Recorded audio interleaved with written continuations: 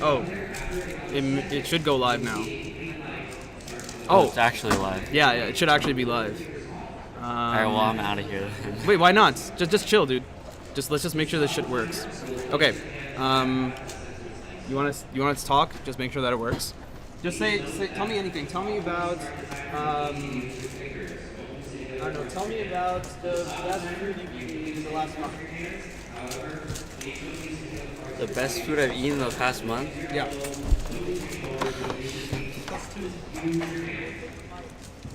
I went to a Toy Chinese place in San Francisco. What place? It's a region in China. Yeah. Called Toisan. And we had this. My coworker recommended me the place, and you can hear it. Yeah, you can hear yourself, and you can hear me. So just make sure that everything sounds good to you also. I don't know if I want to hear myself. Well, you like only hear yourself a little bit. In Korea? But just to make sure that all the volumes and everything are balanced. Yes. That seems fine. Why did you stop telling your story? I forgot. So my coworker recommended me the place. It's a new place in San Francisco. They serve cuisine from Toisan. It's a region in China. It's actually where my dad's from. Oh, that's cool.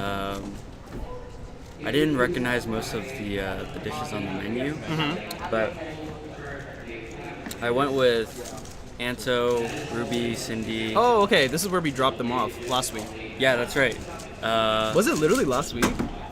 Was it? Yeah, it must have been last week. No, it was 2 weeks ago. Oh, was it 2 weeks ago? 2 weeks ago. You should have. Oh wait, you wouldn't have been able to go because you're vegetarian. Yeah.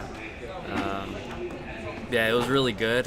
The only issue is that the reason why it's really good is because I'm pretty sure there's only one chef working in the back. Oh, okay. So they kind of have like full control, basically. Yeah.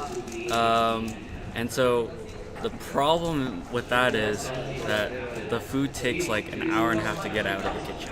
Oh. And like it's coming one dish at a time. Okay. So, like that guy's just like working back there like constantly. Yeah. And the restaurant was basically empty because we came close to closing time. Oh, really? It wasn't that late, I thought. I thought it was like 6 or 7. But by the time that everyone was seated, there was only 2 tables seated.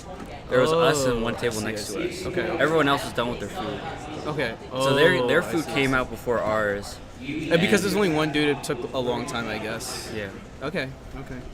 Well, I guess that makes sense. But the food was amazing. It was bomb? Yeah. So what is the difference between, what was it called again? Like what was the cuisine again? It's from a region called Toisan. Toisan, okay. What is the difference between that and like some other types of Chinese food? Man, indescribable? I don't know how to describe it because my parents just cook whatever they cook at home. Okay, sure. So the difference between that and normal Chinese food, I don't really know how to describe that. Okay.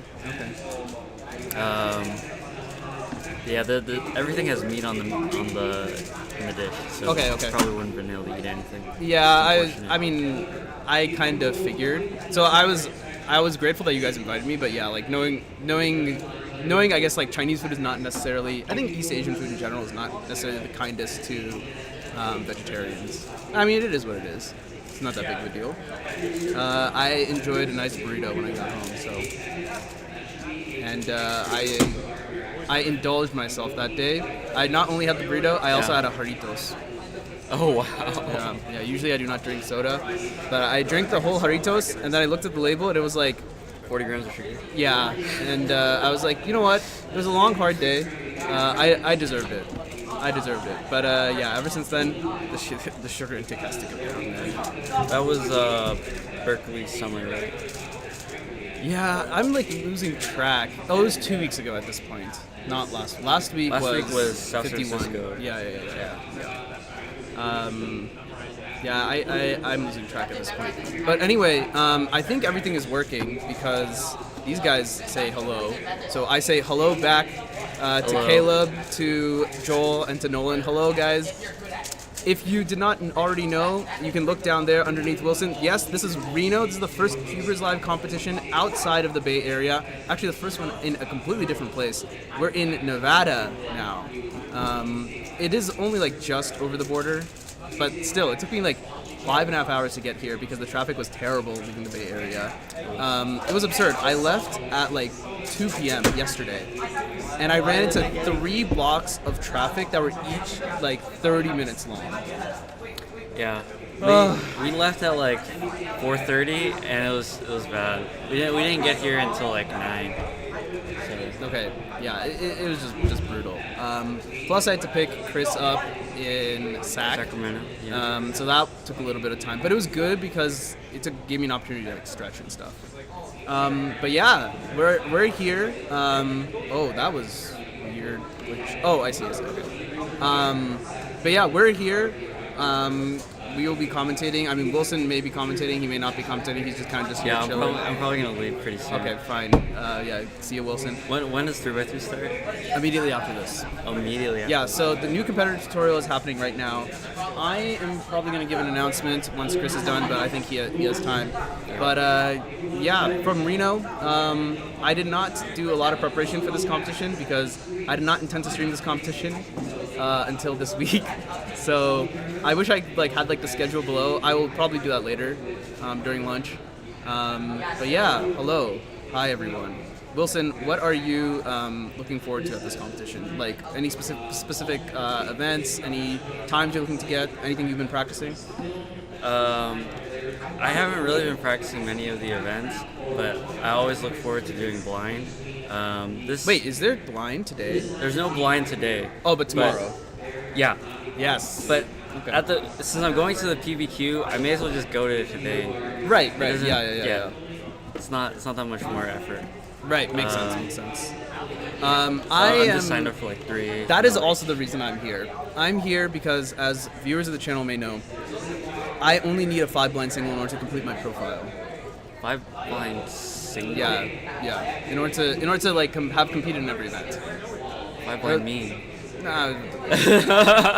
No. Look, dude, I'm not going for gold. I'm only going for silver. Oh yeah. So, yeah, so I only need 5-blind single, and then I will be silver member, which I was going to run the numbers on. I don't know how many people are silver members, but probably like 5,000 or something, but that's still pretty good, I would say.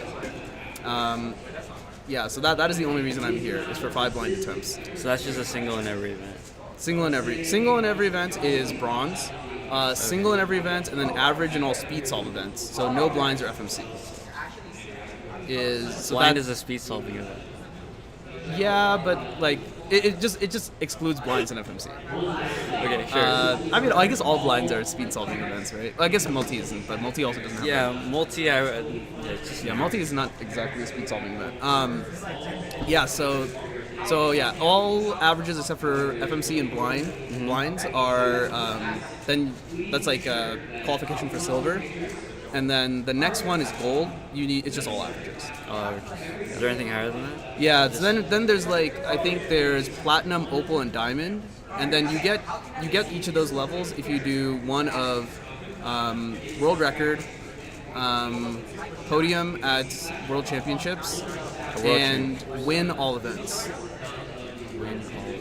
Okay. Win all events is a little bit of a weird one, I think. Because you could just show up to some events and just sweep the podium or whatever. Yeah. Because if you go to a new region or something, or you could specifically pick competitions where this region, for example, is really bad at 5x5 or whatever. Then if you grind a little bit, then you can just catch up and get first or something. Yeah. So I think it's a little bit weird, but. So the 3 levels. Is that for each of the criteria that you described?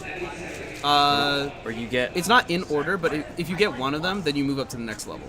Oh, okay. Yeah. So diamond is 3 out of 3, opal is 2 out of 3, and then platinum is 1 out of 3. So with a 5 blind single, in many regions, you just automatically win. Yeah. So you can get that's 1 out of 17 wins that way. Yeah. So far, I have 1 out of 17 wins. I've won clock a couple times. 1 out of 17. But there's no way I'm gonna win all events. Like that, I'm not going for that. I'm only going for just silver, and I'll be happy with silver. And then maybe when I get older and I get jaded, then I'll try and go for gold. But 5 blind me. But 5 blind, yeah, I didn't forget that. Okay, I'm gonna go give an announcement. So you can just chill here. You can do whatever you want. You can talk to them. Who's on the stream? There's 5 people. Oh my god. Yeah, you can talk. You can talk to them. Have fun. I'll take this off so it's not lying. But yeah, have fun. Shut up. Very good work.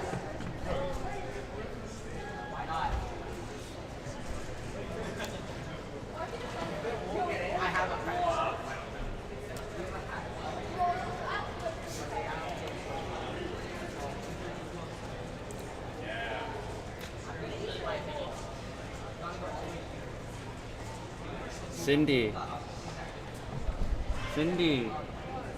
come up here. No, I don't know if I'm first round, but come up here. Hey, yo, get to work!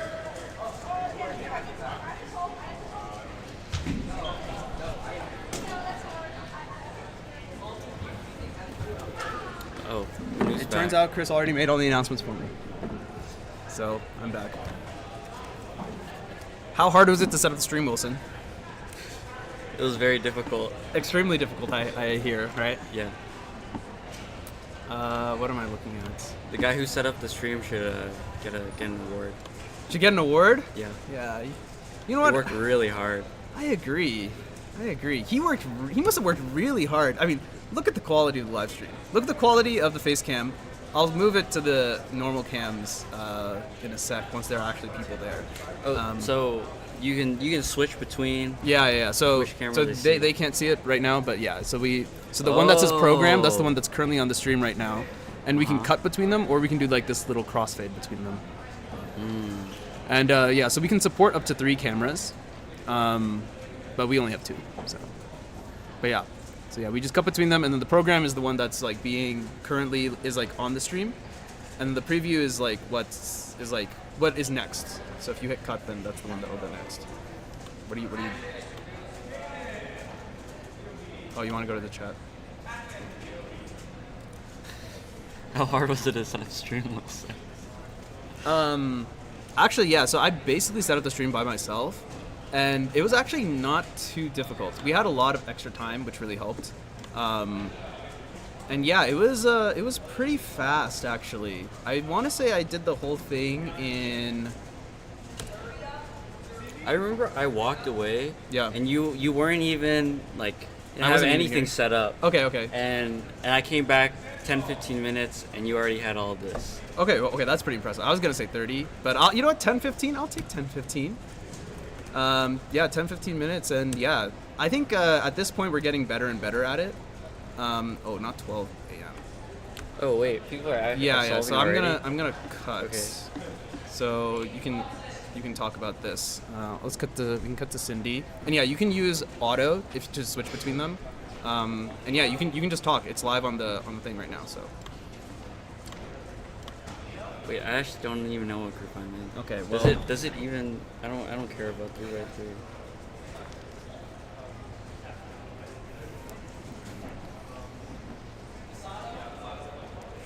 Cindy getting a 1548. Oh, but I think there is an issue. Why did she just like looked away halfway through the solve? Yeah, I think there was an issue. So call over delegate. actually, we can watch that live. The delegating process live. New trainee delegates from in our region, Ruby. While I finish typing up the schedule, and Wilson I'm looking is at doing a terrible job being commentator. Do you mind if I switch off an outlet? Yeah, go for it. Just remember. Yeah. So I think that on his later for DO3. Oh yeah. Am I supposed to be commentating on this? Yes. Commentate. I'm doing stuff, so you should be commentating. What do you think I pay you for?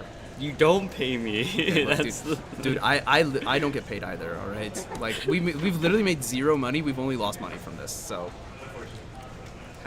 But soon that's going to change because if you guys get our watch hours high enough, then I can turn on memberships.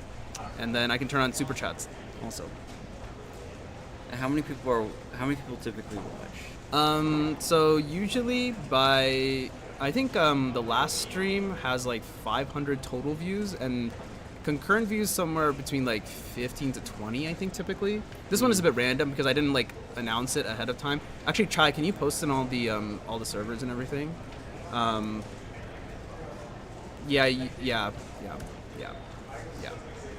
So it's not very many, but I think as we do more of these, people will tune in more and more. That's the hope, at least.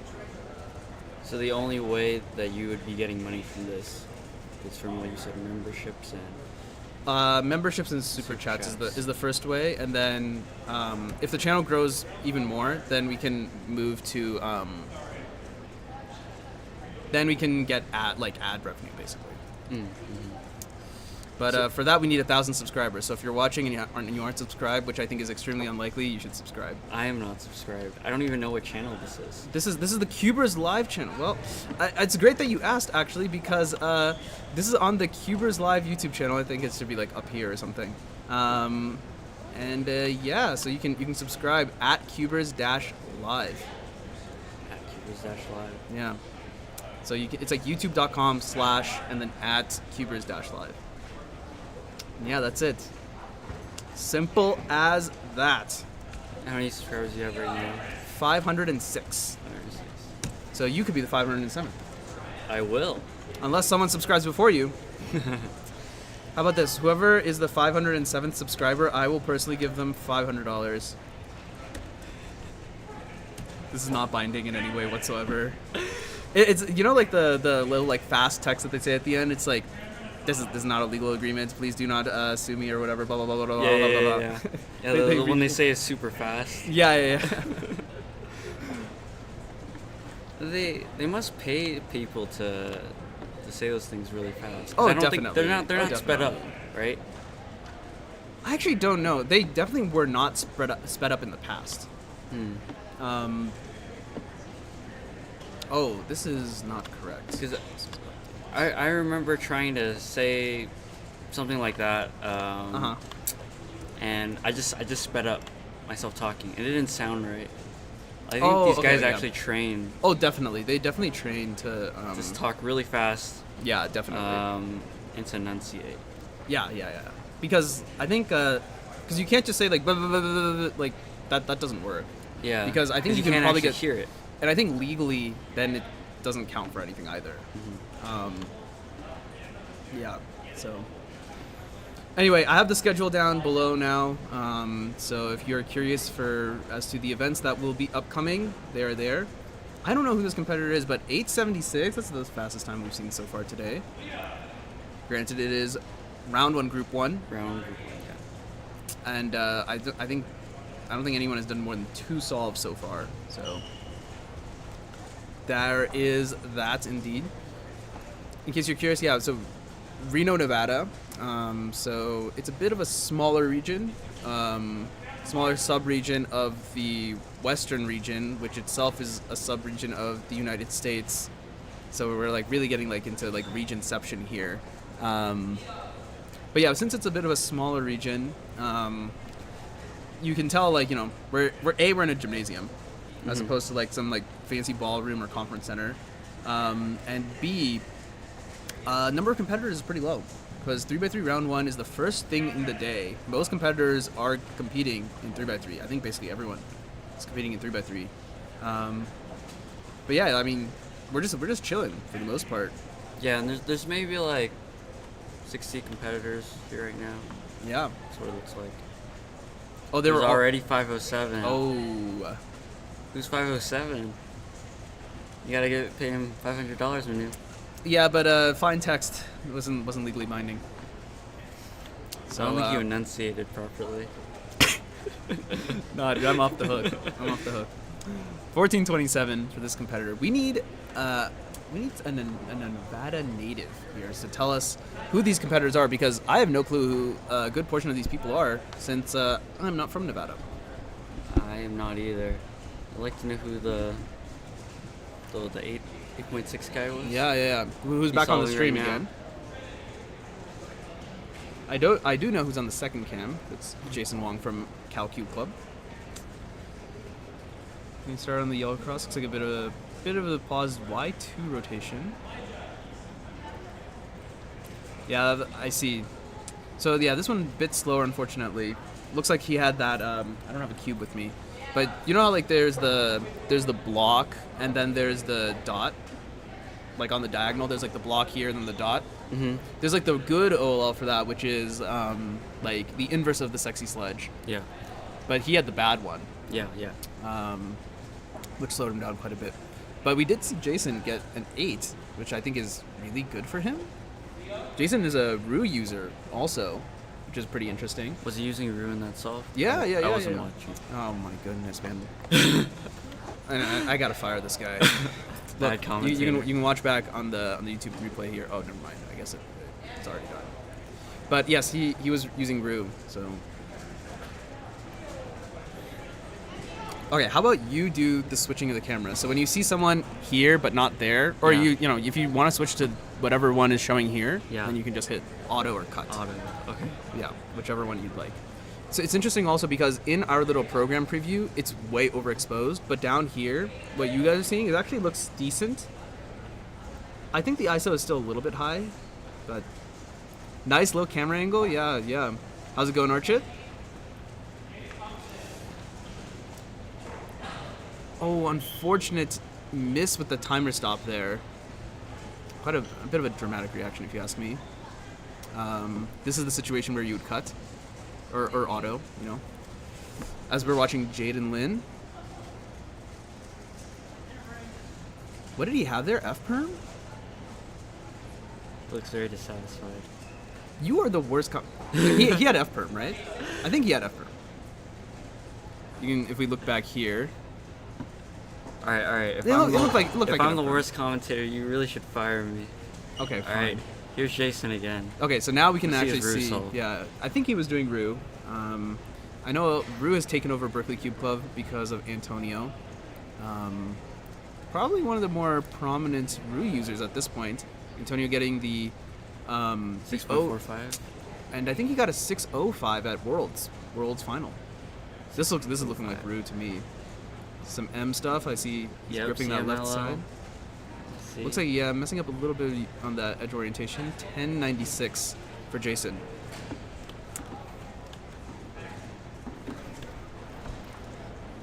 Hey, you wanna switch?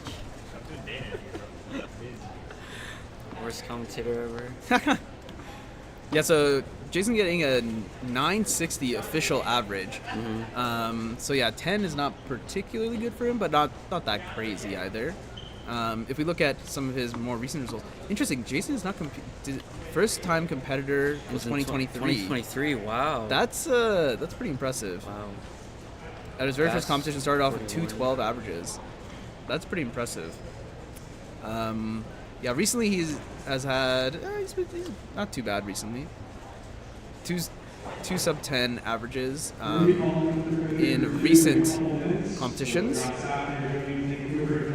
But with that, I think we're going to move on to what is it called?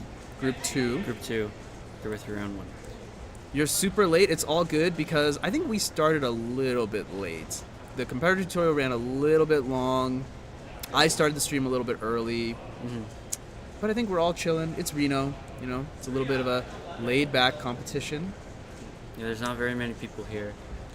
Where is this We competition at? This competition is Reno Fall 2023, being held in Reno, Nevada. I've never been to Reno proper itself, but pretty good looking place, I must say. I like all the mountains and stuff. We had a comp here. I think it was the first Reno comp last year. Had blind. So that was the reason why I attended. For sure, yeah. And yeah, it was very fun. It was also a small competition, but the Cube Club here. It's fun to hang out with meet new people like Michael. Yeah, Michael yeah, Wilson. totally. He's a delegate now, so yeah. Oh, is he? Yes, he's one of the Trainee delegate? trainee delegate. Yeah. Looks like soon into G perm, or maybe that was a V perm actually, because I saw opposite corners there. 1378, not too bad. Should be renamed Bay Area 52, but it's Reno. That is how we're gonna get to Basque 69, I think. For better or for worse. What's crazy, we're gonna get to Basque 69 next year. Wow. And There's so many Bay Area comps. This year. yeah, I mean all the Bay Area comps get renamed to Basque nowadays, and we have way too many of them in my opinion. Too many. How too many? So at some point, I think there were 3 comps at Berkeley back to back weekends. Wow, really? Yeah, which is just absurd. I think, yeah, it's just crazy. I mean, it's great for the competitors because like the number of solves you get is like a lot, right? Especially for events that are like high DNF events. So like if we're talking like blind or, yeah. And it's also just an opportunity. Like let's say like you miss a weekend and you can't go. Well, it's just next weekend. Yeah, exactly. Right? So, and the other thing that's cool with cubing is like all of the competitions have to be announced at least a month in advance. Mm-hmm. So you can kind of like plan around that stuff too, which is pretty cool. Yeah, I plan to do a lot more of that in the upcoming months. As we have a little bit of a lull here, since Group 2 has ended. So in case you just joined the stream, hey, it's Dilly Millie. How's it going? Yeah, in case you just joined the stream, we just started the competition. This is Reno Fall 2023. You are on the CubersLive channel. I am the best commentator, your favorite. This is Manu Singhal, and with me I have the worst commentator in the world. Like, actually could not be any worse, but my good friend Wilson Lee. Yes. Yeah, nice slow start to this competition so far. I'm realizing we're not centered, so that was going the opposite direction. I see Vivek in the chat. Hi, yeah, Vivek. how's it going? Cubing X. Dilly Millie in the chat. Cubing Nilal, hello. Welcome. Dilly Millie, you got to come out to one of these comps one day. Okay. I thought we were gonna get yelled at, but we're not getting yelled at. Chris, how is the commentating volume? Is the commentating volume okay? Is it too loud? I can't hear anything. All right, works for me.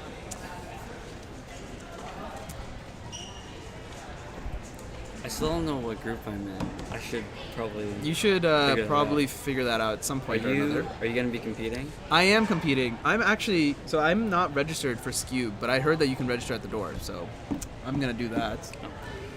The reason is because yesterday, so Chris and I were staying at Michael Larson's house. His mom was very gracious to let us stay the night, and we were talking about there was this crazy E2 scramble on Pyraminx in Australia. It was a 9-mover, but it was 2 twisted edges. So it's like an obvious 9-mover. 2 twisted edges. And we were just like... I'm not sure what that looks like because I don't solve Pyraminx. Well, I mean, like, it's literally 2 twisted edges. That's it? That's it. It's 2 twisted edges and 1 AUF. Okay. But, like, if you do the AUF and then you twist the 2 edges, which is 9 moves total, and no tips. And no tips. It was an E2. So after that, I've realized that I should start competing in all the events. Just in case. Just in case there's, like extreme. absolutely absurd and I can, like, break some random PR. Yeah. So for that reason, I'll be competing in Scube for the first time since, like, 2019 or something, so... Alright, we have someone sitting down. James Che on the what is it called? On the stream at the moment, sitting next to Jeff on the other camera. Are these Bay Area speed cubers? Yes.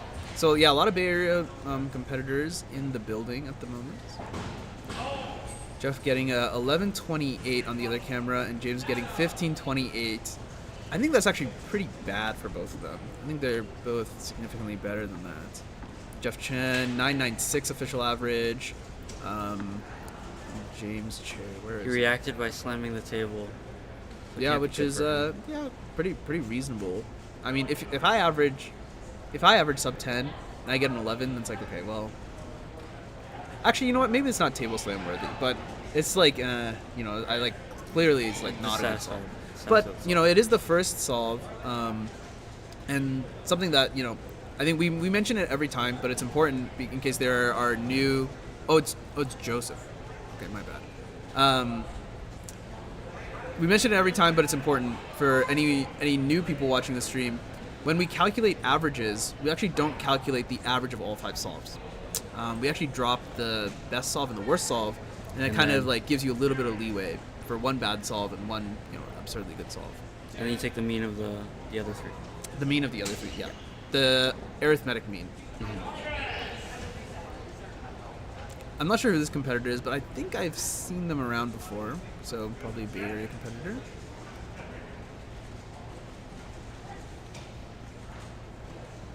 That was an interesting OLL that they did there, and then J-Perm to finish, 1667, as we cut over to Michael Larson.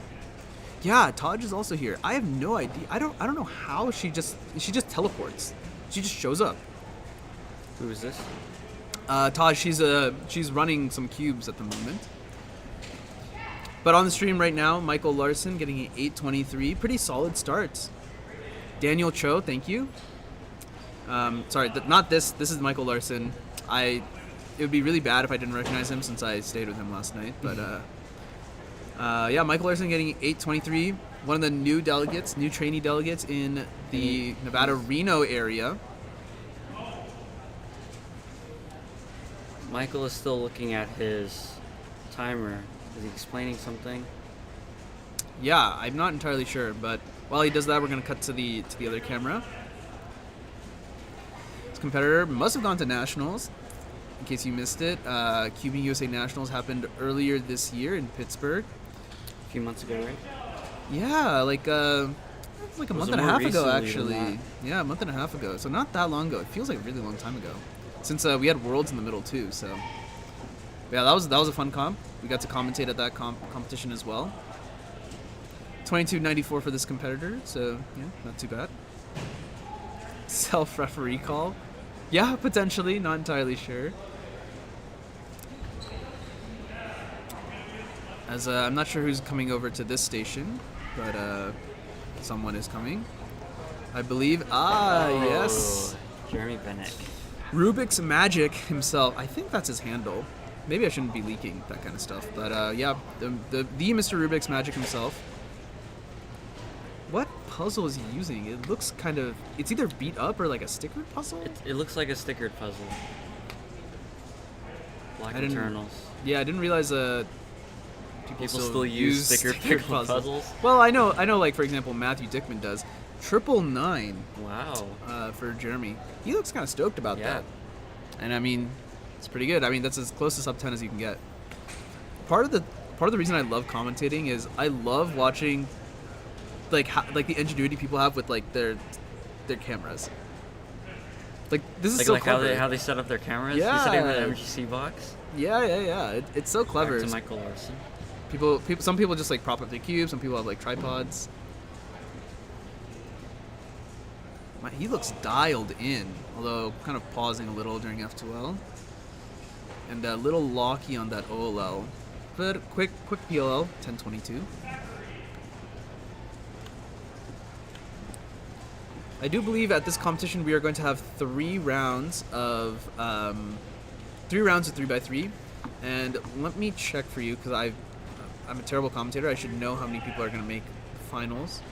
Top 12 are going to advance. It's only 2 rounds. There are 3 rounds. 3 rounds. 3 rounds. So top 12 at the moment is 10:07 on the psych sheet. You know, people tend to perform a little bit worse. Yeah. On average. Than their PR. Yep. So we can expect maybe 10-5, 11, something like that to be making finals. So a bit more competitive than I thought as Daniel Cho is getting started here.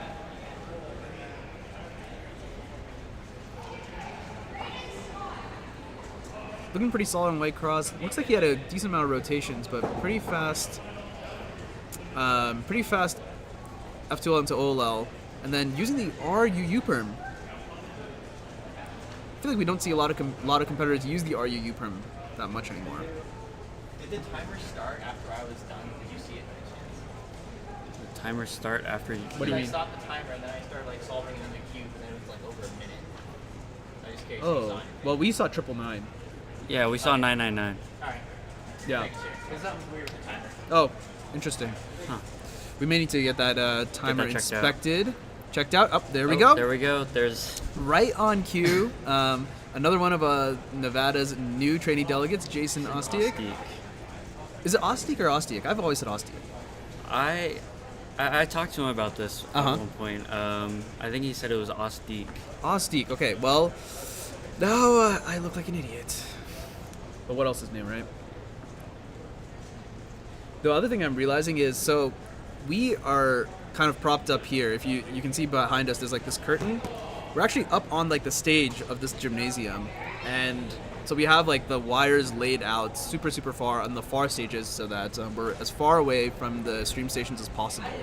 And what's actually pretty cool is because we taped all that stuff down, this actually forms a line, and I see like parents who are like trying to film, and they like naturally stay behind that line. Behind the cords. Yeah. Yeah, which is actually pretty nice. That was unintended behavior, because usually we put a line of tape down that's 1.5 meters away. Yep. Spectators are not why do allowed we to be do that? closer. Why do we do that? Regulations. Regulations. Because obviously you want to film as close as possible, Mhm. but you can't be in the competitor's face, of course. So yeah, so that's done for regulation purposes, as Michael Larson gets started here. But yeah, so I just taped that down because it was the most convenient place to put it, and I guess it's doing double function here, so works out well. I think he did the COLL there because usually when you get that OLL case, that pi case, you can just do pure RU, but there was definitely F moves going on. So COLL into a U permit looked like for 907. It's pretty good. Solid. Pretty solid. And Michael Larson, the third seed on the psych sheet with 769 average, so he's looking pretty. He's sitting pretty to make finals. Should be expecting him in finals at least.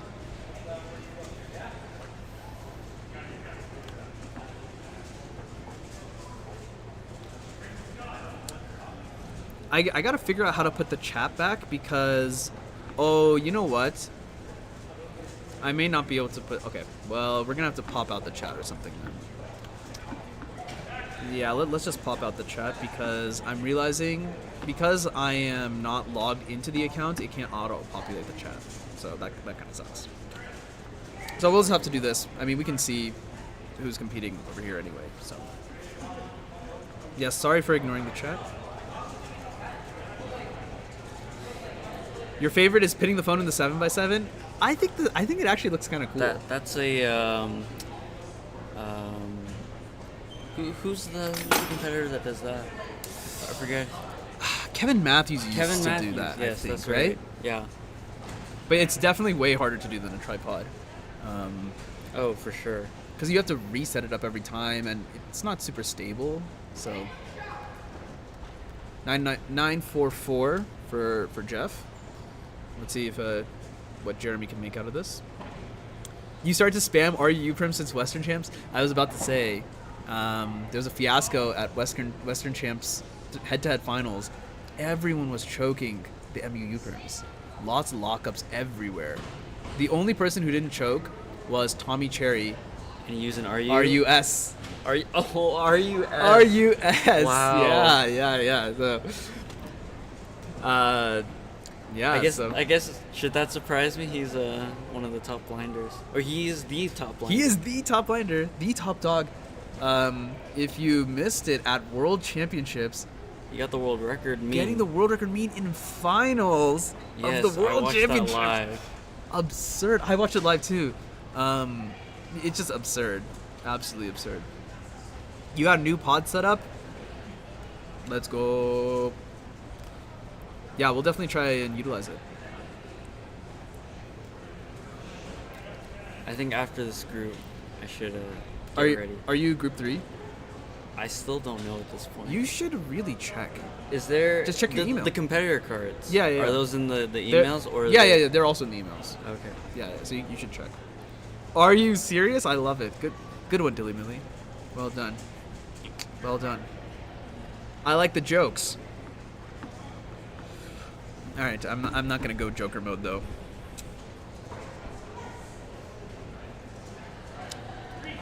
By the way, guys, because I can kind of hear what's going on, but I just want to ask the stream, make sure chat.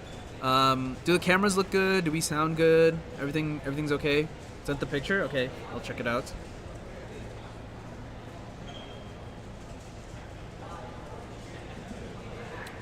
I'm solving group 4. Okay, I'm also helping group 1.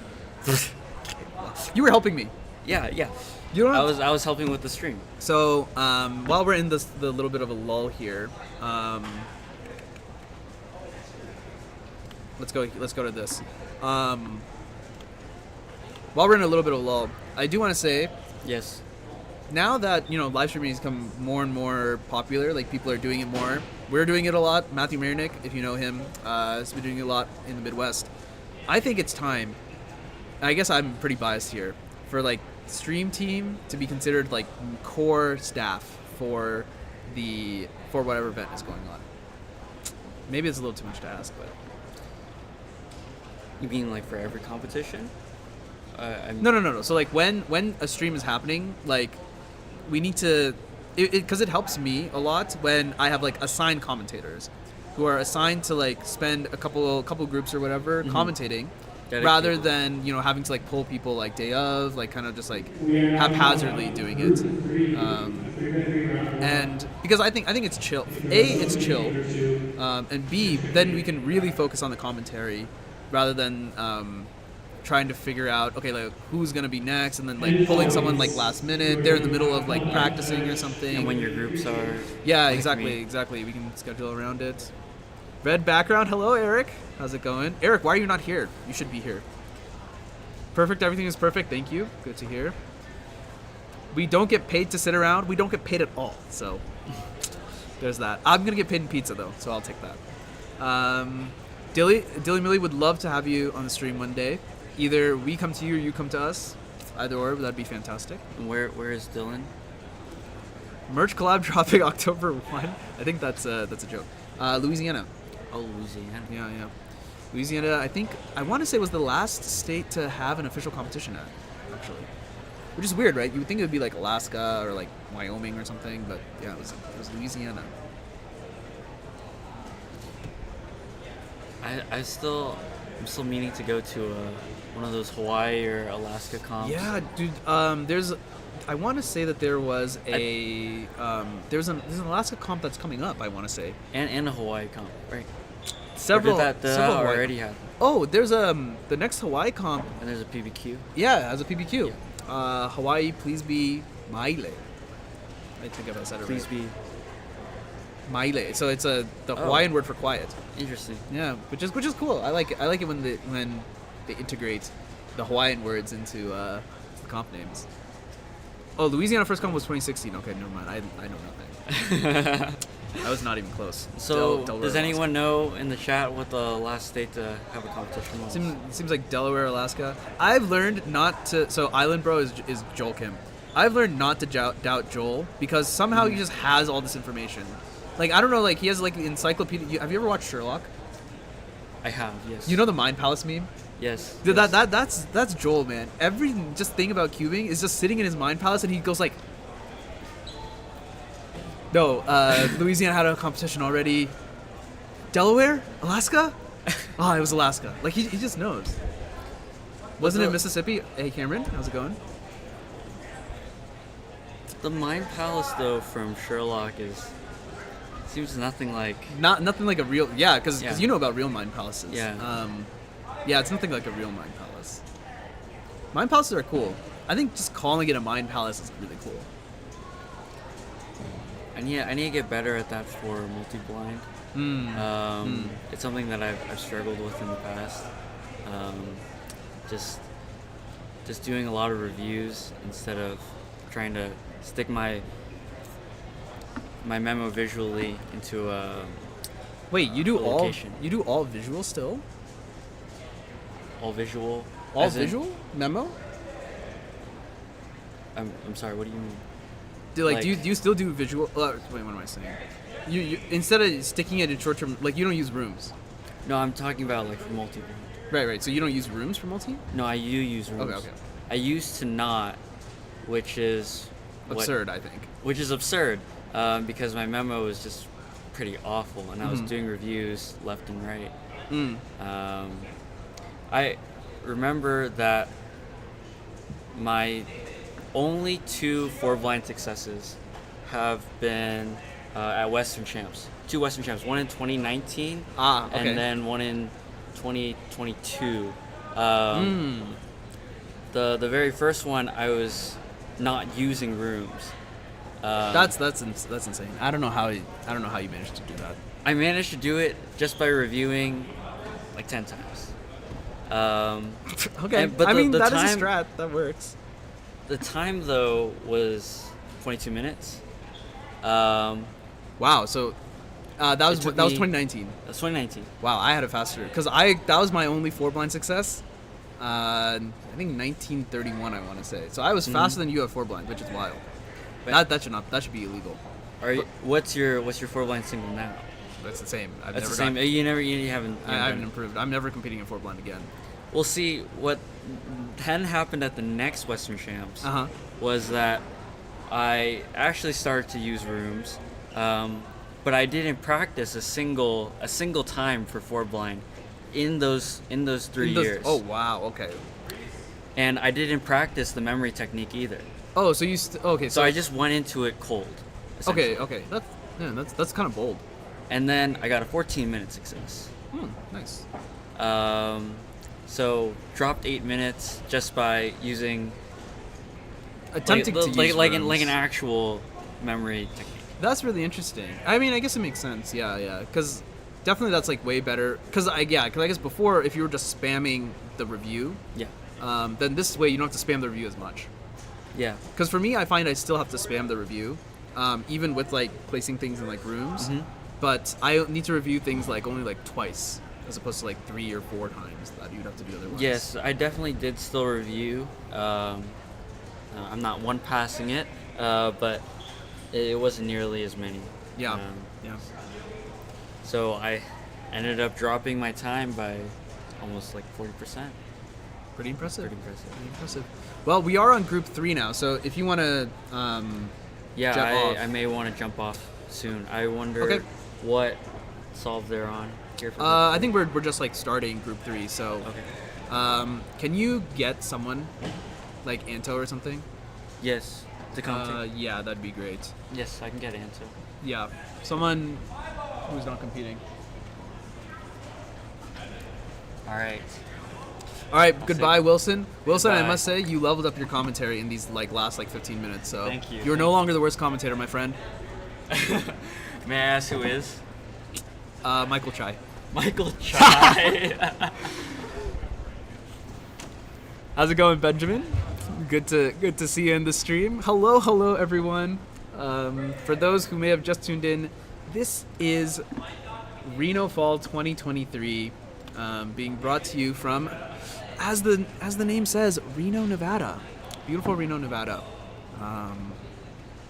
Yeah, it's a beautiful place, nestled in the mountains of Nevada, not too far from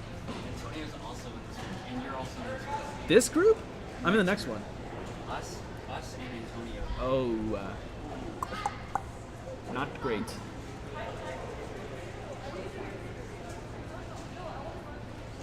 All right, well, we'll figure that out. Oh wait. Wait, Island Bro is not Joel? Okay, never mind. I've been completely messing this up. Forget me. I clearly have no idea what's going on. Clearly, I'm the worst commentator. But you're stuck with me because I'm the only commentator. As Jason gets 871 on the stream camera. And yeah, I see you guys. You're throwing predictions. I kind of want to hear some predictions on who is going to. Who do you guys think is going to make 3x3 finals? Be pretty interested to hear that. Chris, when are you competing? do you think you're going to be busy doing stuff? Can you find me someone for Group 4? Because I'm competing, Wilson is competing, Anto's competing. So someone who is like not doing stuff, or just unneeded. All right, as we watch this competitor, wow, something changed in my settings or something because I can hear myself way better, and oh man, do I have a sultry voice? I'm gassing myself up a little bit. I was told to fill in. All right, well, First time on stream. Hello. first time on the stream. Well, chat, I would like you to welcome Mr. Rubik's Magic himself, Jeremy Bennick. Hello. How goes it, Jeremy? Goes well. How about you? It is going quite swimmingly, actually. Oh, good. Did you know this is actually my first competition in Reno? I've never Really? competed. I've actually never competed in Nevada before. Oh, well, welcome to Reno. Yeah. Welcome So to Nevada. I'm having a great time so far. Oh, good. The main thing I've loved so far is because I started competing in 2013. Yeah. So that's when we all had like way smaller comps. We didn't have like the crazy 275 people comps that Berkeley has like most every definitely. week for whatever Yes. reason. So this is so nice and chill.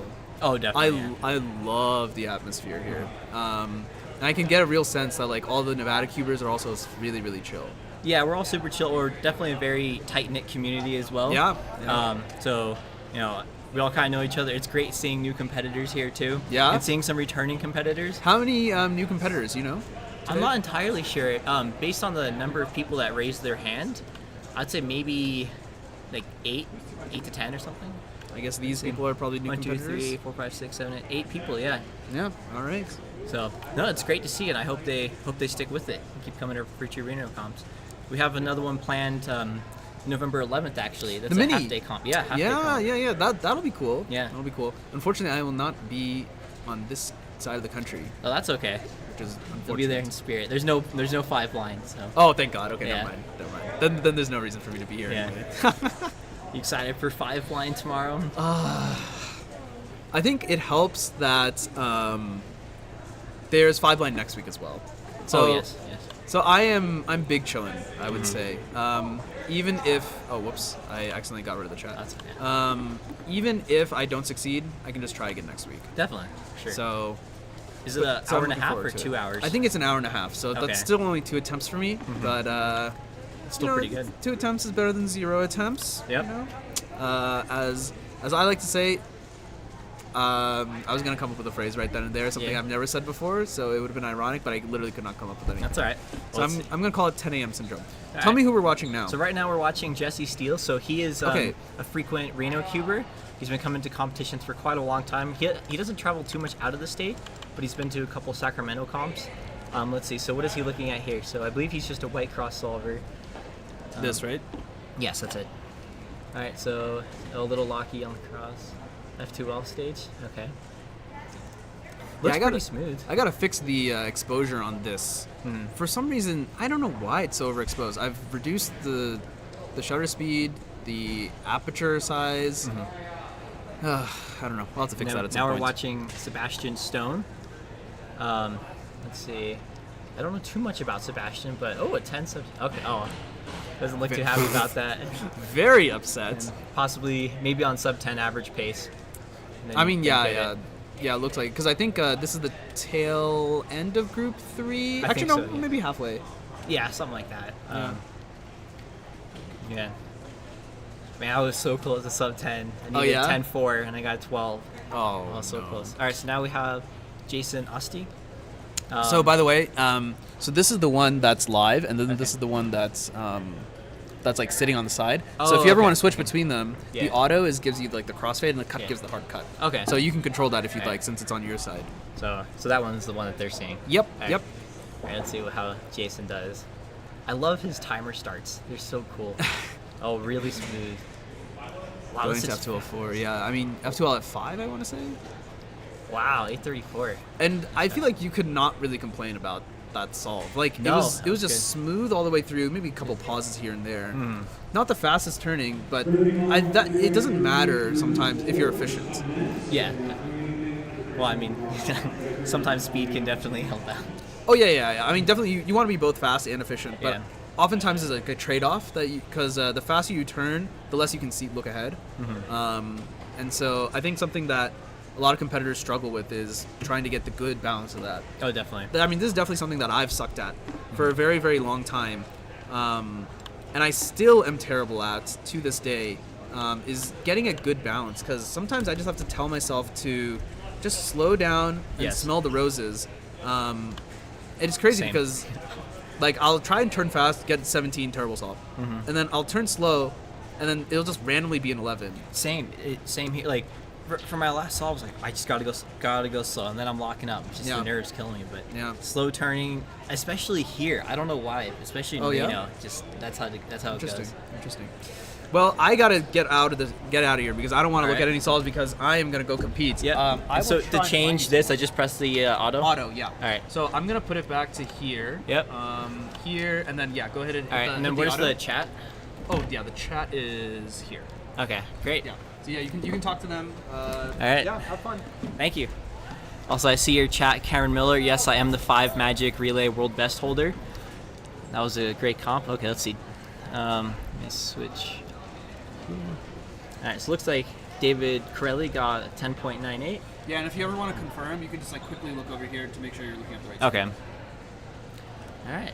So right now, it looks like we're kind of in between groups.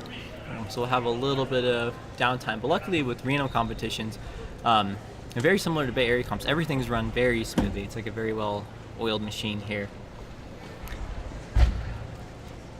Yeah.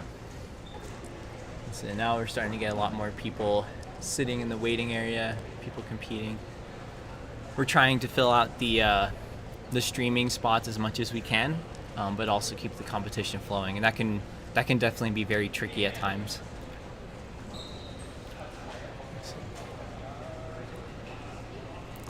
Yes, I am the Nevada state record 5 blind mean holder. I'm the only one in Nevada that has a 5 blind mean. That was very fun.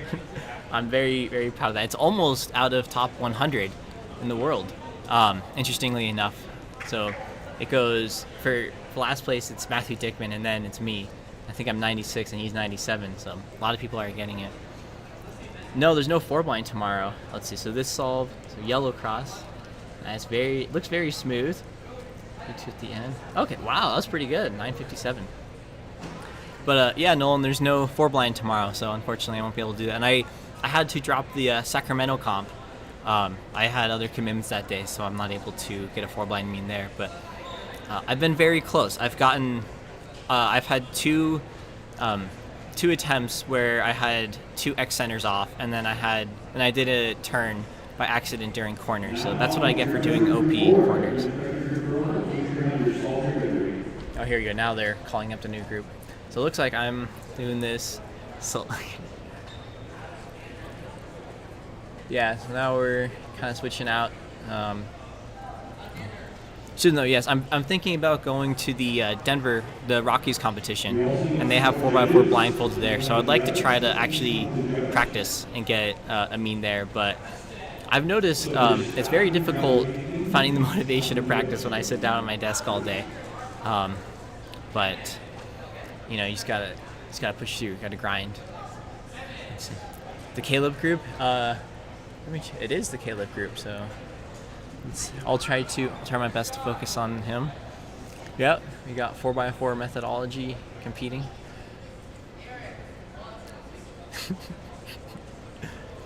But yeah, now we're just waiting. So we're interesting. They didn't put Paul on the stream. Let's see. I might have to switch again, calling over some people to the stream, and let's see who we get. I don't know everyone's name here, so please forgive me. I'll try my best though. Let's see here. For example, I'm not entirely sure, but still give a little commentary on their solves. So using a GameCube, interesting. I wonder if they do white cross. It doesn't look like it. Maybe color neutral. Headphones, I don't blame you. It can be quite loud at times. Okay. Nice. Oh, white cross. Interesting. So they must have done it on the U layer and then flipped it over. And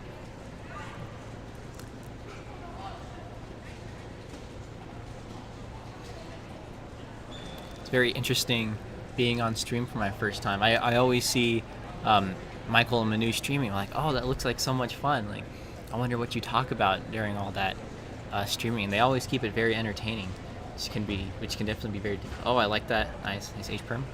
All right, I'm gonna switch over. Let's see who we got. All right, sweet. I believe Ruby. Yes. Let's see what we've got going on here. So is that correct? Yeah. Yes, this is a very good quality stream. Manu does an exceptional job with the stream. I'm very glad that we were able to get this. Oh wow, nice back insert there. Yellow cross. Already on. Well, it's wow, 822. That's really good. That was smooth. Really smooth solve. I love that back insert there. Also, chat, if you notice anything weird with the timers, like if a timer resets, or you see like a timer continue on after the solve, please let us know. Reno comps often have issues with timers, and we believe it's due to the static, because we're just so high up. Definitely get a lot more static. That definitely make it interesting. All right, and because I know you guys, here you go. Now we have Caleb on stream. Let's see what we've got here. So he's maybe looking at yellow cross, it looks like. Okay, yeah, yellow cross, a little locky, but a little locky there. Still, yeah, locky solve, but still. Oh no, I hate it when that happens. Okay, I'm gonna switch over to Paul Mavi streaming, or Paul Mavi solving. So let's see. He's only a green cross solver, but he's very. Oh, this looks very fast. It's already on. F5. Oh, 694. Man, that's so cool. That was so fast. Nice job, Paul.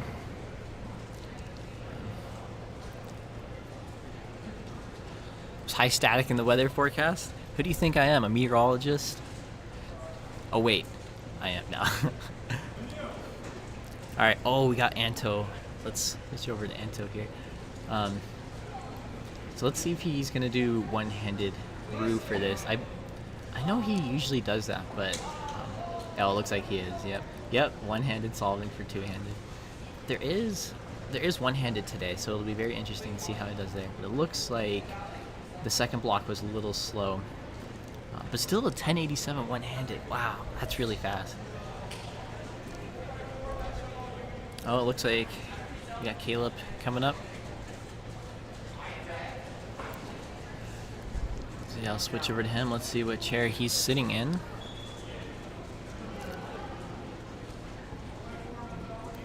No, I don't think he sucks at cubing. I think he's very good. Anto! Love that guy. Alright. Make sure we're on. Yep. Here we go.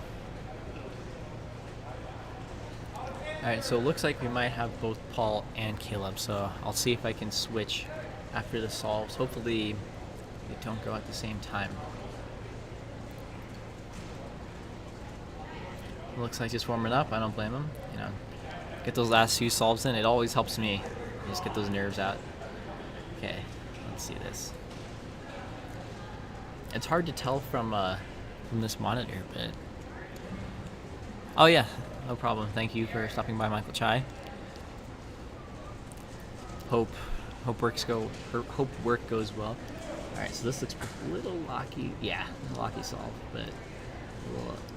Oh no, nose. Oh, 925. Okay, looks like Paul's about to start too. Definitely locky solve from Caleb, but still very impressive. With that 9. So now we got Paul solving. I've always wondered how, like, everyone has a towel. It seems very interesting. It's turning a little slow. Yeah. Some D2s. I wonder if he did it pseudo. A little locky. Oh, is that a +2? I hope not. That was a little locky there. Mitch +3. Yes. Oh, we got another solve, please, Ruby. Very, very smooth turning, which is very, very good. I mean, 799. That's very impressive. It's very fast.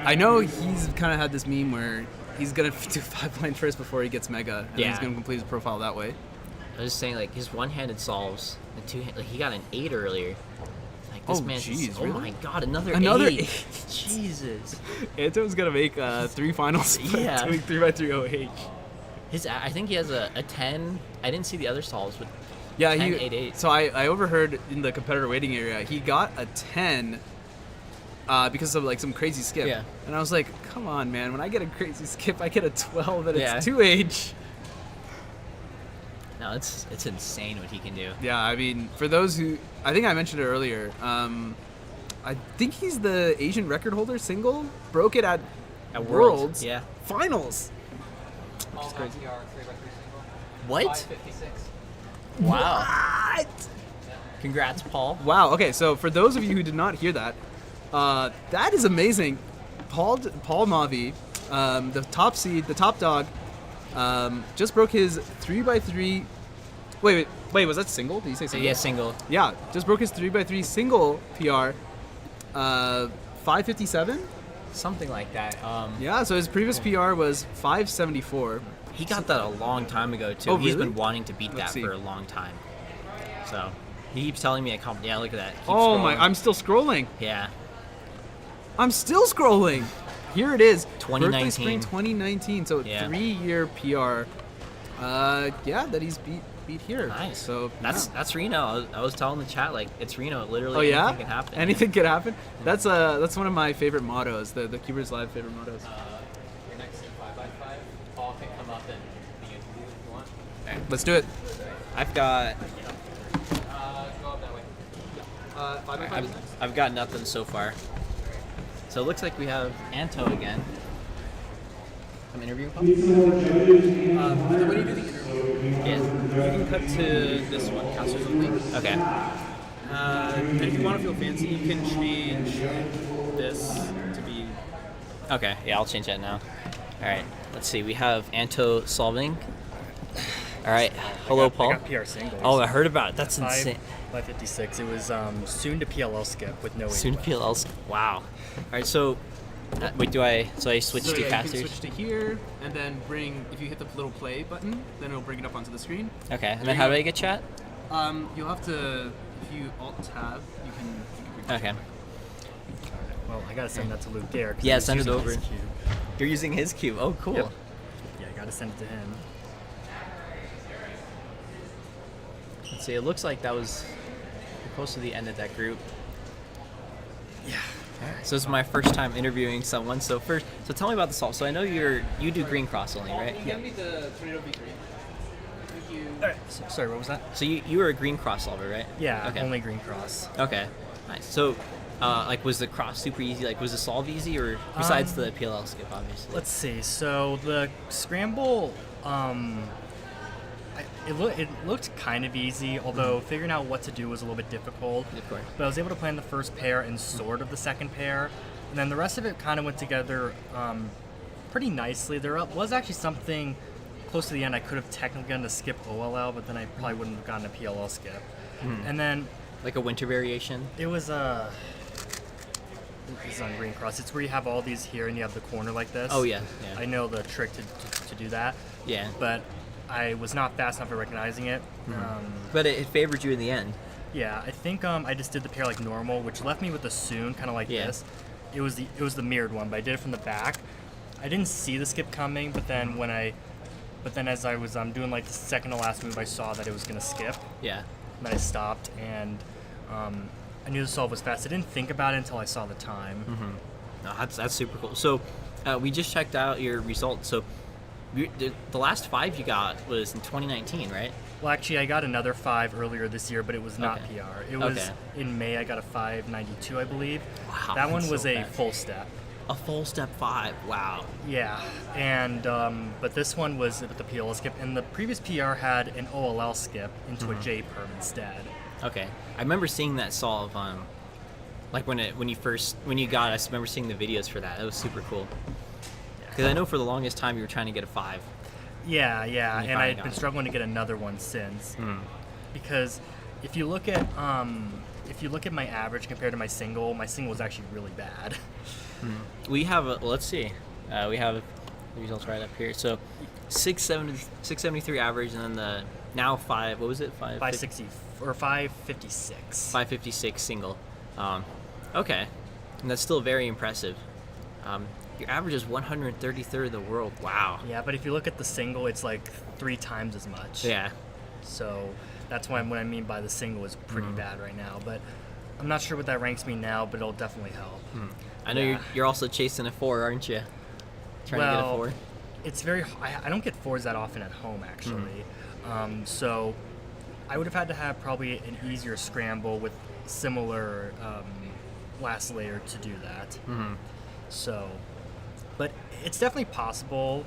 But just it'll be very difficult, and Definitely. it'll just take like a godly scramble. Yeah. Well, I mean, Yeah, I wouldn't consider the scramble I got on the 556 to be godly though. yeah, it's still pretty good though. Let's see. So, wait, when are you competing in 5x5? Your next group, I'm guessing. Yeah, I'm in the Okay. next group. I'm just gonna double Okay, check. same. Where is- I know. I don't really use the cards. I just use my phone most of the time. Yeah, that's I what I've always been lose sticking to them. do because I don't really care about the cards because I'm probably just gonna lose it anyway. Yeah. Sometimes I don't even pick them up anymore. Yeah, I know. I usually just leave them. Yeah, I don't. I'll I don't even see them at Berkeley comps anymore. Yeah, and I just picked mine up. Well, I picked mine up because my mom wanted it. You know, which I guess is okay. And yeah, next after this is 5x5, which sub 50 average would be nice, but that's gonna be hard because even Yeah. at home it's gonna be hard. It's hard for me to get. But it's definitely possible because I PR'd at nationals, which could have been better, but was good for the time. It still amazes me how people solve a 5x5 in under a minute. My result, I'm still stuck at my results from 2019 at a Berkeley competition. So it was a 119 average. Still haven't beaten it at home. One of these days, hopefully today. Yes, I sure hope you get it. Yeah, Yeah, and it's amazing me how like people like Max Park solved in like under 40 seconds. it's crazy. I don't know how people do that. So you're a Yao user. Okay. Yeah, Timothy Castle was telling me I should switch to Yao or at least try it out. And Yeah. I've like nearly matched my Redux speed, but I would say I'm still a bit more inconsistent on Yao than Redux. Yeah. Well, actually, I haven't used Redux in a while, so it's hard to say, but at least what it was before I switched. Cool. Man, it's just amazing how fast you can go 5x5. So, is the best 5x5 out? Is it 57? Wow. Is the best 5x5 still the MGC? Or It's a bit subjective because, well, I have an MGC here. I've been using the Worm, but haven't been getting the best results lately, so I was going to try using this in the first round because I have used this one before, and I have my current PR single on this before I made the Yao switch. Okay. So it definitely is good. The Worm is also good. The Valk, some people still use that. Like, I think Max still uses it. Wow, Valk. That's a throwback. Also, I just realized that timer is not updating. I'm gonna try to get a judge or organizer. Okay, maybe switch the display. Yeah. Let's see where. I think they're all competing right now. I'll just bug Chris. Hey Chris, the very end display is lagging. Very weird. Should we, yeah. So it takes like 2 seconds for it to update. I don't know. Okay. All right. Just want to let you know. Oh, looks like they're. Oh, there's actually delegates over there. Okay, I'm gonna switch over to. Let's see. I don't actually know which view. Okay, there we go. And then let's see. Is it media player? No.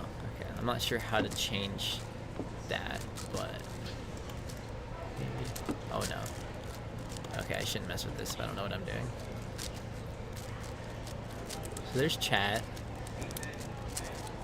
Then there is the thing to change the names, but I might just let Manu do that since they don't know what I'm doing. Okay. Make sure this still works. Alright. We're good now. Let's see. So now we have. Let's see who they're gonna put on the other display.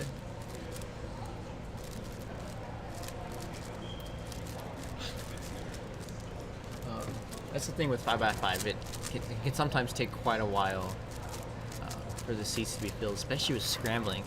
I'm sure many of you have probably scrambled 5x5 in the past, and it's definitely quite difficult. You have to get it right. Yeah, it's like it's very easy to make a wrong move, and Yep. it's also difficult to check if you make a wrong move. Some of the stickers might look correct, Oh, exactly. you know, but you have to like really look and spot. Mm-hmm. Is there anything that that is not correct? Yeah.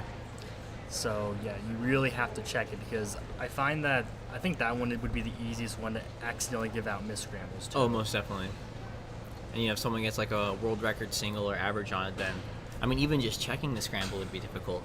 Yeah, but then again, it is a little bit less scramble dependent than like 3x3, Oh, definitely, and yeah. there'd probably be It's more more lenient. reluctant to disqualify for that, because Yeah. it probably wasn't significantly different, but you still got to get it correct. Yeah. But 6 and 7, it doesn't matter, because well, those are not very scramble dependent, and correcting it would take a long time for most people. Well, that's where you just start giving it out to people, like, hey, you want to practice solve? That's where you do that. Yeah, but if you're doing that like every single solve, then you're not going to actually get through the competition. No, and it can also be annoying for the competitors too. Yes, I've been asked to do practice solves a million times Yeah. when on like 4 and 5 if they did something wrong. But I mean, so coming from, like, I'm usually behind there scrambling. It's actually a little odd. I'm not scrambling right now, but when there's like a huge horde of 5x5s coming in at you, it's like you got to keep the count going, got to keep it going, then you hand it off. But when you constantly make mistakes, like I've noticed, if I can't get the scramble right, I just tell someone else, like, look, I'm just not getting it right today. Can someone else step in? And then it usually works. Yeah, and usually at the beginning they might have like a couple scramblers to get it going, and then once it like normalizes, then I guess they can like have some of them go like judge or something. Definitely, yeah. So it looks like is he a Rue user? Which one? Right. I know Anto is. Yeah, but that's not him. Let's switch to Anto. So I believe he does I believe he uses Meyer. I know Meyer for 4x4, which is good for Rue. I don't know what he uses for 5x5. I think he also uses Meyer. So yeah, because I mean its main method is Rue, but you can't really do Rue on a 5x5 after Redux. I mean you can, but it's a little difficult. And so what you do is you build your first block on the left, and then when you're doing edges, you have to do like a U4W, or like a whatever it is in notation. Forget it now, but that way you don't mess up the block. It's very weird, very hard to get used to, but it's fun. It's a really fun method. Yeah, definitely. But yeah, it's a lot easier these days, because big cubes you wouldn't be able to like do Oh, M yeah, moves very definitely good. Like especially the magnets have helped a lot with with making the M moves decent. Although I still don't use M moves a whole lot. I only use them when I get an H perm, Yeah. because the RU algorithm doesn't work very well for me. And then the Z and U perms, I just use the RU algorithm. I've never learned that RU alg for Z perms. I'll have to learn that eventually. I can but- show you real quick. It's like Oh, cool. Okay, that doesn't look too hard. Just like take out both pairs. yeah, exactly. That's pretty much all it is. See, they're starting to set out scorecards for the second group. Yeah, I probably need to go get ready for that. Yeah, I should probably try to find someone to take over stream, because I'm also competing in that. Let's see. When Manu's done, I think Manu's competing, and so when he's done, I'll have him come back up. I don't really care about 5x5, so I don't mind if I'm not warmed up. But yeah, if you need to warm up, Paul, by all means, go for it. Yeah, I don't blame you. All right, if you need me on stream later, just let me know. Yeah, we'll do. Alright, so for Anto, it looks like, I think he messed up a parody or something. Yeah, he's laughing. Something happened. Unfortunate, but it's 5x5. I mean, And again, it's Reno. Anything could happen. He could get a sub 1 today. You never know. So he's doing weird. Yeah, I have no clue. I know he's doing edge pairing, but now I don't know what he's doing. Looks like he's on the Rue stage. Yeah, he's on Rue. Using M slices on a 5x5. It's so smooth. Uh, isn't that a pen? Oh, whatever. I'm sure it's fine.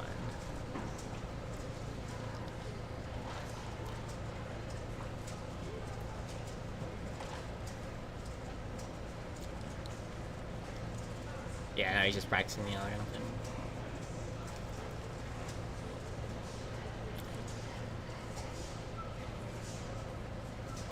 So it looks like switch over. We have someone else solving on the other stage. Looks like he went to nationals. That's really cool. Alan Urpi's a Nevada cuber. I know in the West Coast Cubing Discord, there's actually quite a few Nevada cubers, but I've never met them in person. And I know a lot of them are from Las Vegas, Southern Nevada, whereas I'm obviously from Northern Nevada. We'll have to eventually go back to a Vegas con. Next. Let's see. Oh, he's still on edges? Okay. I don't know what cutoff is. It's probably around 4 minutes. Usually the Reno cutoffs are very lenient, which is really nice for first-time competitors. That way I don't really have to worry about it too much. Let's see, who do we have competing now?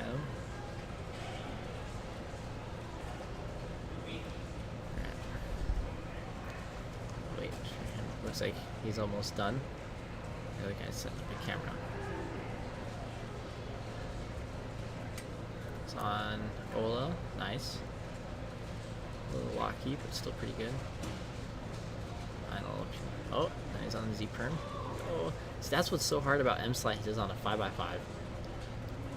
There you go. All right, I'm gonna switch over. Here we go. Let's see. Very quick inspection. Seemed like only 5 seconds. Wonder if he uses Yao or Redux.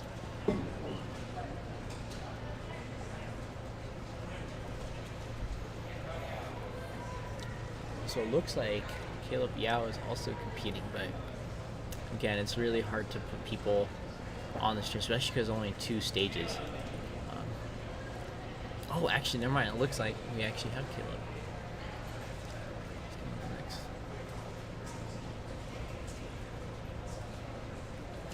Yeah, that's another thing with like, you know, a lot of people solve under the table. I don't blame them. It's a lot more comfortable that way, but we can't see anything. Looks like still on edges from what I can tell. Caleb's just starting to.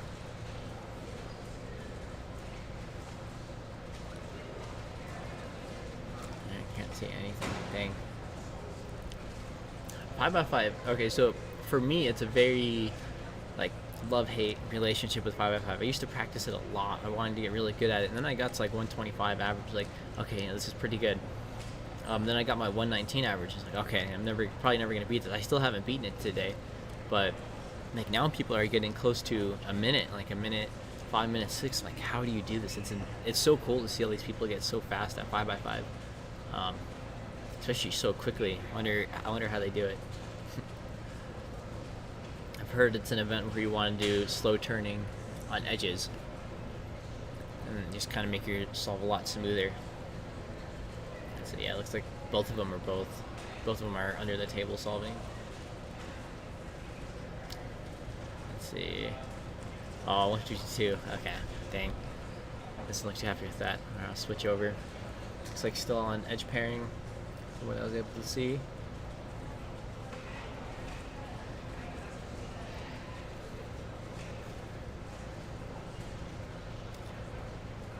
Don't worry, guys. If I'm on stream, I'll be sure to put it over the table. I don't know. Actually, let's see. And it looks like in the next round we have Paul. We also have Michael Larson. He's pretty quick. So minute 34, pretty good. Let's see who we have coming. Ruby, I believe. Switch over. Oh, a white stickered 5x5. Man, I'm very happy to see that. I personally love stickered cubes. But I mean in 3x3 I used a stickerless, but that, I don't know, it's just feeling a lot better. But stickered cubes definitely the way to go. But granted, I'm an old cuber. I've been cubing for like 12 years now, so I'm just used to stickers. But white plastic, that's very interesting to see. I haven't seen a white plastic cube in a long time. I remember when there was that whole, not necessarily like debate, but everyone was using white cubes or using black cubes or making force cubes and dyeing in black. That was really cool to see.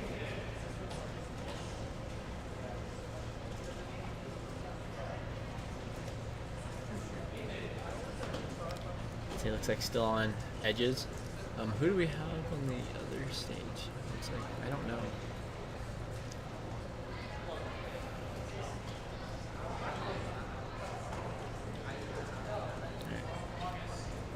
Can't see anything.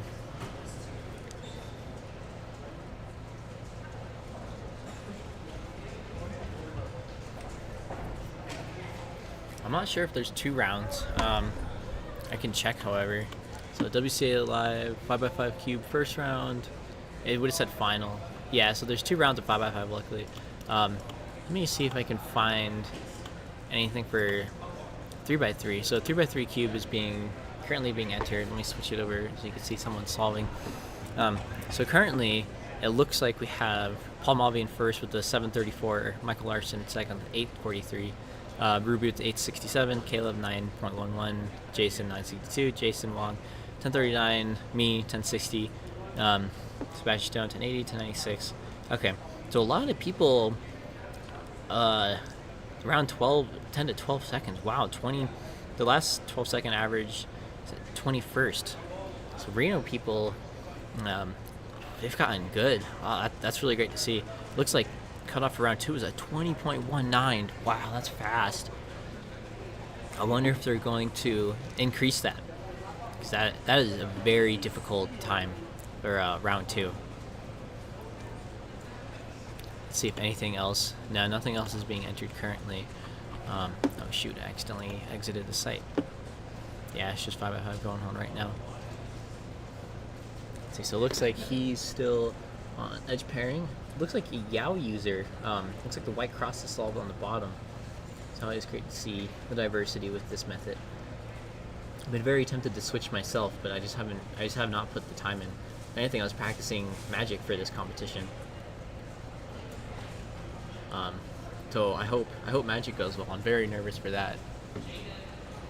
Looks like on the very last step. Oh, now still on edges. Okay. Alright. It looks like they're almost done. These last 2 edges must be in the front. Alright, now on F2L. Little locky. Alright, now we're on PLL, R perm. Nice, 205.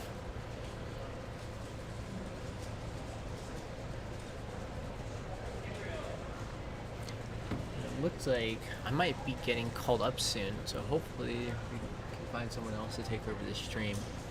I don't want to leave you guys alone.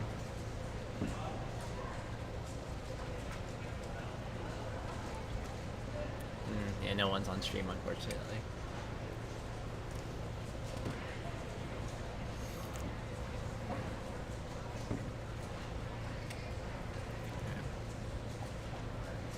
So, chat, what do you guys think of Reno comp so far? I mean, just based on the stream, but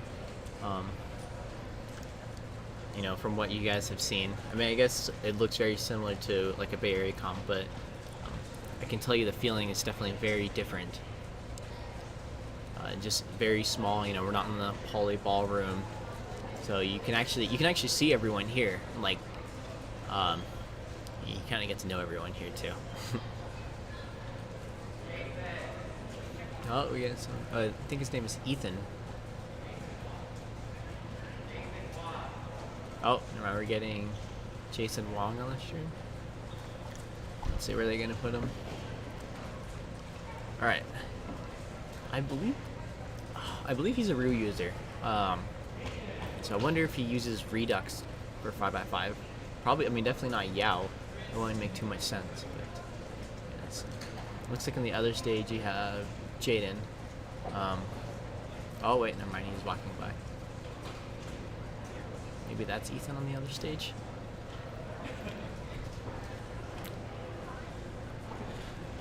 You wish you were, yeah, we wish you were here too.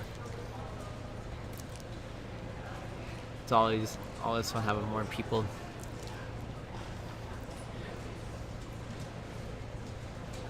I know that the hard part about Reno comms is just getting here, especially in the wintertime. Really the only way to get here is by driving over I-80, and that goes over Donner Summit. Donner Summit's around like, I don't know, 7,000 feet, and so they get a lot of snow. So even if it just snows a little bit in Reno, it's basically impossible to make it over the pass. I mean, it's just not worth it either. You don't want to risk your safety for coming to a Rubik's Cube competition. But that's what's nice about like spring, summer, and fall. However, the weather does change quite a bit, so it could snow. It could snow really anytime. It'll probably snow this October. But yeah, and flights are also, it can be a little difficult flying because the airport is relatively small, so that can make it a little expensive to get over here, unfortunately. Looks like we're moving it over. All right. Thank you, Manu. That looks a lot better than before. And that camera is really good. Please don't adjust the menu. Don't touch it. Don't touch it. Come on, look over here. I have a thumbs up for you. All right. He's looking to the camera. All right, we're good. Let's see. So Jason. Oh, now he's on the outside. Oh, 140. Nice. Solid. I'll switch over. I believe his name's Ethan. I'm not too sure though. It looks like still on the edge pairing.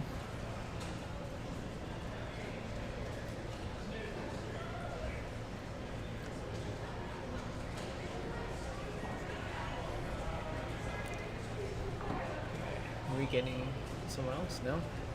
Alright. Okay, that's my cue. Oh, in a couple of minutes. Phew, thank goodness. Might just ask Michael to drop mine off for me.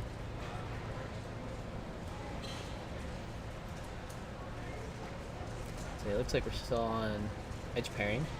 We're finishing up F2L stage now. It's amazing how fast F2L stage is with Yao. Like, I wouldn't think having to make the cross takes that much time, but also the fact that now you have one less face to worry about with edges, and that definitely slows me down. I'm just looking for edges on all the faces. But then you also have to build those first 4 edges, which can be quite tricky. 219, nice.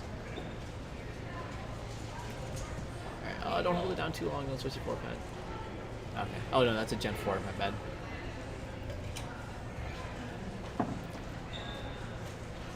Wonder how many Gen 4s and Gen 5s you have. Also, it's just I don't actually need these. There's no sound coming through them.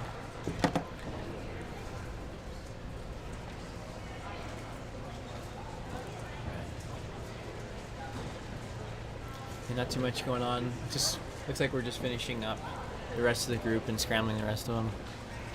What do you mean, Ryan G? I'm always here. I've only missed one Reno comp. Although there was that period of time I wasn't showing up to comps. Hello. Do you want to hop on, or? Yeah, aren't you doing fine? I am next. All right. All right. Looks like we're gonna switch commentators. Welcome, Anto. Antonio Cam Hotel. Wait. All right. Good luck. How was 5x5?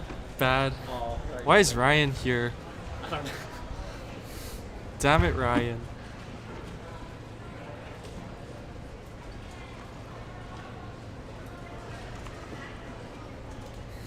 Classic Ryan.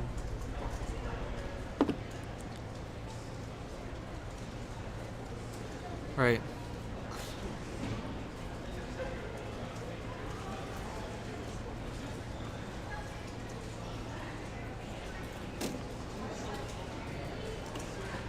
I need to figure out some things. Basically, I don't need to. Write this thing. Yeah, because I've never seen this. Okay, so. All right. I almost Good. destroyed everything. Good for you. So the way that this works, so Where did? yeah, the chat is over here. Oh, it's Mitch. Mitch. I miss you, Mitch. It's been- AI commentary because, like- just because he's on. genuinely miss you, Mitch. Want to see you again. Yeah, Mitch. Hope you return soon. I want to see you. Um, Also need my donuts. So what? That's what you're here for, Mitch. No, I really miss you. How's it going, Ryan? Mitch? John Dave Spaghetti? The whole gang is here. Oh, that's weird. I thought you'd be in Nebraska or something. It's a bit of an odd place for you to be. But anyway, hello. This is your first time on the thing, right? On the. Yeah. Okay. Well, do you have anything you wanted to say? No, I don't. You have nothing you want to say. I have nothing I want to say. Wow. Okay. So I thought Wilson was the worst commentator. I think Antonio is actually like by far the worst. No, it gets worse. It gets a lot worse. It gets a lot worse. Yeah, it gets a lot worse. Wait, what is that supposed to mean? Can't get worse than me. Wait, it can't get worse than you? Yeah, it can't get worse than me. Okay, I don't get it. But in any case, hello. In case you just tuned in, we're doing 5x5 Yep.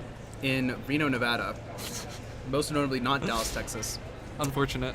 So I actually had a good solve earlier, and it's funny because I was joking with the judge that I was eating my donut at the time. Yeah. Because I did not get a donut until just now, and so I had a half-eaten donut. They called me, and I was like, "Well, I don't know what to do. Do I finish eating the donut, or do I go solve?" I determined that I should go solve, and I just put the donut to the side, and I think that gave me a power-up. But why can't you eat the donut and solve at the same time? I'm not as skilled as you are. Like that's a power move. It is a power move, but it's not a power up. Okay, so what happens here? So you should hit auto, and then it'll do like this like crossfade between them. Yeah, okay. So the one that the preview is the one that's not live, and the Yeah, program is the okay. one that is live. So And then auto just switch. auto Switches to it? switch. Okay. Yep. As Cool. we watch Jeff Chen get started 5x5 group 2. I almost wanted to say group 3. If there were 3 groups of 5x5, Oh, are there only 2? there are only 2. There's usually only 2. What? Really? Unless there's some shenanigans going on. Thanks, Some Ryan. shenanigans. Tell me about the shenanigans. So basically, you can run like really small groups of 5x5 at the same time as like other events, like 3x3. Oh, the half groups. Yeah, so like maybe like Yeah, 4 yeah, people yeah. going, doing 5x5 that Uh-huh. like don't make cutoff at the same time as 3x3 people, which ends up giving you maybe like 10 groups, which is really fun. And it's honestly like super cool. That timer is not on.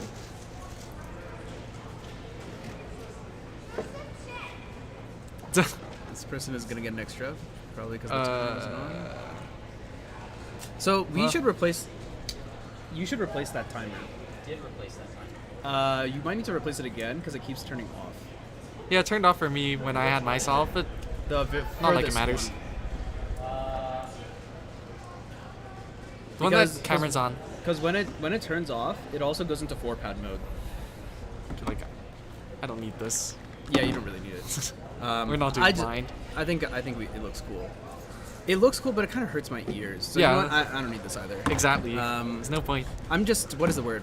I'm too magnanimous? No. Narcissistic. I like listening to myself. 133. Yeah, 133 for Jeff. So do we have more than one round? I hope not. Yes, we do. We do? Unfortunately, on the psych sheet, I'm 3rd, which is really sad because I don't practice 5x5 and. You are 3rd. Yeah. Yeah, but everyone knows Paul is going to win. So why don't we just end everything early? Let's just not do 5x5. Let's just Yeah. crown Paul the winner and let's just be done with it.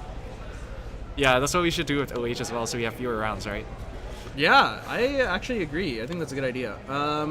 Top 8 to advance. Yeah, so yeah. Yeah. It'll be funny if I You podium. could just sandbag. I could sandbag. Is he trying to get a 625? No. I think he's testing the timer. Well, he should try and test if I try and get a 625.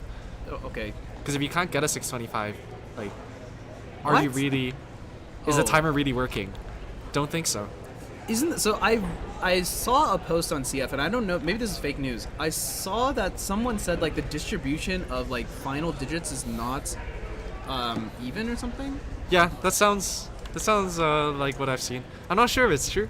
It probably is, but you know, It's classic time to- speed stacks. It's time Classic to run speed a what is it called? An empirical test to see if this is the case. That's a lot of effort.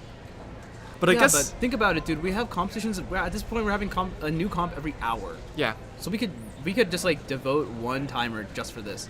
Actually, all we have to do. Here's what we need to do. So people in the stream, just look at all the times that our people are getting, And then mark just it down on a plot, spreadsheet. Yeah, plot the distribution. Easy, Yeah. easy. And it's like so it is the final digit that's not. That is not uniform. Is that I what it is? forget exactly what it is. I think it's more common to get a multiple of 4 in terms of the decimal point. So it's like point something something multiple of 4. Yeah. Okay. That is like slightly more common than everything else Okay. for G5s. From the graphic Oh, that for I saw. G5s. Yeah. Oh, interesting. I thought it was like a survey of all. No, it's just G5s. It's Classic kinda speed weird. stacks. Yeah. It was 4 pad mode, so they built 4 pad mode into the. That's decimal true. as well. They really did. Oh, Multiple of Michael 4 mode. locking the hell up. It's a bit sad. Yeah, a bit unfortunate. It's alright though. But did he? It didn't look like he had a parody though. You know, which is good. when it comes to 116. parity and 5x5, it matters a lot less. Especially It matters in a last, lot less. last 2 edges. Yeah, yeah. You it matters a lot can less. sort of do parity algs that are honestly really nice. So it's not as bad. Mhm. I should learn all the last 2 edges algs, but that's a problem for later. Yeah, parody being the for those of you new to the stream, new to cubing, parody being this case where you kind of get like this like twisted edge scenario that would not happen in a 3x3.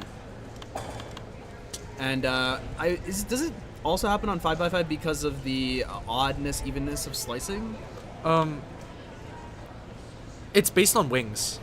So the midges or the middle edges will always be fine. Because that's based on the Right, 3x3. yes, yes. But then Midges the are always wings the wings can have Based on odd parity. So is it a parody in the slicing, like Yeah. odd even parody? Yeah. So that's what it is. Yeah, so if you have an odd number, or if you do an odd number of slices in total, slices meaning like, R wide, Right. or like L wide, quarter turn metric that is, then you end up having parity. And then if you do an even number, you don't end up having parity. But for 5x5, as we sort of mentioned earlier, it matters so much less. Okay.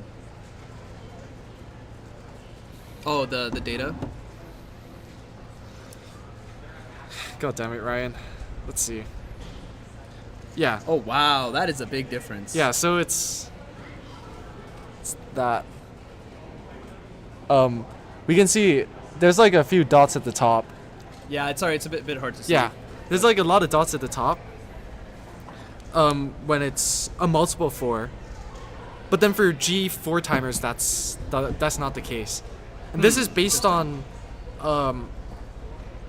probably a filter from, which competitions use G5s, and the number of solves that have been done, or rather, Oh. and just the total solves for those competitions just saved. So Do you know if Worlds use G5 only? Worlds did not use G5 only. Interesting. I feel like Worlds should have used G5. How many stations were at Worlds? Because there were the 16 that were like on. Oh, I guess did every stage have I forgot. I think it was like 70 Eight? something. 70 something? Yeah. Are you including the side room? No.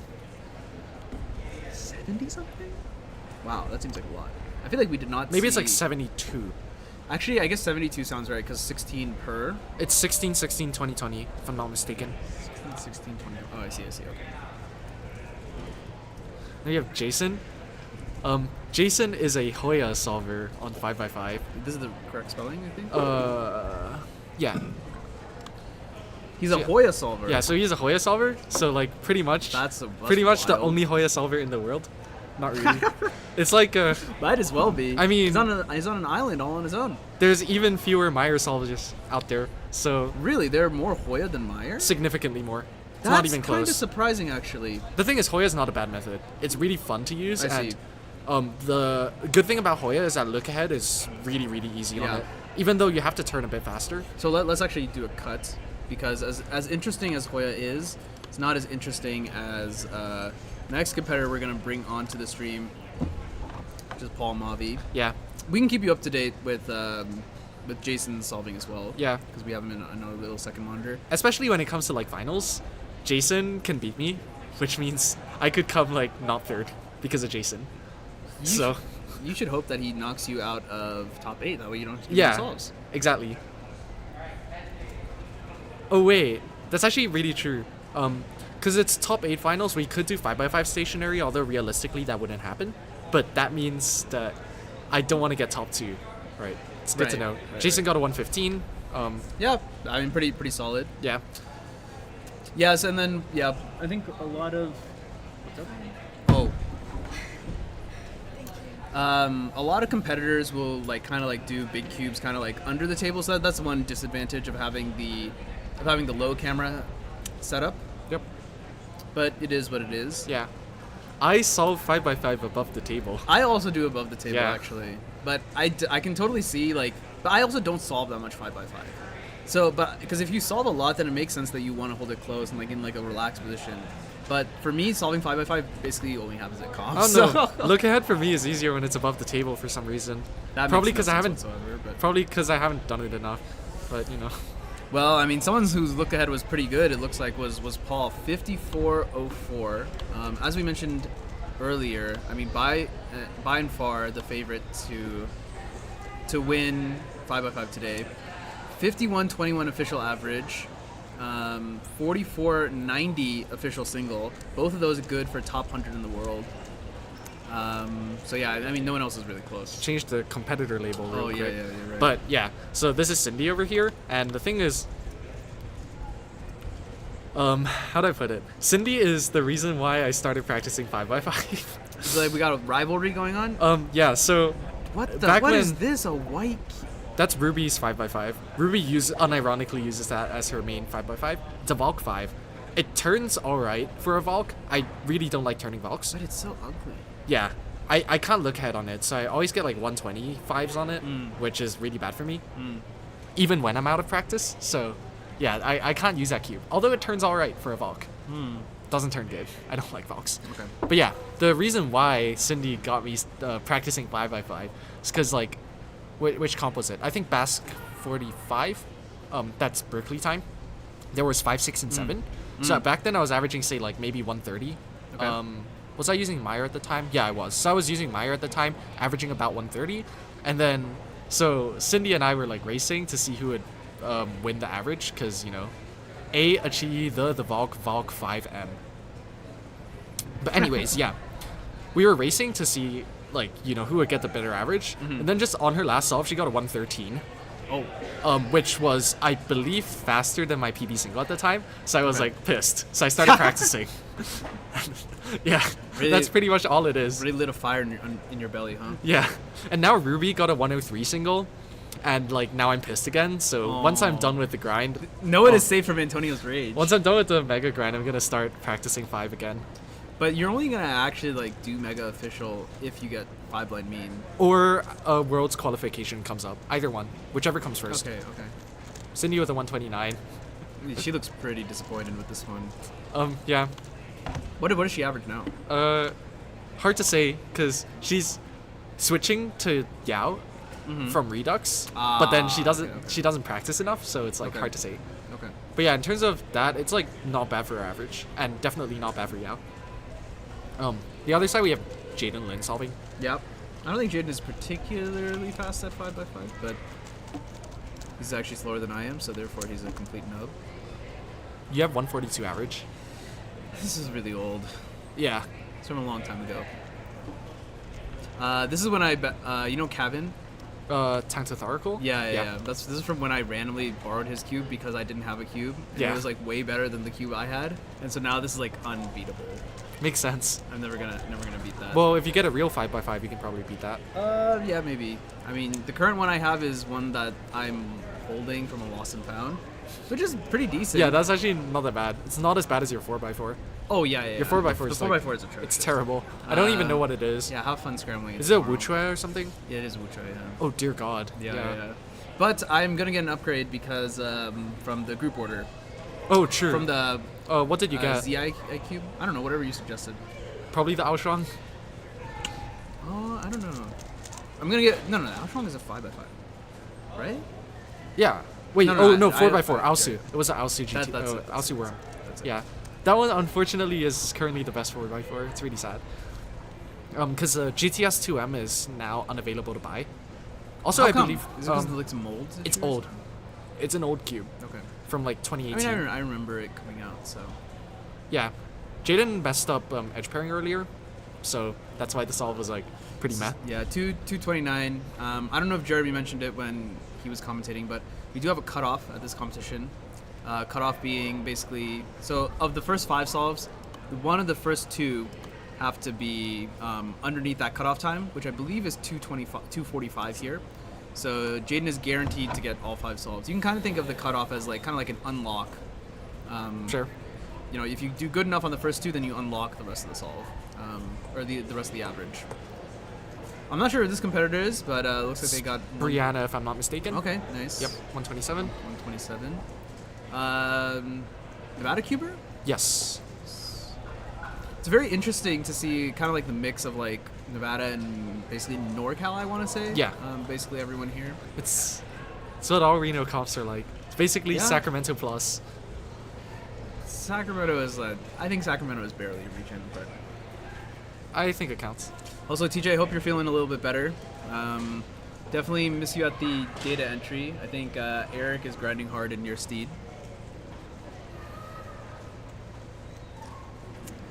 This competitor coming in with an excellent shirt. I agree. And you know, Excellent. and actually, Pristine even. a pristine shirt, and you could be the owner of such a pristine shirt, actually. You know how? Wait, but doesn't the Redbubble only sell stickers right now? Oh, does it only sell stickers now? I don't know. Okay, that's something. You can check. Well, while I check that, why don't you commentate? I mean, what is there to say? It's a 5x5 solve. At least this cuber. I wish I knew their name, but at least this cuber solving above the table right now, so you can see the Yeah. cube, which is already better than a lot of 5x5s out there. Okay, I guess it is buyable. All right, Yeah. talk about it. Yeah, so so that design Western Championships for 2023 happened at the beginning of July, end of June. We made this nice design for it, made by the one and only Shelly Chang. She is a graphical design god. She also designed the Nationals logo actually too. Ooh, nice. Which is a pretty clean logo. But in any case, if you'd like to own merch from that design drop, it is still available on the West Coast Cubing Redbubble, which you can access through the description. I think there are links in there. But yeah, it will not stick around forever. Probably by the end of the year, we're going to get rid of it because next year we're going to have a new design. So no point in selling the old design anymore. So yeah, it is available for a limited time. So if you'd like to check that out, it is available for you all. On the other side, which you don't see on stream right now, we have David Crowley. Don't think he practices too much 5x5, but he does have a 5-line success officially. So, you know. It's better than a lot of people could say. Yep. How many people have 5-line successes actually? Maybe 2,000? Probably a bit less. But, you know, tomorrow we're going to add one. Hopefully. Yeah. Hopefully. I also want to add one to the mean count, but Yes. that's going to be hard. Yeah, It's gonna be really hard. is really hard. I think I have 3 chances, or maybe 4 chances, before my next mega round. So I'm going to try for it. Oh, is there no Mega Minx at SAC? If there is, I don't really care. Okay. fair enough. Yeah. I'm still going to be practicing mega, but hopefully... Okay, 203. Hopefully I don't get a 5-line mean by then, because I want to get faster at mega before I compete in it. Oh, I see. Okay.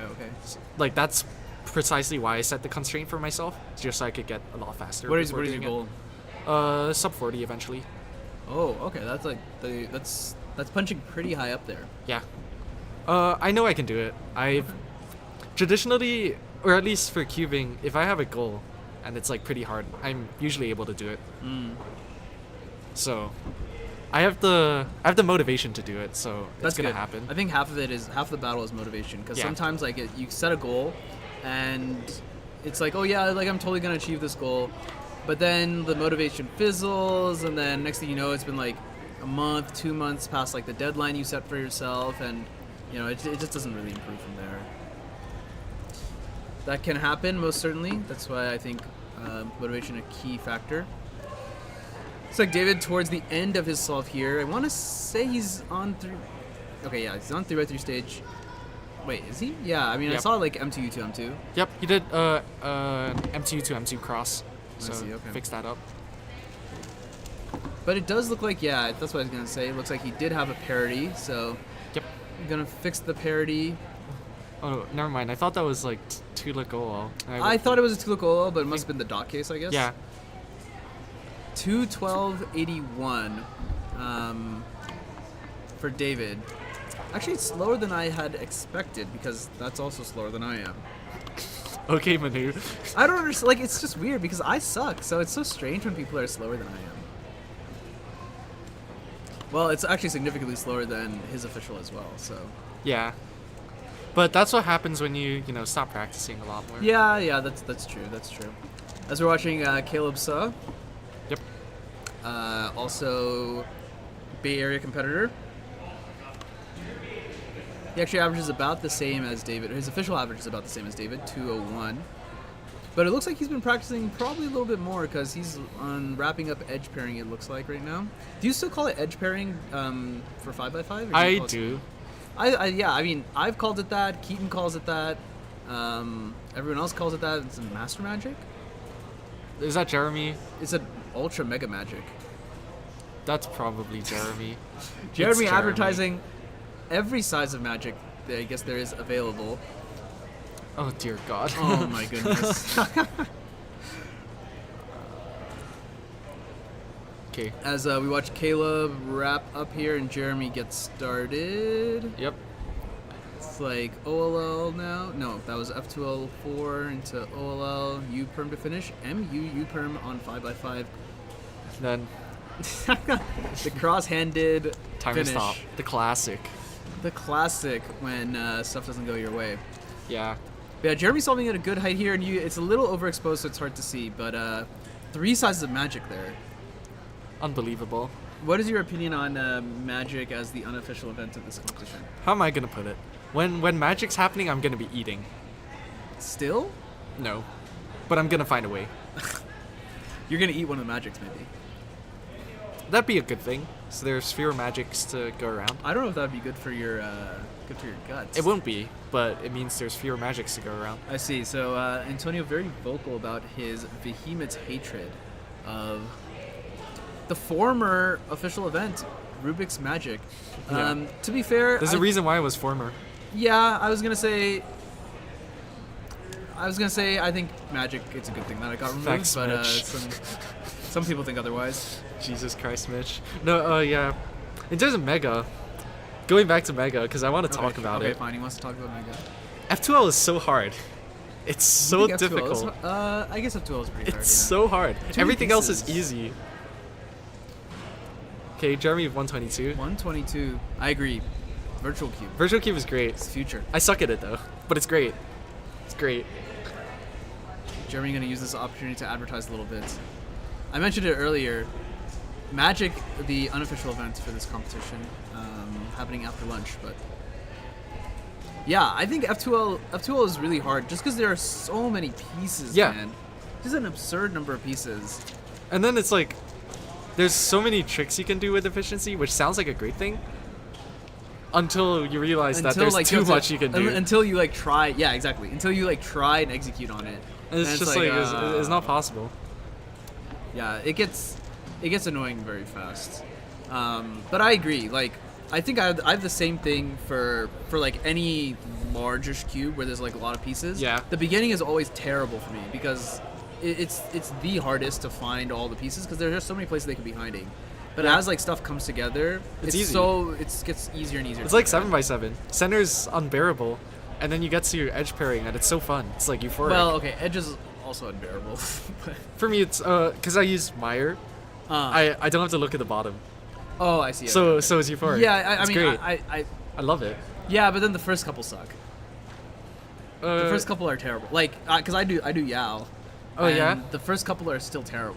Oh, that's I hate that's doing it. interesting. I hate doing it. It's such a pain. I hate centers though. I think we're in agreement there. There's a reason why I'm never competing in 7x7 again. So, and there's also a reason why I think 7x7 should be the next event to be removed. If you want to hear more about that, we did a whole podcast episode on that. Most Oppo people do 4 edges and 2 pairs in inspection. That's probably Mega. Which Okay, I was gonna say like I'll that try. sounded because I thought it was for 5x5. I'm like, what? Nah, this nah, is nah. absurd. Like absolutely absurd. Yeah, that'd be crazy.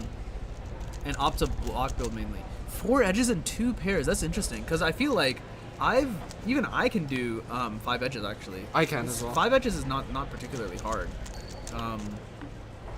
Pretty easy to do. Yeah. For the most part. So that's interesting. I wonder if saving time looking for that last piece is like used for the other 2 pairs.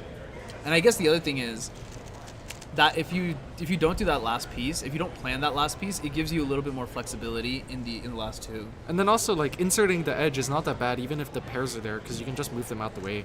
Right, that's then true. insert it. That's true. So, yeah, it's not that bad. Yeah, that's a good point. I mean, I'm definitely gonna listen to Billy Millie when he has mega advice because it's way better than I am. So, Same. or you can listen to LML. Yeah. Tell me about your Worlds experience. Worlds. It was an event that happened. Yeah. So I guess first thing I'll mention, I got COVID from Worlds. Oh, That was pretty funny. that sucks. I guess the good thing was that I got it pretty much before school started, so I didn't miss out on too much. Especially the competition Berkeley Summer. I recovered by then, which was amazing. Yeah, that's So I was able to reach. Did go you to get that it bad, comp. or was it just like you like tested positive but like felt fine? No, it was really bad at the start. It was really painful. Oh. And I also That's brutal. I was able to taste stuff, but I couldn't smell things. So that's why I didn't think it was COVID at the start. Oh, Because I was I see, able I to see. taste. Because Like, it was not okay, tasting. it's just like I'm probably just sick from something. Uh-huh. And then I tested and it was COVID. Which is interesting. But other than that, I'm really disappointed at my OH finals results, except for the single. But the single is I wish it's just lucky. The I mean- average is so sad, but it's well, fine. yeah, the average is not great. The single, I wish it were on if they had panned to you like during the actual song, because I think they only panned afterwards. Yeah, they should have zoomed out a bit. Then you could have seen me instead of just my head. Yeah. I think this is like a issue with like Worlds and to Nats to It's some fine. extent. Yeah. Because I think because for small comps like this, it's really easy to just zoom on like a couple people because only a couple people are really in the running for for the top spots. But at Worlds, basically anyone can like outperform, and it's pretty open. So Yeah. Yeah. the results 3 blind. 3 blind. Oh, I quadrupled DNF'd in finals. Like I DNF'd 4 times. You got an extra. Yeah, I got an extra and I DNF'd it. I think the solves are honestly not bad considering I hadn't practiced any 3 blind Okay. in the past even 3 or 4 months. Oh. Now I have a reason to practice again, so I'm gonna start practicing. But I guess I won't say the reason. I guess if people know, they'll know. But Sure. I'm gonna start practicing again. I have something to get. Okay. And then, so yeah, 3 blind. I just stopped practicing because I got tired of messing up in competition every time. Fair enough. Because that was the event where I got easily the most nervous. I could hear my heartbeat in like any situation. So I just like stopped wanting to do it anymore. But now when I do 3 blind, I don't get too nervous. Like I don't hear my heartbeat, stuff like that. So Okay. Yeah. So it's like it's starting it's to a power get up, I guess. yeah, it's starting to feel better again. So yeah, my mentality when it comes to 3 blind now is super different because now I no longer try hard 3 blind. So it's a lot. Sometimes better. that's kind of like, sometimes like when you don't try hard, it like takes the pressure off yourself, and then you just get better results. yeah, It's like it's kind of weird. You're like psyching yourself out because like yeah, like whatever, like I don't care, but then like the not caring just like works sometimes, and then you just get a good result. yeah. But yeah, even so, like in 3 blind, I still don't get good results in comp, but they're just not atrociously bad that I don't want to do it anymore. It's now just bad, but feels decent enough for me to continue. Okay. Like my most recent mean was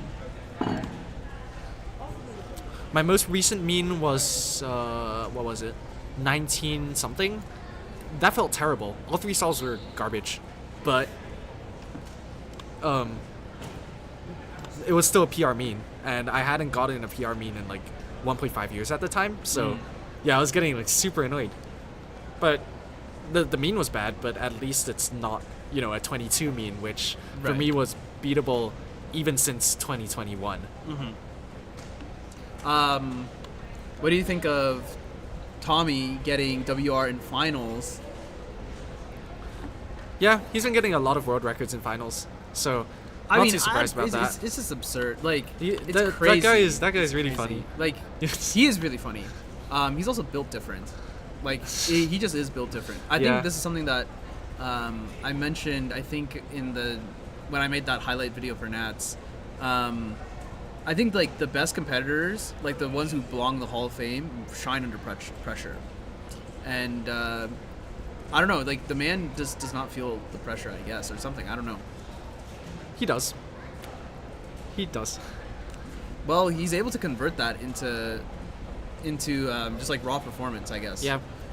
And it's also crazy because like the finger tricks that he does, they're not that good. Oh, really? They're not that good. Interesting. Like for D2s, he doesn't use his pinkies. Oh, what? So he does like either just middle or like ring middle, which yeah, so weird. it's really interesting because you know for 3 blind being able to do D2s with pinky can be super important if you like don't want to grip shift. But what Tommy does is just takes He's the like, grip yeah, shift. yeah, like, He just takes it. whatever. And That's wild. yeah, it's kind of crazy. I personally wouldn't be able to be like that consistent in turning with that. Oh, how did I get sub 11 average? Oh well. But yeah, it's kind of funny. So that's what it is. Yeah, I don't know. It's just weird to think about because I feel like even from like when I like started cubing, like D2 flick was just like natural. It was like the natural thing to do. So it's weird to think that like timer turned the off. Timer turned off. Is it dude? It has to be that station, right? No, that's a It's the furthest station. yeah. It's a right? furthest station again. Yeah. Oh well, that's what we call a true classic. Sure. But yeah, carry on. I forgot what you were talking about. What was Maybe I you forgot it talking was. Yeah, I don't know. Like, not doing the D2 flick is really weird to me, and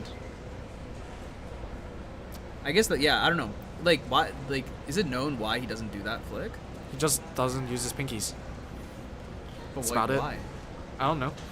It's so I couldn't strange. tell you, but you know that's fine.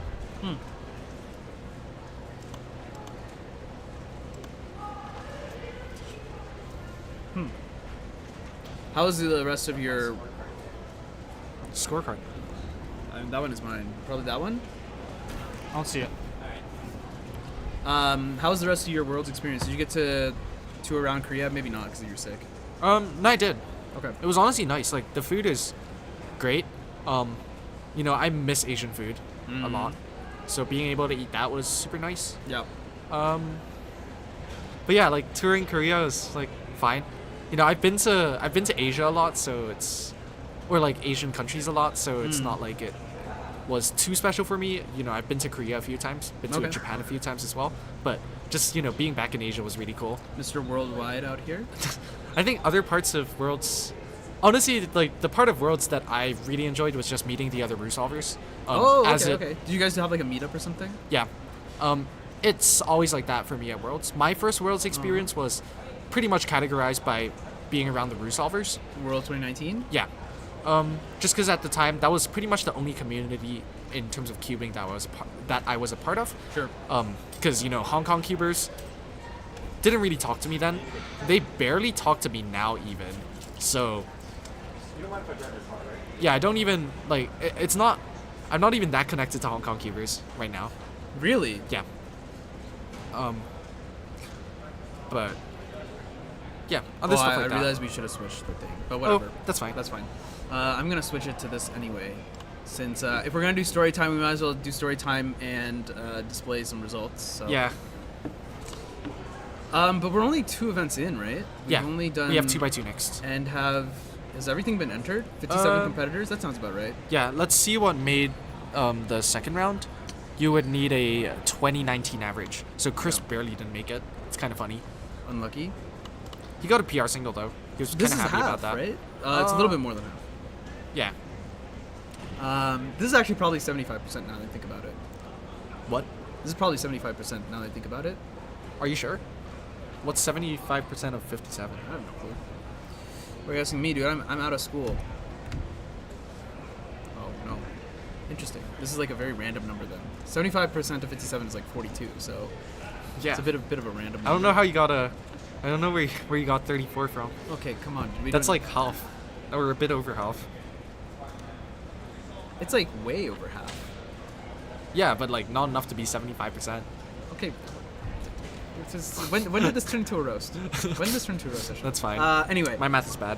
Yeah, 2019 needed to advance into round 2. Well, So yeah, 2019, that's the Worlds I went to. indeed. It was also a year that I was alive. That's crazy. Yeah, I was alive in 2019. Yeah, so you can see these people. Why is Cindy so low? Is she switching to Rue? Or something? No, she just messed up. Yeah, I guess when you go to DNF. The DNF was an extra at the end. It was a what? It was an extra. Oh, it is. So that wasn't her first solve. First solve was like, Oh, I see. Okay. I believe a 12 that she asked for an extra for, and then she DNF'd it. I see. Okay. Yeah, it's fine though. As long as you make the next round, it's fine. Yeah, true. And I believe top 12 to advance into finals. So at the moment that would be 11:51 jeez. average. That's pretty doable. Oh yeah. Yeah. it's definitely doable. If I'm making finals, I'm gonna do CFOP OH. Oh, Wait, really? how in practice am I for that? Yeah, I'm doing CFOP CFOP OH if I make 3x3 finals. How come? Because 3x3 finals usually the last event, and that's when I stop caring about 3x3. Okay, Because there's fair no more OH rounds. Yeah, I guess that's true. So I just like mess around. And Yeah, makes sense. CFOP OH my CFOP OH is not garbage. Like I average 14. That's about what I would average on CFOP, just 2H. So So I'm not terrible at it, yeah. but not amazing.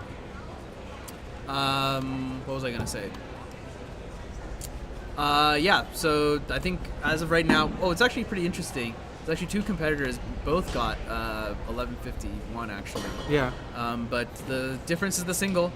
Jaden got 9:84 sub 10 single, and Gabriel just outside 10:70. So yeah. So Jaden would be in if this were round 2, although it's only round 1.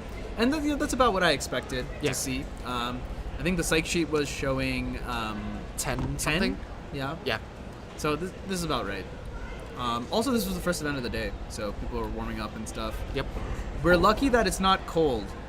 Last week was really cold. Last in the week morning. Last weekend was really cold. Classic San Francisco. Classic SF, especially South SF. Yeah, I mean, Think about Daly City. First time I came here, every single time I've been to Daly City, it's been foggy. so what's crazy always foggy. is so I lived in Daly City Yeah. for a year. We used to joke that if the temperature rose above 64, it was a heat wave, and if it fell below 60, it was like a cold snap. It never changes. It's always exactly the same, and it's always foggy. Yeah, And it's always it's always foggy. foggy and it's always Always. cold. That's the primary reason I moved. I don't know how Chai manages to do it, and he's walking around in like shorts and stuff. I don't know how he does it. It's funny. While Jaden competes beneath us, just going through some more results. Paul in the first seed, not surprising, 734. It was cool. He broke his PR single. PR single of 3 years is broken. It was a 556. soon POL skip, from what he said. It's, getting lucky is not a crime, as one of our good friends has said. Michael Larson in second, getting a nice 647 single. Very, very solid. And Ruby, 867. I feel like when I watch her turn, she turns like she does not care, but is still so fast. Oh yeah, she turns fast. Which is so cool. That's her whole like. Her shtick?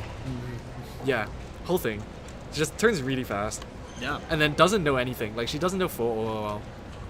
Oh, that's so base, dude. I don't know full either. Well, makes sense. Except I know it.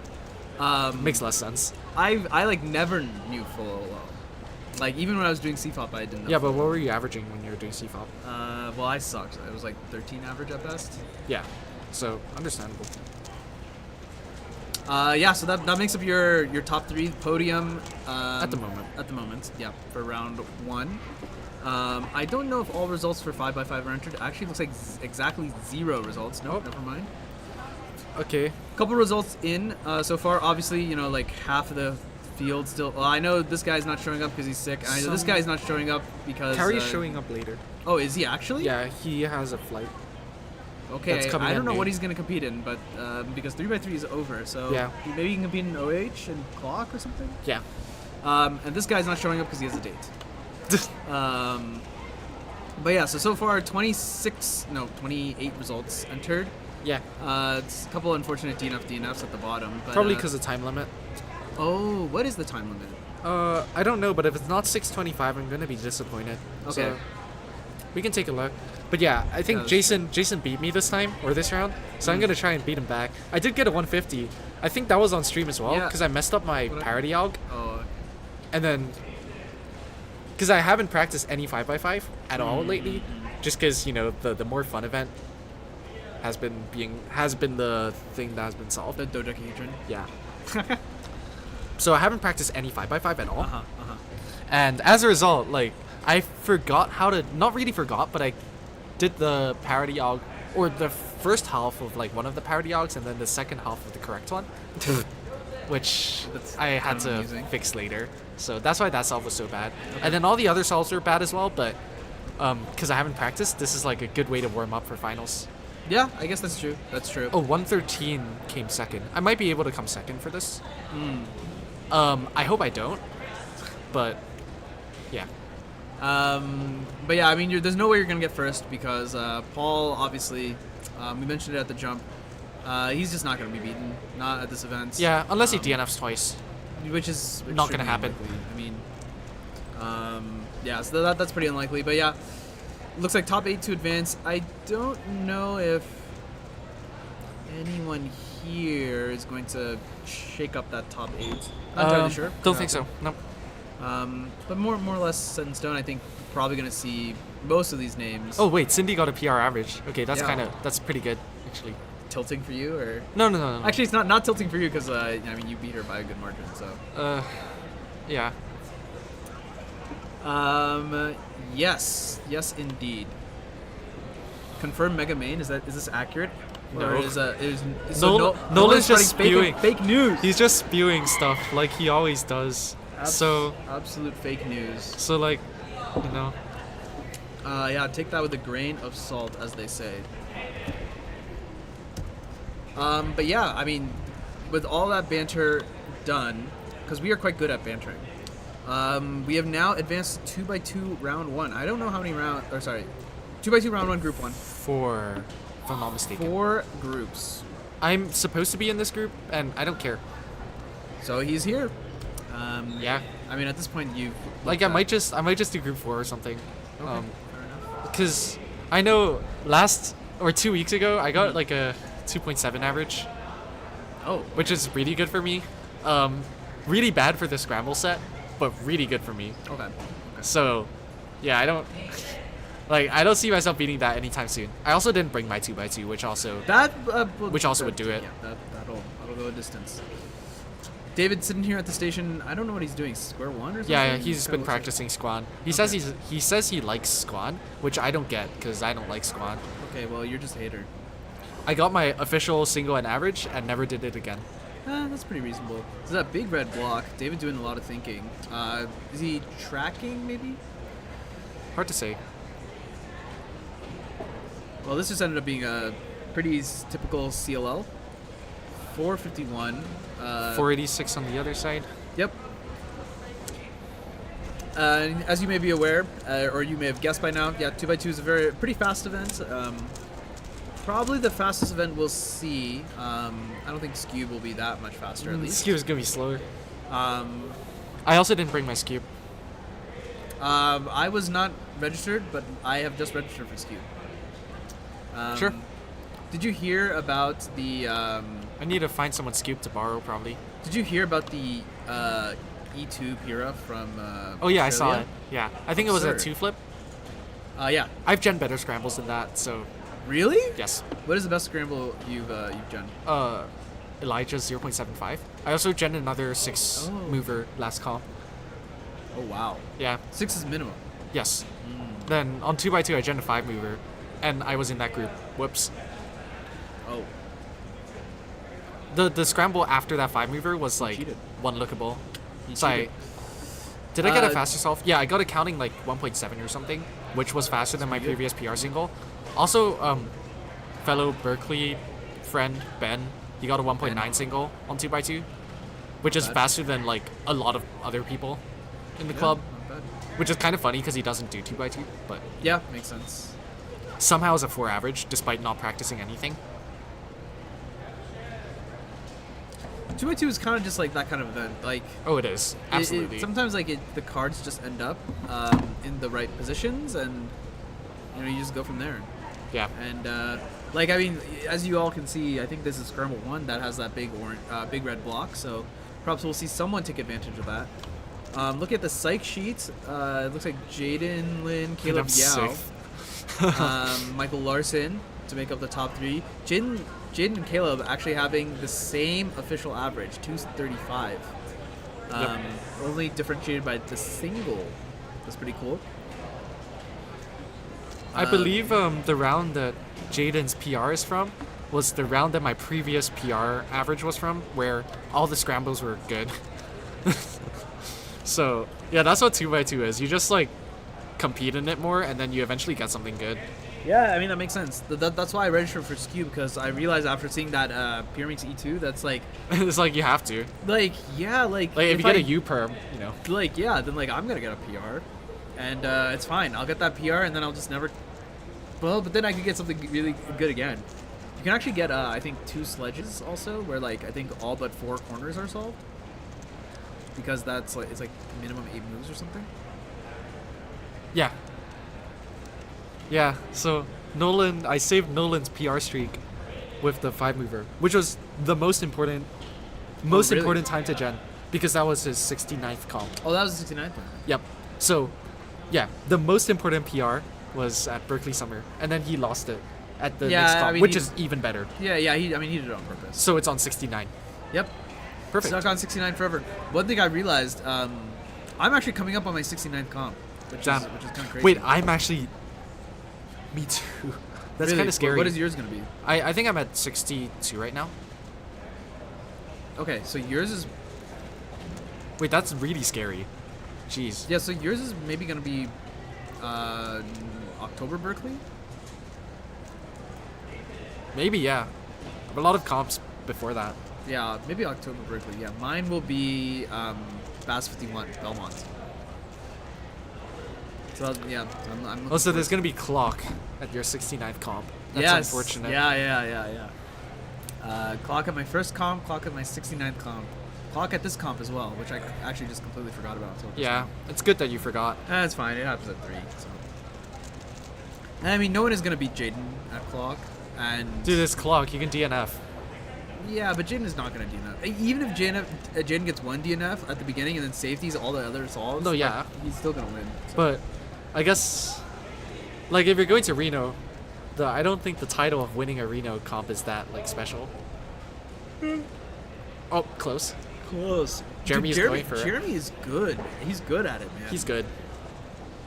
I don't understand how he's so good at it.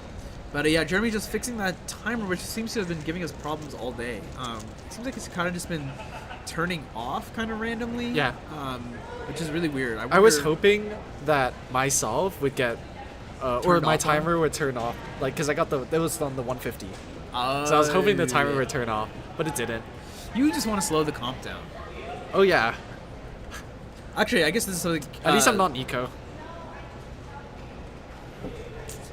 Was that the last comp? Oh no, it's not just the last comp.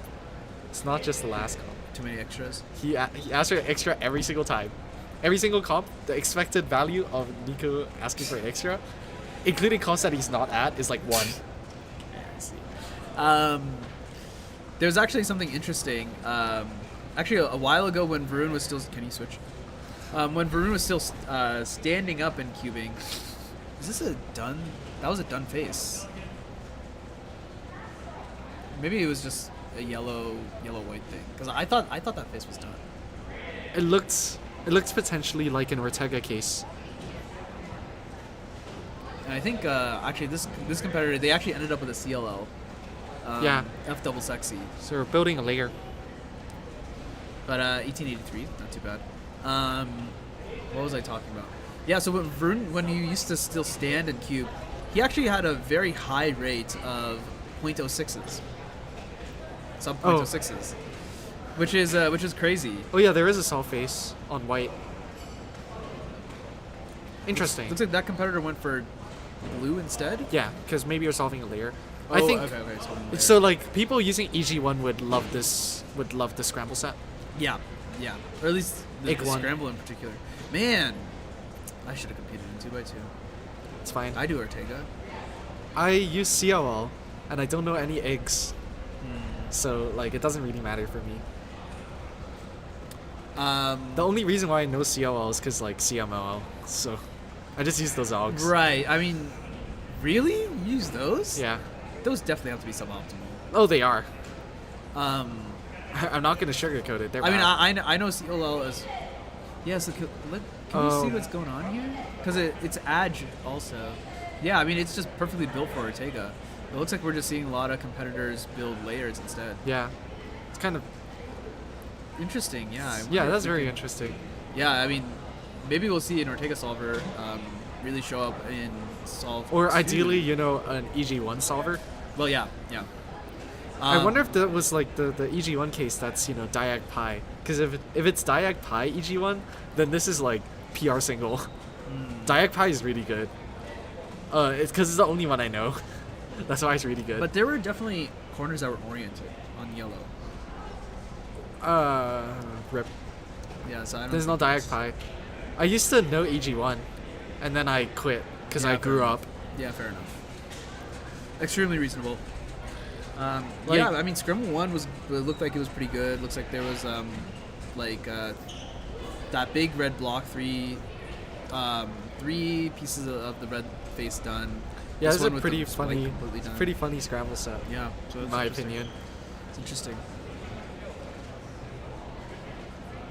Not entirely sure what Jeremy is waiting for to deliver this cube. He's waiting to get his magics. Sure. 2x2. Round 2. Oh. Group 2. Round one. Round 1 Group 2. 2 Round by one, 2. group two. Round 2, group 2, stage blue. We need you. Ah, yes. Yeah, That was a fun moment. 2x2. Something I'm actually curious to ask you about. This competition is a very chill one. I feel like this competition is not running at like the maximum efficiency. It Oh, it's could be. not. But Absolutely it's not. But I am a big fan of this like laid back competition style. I don't think Um, it'll make a difference, really. How do you mean? Like, when the competition is running slow Yeah. and I'm not staffing, I don't notice. When the competition is running fast and I'm not staffing, I don't notice. So if you're not stopping, you don't notice. If I am staffing, I very much notice. Sure. Yeah. I mean, of course, that makes sense. I think that makes sense because if you're not stopping, then presumably you're doing other things. Yeah. Right. And that's why you wouldn't notice. Exactly, yeah. Yeah. I guess. Okay. So the whole point is, I think, and this is going to, I think it's 53. Yeah. 53 is absurd. Oh, that one's gonna be fun. I'm really excited. 53 is absolutely absurd. I'm really excited for that. And I feel like a lot of the competitions we have in Bay Area are very, very efficient. They're like too efficient. I think we're getting to the point where we're being too efficient in the competitions because we've lost kind of the charm of the laid back, chill, the chill vibe. Yeah, sure. So what are your thoughts on that? I mean, it depends on whether people notice it or not. That's pretty much it. What do you mean? Like if people so right now I notice that this is chill comp, Yeah. but I think It that's is good. it's still running faster than how do I put it? A lot of other regions I've been to. Okay. Not to name any names. You know but- who you are. But yeah, it's like I guess how do I put it? Jason and Michael have seen NorCal comps. Right. UCSD comps also run similarly to NorCal comps in terms of the time per group, but then you can very much make it feel the same. The reason why this feels laid back is because there's not a lot of people. Yeah. I mean, that's definitely the primary reason. Yeah. 66 registrants, only 57 competed in Three. In 3x3. Yeah. And that's definitely going to be the most out of any event. Of course, some people sick, one guy's on a date, and then carry. So, so I guess really we were expecting 60 competitors, but in any case, I don't know. I'm just a big fan of the laid back comp from time to time. So like a side event comp is what it would have to be in the Bay Area. Because I guess the demand is just so high. Yeah, you're not gonna get a real comp, and in a sense, thinking about it from like a newer competitor or just like the average competitor, if you're only able to do say 5 solves, that's not a lot of solves. No, it's not. It's not. But then if you're able to do like 15 solves or even 20, that's like a significant difference. Oh, yeah, and yeah, it feels huge, way huge. better. I Which mean, is why I personally like a lot of first rounds, especially for I see first what you're rounds that are more popular. So like more first rounds like 6 and 7. That's kind of who cares. Yeah, sure. Although the reason why 6 and 7 are at 53 is because I just wanted to see how many events we could fit in a day. Okay, I mean you could run 6 and 7 at the same time. Yeah. So. It's the same event. Yeah, that's pretty true. It's just one of them's like better. Yeah, one of them is definitely way better than the other. Yeah. 7 sucks. Anna's always been trying to convince me that that seven's 7's better. better. I You cannot 7 convince is, me. 7 is better in the sense that there's like less parity, but it's also worse. Parity in- doesn't make a difference. But it's worse. It's Like- worse in the fact that parity doesn't matter. Doesn't matter. Like I'm slow enough that who cares? 392. That was Ortega. Yes. That was definitely Ortega. Yeah, and I think this is why we need to get rid of 7x7 because 7x7 is just bigger 5x5. Yeah. Whereas like 6x6 at least is interesting because they're like 3 parodies. Okay, like sure, like Centers are really fun on 6, but on 7, Actually, yeah, I agree. Centers are not, They're not fun. close They're to not fun. fun. I'd rather die than do 7 centers. Okay, I wouldn't. But then for some reason I still do them at comp. Yeah, I don't know about that. Like with a 7x7, the only reason why I do it in comp is to warm up for 6. That's it. That seems reasonable. I mean, the only reason I competed in 7 was to get a mean, and that's it. Now I'm done. I have myself a mean. Oh, the cube's standing up on the diagonal, which is really funny. Kind of funny. Yeah. Almost looks like it's kind of standing up on the timer, which would be suspicious. But Standing up on the timer's fine. oh wait, really? Yes. I guess you can't like place it on the timer. Though. You could. You can? Yes. I think that was a +2. No, it's not. All right. Well, delegate out here to correct my misinformation. Just like Nolan. Yeah. Except Nolan is a delegate now, so he is spreading misinformation as a delegate. We got to write this man up. You know, sometimes makes me pretty annoyed when I have to listen to someone that's like 10 years old because they're right. Oh man, very rare that a 10-year-old is right though. Oh, I mean, like, yeah. And then, like, sometimes, the 8-year-old does things before, like, I get to do it, and it's really annoying. Because, like, I'm trying to find things to do, and it's just done. That's how all Bay Area comps feel for me now. But I think this is a good thing as Paul gets 315. Oh, it's a really good thing. I think it's a really good thing because we're at the point where the competitions are so big to the point where if all the delegates and all the staff were working the whole time, it would not be fun. Yeah. So I think it's good that we have a lot of staff. That's good thing that Absolutely. we have a healthy number of delegates. Yep. It was interesting that one post that Chai made on Facebook talking about Bass 51. He actually said we need more delegates, which is is not necessarily a bad thing. I agree to a certain extent, just because Berkeley Summer felt like we didn't have enough because of 3 stages. With 2 stages, we had more than enough, but 3 stages makes it tough. I mean, it's a 275 person like local competition. It's not a major at all. 275 is pretty easy. Which is absurd to say. Absurd to think about. Like, I guess the thing with NorCal comps is that I do the least amount of work in NorCal comps compared to, say, other regions. So, despite the fact that I guess some people have tried to argue that, or not argue, but sort of, I guess, question whether running something that has, short, or rather, just running a really time efficient comp is difficult. And the thing is, I think it's easier. It's straight up easier in NorCal to run a difficult comp than to run a more relaxed comp outside of NorCal. And it's not even close. That's interesting. Not even I close. mean, there are several factors. Many factors. I mean, but I think one of the greatest things is the staff culture. No, it is. It is the greatest thing about NorCal. Yeah.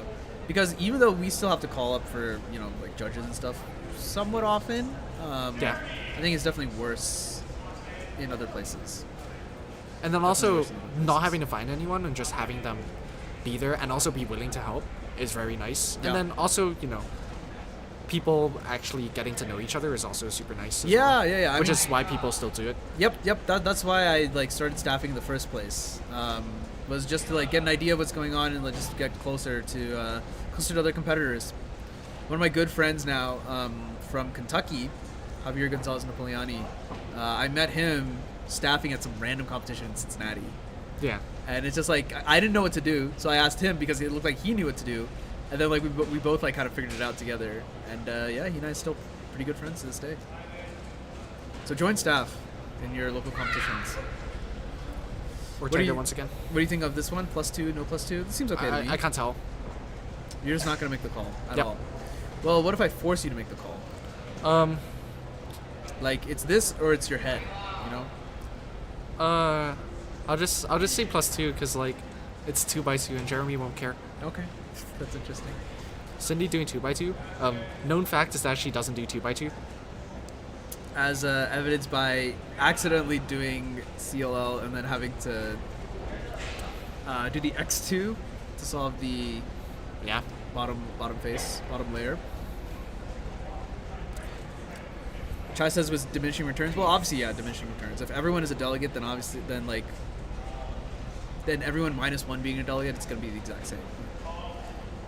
I think it is nice having a lot of delegates because it means that there's less pressure on all the delegates, and it also means you can have different roles as well. Yeah. And I think it's actually nice because that means that delegates can go to competitions and then they're just not assigned, and then they can compete like a normal competitor and just hang out. Yep. Which I think is really important and really healthy because that prevents delegate burnout, which I think has been a problem in other places. Yeah. So. And funnily enough, I have never the least amount of burnout I felt is at NorCal. Despite the fact that I go to the most amount of NorCal comps. So, it's not even close. Cindy... Oh, I think the timer turned off? Yeah, this timer needs to be So she fixed. got an extra? She should get an extra. This timer needs to be fixed. Yeah. I don't know what's going on. I don't know if the display is Oh, yeah, that's an extra. She's gonna write it. Yeah. That needs to be fixed. Or unless she's writing DNF. What? I mean, she's signed for something. I thought you didn't have to sign for extras. You don't. So, might just be going for a DNF. It's whatever. But if she wants a DNF, she wants a DNF. I mean, yeah, that's true. You can always DNF any solve you want by just violating the regs, I guess. So. Yeah. Although I don't really know why you would do that sometimes. Would you DNF your 150? I guess it didn't matter. Yeah. But I feel like if you DNF too much, then that's grounds for someone to step in and be Not necessarily, because if you look at Sarah Strong's profile. Oh, that's right. I do remember this. Beautiful profile. I do One of my remember this, favorites to look at. It's beautiful. It's exactly how I would want to solve. You should just do it then. You gotta emulate her. No, I can't. 310 for Jaden. That, and I really liked, who was it? Was it Josh Farron, FMC? Yeah. That was a good one. Or maybe it was someone else. Wait, for what are you talking about? The 69s? No. What's his name? Are you talking Michael, about the someone 69s? Michael? Brandon? Brandon Michael. Yes. Yeah. 69s. That was good. Wait, Chai, when you're saying you're making schedule, for what comp? Probably 50. If it's the South San Francisco 54? one, it won't matter what you do. It legit won't matter. I don't know what that's supposed to mean, but... There's only 3 events, right? Oh, are there only 3? I think it's only OH 4 and 3. I guess last time. And it's like last time having supposed five was to a little be bit of an experiment. supposed to be relaxed. Okay. I mean, yeah, the South San Francisco ones are always a bit relaxed, so. Yeah. Like even when they're running really fast, they're still for super work. relaxed. Lol. Well, That sounds not fun. yeah. Glad I'm not that guy. Yeah, I mean, it sucks to be you. Yeah, couldn't be me. Chai watching the stream at work, as always. Couldn't be me. Yeah, 'cause you don't have a job. Yeah. Couldn't be me. Would you watch a cubing stream during class? No. I already don't watch cubing streams. Fair enough. So 2x2. Round 1, group 3. Thank you, Jason Osteen. I'm not paying attention to whether we're on schedule right now, but at the moment I don't really care because I think it's fine. I mean, post lunch. Yeah, post lunch. Post lunch is when I'm gonna start caring. Yeah, Because I I mean- want to get to my sushi. Oh, you want sushi for dinner? I do. So, if we gotta leave here earlier, we get to go to sushi earlier. And get to eat more sushi, I guess. Yeah, Maybe not necessarily. it's all you can eat. Oh, It's sounds really pretty good. Sounds pretty good. It's really good. Mitch gave the recommendation last time we went to Reno. Man, I didn't Yeah, I believe him. mean- I believe him now. I heard about the sushi on the ride here. The only thing is, do they have good veg sushi? Or any don't veg know. sushi? Okay, well then I'm out then. I mean, you That can always sounds- check the sounds menu terrible. on Google Maps. On Google And- Maps? Oh, yeah, Google Maps will Google- always have menus. Not always. Sometimes. Well, they if have it's a real restaurant, they will. That isn't true. I could open a restaurant right now and sell the pizza that's sitting in front of me. It would be a restaurant. Yeah, but it's not real. You know, we saved $69 on this pizza today. Perfect. It's because I ordered Domino's last week for myself, and they sent me a coupon. It's like, why don't you have Domino's this week too? 50% off coupon. I'm like, Fuck well, it, sure. You know, let's do it. yeah, like if you're gonna send me a 50% coupon, I'm gonna milk you for all it's worth. we're taking it. So Take yeah. it that. Take I it that. took it and I 50%. ran all the way to Reno with it. So, yeah, $69 off. Hey Cindy, nice 2x2. Wait, did you sign for a DNF on that? That was an extra. That was definitely an extra. What are? You know, Ben's still faster. Yeah, he has 1.9. Ben. Most Ben. You can of check. Ben. You can check because I'm not lying. Big if true. Antonio's the biggest liar I know. Whatever you say. See? Exactly.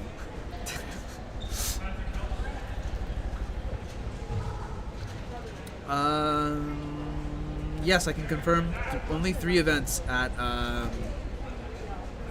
54. It's 54. I mean, there's OH, so I'm happy. How many rounds are there? I think 2. Or are there 3 rounds? 2 rounds. Okay. How many do you need for 3? Not 15? many. 16. You only need 16? Yeah. Because you take, what, 12 and then 8? Yeah. So it's always. I think last time I made it 3 rounds for all events. For 3, 4, and OH last comp at SF. I think it will be possible to do again, but just because I want my rounds, JK. But Classic. no, honestly, like self-serving. the thing is, for comps, No switch. I don't tell people about the events. You don't Or tell I people no what? sorry, I don't try and influence the event choices. Oh, I see. Like for Berkeley Summer, I didn't say anything about events. They just converged on having OH and free blind. Like my I mean, whole they're goal, popular, so. my whole goal is serving the community. So, And dude, I Jason see, I is see. Jason's He's trolling. Just trolling. I don't know. That sounds like an intentionally bad result to me. So 2K6 now says should. instead of Although this is DNFable or disqualifiable, because wasting competition resources is the yeah, reasoning to do it. I mean, he wasted so much of Jeremy's time there. Yeah. Yeah, I agree. What was I gonna say? I feel like we've settled on like a nice, because if you look at the competition planning spreadsheet. It like lists out like how many times we hold every event. Yeah. And I feel like we hold every event like at a very, very good clip nowadays. Yeah, it's not unreasonable. Like we're not holding clock or 3 rounds of clock every comp. We haven't had 3 rounds of clock in a long time. Ever? Yep. Last time California? 3 rounds of clock has happened was before I came here. But it has happened. I don't know if it has, No idea. and I would like to keep it that way. It I already kinda feels wanna- really draining to have 2 rounds. I don't want to have 2 rounds too many. Let's just do clock and 3x3. Dear God, I'd no-show that comp. I'd pull a chai. I know Ryan would pull a chai. Yeah, that's true. Yeah, Ryan would definitely not like that. Yeah. I would like that though. Because I think one thing- I'm self-serving. Yeah. And I have no shame in saying it because Yeah. I'm not affiliated with the WCA. So. One thing that Ryan and I were kind of discussing was like, say, if myself and Ryan weren't at a comp in NorCal, like how would it go?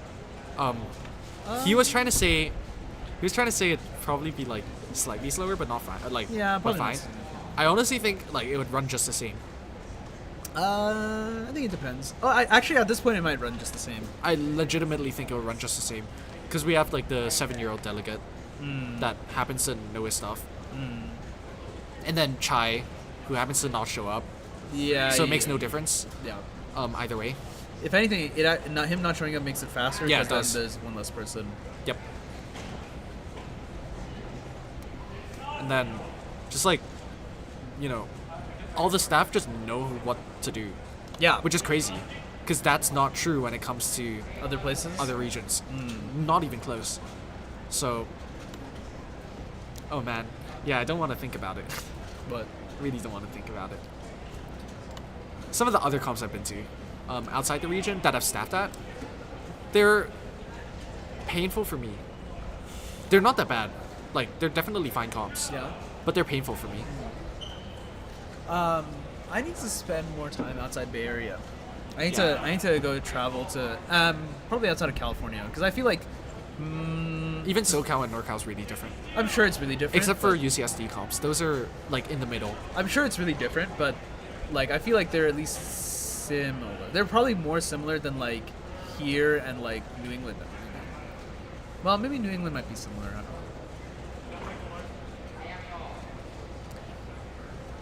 I was talking to Chris on the way up here. He was telling me about how he has a stretch of competitions like every weekend that's going to be extended actually because he's going to be on the East Coast, Northeast champs, Great Lakes champs, and then Lakes. Okay.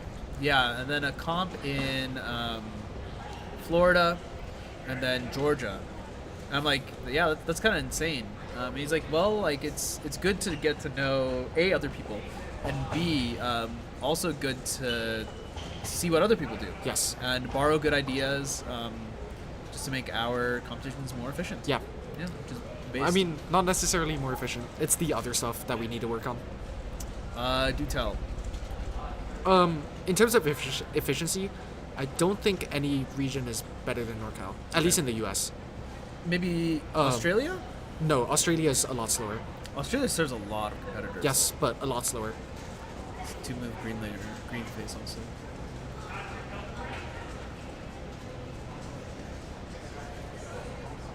Interesting. I guess they must be making layer. Actually, I have no Yeah, idea yeah. what they're doing. It now. was. Oh, that was. Oh no. Oh, no, they made white layer instead. Oh. I think that was F-Sexy F Prime. Oh, But, really? Yeah. Unfortunate. Yeah, it was. But yeah, in terms of efficiency, NorCal is really good. In terms of other stuff, it's not that good. I do not think competitor experience and This is something Calvin was telling me about. Yeah, competitor experience is interesting. I don't know if it's one that we've focused that much we haven't, on. but I don't think it's mutually exclusive with like having an aggressive or relaxed schedule. Yeah, I agree. I genuinely like There are other things. like when I don't staff at comps, I don't notice the difference, and I think it's really similar for other people as well. When you don't staff at comps, you don't notice. Oh, between efficient and non-efficient. Yes. Okay. I don't notice, Yeah, that's and I reasonable. think that's really similar for other people as well. So the Yeah, only real yeah, difference makes is for sense. staff. Yeah. And like for some of the stragglers that are finishing their average and have to wait for a while, I've been trying, or Ryan and I have discussed some stuff about trying to work with that. We figured some stuff out. And it was we'll really keep it a helpful. secret for now, but yeah, I mean, I've been thinking also about a little bit about like some minor competitor experience stuff. Yeah, there's just a like, lot we have to work on. I was thinking about like some like kind of like, I think Chai likes to call it extra credit, just like other little extra things that we can do. Or extracurriculars. Extracurriculars, that's what he calls it. Extra yeah. credit. Jesus. I like extra credit more than extracurriculars. Well, I like extra credit too. Um, Would be nice for my grades. the thing is, Chai has such weird diction. Sometimes he like picks the perfect word, and other times it makes not really much sense. Like Usually the extracurricular latter. doesn't really make that much It doesn't. sense. Doesn't. Like, But it's fine. yeah, I guess fine. I guess we all know what he means. So, yeah, I've been thinking in terms of like the extracurriculars, if there's like other things that can be done Yeah, for sure. to improve the competitor experience. So also, I was thinking maybe we can improve the parent experience as well, the spectator experience. Yeah. I mean, this is an experiment in that as well, to improve the spectator experience to some extent at least. Yeah. For a small comp like this, I don't think it really matters since It you shouldn't. can watch whoever you want, but for a big competition, people crowd and stuff, and it's just like don't crowd. If you want to watch whoever is like sitting at the live stream station, you want to watch Max Park, you should tune into the live stream. It's literally going to be better. It might be delayed, but Yeah. it'll actually be a better experience. And then as for other things, I know some people have said stuff about stationary being really good for spectating. I agree. Problem that I see is like, say, if someone gets stationed at a back row station, it's over. You're not going to see them. Also, for me personally, there have been instances where I have had to be in a stationary round and I like despised it just because my judge. Your judge was bad? Yeah. Like how bad? Saying things that I didn't want to hear. Oh, like commentating during the.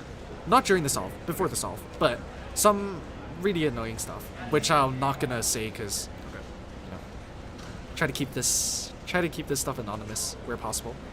One move side here. Is it one or two? I think it's one. I think it's one. And he's not. He's not gonna do it. Yeah, because he does layers. Oh, and he messed up his layer Yeah, he definitely messed up the layer. and didn't start the timer. DNF. Pretty classic. Michael Larson with a 272. Yeah. I was wondering whose phone that was, because I saw it on like a table last night. And I was like, that's pretty cool. Yeah. I was like, it's cool that like I thought it was his mom's for whatever reason. It's like I wish my mom might have supported me back in a career like this. Yeah, my parents definitely didn't. Not even close. But, here's not the setting to talk about it for me. Yeah, fair enough. But dear Fair God, enough. it's Tim. I don't like this guy. He's kind of blending into the cube cover here. This is the same one move side. Is And he gonna make the side? He's going for it. Looks like it. No, he's not. No, he's not. Oh yeah, he's He also made the layer, yeah. he's also a rule solver, so he went for the layer. I don't know. 4 or 5. I don't know any rule solvers. Does at all? No, I don't. You wish you didn't know any? Yeah, I wish I didn't. Do you think it's better for the world that Rue exists? No. You think Rue, if it would be better if Rue didn't exist? Yeah, Fair enough. because that means I wouldn't be cubing, so like the world would be strictly- better off. Strictly better place. Yeah, be better off. Fair enough. Fair enough. Lukewarm takes with Antonio. That's what this stream has turned into. Should change the title. Lukewarm, you mean cold? You switched to the wrong thing. Oh, Same thing. that's fine. Same thing. I mean, still inspection going on. Like, ultimately, it's just a 2x2 solve. yeah. It was actually a little fun watching 2x2 at Worlds. Yeah. Especially since it was stationary, no one knew what was going on. Anthony at the end was like, he was celebrating like he had won or gotten on the podium, but he missed it entirely, which is a little unfortunate. Yeah. But he had a good comeback.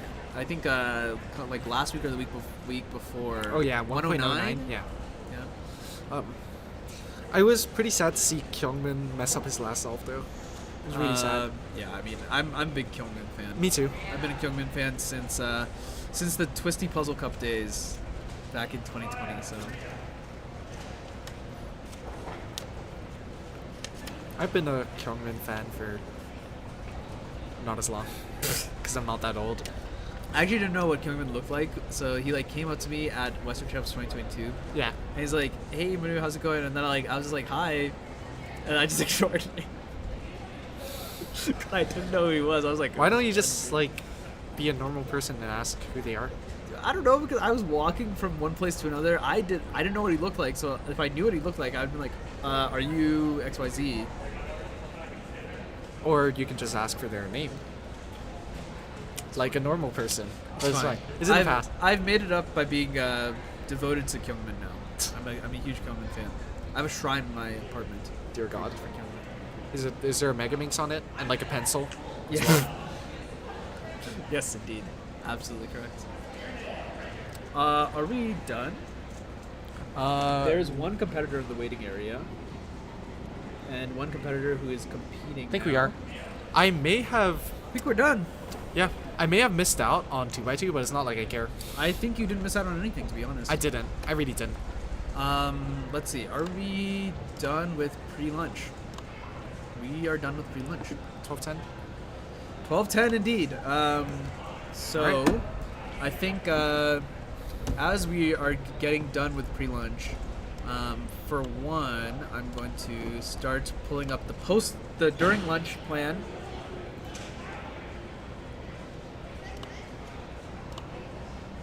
The good old what? Where is it? Where did the playlist go? Thank you to whoever subscribed, by the way. 508 subscribers now. Where did it go? Lunch round one. We will adjourn for lunch at 1:10 for Magic.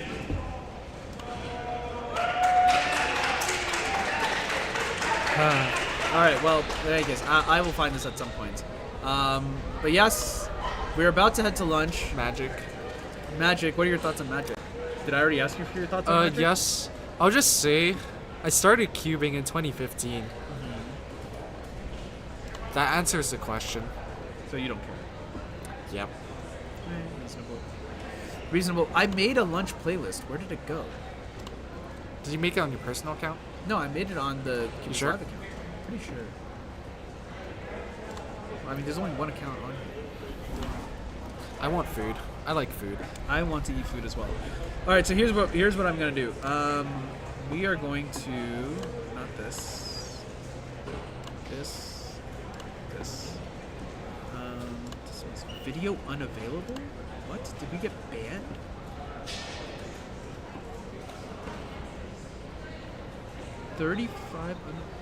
Okay. Yeah, so we're gonna play this for you all. Unfortunate. It's from our channel.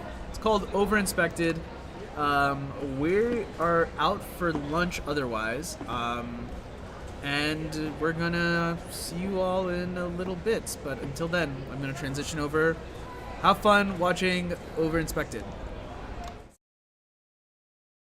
I honestly have also not tested with my fingers. They've been up here for like a week, and like we still. That's pretty new. Actually, no, it's been longer than a week, right? It's been longer than it's been a few weeks. Okay. Anyway, shut up. We need to cue the intro. Okay, no, that is the intro.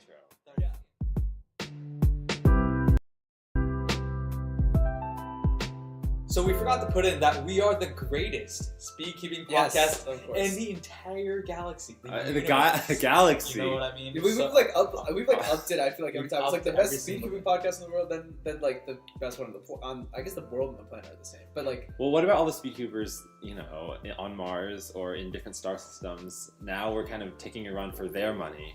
well, the thing is they don't have podcasts, so we're just saying that we're the best speed-keeping podcast, not that we're the best. Yeah. Well, anyways, how should we do it for the new people who are watching our podcast? We should intro ourselves. We like do roll call. Roll call. Like we have like a sheet of paper. It's like Michael Tianfeng Chai. Yes, I'm Michael. Hello. I'm Manu. Hello, nice to meet you.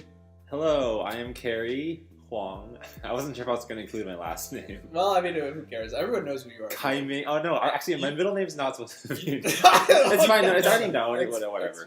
You guys can tell we're probably rough around the edges because even when we're trying to talk to the cameras, I think in theory I should have looked at this one. I think so. So I think Chai and I should be looking at this camera. Oh, yeah, okay. yeah. And I then should be looking at that. Yeah, one. and then this one is just like the general like camera. Yeah, I mean, I think there's like an interview style where you want to be looking a little bit away from the camera so that you don't like do eye contact with the viewer. I guess that makes sense. Yeah, you can like look to like either left or right or anything. Yeah, I think it's because they feel intimidated. So what you're saying is that you've been doing that this whole time. Yeah. So the reason I was watching that one is just because you can see actual. Oh, so you're a narcissist. You just want to see yourself. Not a narcissist, but more like to check up and make sure that like there aren't any glaring issues. I mean, there's definitely going to be glaring issues, Okay. but we could let future Manu deal with Okay, it. yeah. I mean, we've Okay, been I'll just sit with that one. Yeah, we've been like kind of like beating around the bush, but you know, at the end of the day, we are here, we are live.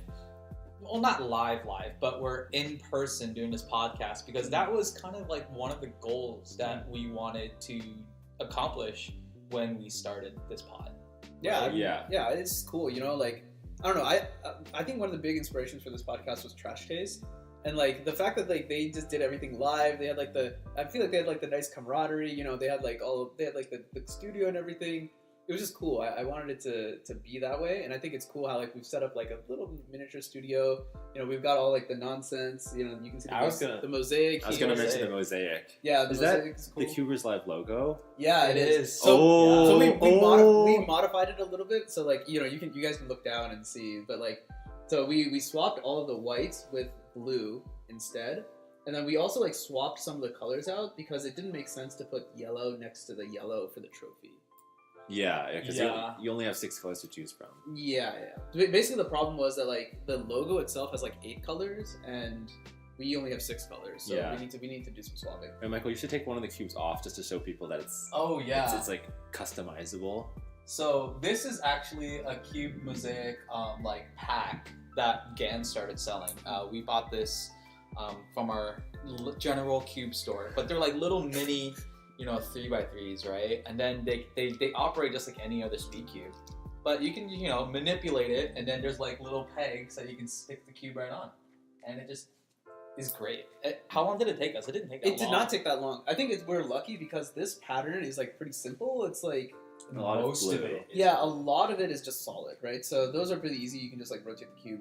But even the ones that are like even like the more finer ones are actually not that hard to do because they're like kind of just like two-tone for the most part. I'm trying to find any cube that would have 3. Maybe the ones around the handle. Yeah. I think the ones around the handle. It's a little bit hard to find one. Yeah. Oh, this one is, for example. Yeah. But you can think it's also kind of hard to take out the middle pieces. So I thought GAN did a really considerate.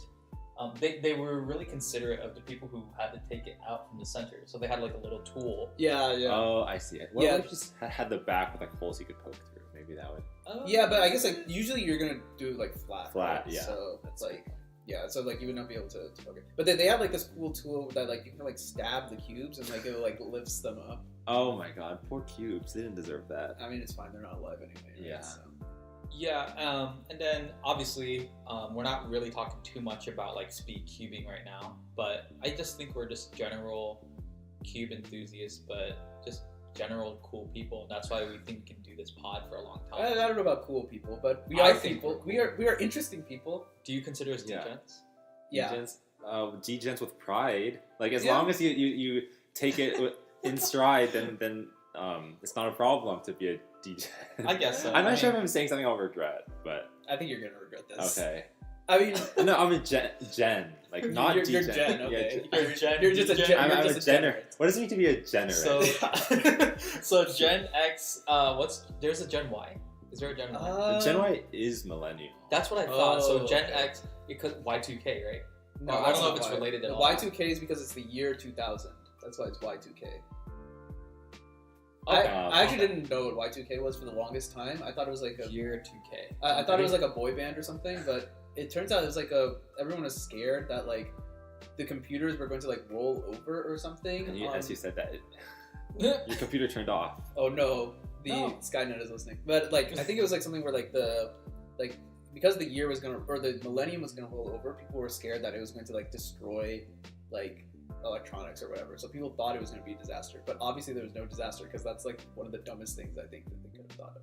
Yeah. I mean, I did see a documentary about it, and I heard that the U.S. government spent like billions of dollars on software engineers to like debug systems, because like the issue was if the year was stored as a 2-digit number on a computer and it went from 99 to 00, then if you try to calculate things such as the time gap between like now and like yesterday, it'll say 99 years. And that could be a problem if you're like calculating interest on your bank account, or if you're trying to figure out how your plane should fly. Okay, yeah, I guess that makes sense. Yeah. But then why store it as a 2-digit number? Like, isn't it obvious that like, you know, eventually like, I guess people back then were also just like, when this stuff was made, like during the Cold War, people did not know if they were going to survive the next year. So I guess that's one reasonable reason. Interesting. But yeah, that's where Y2K comes from. Okay. Well, like, yeah, you could do Gen X, Millennial, Gen Z, and then Generates. Oh. I mean, I think... Or D-Generation X. D- the D-Gen X's. D-Gen X? I mean, I think people of any age can be a degenerate, right? Yeah, definitely. Yeah, for sure. We're not gonna gatekeep. You have to be under 30 to be a degenerate. I don't know if this is spoiling anything. I don't think so, but I think we've been pretty open about one of our next goals is to also make this exact thing, but live. Oh yeah, right. Yeah. Like I think that would be totally awesome to have a chat if you guys want to ask us any questions, stuff like that. But also just kind of challenge yourselves a little bit. I think doing a podcast live is challenging. Yeah, because if you mess up, it's already out on the internet. But it's not like we cut anything out of these anyway. Do you only, it's not that's true. Yeah, I've only bleeped like once. That's it. There's only been one. We should have a bleep. We should have a we should have a bleep delay. You know what I mean? Like well, I see. On YouTube, the minimum delay is 5 seconds. So I mean, really? I don't think there's a way to even edit it like after you've let it out, but there is a delay. Right. Yeah. I mean, I've heard that like I've heard that Twitch purposely puts delays on so that like people don't stream snipe as much. Yeah. Well, I mean, if you're gonna go and stream snipe in person, wouldn't a 5 second delay not hinder you at all? What do you mean? Like if let's say a streamer is like walking the streets of Hollywood. They're gonna be on the same street 5 seconds later. They did not design this for IRL. Oh, okay. They only designed it for like literal games, like millisecond differences and stuff like that. Yeah, like if I'm playing League, right? I don't know why the hell I would be playing League, but if I'm playing League and you know I'm just like kicking some guy's ass, and then like you know they get like really angry or whatever, and they can like if they can use me to like get extra vision or whatever. If you're also wondering why like we sound kind of weirder if you're listening on like audio only. Also, if you're listening on audio only, thanks for listening, I guess. But like, I think you're missing out on this one. I think the whole point of watching this one is to see us in the flesh. Yeah. See the couch. See that, you know, the blanket. We exist. Oh yeah, I was gonna do like the touch. Okay, this sounds weird, but like the test to make sure that's not a green screen. We are real. We have 3-dimensional objects. Yeah. So I mean, thanks for listening on all the other platforms. I think Spotify is like the biggest platform that people listen on. Oh really? Yeah, I was like going through the analytics just because I wanted to see. I feel like the analytics are kind of trash. They don't really tell you that much. But it was like most downloads are on Spotify. And I think the next most is Google Podcasts, which I guess makes sense. Is this in comparison to YouTube? Are you talking about downloads or listens? I think it's downloads. It doesn't tell you how many listens it has. I mean, it's probably pretty similar. I think it's because we do everything through Red Circle. I think Red Circle, for some reason, is reporting downloads. But maybe if you went to like the specific, like if I went to Google, right, and said like, "Hey Google, tell me how many listens I have," maybe it would tell me how many listens. Yeah, I feel like what would be really helpful, and I'm sure Google could do this, is that it would tell you how far people listen, because it could be the case that like 100 people download, but then like no one watches past the first minute or something. Right. Yeah. And then you could also see as you're talking, what things do I say that like causes the drop off? Right. It's the same thing because on YouTube they have this as well, right? Like, you can see like audience retention. Audience retention. Yeah. We were looking at one of the audience retention things. It was, you know what it was related to? The Megaminx. It was related to the stupid Megaminx tutorial. Dude, the Megaminx... Has it pulled its lead in the last week? So I think in the last 48 hours, when I checked like a day or two ago, it was tied with the most recent podcast episode. They were both at 28. Okay. I'm not surprised. Like, actually, I figured out something too.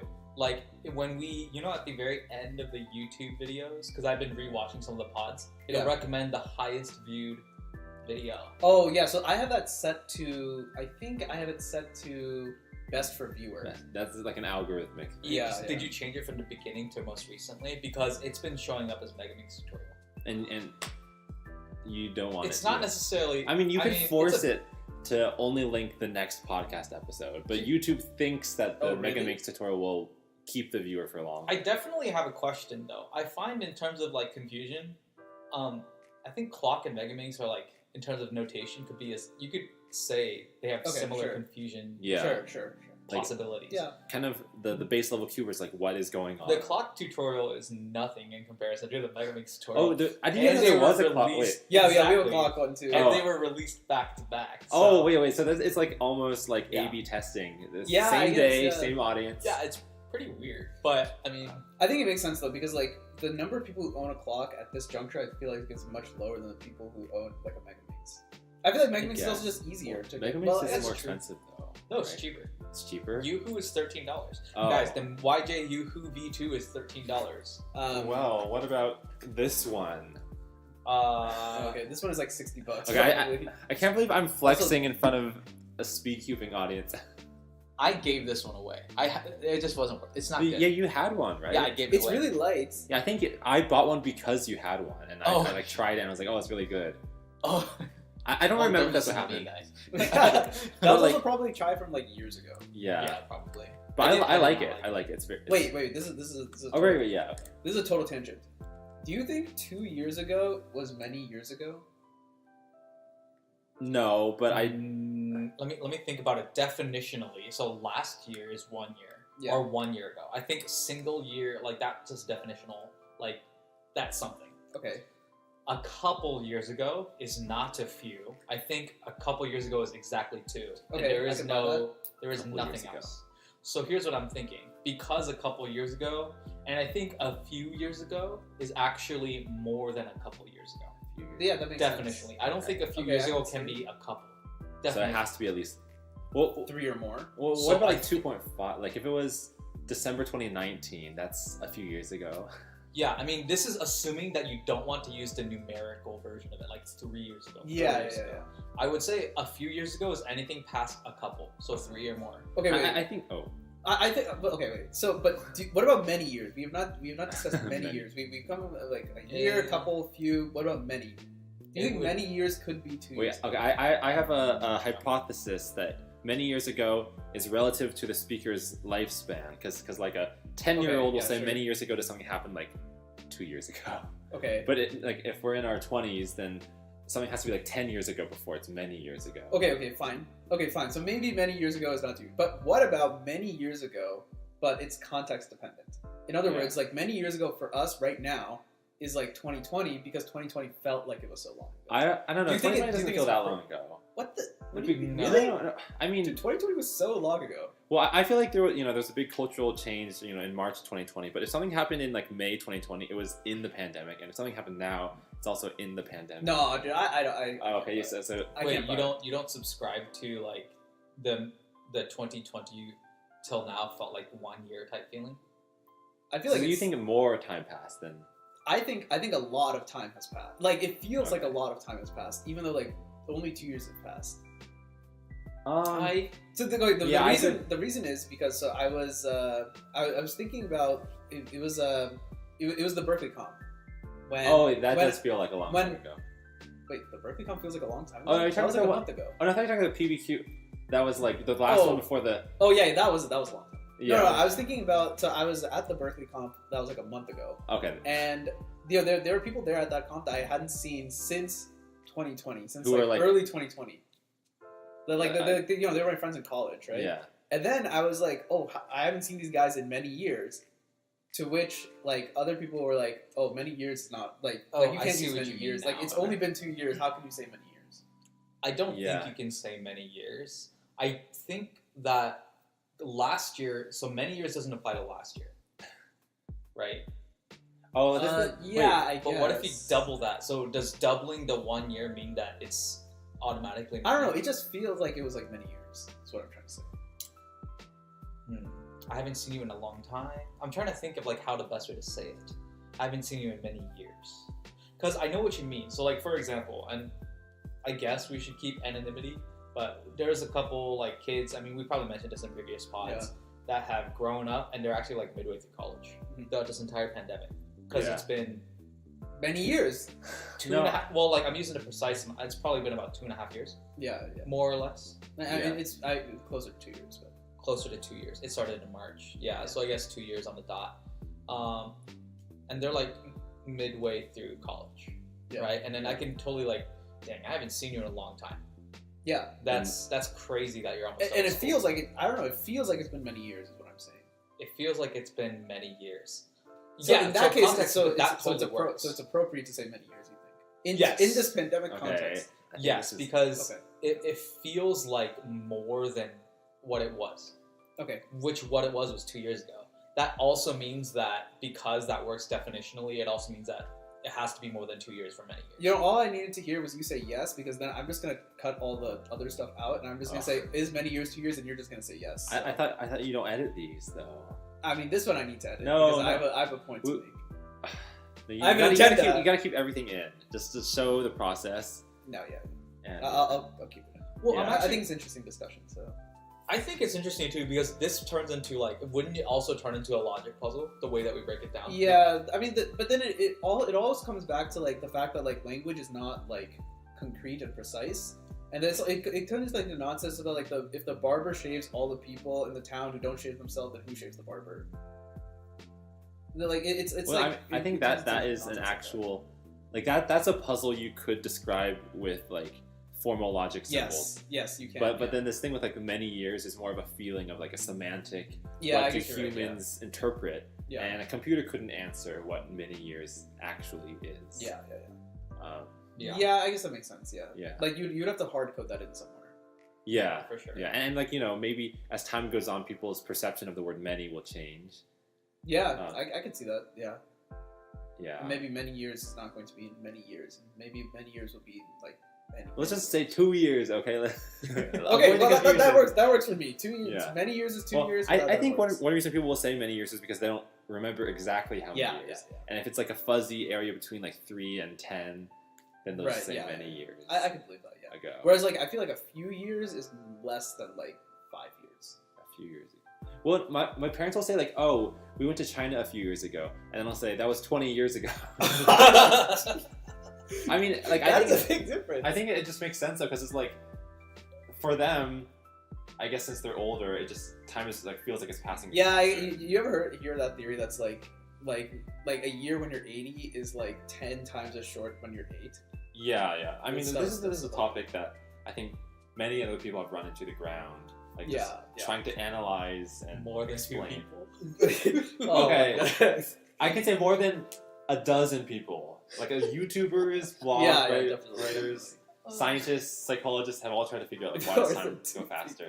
Okay, anyway, I think this was supposed to be a tangent, and then it ended up becoming an entire topic. Okay, yeah, we can get back to speed cubing. I mean, when you implement chapters, it's just gonna, be it's a fine. little You can skip up to this point because now we're going to talk about something else. I'm going to talk about. You're supposed to say a topic to interrupt. So, I mean, when we started today, we didn't really know what we wanted to talk about, truthfully, because we're also like unsure about all of our hardware and everything syncing up, and our audio obviously isn't perfect. Yeah. So, for us, rather than not putting out anything at all, I think we just are okay with just putting out something and just improving each time we do it. Definitely. Right? This will be kind of a snapshot of how we did our first real life podcast, and 10 real life podcasts from now, we'll have more of an idea of like how to do it correctly. Yeah. Do you think we should tell them the ideas that we have for this live setting, or should we keep it a secret? Let's keep it a secret. Let's keep it a secret. But I do want to know, if you're listening, what you think about like the audio, because the audio is definitely very different, because we are now like recording audio centrally, right, rather than like each of our own audio files, which will make it a hell of a lot easier for me. But like, I mean, there'll be like weird echoes and stuff. That's why we have the foam up. There's like the lighting issues, which is going to be interesting. So we're curious what you think on that. Although I think we did the lighting pretty well. Like I can see Yeah. the lighting through the DSLR, and I think it looks pretty good. It's kind of like on the dark side. Yeah, that's the one thing I don't like, right? Like, so we tried to like mess around with like the lighting, particularly like here versus here, because I Yeah, feel like it like separates itself. it's like, it's oddly. all right. I think it's Okay. It adds contrast. Okay, so yeah, maybe that's fine. But that's like the learning curve, right? So that's also why we're not taking this. I don't think we're taking this episode like super serious or like a nitty gritty topic. I think it was just us kind of like showing our progress of how far we've made it and over inspected. Yeah, and Yeah. I think it's kind of cool that like we are even at this point, right? Because I think when we first thought of the idea, right, Chai, like we had like 10 episodes lined up, and we're like, if we get this far, like we like made it, like Oh, for sure. like this like like this is gonna stick on for a while. So like now we're like nearing episode 20, to the fact like we have like a studio. Yeah, maybe not. This is maybe an air quote studio, but still like there's like a studio feel to it, I would say. Yeah. And yeah, I don't know. It's just kind of cool to see that like we started the podcast. I think, but when we probably go and look back at the old episodes of the podcast, we're probably gonna be like, yeah, these like kind of suck, or like like these are like not as good as they are now, which I think is really cool.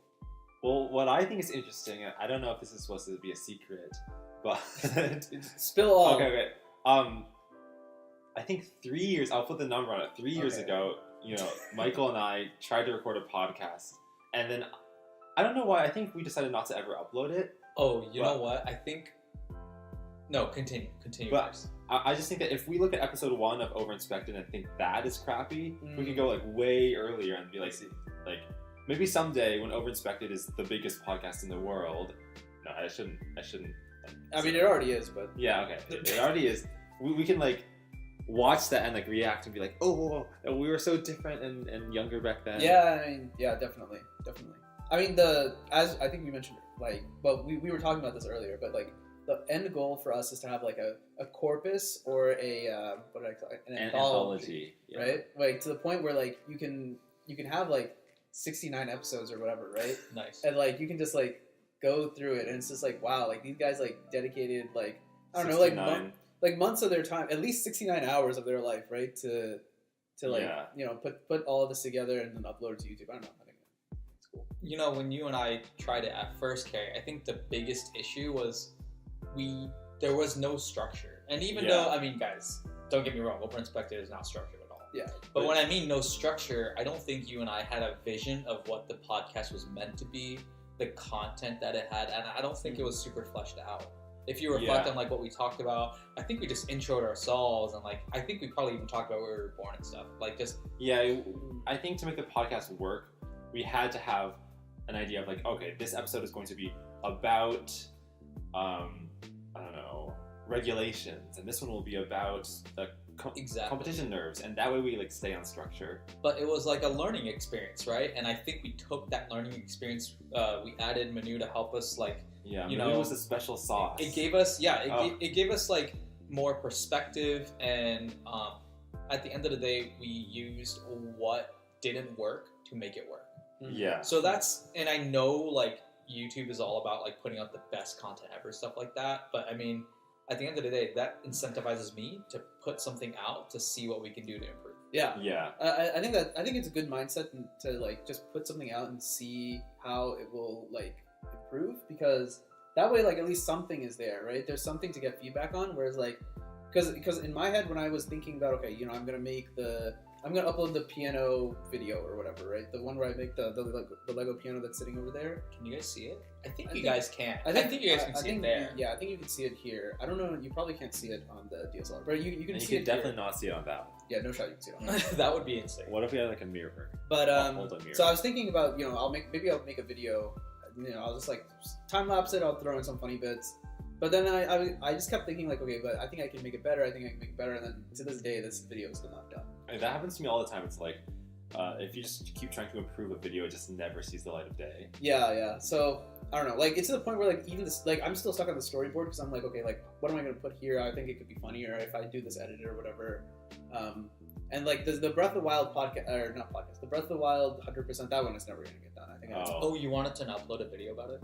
Yeah, because I think it's cool, right? Because I was like the 30th person in the world to do it, and I was like, well, No, I think it was cool. You also put in a lot of effort to do it. Yeah, it took a lot of time. You did live stream it, right? Yeah. So you could. So all that footage is there. All that footage is up. Yeah. So you could like find an editor and just throw all of the content at the editor, and the editor will whittle it down. Yeah, I guess that's true. But then I guess you don't have any creative control. Also, I'm too stingy to do that. I would just do it myself. Okay, that's true. I think you like when you hire an editor, you're giving away a lot of like the creative vision. Yeah. That's definitely true. And sometimes you get something back that is not at all what you imagined. Yeah, what I hear is that like sometimes, and you probably know more about this, but like if you have like an editor, right? Like sometimes you'll give something to the editor, right? The editor will come up with something, and then when you get it back, it's just like very, very different than what you.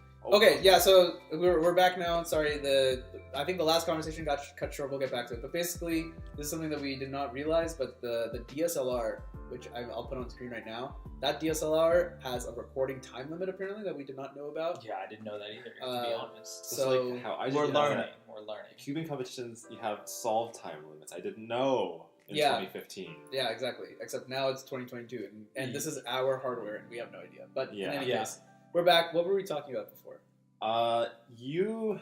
Improving. Oh no! I was talking about the editor. Yeah, the editor. editing. And then I got distracted. No, what I meant to say is that like some people will only hire editors after like the editors have been like watching their channel for a while. Also, they know. Yeah. So they know the style, they know the humor and stuff. Because I feel like Yeah. Ludwig's videos, like whenever he does the edits, and then whenever his editors do the edits, they feel extremely similar.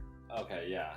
So like it's like I guess like a familiarity with like your editing material, I guess. Actually, yeah, that reminds me of Jaden Animations as well, because she does animations. So for her team, it's even more important that they keep the same style. Right. That So makes that when it like sense. switches from her section to like her animator section, you don't feel a Right. jarring switch. Right. Yeah.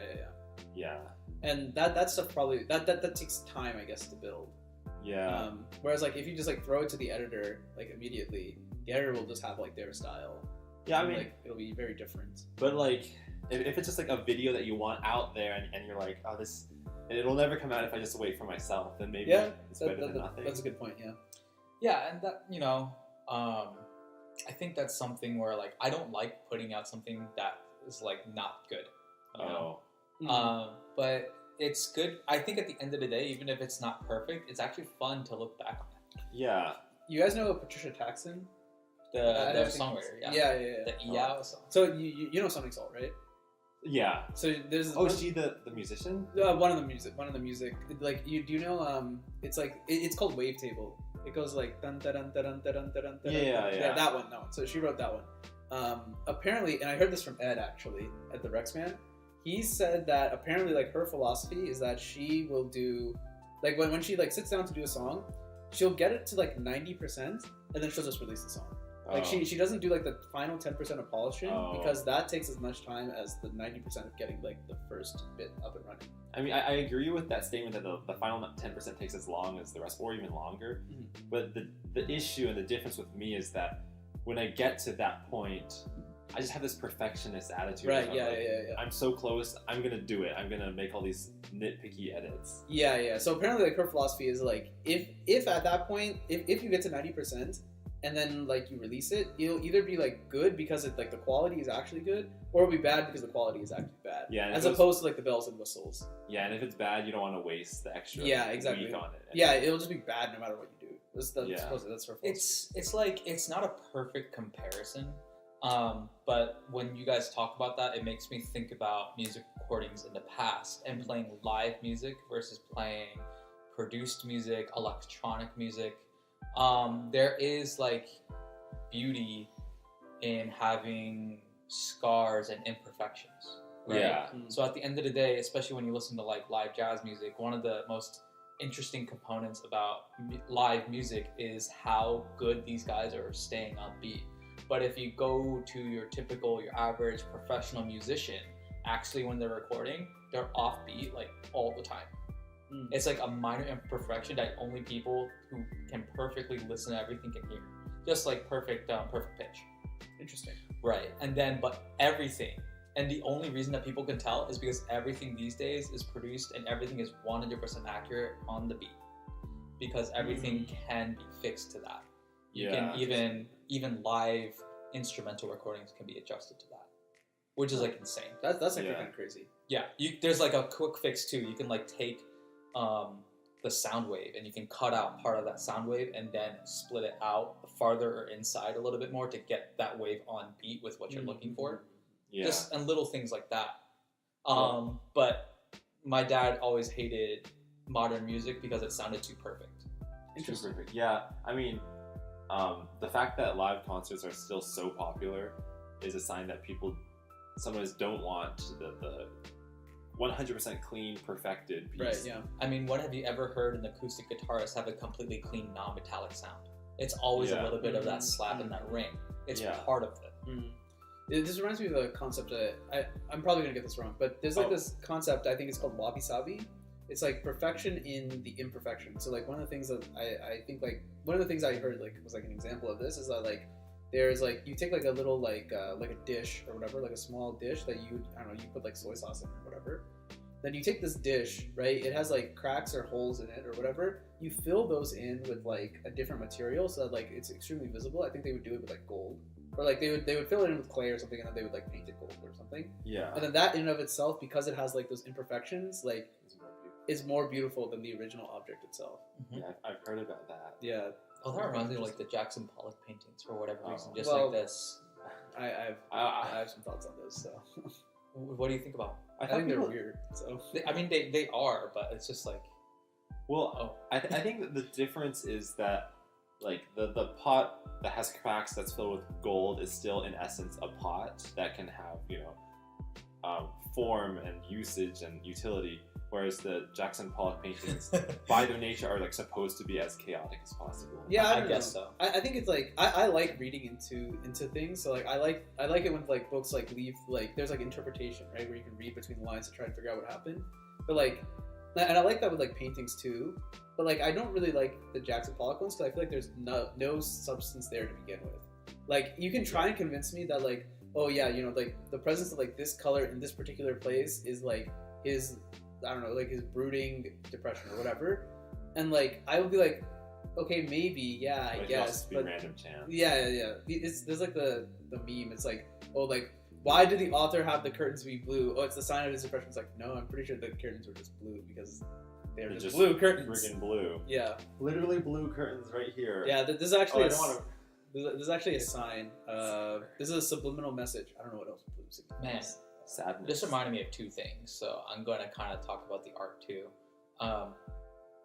I think that. Do you guys think symmetry is part of nature? Yes. So symmetry is an inherent part of Yes. nature. Yes. And it just made me. I'm not saying that I think Jackson Pollock paintings are great, but it's very interesting of the asymmetrical aspect of them because it's just complete chaos. Because he just splatters everything on there. Yeah. So I wonder if you could make an argument that it triggers an emotional component because it's a very human element of a non-human nature. Because That's interesting. Art is meant to be symmetrical. Symmetry is meant to be beautiful. And then asymmetry and chaos is a human emotion that can only be done by human. That's okay. Well, first of all, that isn't true. But I don't know. But I mean, it's just something that makes it. you think about it. have you ever seen double pendulums? No. The double pendulum is like inherently chaotic. It's like the physics term of chaotic. Double pendulum. So basically, So like two pendulums. so you have a pendulum and then like at the bottom of this pendulum you attach another pendulum. Oh, I've heard of that. Yeah, because yeah. it always goes in a different. Yeah, It always goes and in the meaning of chaos in physics is like if you have like two states that start off in like similar, like extremely like epsilon close like positions, depending on however you want to define closeness, like they're like the if you track those differences over time, those differences tend to grow exponentially. Do you find that beautiful? Not really. I don't know. No. I'm just saying. I But- feel like but is maybe people would possibly make it. Like maybe there are enthusiasts about the double pendulum. Oh, no, I think it's beautiful. I mean, like I've seen the videos where they'll put glow-in-the-dark lights on the pendulums, right, and then So they'll they have a trace the long paths. exposure, so you Oh, can that's see cool. the paths. And I think those are beautiful. But I mean, those videos have also like beautified it by having Yeah, classical definitely. music in the background. And classical music is sure. very Definitely. formulaic. Sure. I think that there are like these other things called like attractors, which is like a different type of thing in chaos theory, where like it's more like stable systems. So like if you have like two positions that are similar in phase space, they will like follow similar paths. So there's like these things like the butterfly attractor and stuff like that, where you have like all these points in phase space, and then you evolve them over time, and they like make like patterns. I think that stuff is beautiful. I guess it's more stable. So I guess speaking on an imperfection about myself, and this is kind of the other thing that I was just gonna like talk about when I'm listening to the podcast back, because I want to hear how I sound, and I do this from time to time. I wish, and I'm going to try, it's not completely done yet, but I always have these filler words that come out of my mouth. I hate it. I hate it to a core. I always say like, I always say, it's just... You know is another one. Just... I mean, yeah. It's just, I mean, even basically is another one. Yeah. I mean, I wish I could just be more cohesive. It's not. I don't know if it is more cohesive. It feels like it's not. It doesn't feel like it's like less cohesive. It's just, well, maybe it is less cohesive because like if you're just filling the space with just filler words, then I can see it's like a full stop. But if anything, it kind of feels more natural speech. It's just a nitpicky thing about myself that I'm like, that I notice now when I listen to it. Right. Yeah. I saw this essay online that was saying that, for decades, people have been shaming other people for saying too many filler words, but actually they have a use because it's a sign that the speaker still has more to say but hasn't thought of it yet. So the other person, like, it gives the other person time to butt in. Whereas if you were to just keep talking, they would never know when to butt in. Okay, that's interesting. I would buy that. Yeah, I think that's actually cool. It sounds similar to like there was this one thing that we learned in Japanese class. Apparently in Japanese, people tend to use this thing called aizuchi more, which is like it's like interjection, if you will, but like basically like if you watch like Japanese media or whatever, if you watch like a drama, for example, then you'll hear people will say like or like they'll basically like acknowledge that they're listening like very often while the speaker is speaking, and even though they know that the speaker is going to continue speaking, they'll be like It's like hi, like things like that, like that stuff like happens much more commonly in Japanese as opposed to some other languages. Right. Because supposedly it's just like a thing. It's just like okay, like yes, I'm listening. I think I just did that when I said right because that wasn't right. Yeah, conversation. Exactly. But it's just like I'm still listening and I haven't tuned you out entirely. Yeah, exactly. I'm actually gonna, if I just stop talking to you, then you're gonna be what's going on? Yeah, exactly. Because if you talk to someone, right, you're like, let's say like you're lecturing to someone, right? Well, I guess you're lecturing to someone. That's a different deal. But like you're like talking to like someone, right? And you're telling like this long story, and they just like no reaction. It's just like, are you even listening? Like. Yeah. Oh, I did this really mean thing to my dad. Like, he was like telling me a story that I was really bored with. So I just started saying like after every sentence to see how long it would take. Oh, this is so mean. I can't believe I'm admitting this. No. But I counted like 29. You were counting too. Because I was like distracted. I know. I was like trying to like guess how many is it gonna. Oh, that sounds so mean. That's a little mean. Yeah, I know. No, you were literally more bored with the story than counting how many you could put into like the sentence before you noticed. I mean, yeah. I haven't done it again. It was only a one-time thing. You were just toying with it. Yeah, I mean, it's like with a parent, like you've talked with them so many times. It's like just once. I want to see how long I can go without ever actually responding. It was like collecting data, kind of understanding more about collecting data. That's what you think your dad is? Yeah, I mean, sometimes you gotta know the numbers. Well, okay, yeah, it's kind of strange. I think it's kind of odd. But... Yeah. Well, I guess. We're probably nearing the end of the pod. I would say like closer to the end than not. But I guess I would be remiss to mention that of the day. No, you would be remiss not to mention. We'd be remiss not to mention that of this recording, the time that we're recording it, that we're about to do a live stream for a competition, right? And then I think that's going to be cool. It's going to be on this channel. By the time you guys watch it, it's already been there. But you guys can check it out. We're probably going to have it as a playlist like past live stream, something like that. Yeah. Somewhere where it's organized. But I just think it would be really cool for, what would you call it, the anthology of CubersLive, to just have this organization of like live stream content, definitely. Podcast, actual content. I don't know, what we could start doing behind the scenes at some point. I mean, cool. Behind the sscenes I think will be cool. One other thing is that we already have a lot of video. Like, I don't know how many people who listen or watch the podcast know, but we have a lot of past videos that are not just Megaminx tutorial. But they're also like we have highlights from when we did Twisty Puzzle Cup many years ago. And when we also did FTO Melee, which I think were really, really interesting matches. So like, it was really fun to like commentate them. It was really fun to like watch all the people participate because like FTO is like, I don't know, like FTO is like such a cool like niche community. It was cool to see them all like, you know, get like hyped up for like, you know, this thing that like doesn't really happen that often. There's the FTO right now. Oh yeah, you can there is an FTO right now. I mean, you guys probably can't see it, but we're always talking about FTO. I mean, at some point, I'm pretty confident that at some point this event's going to be added to the WCA. Yes, more likely than not. Yeah, but in any case, yeah, we have all the FTO Melee videos, which I just recently actually put into a playlist. So cool. Yeah, so you can check all those out. Those are, I think they're chronological order if you want to check those out. I've watched this multiple times, but my favorite video thus far has been Max Xiao versus Matty. That's a great one. 4x4, the commentary was so good. The actual content, like the cubing, was so good. Yeah. Dude, Max. I have to watch that. I actually haven't seen that one. Yeah, so you forget about making like, you know, one of the podcast episodes the most watched video. Go watch that video. That one deserves to be most That watched. one deserves to be most watched because it is the best content. If you think it's the best content, you can make it the video that auto plays when people go to your channel. What is it right now? Oh, yeah. What is it right now? It could just be. It might be Overinspected episode 1. Algorithmic. Like sometimes. Oh, I think it might be Overinspected episode 1. It might be Overinspected episode 1. I think I said but that makes a lot of sense, Carrie. Yeah, but like I've done that on channels for like videos that I thought like this needs more views, and it will. Oh really? Have it a works? noticeable uptick. Yeah, because like a lot of people will kind of just have it play in the background as they're browsing your channel. True. Okay. Well. I mean, since you're listening to this podcast, you've probably already seen the stream, or maybe if you haven't, you can let us know in the comments how you feel about the live stream. We paid a lot of attention to the details. We really wanted to, you know, provide the best experience possible. Yeah, and it'll be new for us because we're doing it on. We did it on YouTube. We're going to do it on YouTube. But by the time this come out, like we did it on YouTube, I guess, as opposed to doing it on Twitch. So we're interested to just hear about your thoughts on that as well. Oh, I mean, if you guys are curious why we're doing YouTube as opposed to Twitch, I think it's not the only one. One of the biggest things about Twitch that makes it unique is this chat. Yeah.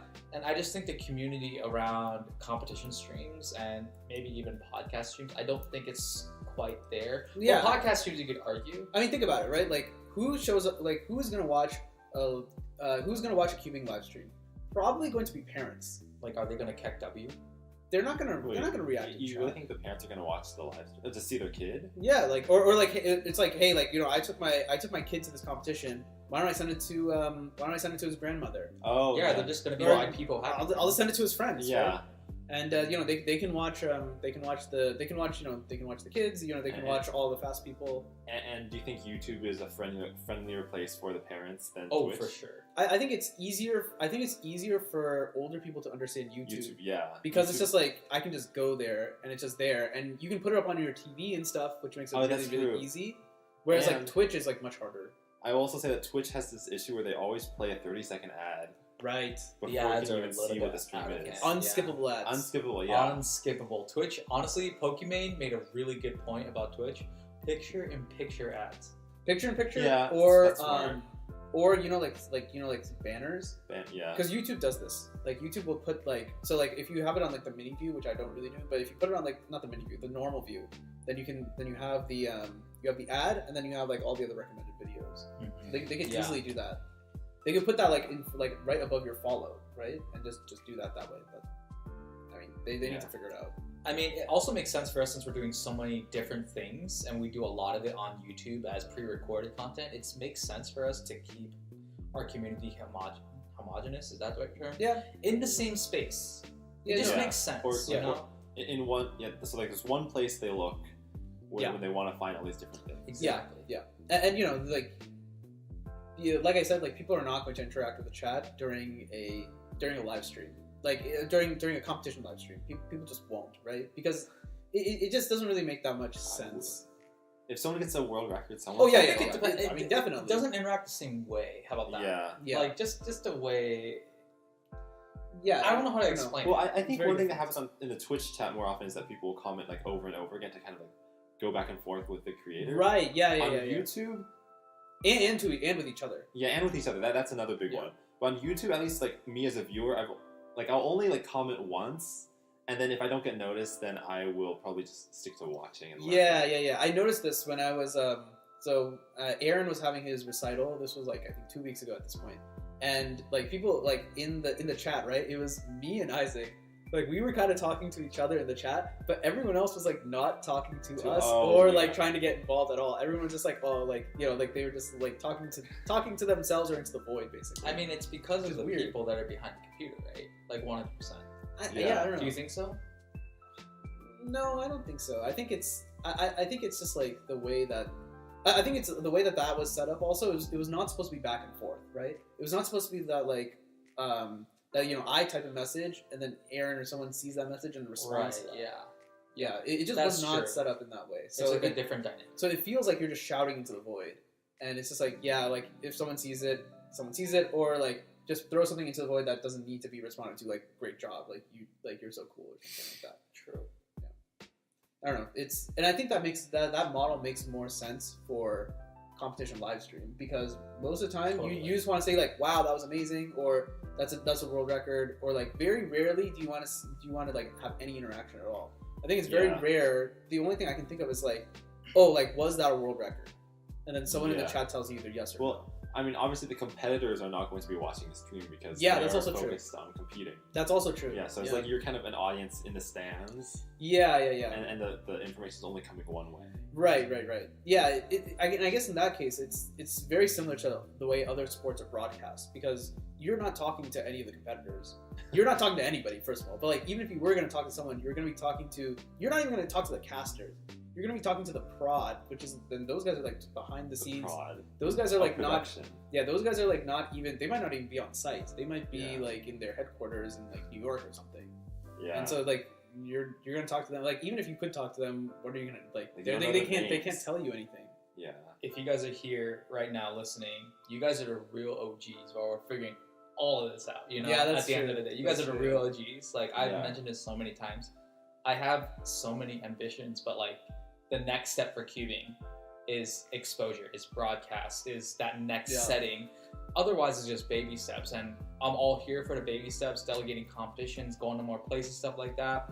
But really, we gotta get our community noticed, right? So this is something that I mean, get on the news. Yeah, get on the news. J per million, is that the name? Yeah, hashtag J per million. Holy crap! Actually, I think it's good that Tingman like launched that whole. He's at 500,000 too.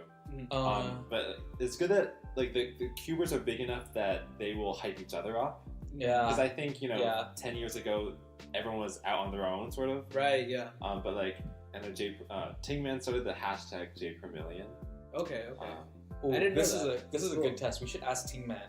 Hey, did you actually listen this far down this specific episode? Oh no, I don't like testing the viewers because then it makes them feel like they're watching an obligation. No. We want them to be here because they want to be here. Yeah, that is true. Yeah. True. I mean, like, I like having podcasts just to like put in the background and just like sleep to. Yeah. I don't think we're here. We're very paranoid. You ruined the audio. Timeout chair. Yeah. Timeout. Obviously, our podcast was 100% perfect before that. It's okay. Yeah. No, I think like it might not even show up because remember like the other time. Yeah. No, the thing is like even if it was perfect, that's the imperfection that gives it the true quality. Want to hear some beauty? I see you just kicked the computer. No, that was the lightest kick ever. That would be funny. And if they did hear it was beauty. I guess if they did hear it and didn't hear it, it was both beautiful. That's interesting how we talked about beauty and imperfection, and then I don't really think we talked about how asymmetry is beauty. We did the same symmetry is beauty. Well, I was also saying when you said is symmetry beauty, I was going from more physics perspective, and how like symmetries in physics are very gorgeous, very beautiful. I think. What is that? Isn't there like a specific famous fractal pattern? Mandelbrot set, probably. Yeah, I guess so. Well, I mean, it has symmetry everywhere. Yeah. It has loads like of little versions of itself are like within itself. Yeah. I think if it's like completely chaotic, there's just no pattern to latch onto. Yeah, I mean, there are things that like there are like functions that are like chaotic that like they like never repeat. Penrose tiling, that's one of them. Yeah. Like a Penrose tiling. Or like there are like other like functions like f of x and stuff that are like completely discontinuous at every single point, which is just like well, isn't like I don't know, pretty wild. I remember hearing about like f of x where it equals like 1 if it's a rational input and 0 if it's irrational. Okay. And that's like a very, very Yeah. basic way to make completely discontinuous function. That actually makes a lot of sense. Yeah. I have a proposal. Yeah. I feel like the podcast has gone long enough, and our Okay. hardware is going to die on us. What do you Bye. think? Oh, again? I mean, it could. Yeah. I mean, it's possible. Yeah. Yeah. Okay. Yeah, I think we should call it. Yeah, Okay. I think you're right. Yeah. Yeah. I mean, if we're here, we could talk for hours. I think, which is good. I think it's Yeah. a good thing that we can talk for hours, but we should save that for the next episode. Next time.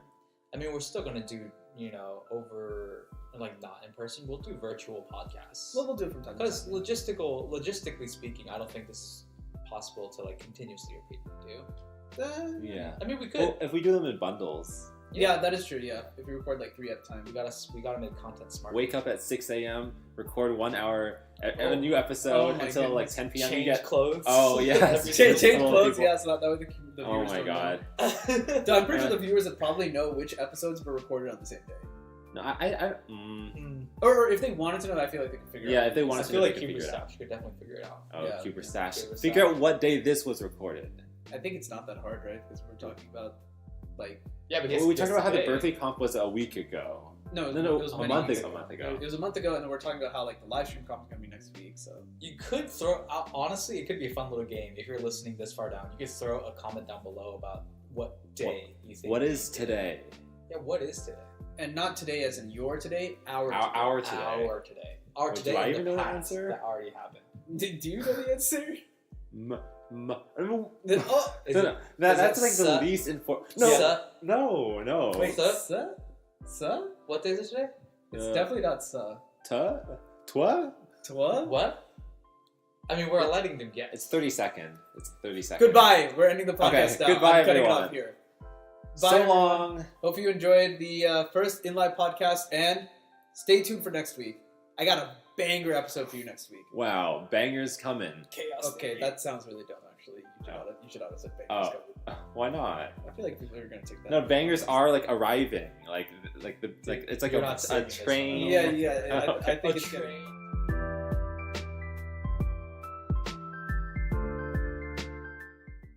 To be free and flexible and creative was really essential to what I wanted to make, and I didn't find a platform that did that other than Wix. Hi, I'm Liv. I run Double Press, a print and design studio in Brighton, UK. I chose Wix for my business because of its massive scope for functionality and freedom of creation. Everything I create at Double is visual. So for me, those customizable elements like the hovers and the little animations, the additional bits of coding, the physicality of the actual process of printing really reflects me. From a business perspective, it was really exciting. Directing people to that site was going to give them everything that they needed. Hey everyone, it's quite well-dressed Manu here.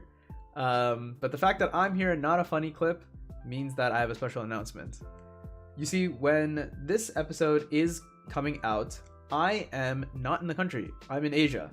And I was supposed to get all of the podcast episodes edited before then, but that didn't happen. So instead, you are getting a very special unreleased episode of Overinspected that was shot at North American Championships last year, considered a little bit of a late April Fool's joke. We'll be back to the regular uploads next week with a super cool episode that we had a ton of fun recording. And in 2 weeks' time, we'll be shooting episode 30. So hope you'll stick around for that. And with no further ado, dum.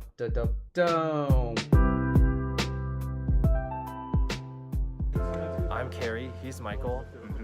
We are 2/3 of the Overinspected podcast. Yes. This is episode 21, by the way. Yeah, where are we? We are in Toronto, Canada. Wow. That's crazy. Yeah. Sussy. That's crazy. Wait, why is that sussy? I just like to say the word. Oh, ever, yeah. ever since he said sussy baka, I couldn't let it go. Oh, when did I say? Oh, right, one of the Episode earlier 4. episodes. Yeah, episode 4. Yeah, I remember it. Yeah. Our editor put it. Oh, right. That Among Us jingle. Yeah, I mean, you just have to. Like, when you hear sus, you just hear it in your head. Yeah, it's just automatic now. Anyway, this is North American Championships. Yes. Yeah. What'd you do? You just made finals for 3 months. Oh, I don't know. Okay, I got a 43. 43? 43 single. I don't know if that's good enough. Like, there's a lot of fast blinders here. It's close. It's top 20. Maybe I'll have to check. Top 20. I mean, you beat out some people, I'm pretty sure. Well, even if I don't make finals, I'm happy because I just broke PR and it was like 44 to 43. That's all I need. Right. Yeah. Did you break any PRs? No, not yet. I still have to do 3x3, but that's probably the last event I care about. I don't know why it's freezing. So that's that. Lunch is basically over, but we're gonna start Magic pretty soon. We're gonna do no commentary during Magic because there is not really that much to commentate. So yeah, I'm gonna get that started for everyone. For those of you who may not know, Magic used to be an official event, but got turned into an unofficial event because it is not a speed-solving puzzle. Like, it is what it is, you know? So yeah, there's this, and then I'm gonna transition over to here. I'm probably just gonna leave it on this camera, and we're just gonna leave it with no commentary, and yeah, that'll be that. Magic is indeed going to be an event that happens today. So, at least Magic has a fun name. But yeah, I'll leave the mic hot as well, so y'all can tune in.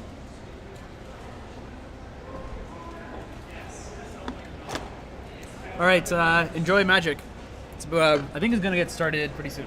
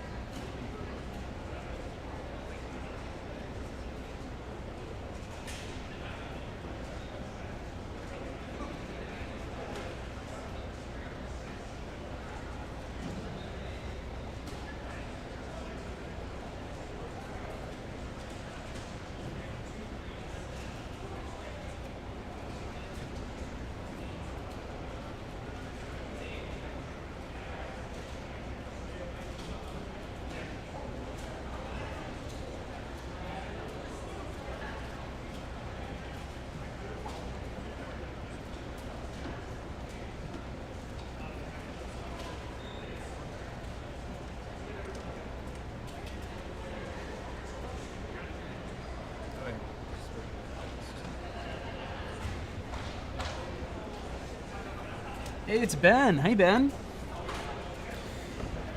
Long time no see. Yes, indeed, Magic. Here, you want to watch Brandon? All right, fine. Maybe we will do a little commentary. The thing is, I have no idea. Oh, this is where Jeremy's thing went. I have no idea, like, when they're like starting the actual solve, and when they're like not starting the actual solve. You know.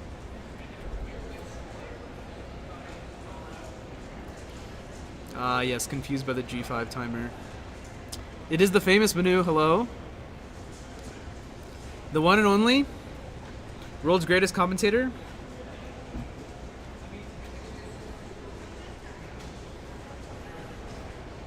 I said I was gonna do commentary, but I don't care enough, man. Like, I'm just gonna practice for 3x3.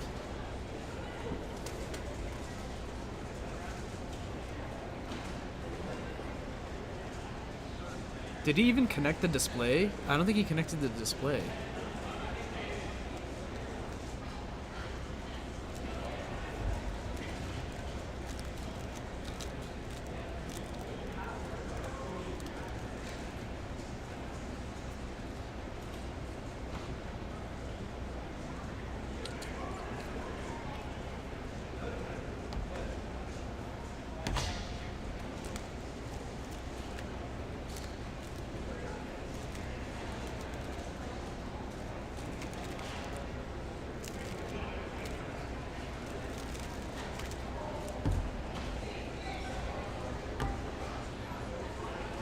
What craziness? I did hear about some 6-year-old kid getting a sub-6 average with like doing ZBLL on like every solve, including a soon ZBLL. Rue Solver got best first official average. I remember when Heidi had the best first official average.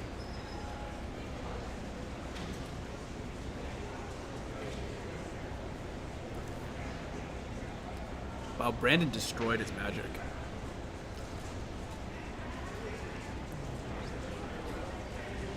One of them got sub-6 average. Yeah, that I did hear about.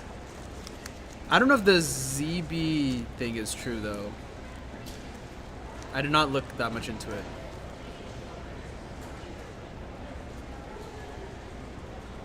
Was that comp in China?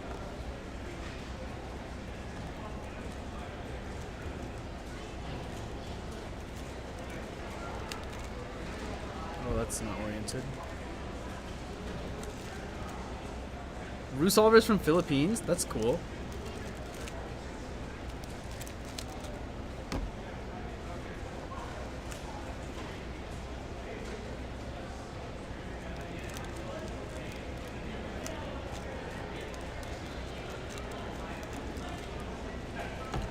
Female WR was broken. Oh wow. Singapore.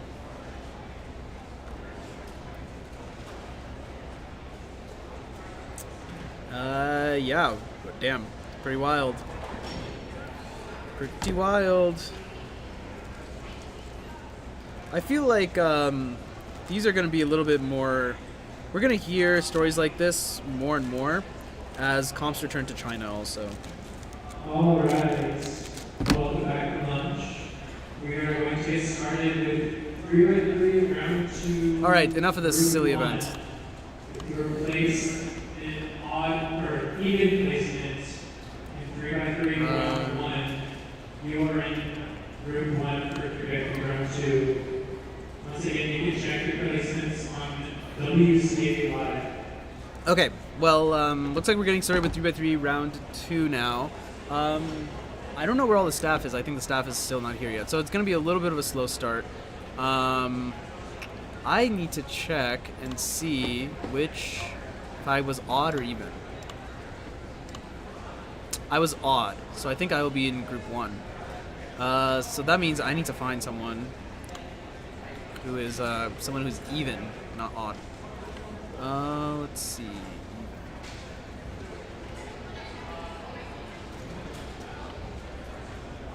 Oh, I know who I'm gonna take.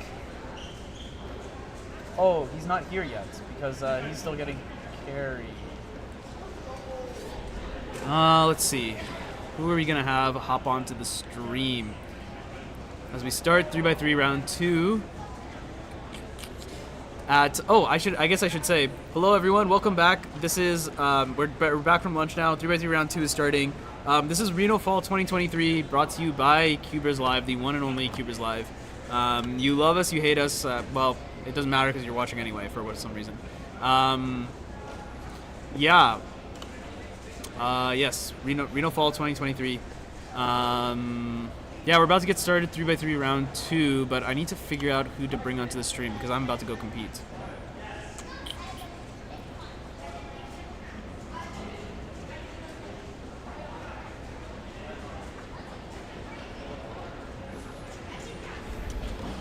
Okay, I know.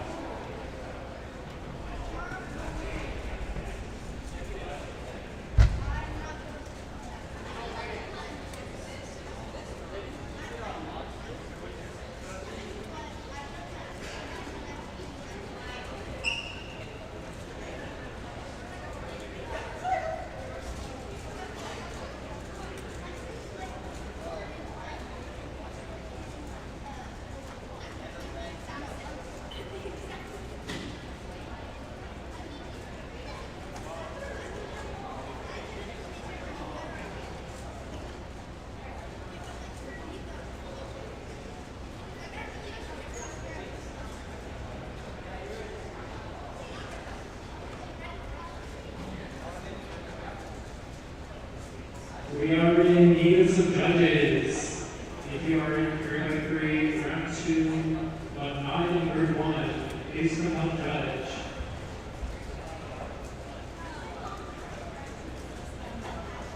Additionally, if you are on staff and not doing anything, please come help.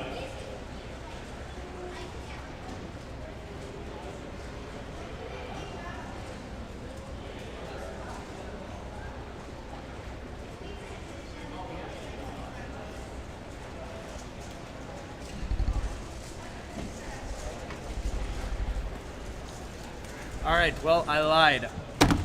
That's what I do here on this channel. I am the world's greatest liar. Turns out I will be competing in Group 2, so... yes, indeed. So, I'm here to commentate, and then I will bring on David Carali to commentate during Group 2. So yeah, so we're having the odd seeds go first. So I think we will see on these two stations. I think we're gonna see Paul and Ruby compete. I think Paul is the favorite, breaking his long-time PR single with a 5.56 in round 1. Top 12 to make it into finals. So that'll be interesting to say the least.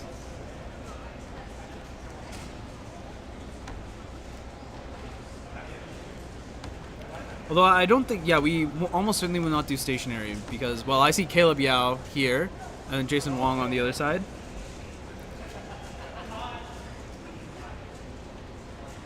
Wait, they are evens. Oh, wait, okay, clearly I have no idea what I'm talking about. I don't even know the difference between odd and even, apparently, so.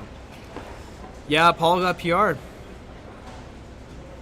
I don't know why Jeremy was slamming that down, but here's Jason in the meantime. Tail end of a Rusolve there. 9:45.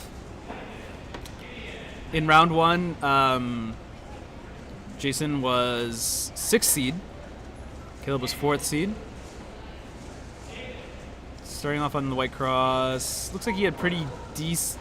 Actually, yeah. I mean, he had decent F2L. And then just a decent last layer. Like, nothing too absurd on both, lucky or unlucky. Both look pretty solid. See, there's a cube set down over here. So that means someone is going to sit down in the chair. Someone has indeed sat down in the chair, although I'm not sure who this competitor is. I presume a Nevada competitor. They're solving on yellow cross.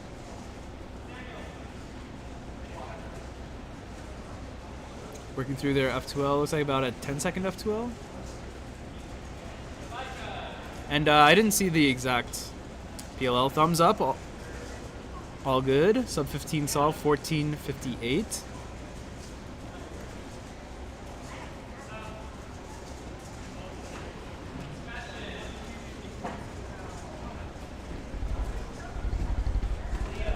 Hello. I'm joined by the one and only Antonio Cam. Wow. Wow, indeed. What did you think of Magic? I was born in 2003. Okay. Really? You're younger than my sister. That's really weird. Yep. Unfortunately for you. Anyway, 10:55 for this competitor. Looked like a pretty solid solve for the most part. As David hops onto the stage. The biggest stage of all. Yeah, the biggest stage. 3x3 round 2 ever, you know. Yep. Very exclusive. Only 38 people progressed. That's less than Worlds. Yeah. A lot of people got to round 2 at Worlds. See ya, Harn. See you tomorrow. Harn came here just for Magic. Just for Magic. And he's gone. He's out of here. That was it. He was here for 15 minutes. And then he left. And now he's out. He's gone. What a legend. Almost as if he was never here. What a legend. Almost as if he were never here. Sorry. I messed that up. I'm good. I know grammar. You know, it'd be funny if Mitch got another 625. The third one. Yeah. 6.253. What was the first? No, the first one was on a Gen 2. Yeah, and then the second one was 6.252. Don't you think the next one will be 4 then? Why not? 6.254. Well, it could be 3 because like it's a third one. But the first one was the 0th one. Are we 0 indexing? Not necessarily. You can whatever index it because there's no last place. Sure. Yeah, fair enough. It's just like whatever it. As we watch Jeff finish up this solve. Not a good solve for him, I think. 10 is about what he averages. Oh, really? Yeah. I thought he averaged like 8. Oh, okay. Close one that for was Caleb. funny. That's like what happens to me all the time officially. I mean, makes sense, yeah. But he ended up saving that one with 880. 880. Michael Larson now.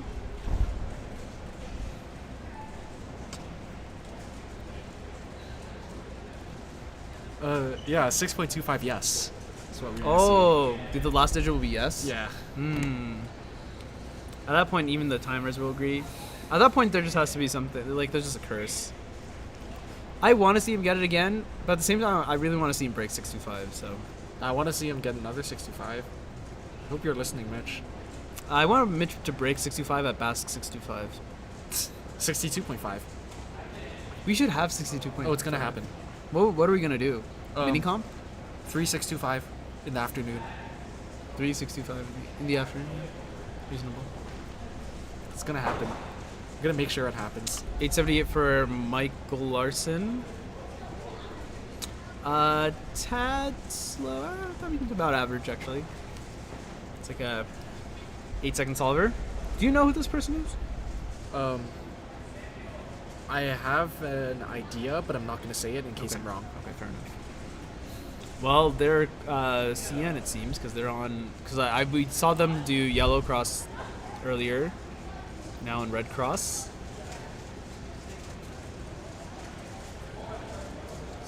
Messed up a G permit looks like. 1701. Always annoying when you do 2 PLLs. Isn't that very relatable? Yeah, very relatable. I know exactly what you mean.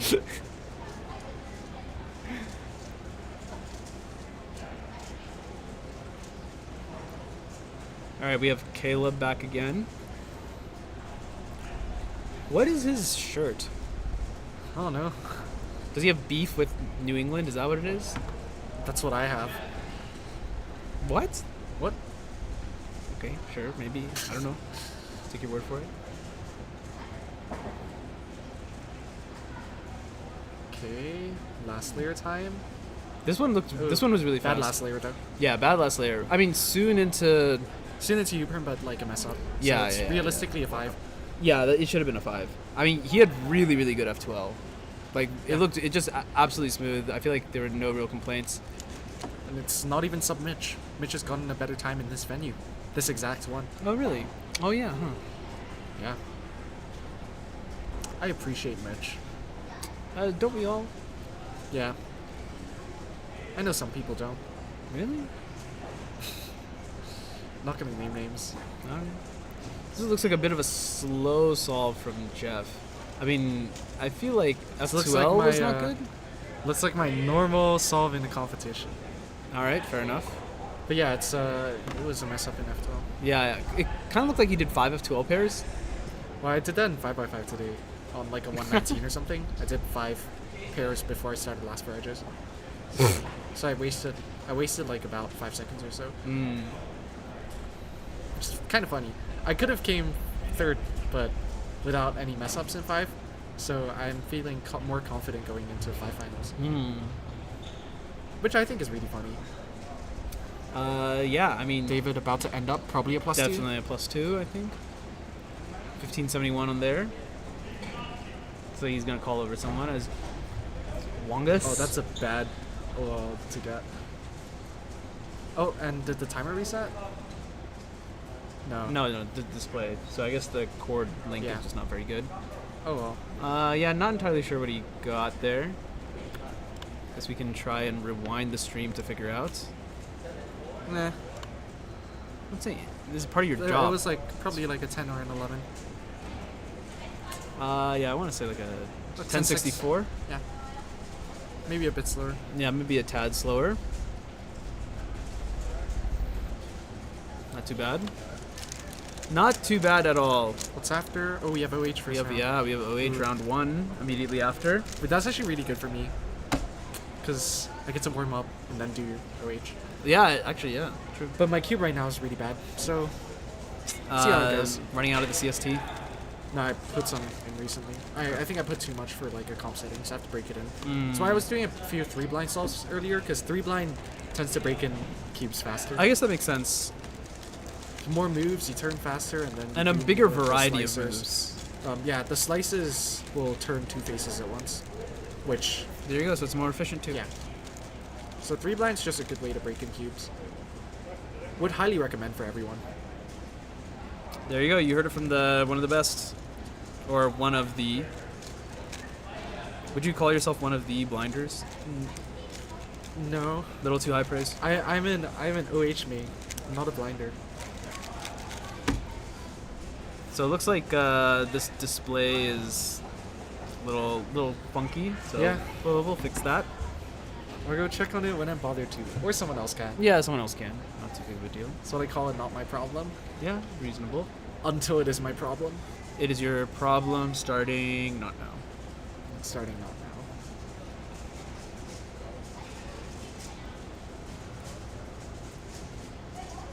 Yeah, I feel like his F2L is just really long, but now he's on PLL, so... Didn't stop the timer and then Oh. +2'd it. Yeah, it didn't stop the timer, and then the +2, the double whammy. Just looks 10:37. just like me.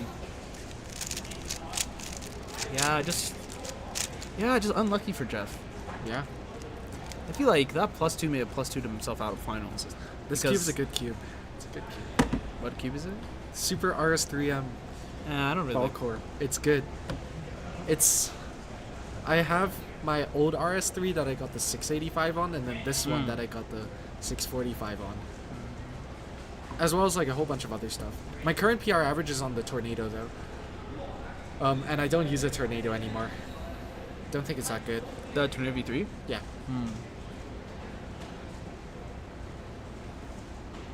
I feel like he's doing a lot of rotations.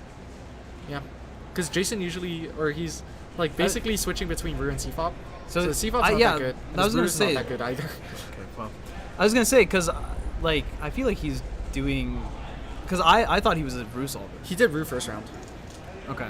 So why is he doing CFOP now? So Why did you not? want to do Ru to troll and then now he's doing CFOP to try or? No. Average is about the same on both. Maybe faster on route. All right, fair enough. Yeah, but the real Chad thing to do is to switch methods in the middle of the average. Yeah. Or in the middle of the solve even. Oh, I've seen that. I've done that a couple times. You ever had people switch methods twice in the middle of a solve? What? Yep, I've seen that. So how does that work? You start with freestyle, go to CFOP, then go to Rue. Oh. Thanks, Elliot. That seems like an Elliot thing to do. Elliot switching to Rue. I feel like you've kind of infected people. I'm not Kevin. I don't spread the word. Oh. People just switch. You don't spread the gospel? Yeah, I'm not. You don't spread the good word? Yeah, what Kevin does is like for UCSD Cube Club meetings, he just, the moment someone new comes in, he just tells people about like why Rue is better. I can't do that. Fair enough. Because I don't think it is. You convince people with the results. Not really. Well, you can convince people with the results now because you and I are about to go compete. Yeah.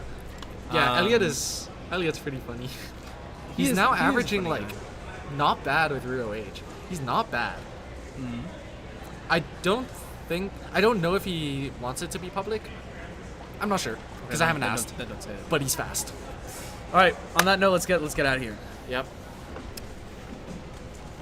Time to go compete. I had to figure out the timer situation. I guess now it's time for it to be your problem. I'll give you a quick tutorial.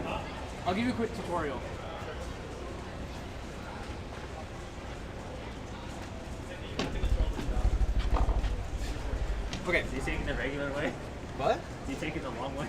Yeah, I guess. I don't know why he's taking the long way. But yeah, pretty easy. So when you want to switch between the cameras, you use this thing. Okay. Like 1 and 2? No. So you use auto or a cut. So cut is the hard cut, and then auto is like a crossfade. So for example, if I hit auto, it does that little crossfade there. So yeah, it does this like crossfade between whatever is here to here. So the one that's programmed, that's the one that's like visible to everyone. Tutorial. Can you restart that? Yeah. So in order to switch between these cameras 1 and 2, you just cut between auto and you just hit auto. Okay. So that one is the one that's like currently being broadcast, and this one is preview. Got it. So you can watch What both is of them. preview, though? That's the like one that's on deck. Oh, okay. So like when you hit auto, it switches between program. Oh, but we're not necessarily commentating. Okay. Yeah. Cool. Yeah. So yeah, you guys can sit here. Whoever's sitting there. Mine? Oh yeah. Whoever's sitting there probably should hit the cut versus auto, and whoever's sitting here can switch between these. So ATEM, this one is the cameras. Casters only if you just want to talk about you guys. I would only switch between those two. This is the chat.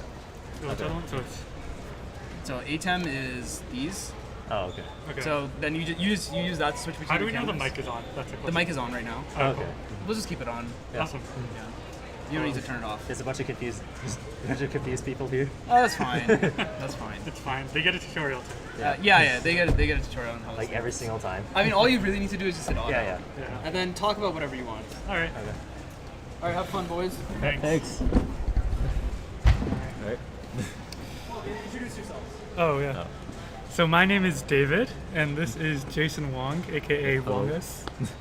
This is David Hawaii, or David I am Corrales. David Corrali, aka David Hawaii. Yeah. He will be going to Hawaii in like a week? I am. Yeah, I'm going to the Hawaii competition. Are you going to that? I don't No. remember. Shaking It's my too head. expensive. Too expensive. Fair enough. Fair enough. It's Yeah. Getting a new commentator.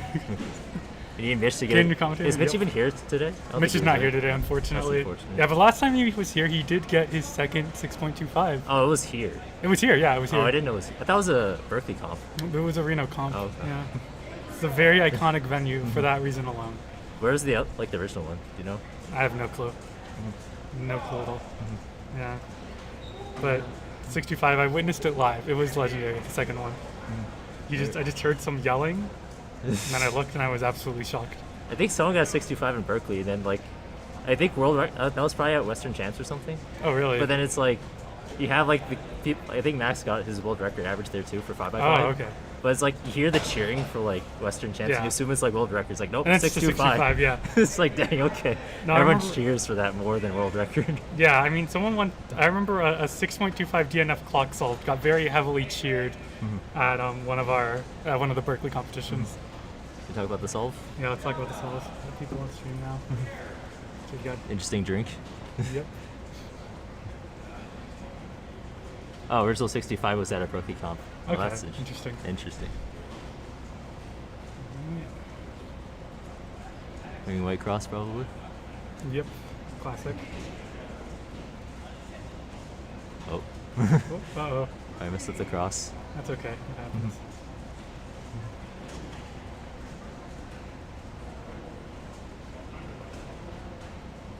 Very nice overall. Oh. Okay. Didn't like the time. Oh, the timer reset. Oh, Did the timer oh, reset? no. Oh, The timer did reset. that's unfortunate. Yeah, so that happens a lot at Reno comps. I've had it happen to me myself, actually. Or at least the timer stopping. My understanding is that, I guess there's like a lot of static electricity Yeah, in the it's air, like something to do with ESD, humidity. Yeah, electrostatic discharge. Something like that, which I thought was a joke at first, but I guess it's real. No, And so it that's- causes the timers yeah. to malfunction a lot. It's like your hand could just shock the timer a little bit, maybe, and just Yeah, restart exactly. it. And then you just, and if there's no, if the judge doesn't know if you reset it or not, and there's no video, then it has to be a DNF for fairness purposes. It was the Berkeley comp right after Worlds 2013. All right. Oh, was that long ago? That was like almost 10 years ago. Oh yeah. That was a Wilson. lot. Wow. You should commentate. Like 10 years later. You should commentate with us. You should commentate with us. Nah, he's staffing. Dang, okay. He's busy. All right. Looks like we got Paul Mavi here Oh, there's another Jace. with his signature rabbit. I can't see the rabbit's like barely in the photo. Oh yeah. Oops. That's unfortunate. Yeah, that is unfortunate. You got the massive towel though. Yeah. Gotta keep your hands dry. Unfortunately, not bring one today. Oh, he's checking the timer. Oh, okay. He knows. Yeah. Understandable. He knows. Understandable. Yeah, I yeah. do not blame it at all. Yeah. I think with the timers too, the problem is that I think the displays actually kind of make them malfunction too. Yeah. Yeah, that's unfortunate. Especially with the 5x5 scrambles. Oh, Because yeah. they actually scramble accurately, so then there's so many E1s from just people Oh, it's just malfunctioning handle. timers. It looks like he's going with the red cross. Oh. Green cross. Green cross. Okay. Did not expect that at all. Yep, a little bit of pausing. Seconds. It doesn't look happy with that. Yeah, a little bit too much pausing that too well. Yeah, unfortunate. Definitely a time that would make finals though if he keeps that. Oh yeah, well, that yeah, down. well, finals here is like it's projected to be probably like 11ish seconds to 10 make or finals. 11. Yeah, yeah, So he's definitely making finals. I Yeah, think he's yeah. pretty much the first seed anyways. yeah. No. Oh, is he? Yeah. Okay, interesting. Oh, now you have Ruby. We got Ruby on stream. Just instant. Yep. You're gonna do yellow cross as usual. Of course. There's a slight slip up. Barely any pauses though. Oh yeah, Oh. that's good. Just barely avoiding. Clean some until time. last layer, but Yeah, still a good solve. yeah, solid. Dang. Let's see. Should we switch? Yeah, and then we've got Manu just finished up a solve, 13.72. Oh. Our beloved commentator. Oh, he just finished his solve, so he didn't see. Yeah, unfortunately. You get to see the time. Mhm. It's alright. The 13, too slow. Yeah. Too slow for finals. Unfortunate. Doesn't Manu use kind of funny cubes though? Wait, no, Huh? no, that's Does he? Isaac. No, Isaac Langer uses Yeah. funny cubes. Okay, we got someone on the other stage coming up. The funniest cube I've heard of so far is Wilson's graphite looped cube. Alright, we got Anto, who He's if I had probably to gonna- guess will be doing one-handed Yeah, roux. he'll most likely be doing one-handed. One-handed roux, yep, For the round of for- two-handed. Yep. He's better at it, honestly. He's faster one-handed than two-handed at root. Apparently if Manu appears on stream doing Yeah, a yeah. solve, we have to Yeah, that's what I mentioned Okay. earlier. We've kind of passed it. My bad. Oh, nice timer. We'll what's the next time? Oh, yep, that happens. Yeah. As okay. long as Oh. it's still running, it He's- looks like it just dumps forward. It's kind of locking up a little bit. Nice Yeah, LSE I though. don't- Oh, okay. oh, just straight. Yep, turned you off. just Oh, noticed. It turned okay. off. Alright. Classic incident. Yeah, so that's probably gonna be an E1 now. Yep, yep. I think it just it just powered off, okay. Oh, what? Well, let's switch to Kenji's solve. Alright.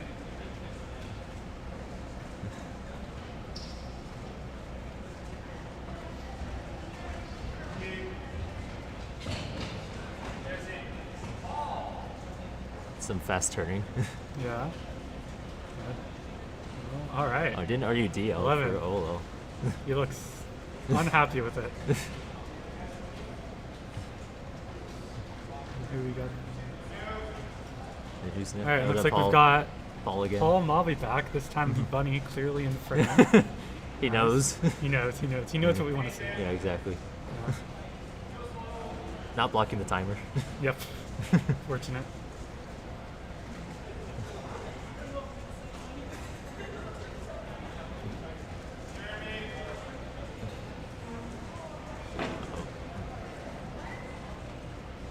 Do you know if there's a significance with the bunny? I have no clue. Just luck, good luck, probably. Yeah, maybe good luck charm. You know, something to calm nerves. Maybe I could see it being like that. Did the time? Okay. Oh, okay. Oh, you just had to power it on. No big deal. As long as, assuming anything over 15, but I mean, Yeah. I don't know what the calling would be then. Oh, okay. Dang. 9.1. You get a dot OLL case. Is kind of sucks, but you still got a pretty good time with it. Oh yeah.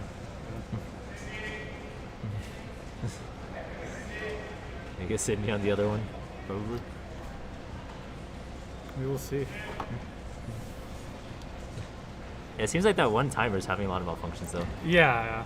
It's unfortunate. All right, we do have Cindy on stream. Yep. All right. Does she main Rue for one-handed or? For one-handed, she mains Rue. Okay. Oh, Or sorry, is- two-handed. Two-handed. Yeah, this is two-handed. She uses CFOP, Oh, interesting. but she also hasn't practiced two-handed Big in pause quite a and while. cross. Unfortunate. Also a little hard to see. Yep. Oh, probably gonna be 12. Well. Okay.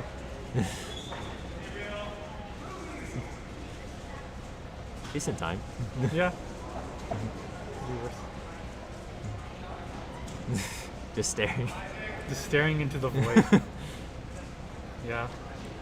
And then Ruby on Alright, the other end. And then on the other, yep, we've got Ruby.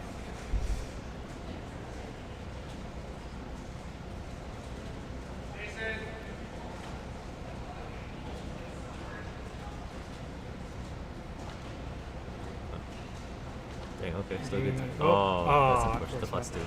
Yeah. Wait, so what events are happening in the Hawaii Comp? I don't know off the top of my head. Oh, okay. But there's a PBQ day. They've got clock. They've got a square one. We've got multi-blind 4 or 5. I think they have 3 blind as well.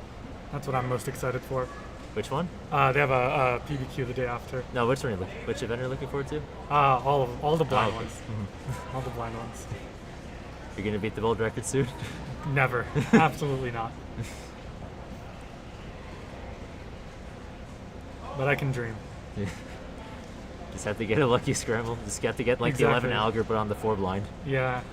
Yeah, I just need to get like all solved except a few corners or something crazy like that. Exactly.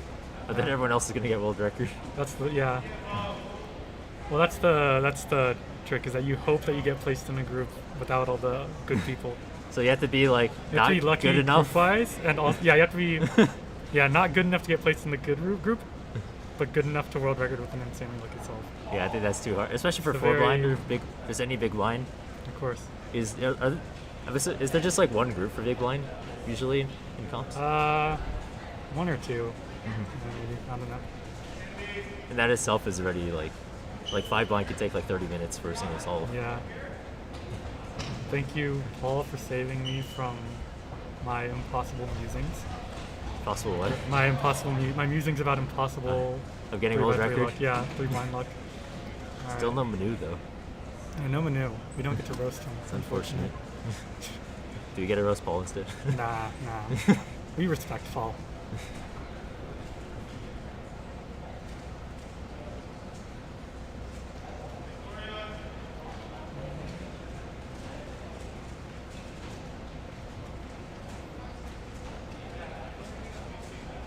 Oh, that's a nice solve. Oh, the the lock up lockup, on the never PLO. mind. Oh, he missed. He actually messed up no. the PLO. Oh okay. no. That's an unfortunate solve. Oh, that's not good. I mean, he still makes finals, so it's okay. Yeah, that's gonna have to be Got no just the chance. worst solve of the average. Yeah. Finals is ultimately what matters. Yeah, Victoria. Mhm.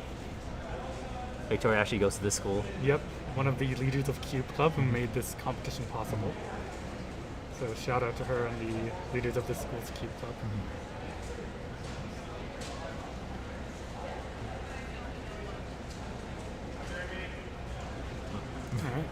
the slight He's happy about that. stuff with the timer. Yep.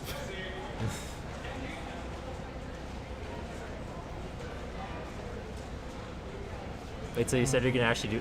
Wait, so are you gonna do FMC tomorrow? I think so. Yeah. Yeah.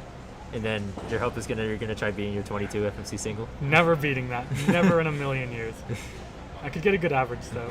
But you are gonna use domino reduction though. No, I don't know domino reduction. Oh, That okay. 22 was just. It was a very lucky block building solve. Miss.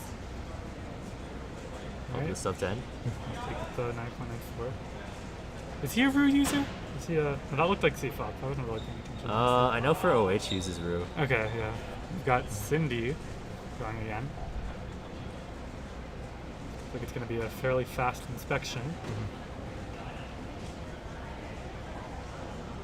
This blocks the cube so you can't see. A lot of solvers do that. Yeah, let's we'll see the time at least.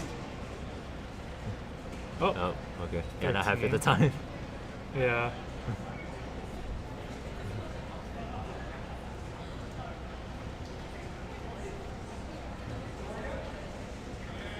And the nice thing is that Cindy and I are basically identical in terms of our 3x3, like where we're at. So I can kind of like, I can empathize with the solves. Whereas for most people, it's like, you know, you look at a time, they get So, even off, it's good. but do you use 3-style or do you use CFOP for two-handed? Two-handed? Oh, definitely CFOP. Oh, okay. 3-style, I'm not fast enough. Yeah. Because it is crazy when you have some of the people, like I think Elliot. Yeah, or I know Jack Kai does, or at least used to. I think Max Hilliard did as well back in the day. Yeah, Elliot just goes ham with his turn speed and just, for two-handed, he just straight up just uses 3-style to do the solves. That's And incredible. he still gets like 10 seconds, sub 10. Yeah, I think like actually you got a just memo sub 10 during average. inspection, and then you go Yeah, ham exactly. with 3-style. And It's like when you're that good, you can just do it. practice like that. It's incredible. I respect that a lot. I really admire it. I don't know. I'd like to do that someday. I mean, I think my 3-style is gonna go further than my. Yeah, it's just CFOP 3-style is gonna requires go. just so much time and effort to actually get like to the level where you can just use it instead of just regular solving. Yep. Like Elliot That's also, what like he's practice. learning Rue right now for OH, and he's pretty much in the past like month or two, like he's gone from probably being like 30 seconds to basically being averaging like 13, 14 seconds now. Wow. He's actually improving really fast. That's impressive. He says that he wants He's to just nemes- good. He says he wants to nemesize Anto. Oh wow. So, Oh, that would be very respectable. so next comp just casually just beats his like 6.4. That would be absolutely. Third That would place be single. impressive. Nemesizing Anto, that's no easy feat. Especially for OH. Yeah, well, that's the thing, because Anto has no nemesis because of the combination of OH and 3 blind, which I think are two events that you don't really see going together all the time. Yeah. But he's world class in both. So in this case, Elliot is really But in this good. case, that's what Elliot's going Yeah. for. So, I mean, best of luck to him. I think that'd be funny. He I wanted did to do have him that. just 'cause it'd He be did do funny. that mean of 1,000, right? For blind solves in one day. Okay. That's incredible. All right, so we've got Paul Mavi. We have the green cross. I cannot see color neutral very well. Really solid All right, solve, though. 7.47. I think that's the. Is that the best solve of this average so far? Is this solve 4 or 5? I think so, yeah. Okay. 3x3, 1 and round 1, group 1. I need to check. These 3 others all puzzles. And this group. Oh, I'm running for this group. So Let me check if I'm. I mean, you're not in group I'm Oh, supposed to okay. run for this group, but I'll just. Yeah. We'll see. All I right. don't think it's that. Guess we're back. Yeah, I guess we're staying. Oh, I'm round 3. Oh, there's 3 rounds. There are 3 groups. Yeah. Just 3 groups, yeah. I don't 3 rounds. 3 of rounds too. yeah. Yeah. No way I would have made it to finals for this event. Oh, Free cube. free cube. Thanks, Taj. Oh, okay. Fishy did Who one is handed. this? Oh. Yeah, wait. Taj borrowed my one-handed. Oh yeah. What is that's like an RS3M? Yeah, the right? RS3 Yeah. Super. RS3, the Super RS3M. Very Not loose. quite a license plate cube, but. I mean, a lot of the root solvers for OH, they actually prefer to use the Super. Oh really? Like the M slices are pretty nice on it, so then What's the difference between the Super and the not Super? the ball core is the main thing. Okay. I mean, they did introduce like the RS3 Super, or not the RS3 V2, which that is pretty nice, but it's just way more expensive than the previous cubes that they introduced. Okay. Interesting. And it's like Moyu themselves, like like for just like this one year, they brought in so many new cubes that it's like okay, I don't know if I want to spend so much Kinda money. maybe this flooding the year. market a bit, right? Yeah, yeah. With 3x3s. Yeah. Because usually there's just like one flagship per year, but Right. you have like 8 different versions of like 3 different cubes, and it's like, okay. I mean, I guess we can give you our money. Yeah. Despite all the Moyu cubes. Yeah, overpriced. Yep. Yeah. There's I mean, cubes even on like the the V9, the Weilong V9, Mm-hmm. like that cube is also really expensive, but it is also really nice. Okay. They also I think introduced. I've like- used that. They also came out with a, what was it, the special edition, where they removed the edge repelling magnets. Because a lot of people were kind of not fond of that, but it was just a new tech that was like, oh, we can implement this, and they made it more expensive by removing tech. By removing tech? Yeah. Wow. Moyu may release an RS3M V5 this year. V5. Wait, are we on V2? That'd be crazy. Wow. It's gonna start becoming like the GAN market where every cube's like $100. Damn cube. I mean, the GAN market themselves, like, I don't know, all the cubes. It's interesting seeing all the distribution of the cubes that people use. Huh? Like when you just get the cubes for like scrambling, like you get a sense of what, like based on the times that people get. It's like a lot of people use like Tornado, Right. and RS3, but then like there's kind of like a mix of GAN just at all levels sort of thing. Mm-hmm. It was just It's like interesting. you've got the new cubers who maybe just want to get the most expensive cube, and then the experienced cubers who have. I mean, it's like you gotten look on the used to it, market, yeah. it's like, okay, I want to do really well. So yeah, the new Moyu robot. Oh, Moyu robot. Oh, they come with a Moyu robot? I didn't know that actually. What is a Moyu robot? I mean, is it just like a solving robot? Yeah, I think, okay. or a scrambling robot. Got yeah. it. Got it. That makes sense. Yeah, you know, if you're. Looks like we've got Chris Martin on stream with the signature Pachirisu and Cyndaquil. Yeah. I think he has like Cyndaquil clock inserts for his clock. I don't know if he still does. Oh yeah, I think I saw something like that. Yeah, because I've heard he started using the Qi clock, so I'm not sure if he has the same inserts for that. About the Moyu robot though, I mean, doesn't the GAN have like a scrambling system too? Do they? I don't know. I don't keep up with this stuff. Yeah, I guess it The is a more robots, niche yeah. thing. Yeah. I mean, I guess it's. Yeah, it's like, interesting though. Especially at some point with 3x3, it's like doesn't really take long to scramble the cube. I mean, Yeah, maybe like a 5x5 scrambler would be better. yeah, okay, yeah, 5x5 would be nice. Yeah. So then we don't miss scramble. Yeah. Or if we do, just have it solve it too. Oh yeah, even if it just solves it, that'd be. Yeah, exactly. Yeah, it would be incredibly difficult to design. Definitely no small feat. A lot of table abuse. Oh yep, of course. Classic. Yeah, which is like, it takes quite a lot of time to get used to the turning, especially for CFOP. It's hard. It's the rotations and everything else. Like using table abuse is just such a common thing because it's just so hard to just say I'll just hold the cube and not drop it. Because if you do drop it, it's like if you're in the middle of like say like a PLO and you kind of have it by muscle memory, you're just like, okay, well, where was I? Yeah, exactly. Or there's the classic one-handed amnesia too, where you struggle to recall a solve that you can do very well two-handed. Oh, the GAN has? Yeah, GAN does. Okay, so GAN has, but it only works with GAN smart cubes. Yeah, Okay. So if you want to compete with their app, that's kind of Oh yeah, then that wouldn't work. But that work. definitely wouldn't work for competition purposes. Yeah. Not that you'd need it anyways, because as you said, 3x3 Yeah. is easy enough to scramble and stuff.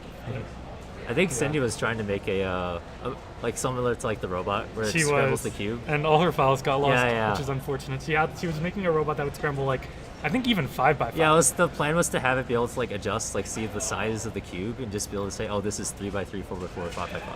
Yeah. And then just be able to scramble that.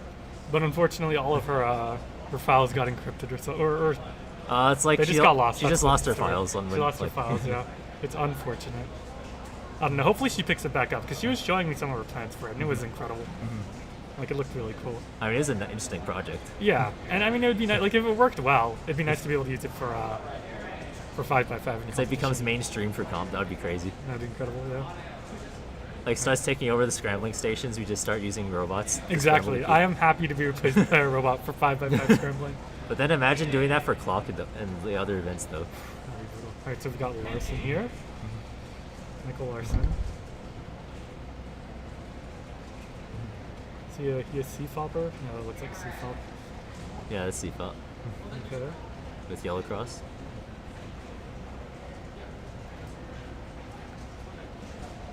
Just consistent turning. Yep. It's like messed up Ladado a little bit. Oh, there. he did ZBLL. Oh, ZBL. Okay. Yeah. Okay. Nice. It's a nice box setup for the camera. Of course. It's always fun to see the silly ways that cubers set up, like, avoid a tripod. You know? Are you sure you don't want to come up here? What? Are you sure you don't want to talk? Would you like to come? Do you want to talk? Why not? It's okay. It's okay. You guys look like you got it. We've got it under control, Warren. It's okay. Sure. Yeah.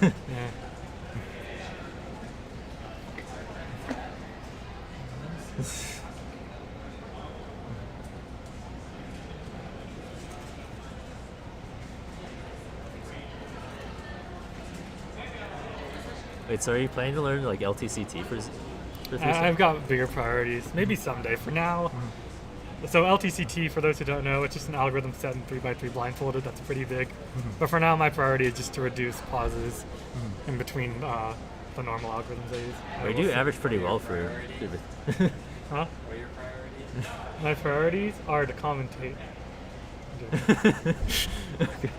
What are Wilson's priorities? I don't know. My priorities are to comment on Samuel's solve here. Like Wilson lubed one of our friends' cubes with graphite. Yep. Yep. Kind of turned crazy. Yeah, now he's walking away. He doesn't want to talk about it. He had this graphite lube that he put in my friend's cube. A little bit too much graphite. It turned the entire internals just full on black, like as if it's very, very dirty. Yeah. So he spent like another hour just trying to clean it out. It is still awful. Like not like fully cleaned. Right. So it looks like we're on. Okay, last pair.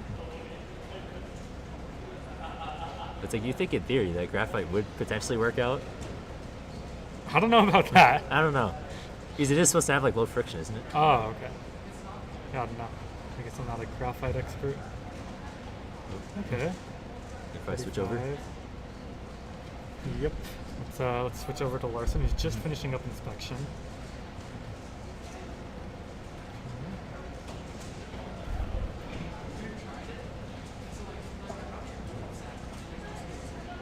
Oh, dang, he's already on last layer. Dang. Okay. That doesn't look like a +2 to me. Yeah, I think okay, that's good. a delegate call. Oh, Looks okay, like okay. Jason Ostiek's gonna have to make the call. So we'll see. But dang, way better than the first soul, though. Yeah. From here, it doesn't look like a +2. What's your bet? Yeah. My bet's on Yeah, okay. yeah. My bet's on okay. Okay, yep. Yeah, That looks like he's good. You're gonna have to Should've compete put money against on him for the average. Like my OH is kind of bad right now. I mean, Well, what kind of times did you get for OH? I mean, I practiced OH back then for a while using Rue because I mean, Of course, Rue does seem it's to be better. kind of just better for. I think it's like a pretty OH objective. one-handed, yeah. Yeah. And so I got down to about like 12 and a half seconds, but like Wow. whenever I get to comp, I just always underperform. Is it just like nerves? Or? It's like a mix of nerves, my hands being tired once it gets to finals and stuff, Mhm. and so it's just like okay, I can never like podium or do well when Oh, that's unfortunate. You can never like perform well when it matters most. And so at some point I just don't. I kind of just burn out from that. It's just like okay, well if I can never perform well, I have to basically always be like 2 seconds faster than what I average in comp. It's just like okay. Yeah. I don't know if I want to It keep does doing get this. kind of. It gets demotivating. Doesn't Yeah, it? Yeah. So right now I've just been sticking with two-handed and debating between whether to stay with CFOP or Rue. Mhm. I've been mixing between the two. So my first average I did end up doing Rue, and my second average I did CFOP. I think my CFOP average was actually faster this time. Maybe next time you should alternate between them. I don't think enough like there are people who've been talking about like method neutrality for quite a while. I don't even think that's really possible. Is it possible? Well, Seems like it wouldn't be. The problem is that it's usually like okay, if there's not a good scramble for CFOP, then you go and inspect for Rue, and it's like vice versa, whichever is your main default method.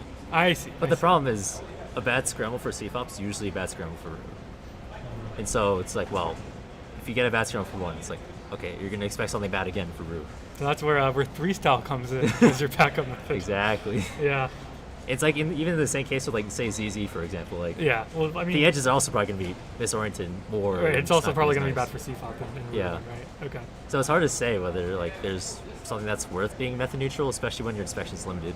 Mhm. Like you have people like Timon and Yihong who can basically inspect almost like 3 pairs of F2L just in inspection. Yeah. Which is actually crazy. Yeah, I mean, at that stage, it's definitely, I don't think, I mean, method neutrality definitely would not be worth it. And it's like, for those people, like Timon, like he's only dual color neutral too for the most part, like unless it's a really lucky scramble. So he also gives himself a little bit more time potentially to inspect because you only have 2 choices. I see. There are obviously the very few times when you do get like 3 cross pieces filled up, like already solved in just a different color, like orange cross. Right. In which case he probably will do that. And then he would like do a pseudo slotting thing or a pseudo F2L where he just does like double X cross or triple X cross. And then he goes insane. That's ridiculous.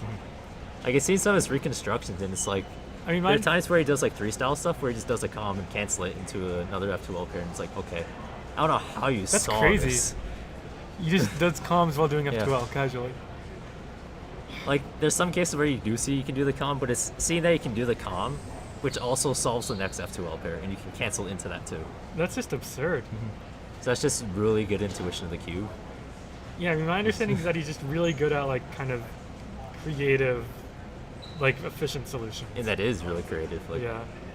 I assume that his solves were, like, really smart in the sense of doing pseudo-slotting and all that a lot, but being able to incorporate stuff like that where you can do multi-slotting is, That's I did not brilliant. think it would be to that extent. That is absolutely brilliant. To Jeremy. Oh, the classic. The cross. Yep. I think, we love you too, Jeremy.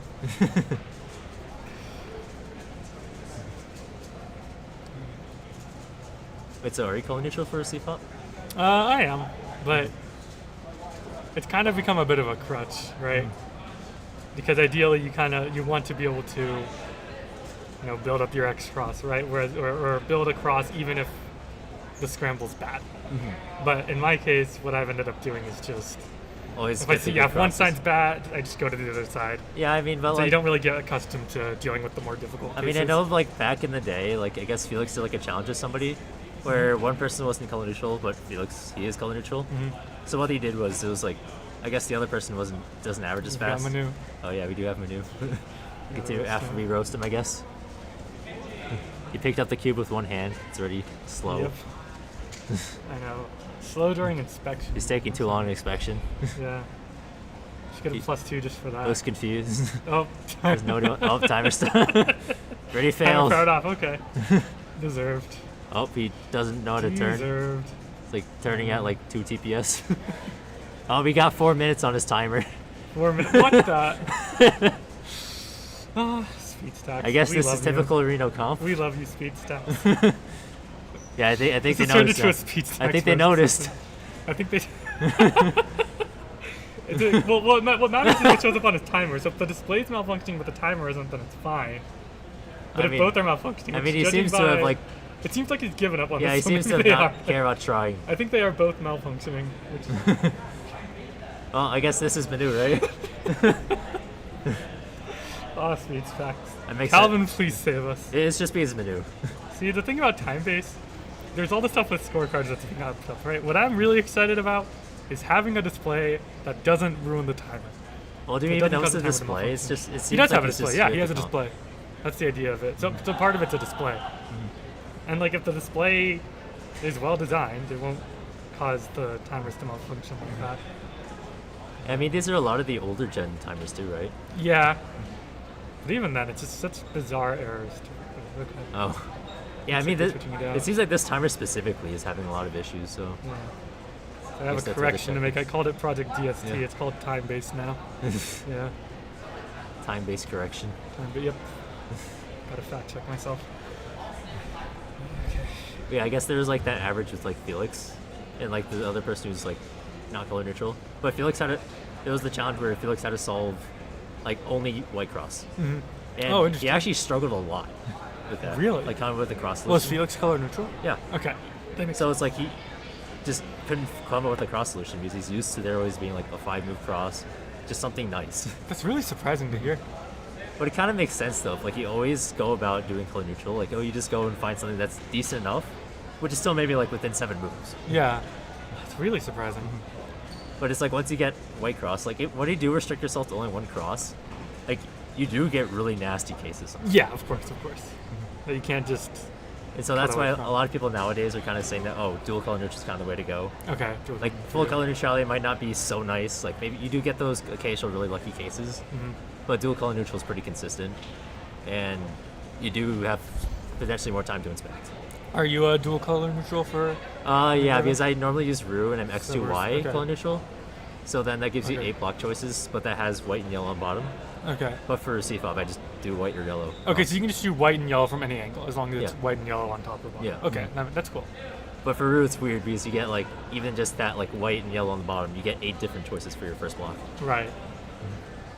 There are a It couple can be an overwhelming too, right? Yeah, there are a couple of people who are just full color neutral with Rue, which that's crazy. It's actually crazy because it's so hard to like notice like edge orientation and everything else. It's like 24 different angles, right? Yeah. Right here. Oh no, you get to keep commentating. Michael Larson's still going? We have to watch Larson again. Okay, so we're both group 3. I believe he's one of the organizers for this competition, right?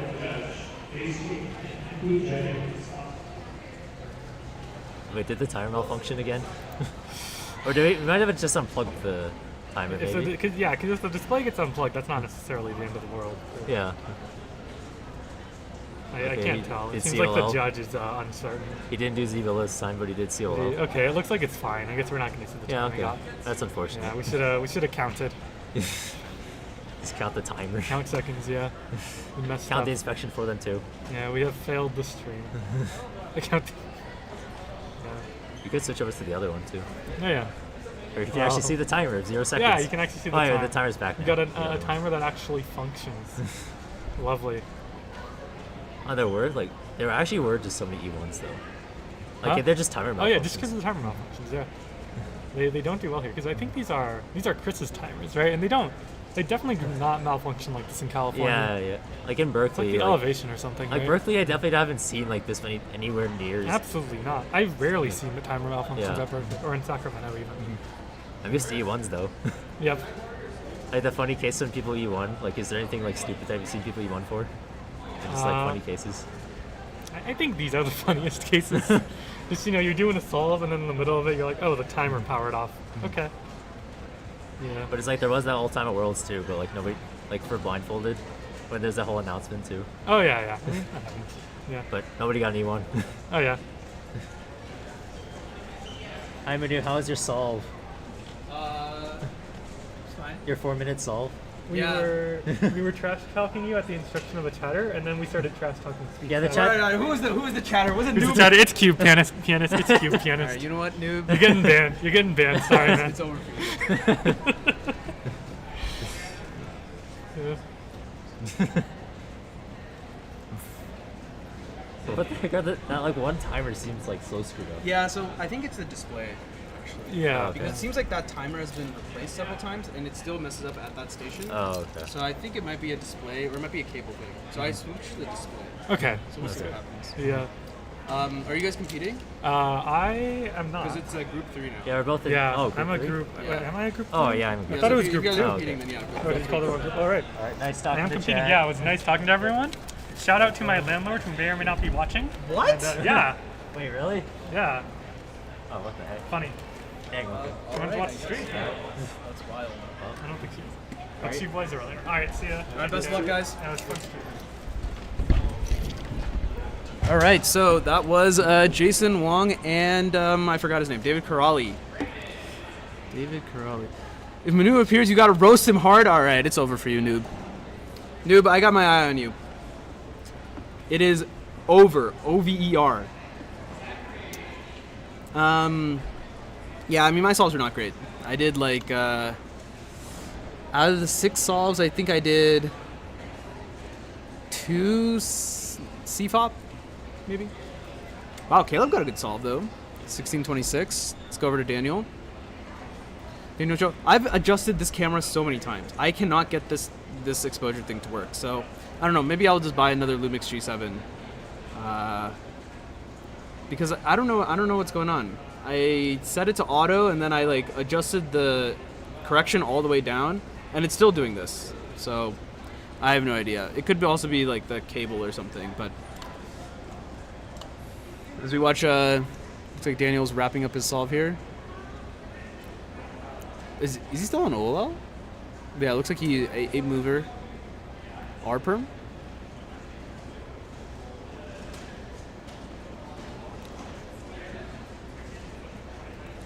43, 47. Yeah, there you go. Caleb taking a picture with the 16. 1626. I mean, the most notable competitor in OH is definitely going to be Antonio. I don't know if Antonio has been on yet. Yeah, I mean, WR9 for average, WR3 for single.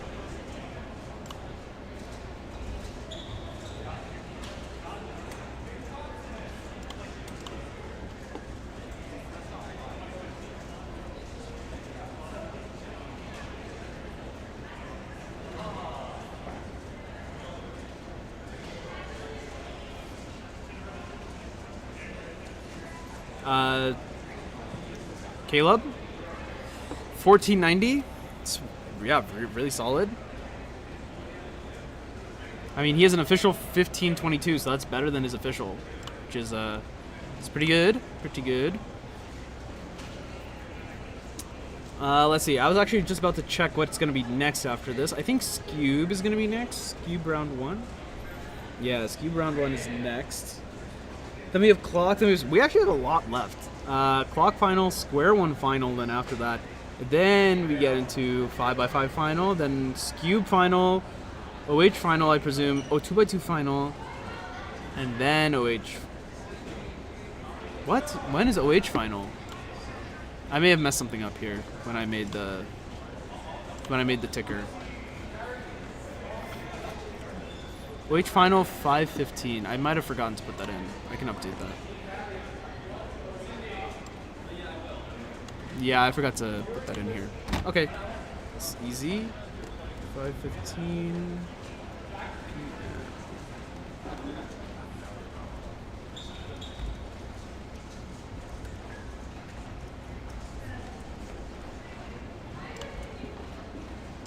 Alright, you'll see that updated on your screen shortly. 21:48 for this competitor. Seems like, you know, pretty decent. Not too bad. Not too good. It seems. Not too bad. Not too good. All right. Let's see. Will you may release an RS? Oh my goodness. From the Jack and Jellyfy account. All right. Sure. Sounds good. Well, someone is only gonna break a world record if you like this video. You gotta like the stream, and then that gives a 0.01% chance to, you know, it's like a luck factor. So, but if you don't like the stream, then it's like negative 1,000,000%. So, come on, come on.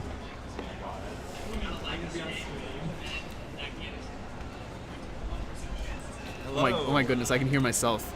Oh, yeah, like on a 15-second delay. True, true. Oh, is there a camera? Oh, there is, right there. Yeah, there is. Yes. Right here. As we're watching Caleb wrap up his solve. 14, 19. Okay, this is nowhere near as good as his 16-second solve that he got earlier. U-perm. Right. I really don't like this U-perm, but he executed that pretty well. And he does the flipped hands finish, which means usually, bad solve. Yeah, usually he's not very happy with the time. That means well, anyway, hello, CubersLive. It's me, Carrie. CubersLive Nation. If you know anything about CubersLive, you've seen this guy before. Carrie Wong, the one and only. We have 2/3 of the over-inspected cast here. Yeah, the other third is doing, I don't know, probably like adult things, like he's like working or something. Maybe he's practicing Mega. Who knows? Maybe there's no way he's practicing Mega. Yeah, I guess his Mega era, his Mega days are over. Yeah, they're Mega over. Yeah, they're Mega over. Mega Minx, more like Mega. Shoot, I didn't come with Mega washed. Yeah, Mega washed. Mega washed. You know what? I'm gonna say it, and I'm not afraid to say it. What, Chai is Mega washed? He's Mega washed, man. I know. He's Mega washed. I'm gonna go the extra mile. He fell off. These are words that I promised I would never use to describe someone. I mean, he did kind of fall off. He's still top 100 in the world for a single, right? Really? Because like his single was really good. I don't remember. I feel like I should know this.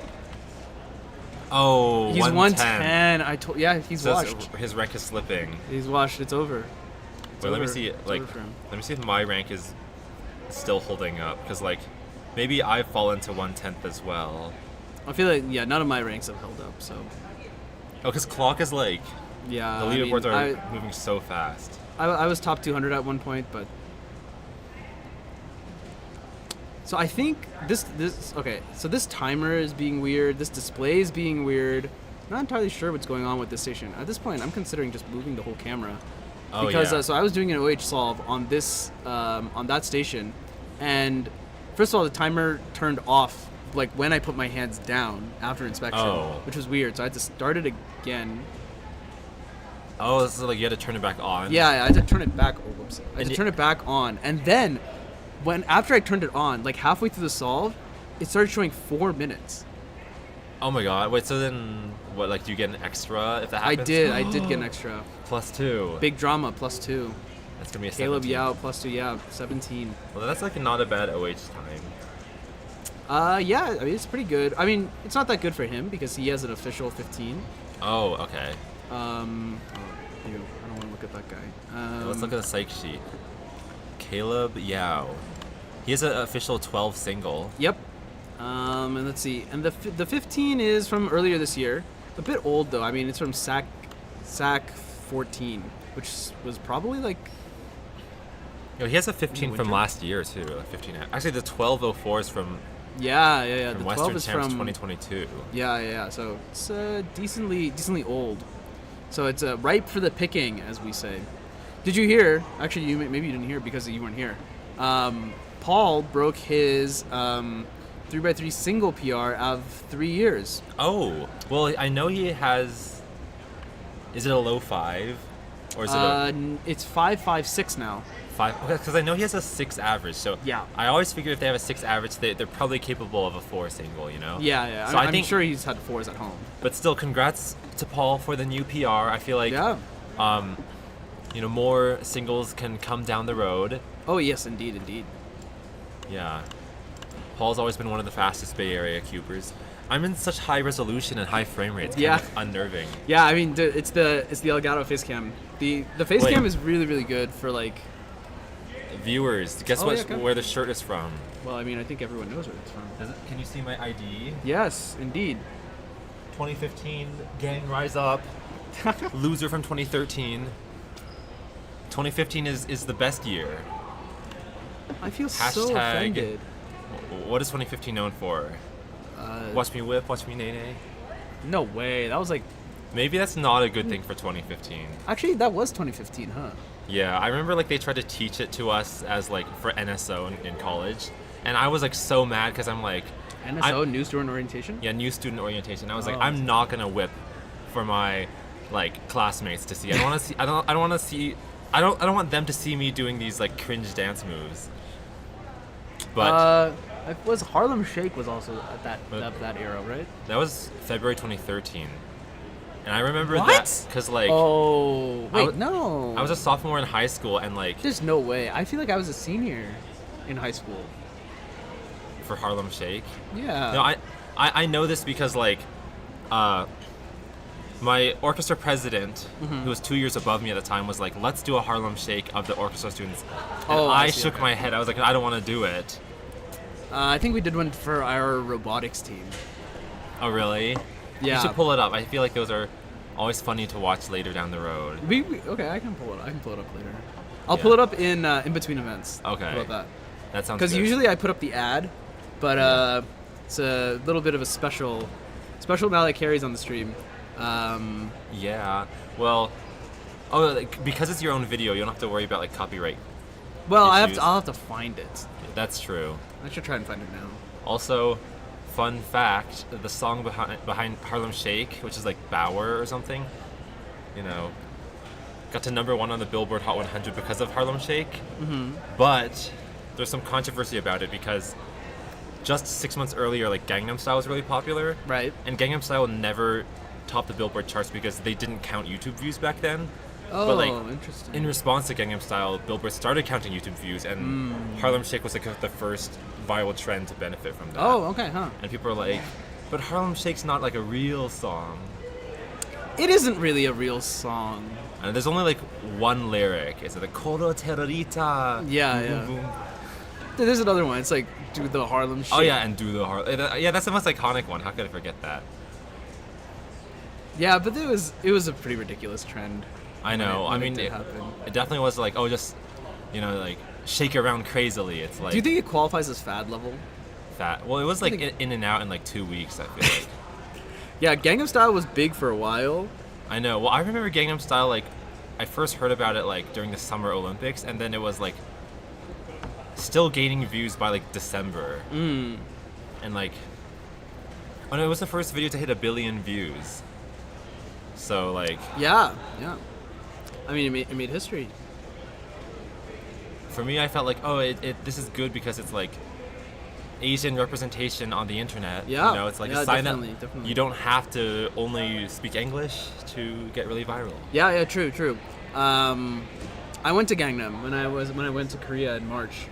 Oh, did you do the dance? No, I did not do the dance. You didn't do this? I did not do the dance. You didn't do like this thing? I think people probably would like I groan think, at you. Yeah, they would probably be like this silly foreigner. Has the group 3 started? Group 3 for OH. I'm pretty sure. Yeah, I see boxes over there, so I should put my cube there. Oh, okay. I did not realize you were in group 3. Yeah, I think I am. So I'll go get ready for that. Okay. Wait, are you in a group? I already competed. Oh, you already competed. Okay. Yeah, I was group 1. Well, who does the stream when you're competing? I just pull someone random. Oh, okay, pull someone random. Yeah. Cool. Well, I'll go compete. Okay. Good luck, Carrie. Bye, live stream viewers. Always fun to have Carrie on the stream. Reminiscing about some old songs, some old viral songs. Another one I'm thinking of now is like, do you all remember like What Does the Fox Say? That was a bit of a crazy song. I can't believe that song was. It's so weird. I can't believe that song was so big when it was.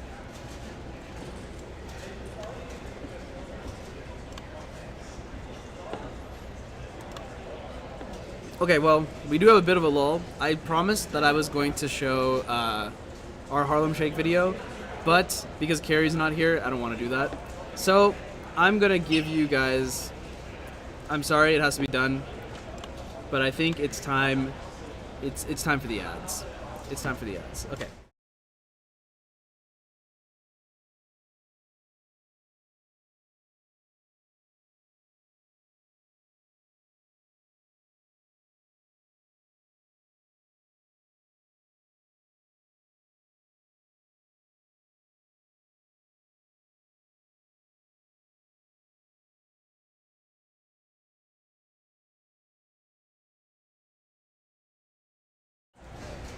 Okay, let's talk about some ads.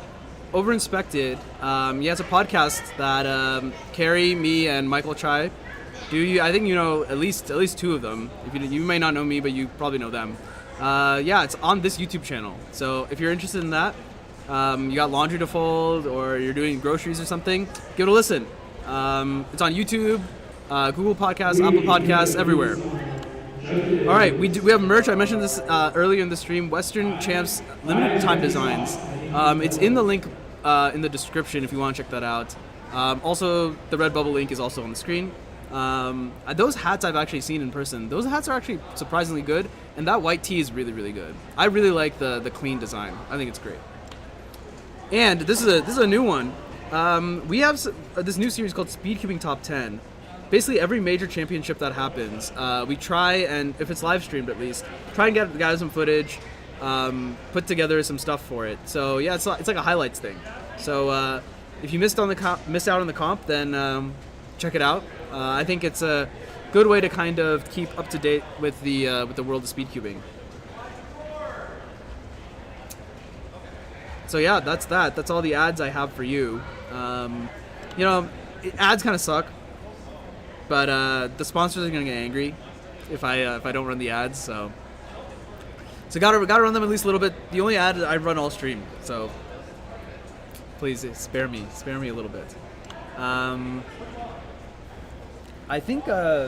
actually think Scube must be starting now. So I think Carrie missed out. So let's transition over. Man, this I gotta figure out what is going on with this camera. Or maybe it is still OH. Well, in any case, I'm gonna show you Antonio, because I think this is still OH. So if you don't know him, he was on the stream earlier. He's quite an interesting guy. This is Antonio Cam, the current Asian record holder for 3x3 one-handed. So Rue Solver. So you'll see a lot of table stuff. The timer is turned off yet again. I think the timer is turned off. So I think he's gonna have to deal with this one. But there's the Rue. Oh, okay, never mind. So the timer was fine. The display just turned off. 11:42, so it's a bit on the slower side for him. Antonio, somewhat famously, always disappointed.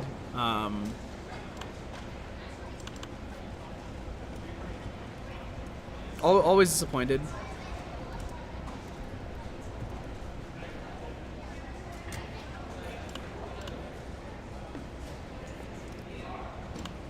Looks like we're gonna have Paul onto the stream now.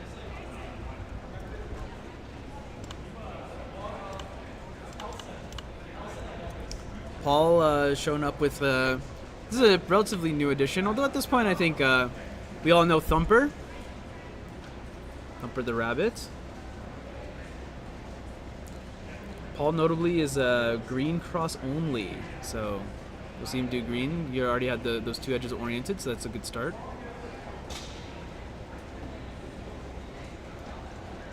Looking pretty good going into OLL now. Unfortunately got a bad OLL case, it looks like. And couldn't, maybe an A-perm?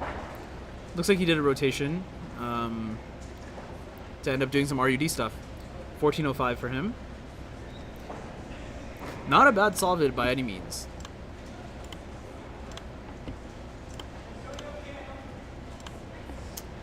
I actually don't know how many are going to make it into the finals. Top 12 are going to make it into finals.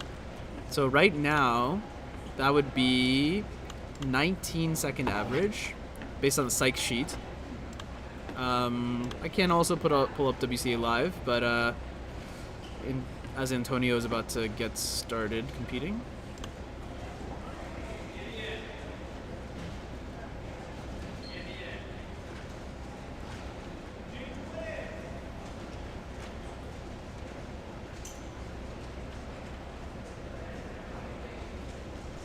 All right, it's gonna be a bit hard for me to commentate it because I don't know what Rue solvers see. I just know that Antonio's first block tends to be pretty good. I mean, that looks like the first block right there. Big pause as he gets started on the second.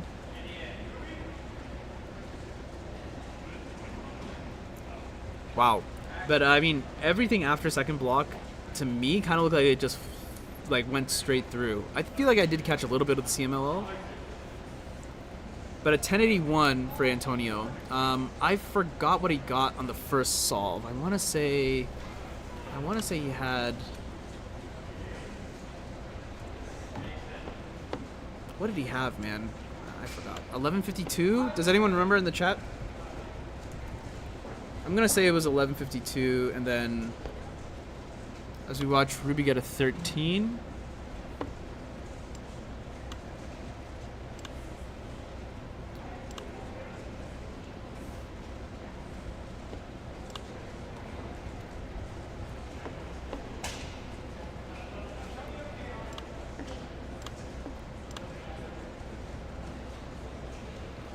All right, 1428 for Jason. Sorry, I was doing some stuff in the background because I have a new gizmo that I'd like to show you all.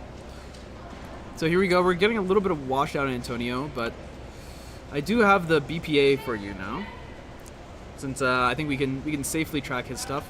I want to say it was 1152 on his first solve. I'm gonna go back through the stream to confirm as he warms up here. 1142. So I'm gonna update that right now. 1142.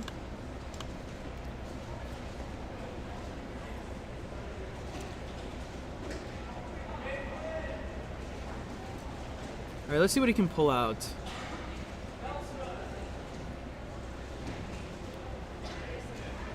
think, yeah, a bit of a pause again at the start of second block.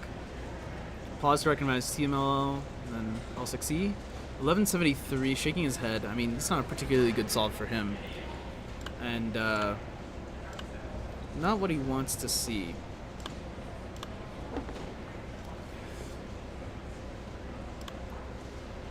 As I'll cut over, we're in the middle of Timothy's solve. You can see him also doing a little bit of roux at the end there. 1458. I mean, that's really fast. I feel like that's really, really good for him. Yeah, that is quite good for him. So well done, Tim. As for Ruby, she's looking pretty good to make it into making it to finals right now. She's official 1454 average.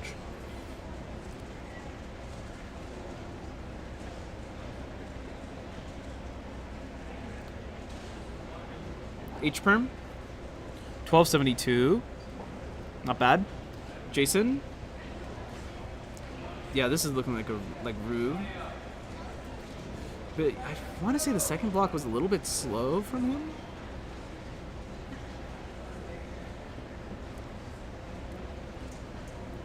$19.12 for Jason. What is Jason's official? I'm trying to find it. Jason Wong. Yeah, I was gonna say 1356 is his official, so not great solving. Trying to see if Antonio is, yeah, so he's competing off stream right now. I'm gonna try and see what he gets.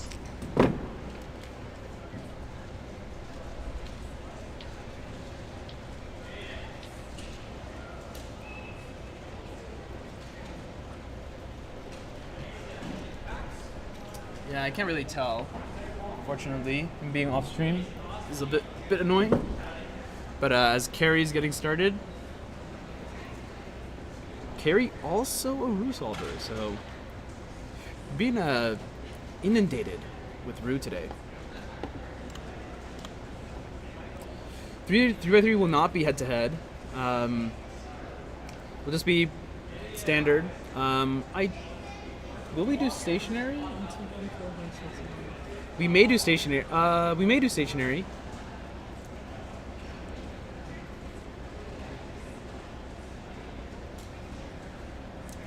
"24-second solve for Carrie. How are you doing, Cuber World? If you just tuned in, yeah, this is Reno Fall 2023. I mean, you can see all the way over there.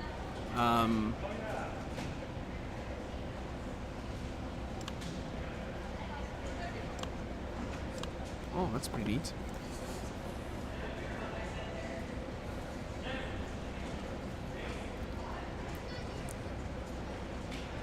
Hopefully Jason can pick himself up after getting that 19. I mean, this is a start. If he can finish it off, I mean, oh, that's a bit of a lockup, unfortunately. And he's actually, that 19 is going to end up counting, so 2074, pretty unlucky. He may actually be walking himself out of finals right now. It's brutal. You hate to see it. Looks like he's done with his average, too.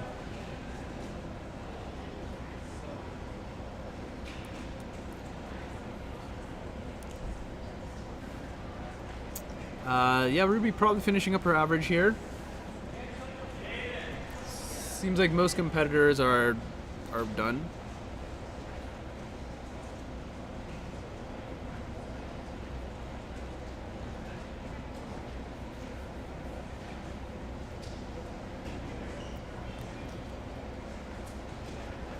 $16.29.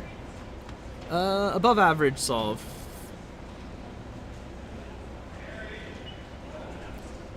Sorry, it looks like my little transition button got stuck there.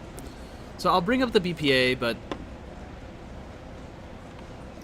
there's a solve missing. We didn't see solve 4, so we're not entirely sure how that one went. A little bit hard to see on the overexposed camera, but I'll try my best. So you can see MLL. Table views 1092. So unless he got a fantastic solve on solve 5, actually does not seem like he's gonna get a good average here. Yeah, it looks like his best possible is 11.05. Worst possible is 11.36. So pretty tight window. That was the last solve for him, I'm pretty sure. Yeah, it looks like he's taking his cube. So yeah, not a good start, but it is just round 1.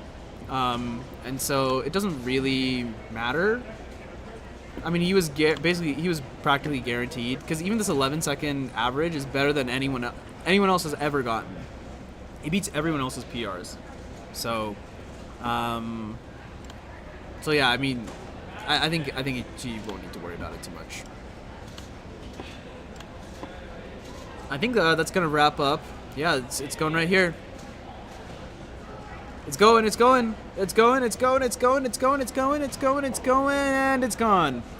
It's Cube round 1 coming up next. I think we're gonna have 3 groups. Yeah, not sure how many people are registered.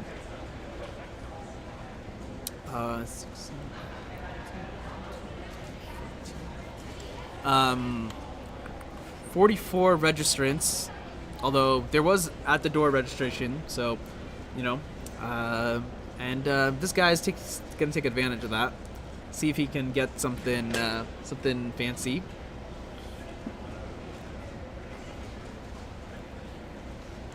Wilson, are you competing in Cube? You wanna hop on for a little bit?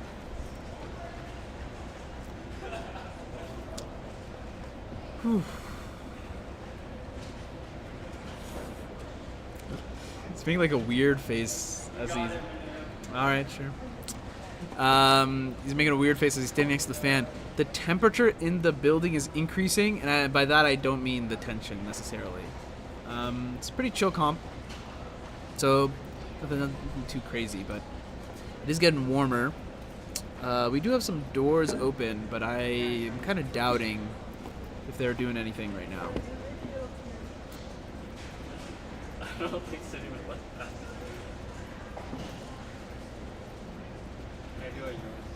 Yeah, so we're in a bit of a lull as we wait for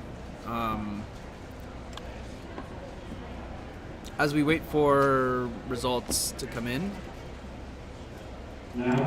Or not results. We're waiting for people to submit their puzzles. So while we're waiting, why don't we take a look at WCA Live? Oh, that's a bit of a disaster.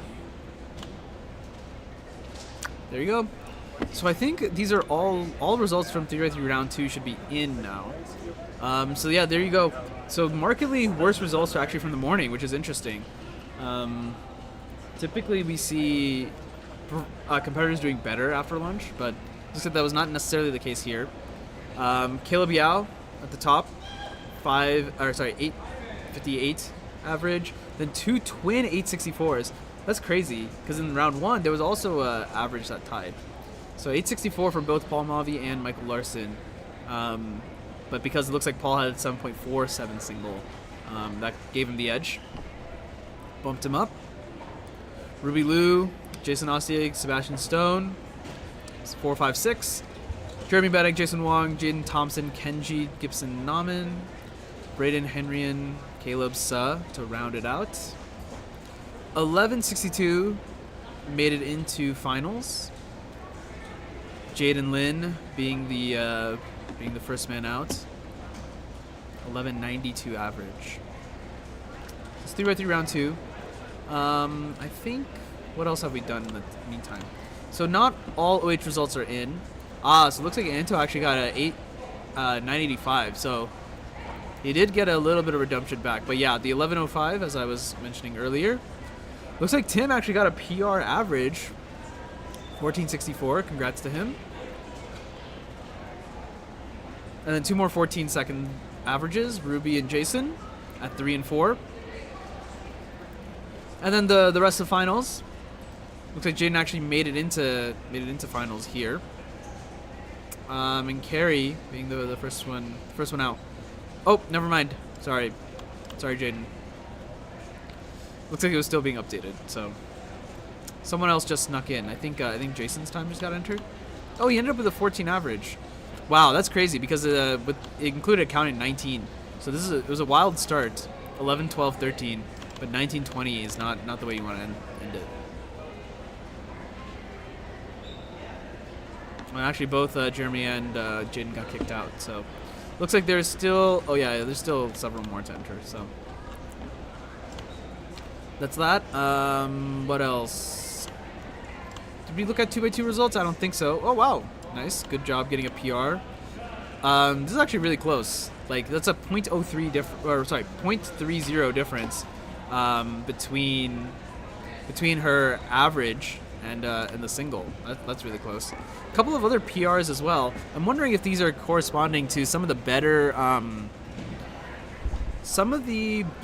cases that we saw. Some good scrambles. It looked like when Anto and I were commentating. Looks like both Group 1 and Group 2.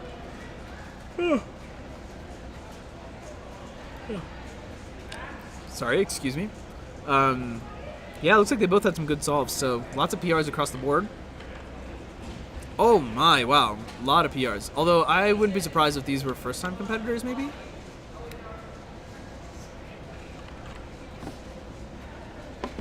.37 average to make it into final. Is it Group 1? I'll compete in 2 because I'm using Chris's cube.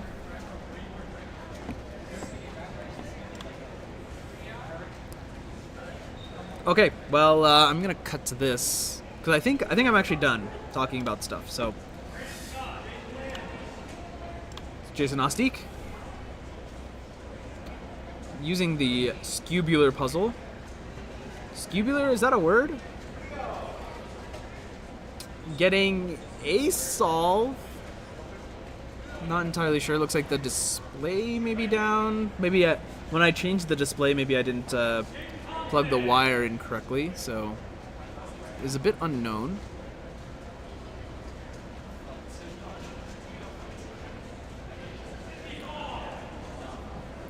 So I hear Cindy's name getting called, so I think she's gonna show up on this camera, and then I think just hanging out. It's a big fan you got there. I'm gonna switch over to Chris since he's already there and ready. That is the cube that I'm going to be using. So hopefully we can give him some good luck too. Oh, interesting. He doesn't build his first layer on top, he builds it on bottom. I'm getting a little confused, but...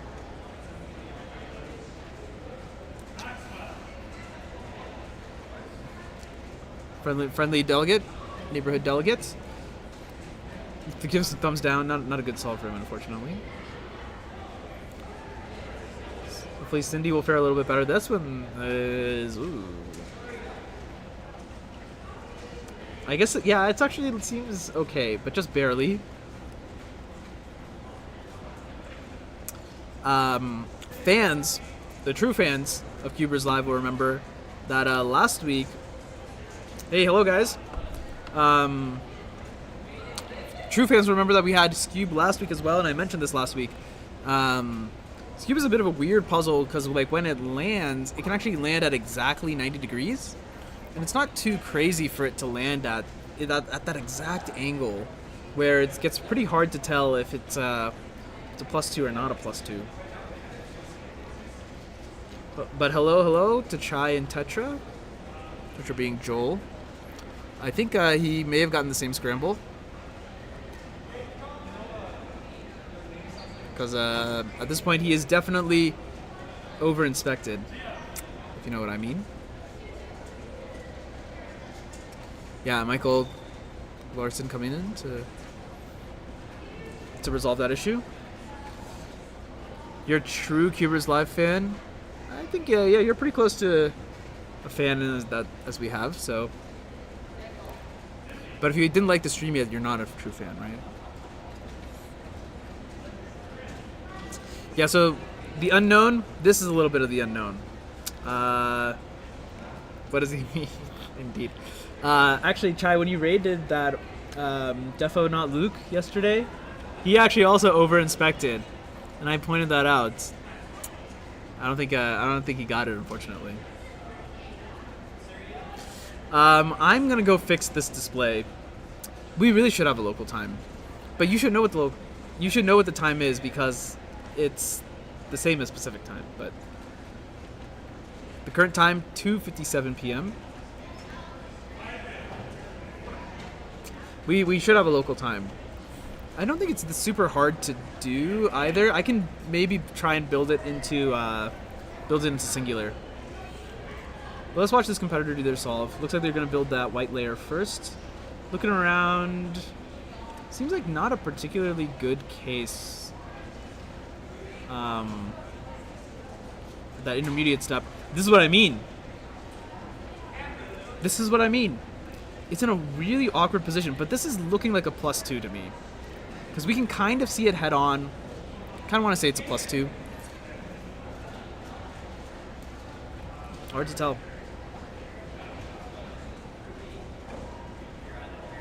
Sure, yeah. Yeah, we can put a local time.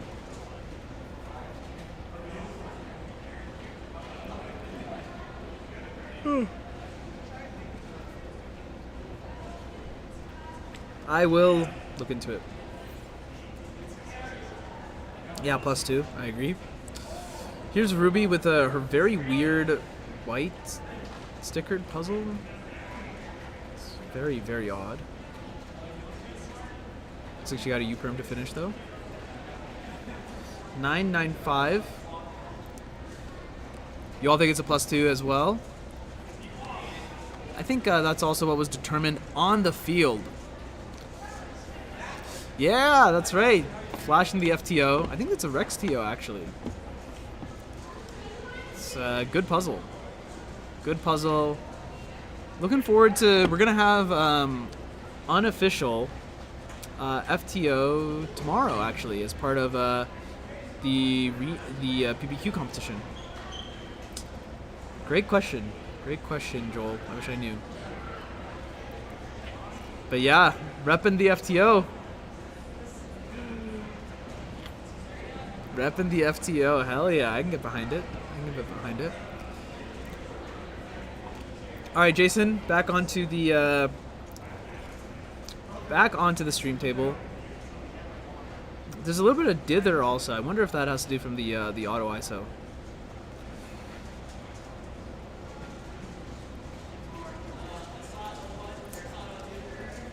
.767. That's a bit faster than I think what we saw from him earlier. You'll have to excuse me for a minute, everyone. I'm gonna get some water because my throat is very dry.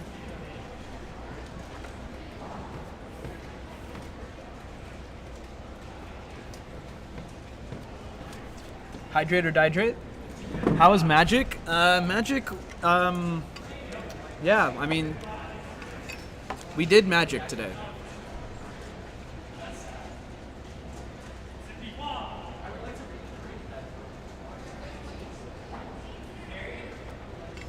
Yeah, it's weird. It kind of like fluctuates. Because I have it set to, static ISO. But if for some reason it keeps fluctuating, I don't know. It might be a thing with the Sony camera, because it's not something that I've had to face with the Lumix. Speaking of which, we now finally have assembled the trifecta, the Infinity Gauntlet of speedcubing podcasts, the 3 greatest podcasters in the world, me, Manu Singhal, on the screen right now, Michael Huang, and in the chat, Michael Chai. Oh, did I call him Michael Huang? Kerry Huang. Whoops. Well, that'll be recorded forever. Someone is going to clip that, I'm sure. Kerry building the green face first. Looks like he was about to set the cube down, actually. All right, I've had enough. And by the way, it looks like Jason Ostiek, 587. I'm fixing this. I'm done.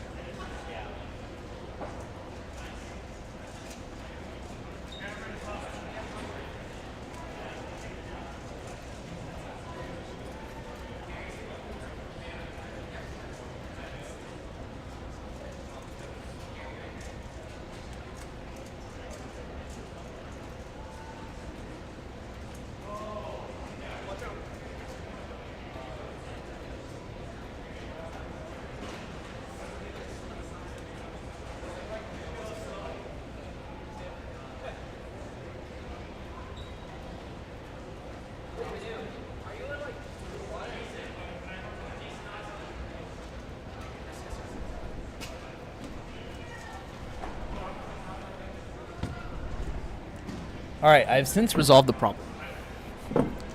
Michael Huang. Oh, okay. All right, guys. Look. We can't always get what we want. It's not the way the cookie crumbles. Someone had to say it, all right? I don't think we've said it all day today, so someone had to say it. Oh, nervy finish there from our good friend and new trading delegate, Michael Ostick. Not Michael Ostick. Oh my goodness, everyone is just Michael, huh? Everyone is just Michael. Holy moly. It's 3. It's hot. I should have worn shorts today. I'm gonna blame it on all those factors and not my idiocy. Yeah. So, you know what? I'm sorry. I've made a grave and serious error. I can't do it seriously. I don't even remember like the right words. What is it? I know Chai knows it because he says it all the time. I've made a serious error. I don't know. Sing Huang, yeah, that's about accurate. It's about accurate. Everyone is just Michael now. But it is kind of true. It is kind of true. Everyone is just Michael nowadays. There's what trader? What do you mean? Look, I got this shirt at PNW 2017. I'm like, so long ago. Okay, come on, guys. Guys, come on. Look. The people in the Pacific Northwest are not our enemies. They are our friends. We gotta rep them. Look, I know a lot of cool people from the Pacific Northwest. All right, the very cool people. Oh my goodness! All right, nothing will ever appease the chat. That's what I'm learning today. That's what I'm learning. All right, but as Cube Group 2 gets started, I'm gonna leave because I want to go compete in this event. I don't know why I'm competing in this event. But okay, all right, come on, guys. All right, okay. Clearly, so I see what's happening. I'm getting kicked off the stream. That's what's happening. All right, fine. You know what? I'm gonna give you. This is what you guys wanted, right? It's a coup. It's a coup d'état.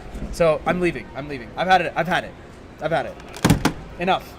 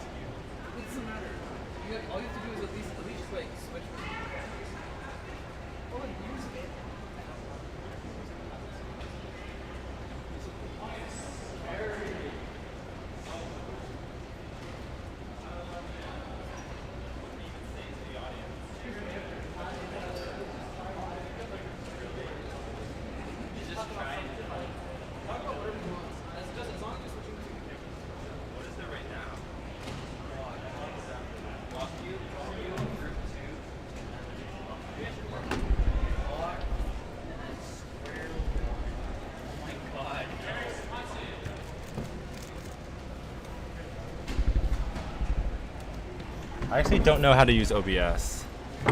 Like, if I want to switch screens.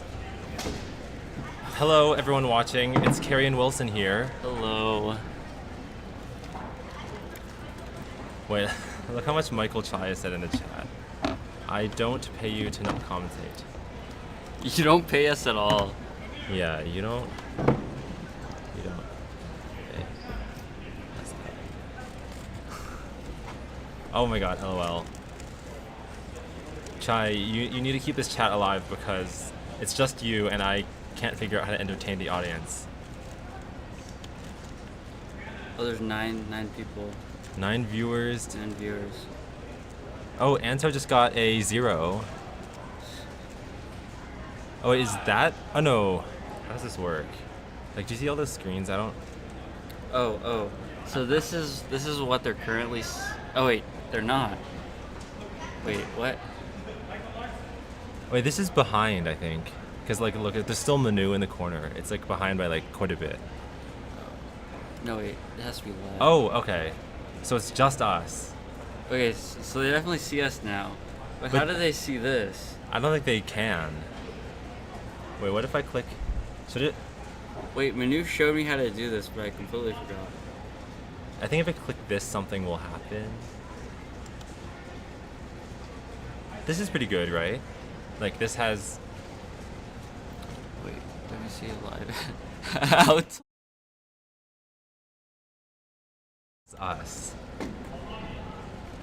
Wait, click on restore chat, because then you can see the chat on screen as well. Okay, chatters, fill the chat up with messages right now. Oh, there it is. Wow. Click on a scene called ATEN. Oh, okay. Yeah, there you go. Oh, okay, Chai. so thank you, Chai. That helped. So we're seeing this, and then I can switch it. I can switch these two. Oh, that's what that's for? Yeah. It's kind of cool how these buttons light up different colors. What's up? Hello. Would you like to be on stream? Okay, that's okay. Yeah, that makes sense. Totally fine. Michael Chai says, Jesus, LOL. Wait, let me tell my friends to watch this stream because we need double digits.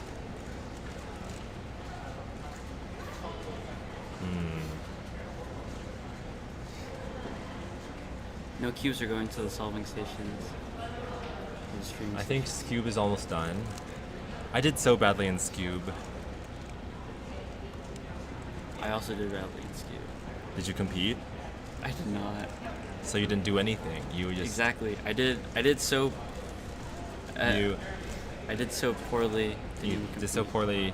Well, it's okay. I think Scube is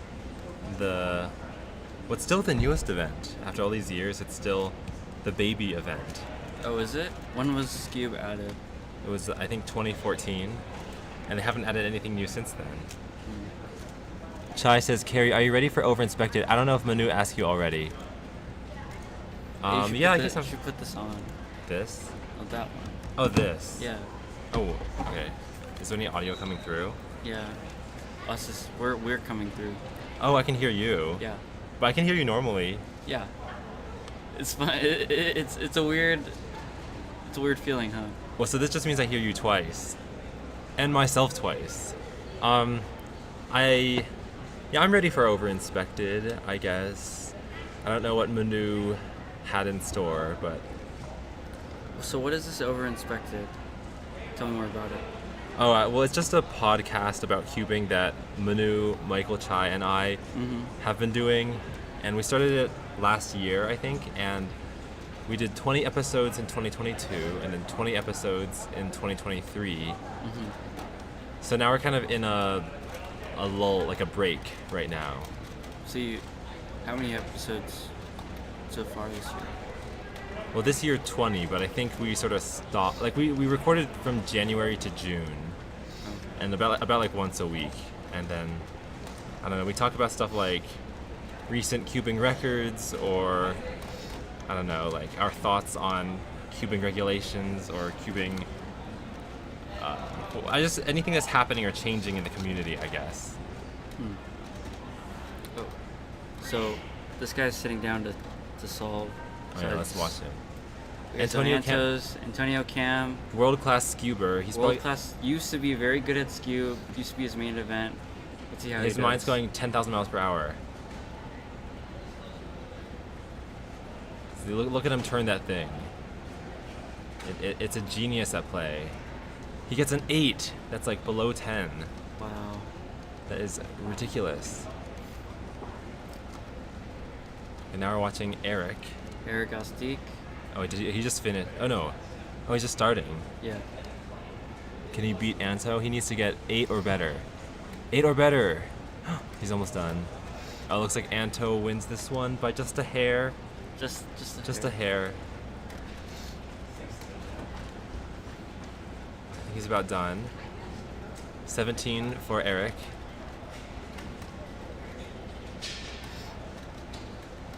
Now it's time for him to sign. So how do you do in skew?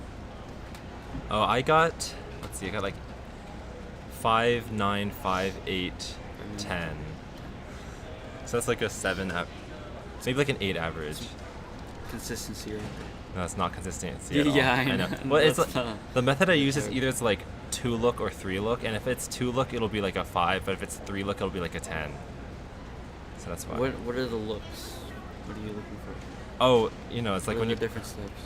I never really solved skew, so I have no idea. Well, it's like what it should be is like first I solve like these 7 pieces all at once, like this whole half, and then I think there's about like 18 cases that the second half can be. So I learned an algorithm for each of them. So like this sort of shape with the white pieces. That's not typical, is it? Is that No. a typical method? I think most people use like Sarah's method where you solve a layer, Yeah. and then you solve the opposite layer, and then you do the rest. But I think that's the way I would have intuitively done it. Yeah, Because I'm, used to like layer by layer methods. yeah, I feel like when I was younger, I used to always be like contrarian. I was like, I don't want to do the method everyone else is doing. I want to like try something new, so that I can like be the fastest at my own method.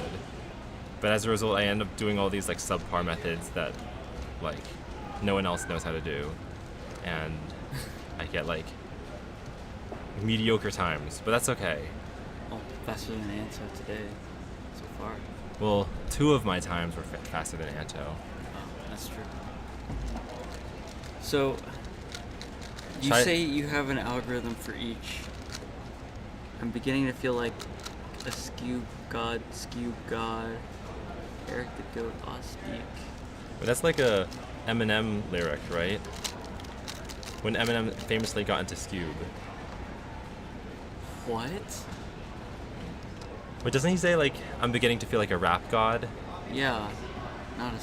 Well, I know it's not a Scube god, but I'm just like, you know, in an alternate universe, I think that's what he could have said instead. Oh. Hello, Cameron Miller. Eric the Goat Ostik.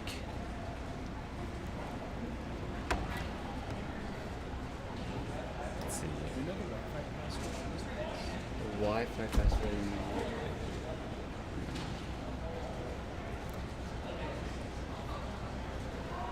Okay. So you know an algorithm for this, for all of these cases. I used to. I feel like I've forgotten maybe like a third of them. Forgot a whole third of them. So is that why it's like sometimes 2 look, sometimes 3 look? Yeah, because the cases I've forgotten, I just have to do it like with 2 algorithms, and they are a lot worse. Oh, Paul's about to go. How do I switch? He's gonna get world record. Paul is a really fast all-rounder.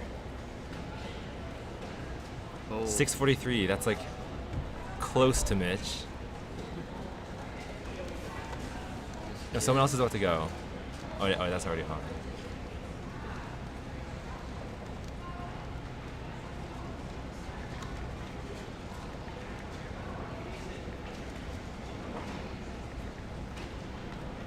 Can this person? Oh, they beat Eric. They're close to Eric.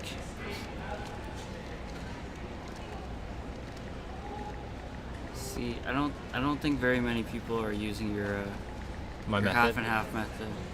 Oh, you know What the would name? That's the name? Yeah, that's literally the name. Well, that's what I called it a long time ago. Wait, I just called it wow, half really? and half. No, I just came up with that on the spot. But that's actually like what I titled the video. Like I made a video tutorial and I called it like my half and half method. Wow. Same brain. Wow. Great minds think alike. Exactly. Can you show me any examples of? Okay, I can create a scramble, but first, search CubersLive on YouTube and watch right now. That's what I'm telling my friends. Now comments you Oh, are do on this. Group 3. Please bring yourself closer.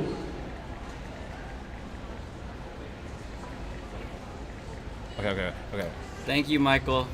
I appreciate that. Your shirt? No, not my shirt. It's got a like Nike the logo. CalCube Club. Oh, this shirt. Yeah. Well, if you like it, check out the back. Wait, I have these headphones on. Right, it's got my WCA ID on it. There we go. So now you know what year I joined the WCA. And you joined late in the year because you're 48. But That's true. Fong is a very common last name. Yeah, I think it's top 10. I mean, Lee is also pretty common. It is, but because Are you Lee is are you only like 2 letters. You get Liwi? Yeah, so then I get the first 2 letters of my first name, and then it just narrows it down from there. Yeah, because are you like Liwi 01? Yeah. No. I'm Liwi 03. Liwi. Yeah. Good thing your last name isn't P. What? Well, if your name was Wilson P, then you'd be Pee-wee. Yeah, you'd be Pee-wee. So you dodged a bullet there. They keep people keep making jokes about Liwi Kiwi. Liwi Kiwi? Kiwi. I guess yeah, if your last name was Key, that would be kind of cool.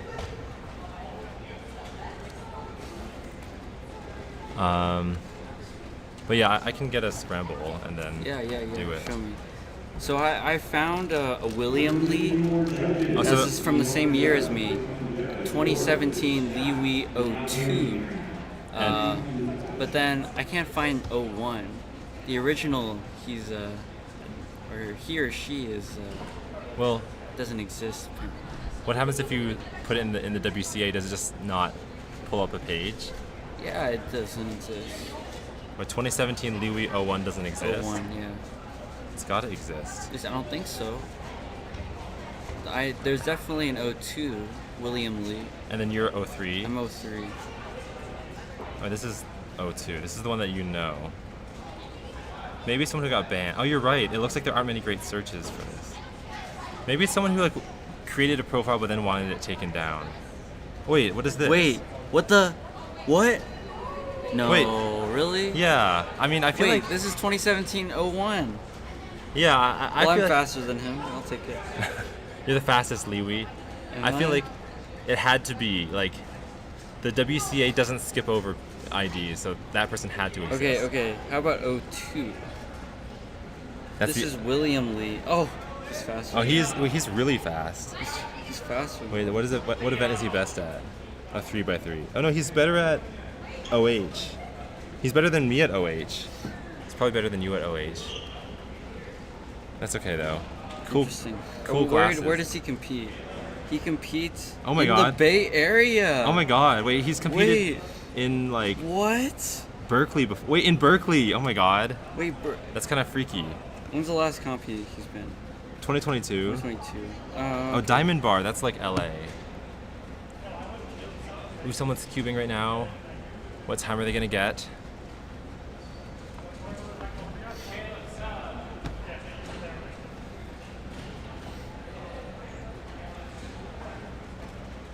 I should ask Manu if we're.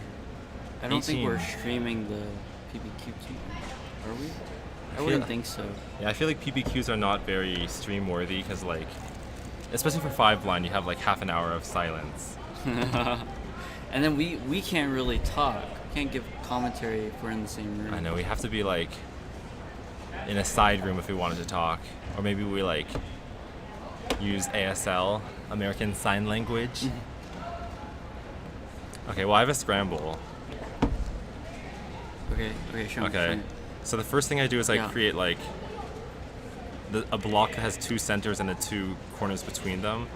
So I would do like blue and red. Yeah. So I could first do that. So now I have blue and red, Yes. and blue and red. So it only takes a couple moves to bring them together. Okay. So this is like part of it. This is like half of a half. It's like a quarter. Yeah. And then So that's the first. Is that the first look? yeah, I guess that's the first look. That's the first look. Actually, I guess like it could be as many as 4 looks, but maybe you should get better. Like, if you're really good at look ahead, you can do 2 looks at once. Because the second one is just like if you can get these 3 pieces, then that will finish off a half. So it could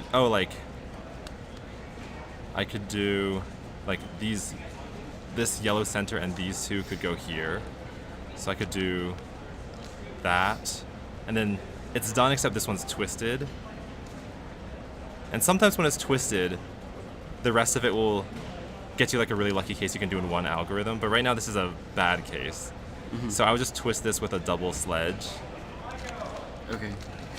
If you do a double sledge, it just twists it. So that's like the 3rd look, I guess. Yeah. And then the And 4th then one look for the the second half. Yeah, in the second half, like there's 18 cases, so this sort of 18 shape only. is like. I forgot. Wait, hold on. I only know in muscle memory. Uh-oh. I don't remember it. Well, it's scrambled. So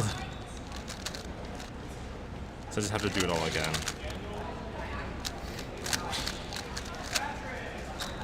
Okay, that was not a good demonstration. All right. I'll give you a second chance. A second chance? Maybe Well, I later. feel like you get the gist of it. I do. I get the gist of it. You're just But, like- just doing a bunch of block building, and then you have an algorithm for the last half. Yeah, well, I have an alg sheet. I think in 2016 I knew it all really well. But It's that was only 18 algs, right? yeah. Well, it could be more if you want to, like, you know, when I twisted the corner. Oh. If you want He to. has a corner twist, Ooh, it's gonna be a DNF, right? and he twisted Oh, it back. wait, cheesy HFJ's in the chat. Who's cheesy HFJ? That's my friend Isaac. I think he has like 101,000 subscribers. Hi, Isaac. Hi, Isaac. Congrats on the silver play button. Unless it's a fake account, like a. Can I see if it's like the real deal? Is this really Isaac?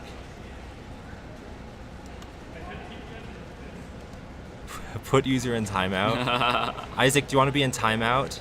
I don't know how to actually go to your channel. I'm sure it's the real one.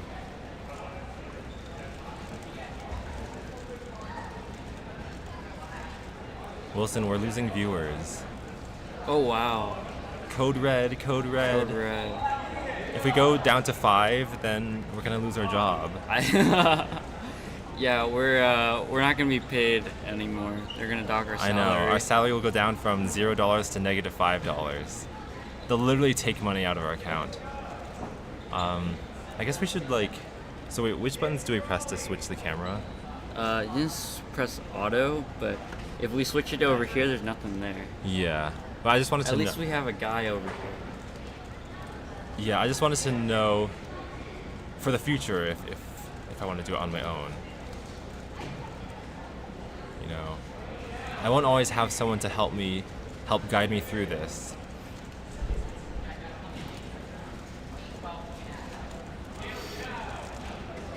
I wonder where Manu is right now.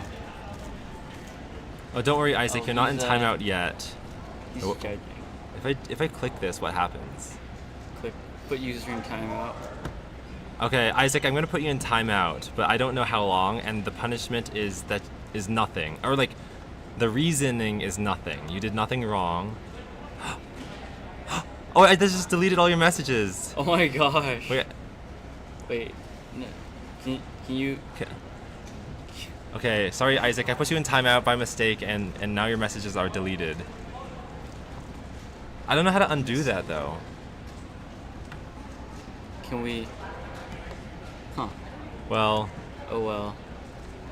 Sorry, Isaac. Oh no, I can view the deleted message. We can view it, but I don't know if they can see it. Yeah, maybe they can't see it. How do I bring them back? And maybe someone in timeout can't even comment anymore. YouTube live stream, undo timeout.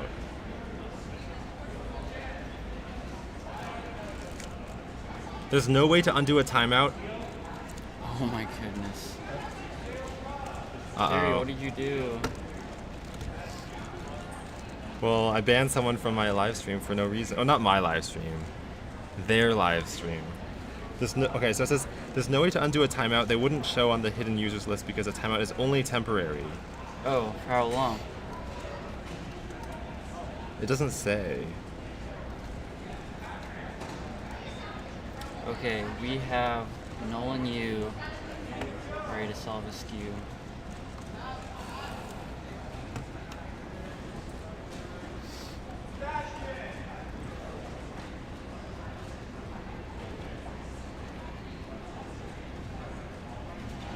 Looks like everyone's using Sarah Strong's method. Yeah, Sarah Strong.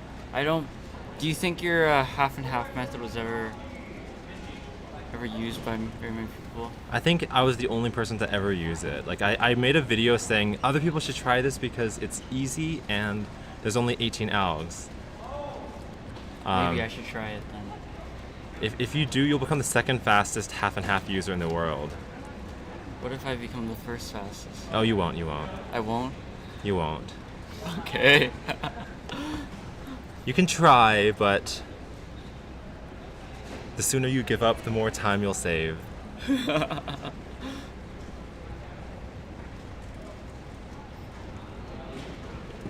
Half and half. Well, actually, I feel like the method could be improved quite a bit.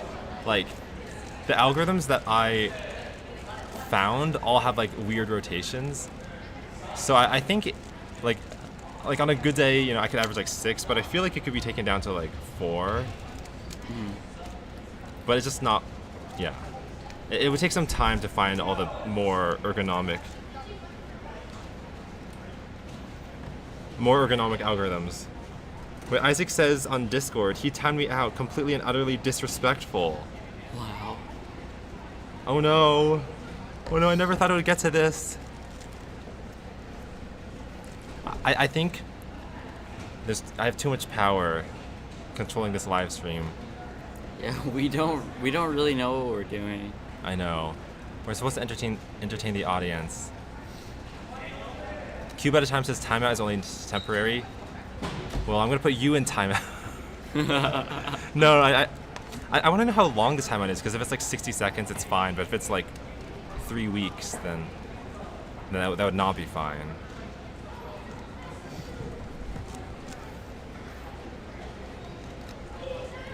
Wait, Wilson, when you get something like this in F2L, do you ever just do a comm? I do a comm sometimes. That was wrong. How do you? What are they calling? Oh, clock. They're calling clock. Are you solving clock today? No. Oh no, is it are there 2? Is this round 1? Yeah. Oh, well, I signed up for everything. Maybe you should do it. I don't have a clock. There's a clock right here. That clock is looking really nice right now. Let's see if I still remember how to do clock. Well, that's what I have to ask myself. Cube at a time. Do you want? Oh, Cube at a time says clock. Let's go. Best event. Okay, I'll do clock then. You know, if someone's cheering the event on, then I'll do it. But raise your hand if you want to be put in timeout. I'll put anyone who wants to be in timeout in the dungeon, in the punishment chamber, where people learn to. How do I do clock? There is a clock. It's like white and black. This is my clock. I'm kidding. Manu, this is your clock, I'm sure. Do you know? Okay, I was gonna try to solve it for you, but I think you can solve it faster than I can. Yeah, this is mine. Manu, do you want to be in the live stream? I got my friend Isaac joined the stream, and then he made 2 comments, and then I put him in timeout just for fun. I didn't realize it would actually like delete his comments. Oh wait, Cube at a time is ranked 12th in the world for clock. Who is this person? Oh no. Cube a time. Do you know who it is? Okay. Let's look at the leaderboard. I can just look at the leaderboard, and that'll tell me whoever 12th is. Oh, Cheesy HFJ's out of timeout. Well, welcome back. Lonely in here. Welcome back to the real world. Put him in timeout again. Well, right now he's in good behavior though. But one transgression and you're back. Someone's sending heart messages. No, I almost did it again. Put him back in timeout. Wait, so now we know how long timeout is. It's like 5 minutes. Yeah, maybe 5-10 minutes. Okay, so my guess is Cube a time is Carter Thomas. Carter Thomas. If you are 12 for average, that's single. That's single. Where is Carter Thomas located? No, it's Eddie Artsy. Are you Eddie Artsy? Cuba time. World record average. Right. Yeah, so he says world record 12. Eddie Artsy. I'm gonna be honest. Whoa, Tommy Cherry is first place. What? Yeah, Tommy Cherry got the world record at U.S. Nationals. What? Which I was there to witness, which was really fun, and I think U.S. Nationals was a blast. All right, we have. Well, I should go do clock if I am signed up, but I don't have a clock. But I'll ask someone. Are you doing clock? Okay, wait. Actually, what group am I? Let's find out. Oh my gosh. Mavi solving clock. We do have Eddie Artsy in the chat. I don't know if I'm pronouncing your last name right. Is that no flip? Oh yeah, I'm also group 2. No flip. 674. It's a pretty good time. Do you think you could get times like that if you practiced? I wouldn't want to. The top clockers get a lot of prize money, fame, riches, fans. Can you point me to any fans? Tommy Cherry gets huge applause every time he solves his clock. Yeah. I was gonna say something kind of out of pocket, so I'm not gonna say it. It's just the word clock. It's very close. I know. Flip and what is it? Eddie says Flip and Bro should switch to pinkies for D moves. Oh, for Paul. Flip and Bro. No, it's like, I think he's saying he should use Flip, comma, and Bro should switch to pinkies for D moves. Oh. Yeah, I mean, I don't know what the finger tricks or what the meta is for clock. I feel like the clock leaderboard changes so fast these days. Like I started cubing like 2013, 14, and I feel like all the top clockers back then are totally different from now. Cheesy is out of timeout.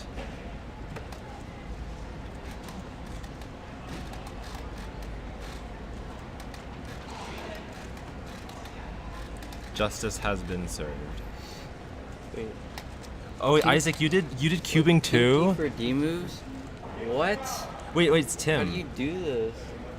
I'm always like, it always tickles me pink. I don't know the right phrases. Like, it always makes me really happy when people in the OSC also do cubing. It's like, and then like this. Two fandoms colliding. This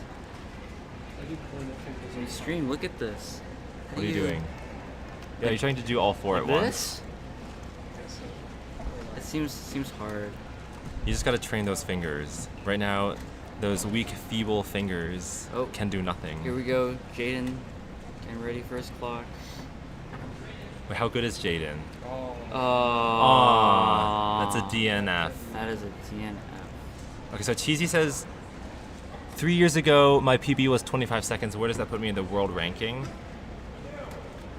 Let's see. Wait, do you know someone who averages 25? I don't. You, ha ha ha ha ha. No, I'm just kidding.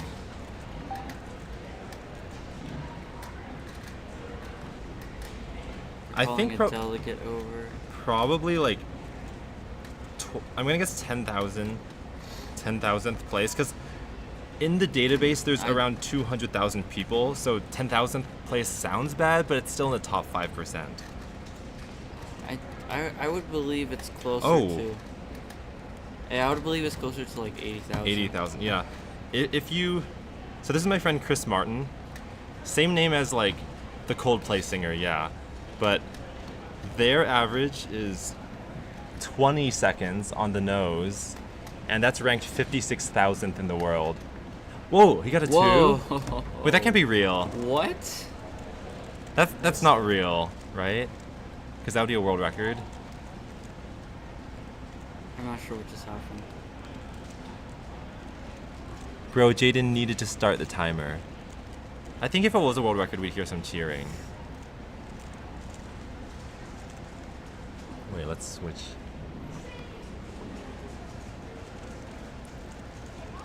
What is the world record for skew or for clock? 2.8, I want to say. Let's see. 2.61 by none other than Tommy Cherry. Tommy Cherry himself. Yeah. The blind. Okay. Blind Paul. god. Paul Mavi is about to. Yeah, Tommy is a blind god, but Paul is about to start. All right, Paul's gonna use his pinkies this time. Let's see those pinkies in action. And yes, he is flipping. Yeah, he is flipping. Flipping is still pretty decent. Flipping X2. Well, 805 I think is pretty decent.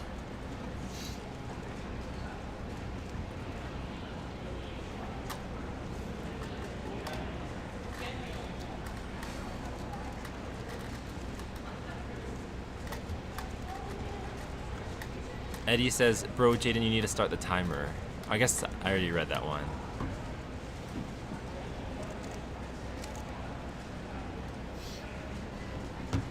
Look. See, look, green and red. Yes. Green yes. and red, so I'm gonna do that. Mm-hmm. Ooh, now they're a block. Oh, and then like, do you see how there's this corner and this corner? That's actually really good because if I put this center here, then it's kind of like a 3-move. You know, on 3x3, like for F2L, it's just like 3-move insert. 3-move insert. That's what this is. Yeah. 3-move insert, and then it's a 9-move last layer case. Last layer, but there's only 2 layers. Yeah, so maybe call it second layer. Oh, Island Broyo in the chat saying who here because this is Chris Martin. We just talked about him. Yeah, this is Chris Martin. And here he is solving clock. What are the Pokemon on the table? There's a Cyndaquil. I know that's one of Chris's favorite Pokemon.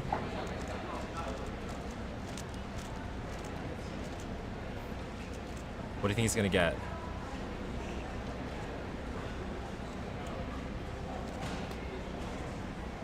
$7.45. I think Chris used to be top like 30 or 20 in the world. Like he got like a 4-second single, like $4.99 back when that was pretty good. Wow. I had no idea. I didn't realize that at all. Yeah, I guess like it's kind of hard to keep up with like clock news. Well, back then I wasn't even cubing. Wait, when did you started 2017? Yes, I started in 2017. You're so new. Actually, that was 6 years ago. Yeah, that was I mean, compared to some of the other people here starting in like 2020. After 2020. The pandemic cubers. They're not. Right. We have Timothy Elni Trita from UC Berkeley. I just call him Tim. Tim That's all E. I know. Wait, is his name really Tim E? Yeah. It's like time. Exactly. Which is perfect because he's good at clock. So it's like clock time. It's all tied together. It's all related. Let's see if he gets a sub 10. If he does, then he wins $1 million. If he doesn't, his arms get ripped off. That's unfortunate. That's unfortunate. All right. Here we have Paul Mavi once again. So Paul, he got an 805 last time. Let's see if he can beat that.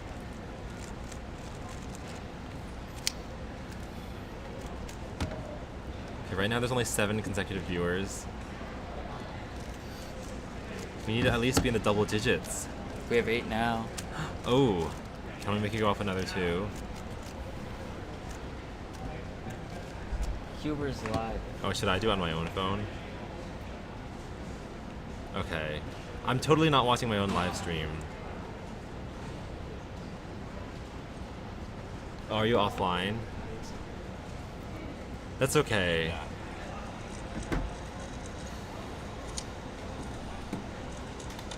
Wait, this stream is so boring. Hello. So boring. We're the ones talking, Carrie. I know, but well, it happened to be that like the part of it that I was watching, we weren't saying anything. Maybe we should talk about something else. Other than Jaden. You know, one time someone forgot his the N in his first name. So I was one of the runners, and I called out his name Jido. Oh, Jido. It looks like Jido. I called out his name Jido, and no one knew who Jido was until I showed people the name card, and they said Jaden. Jaden. Well, I feel like Jido sounds cool because it's like. What happened? You didn't start the timer? One of the. Yeah, that sounds Bye, like my Isaac. voice. Isaac has left the competition. Isaac says, "I'll take top 10,000." Well, actually, you're top like You're 60,000. top, like 100,000. 100,000? You think if Well, 25 if average. 20 average is 50,000, then 25 might be like 70,000, maybe 80,000. Either way, top 100,000. So you're good. You're in the 5-digit club, so that's good.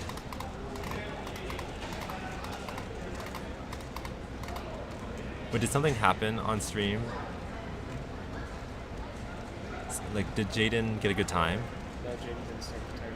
Oh. There was another timer issue.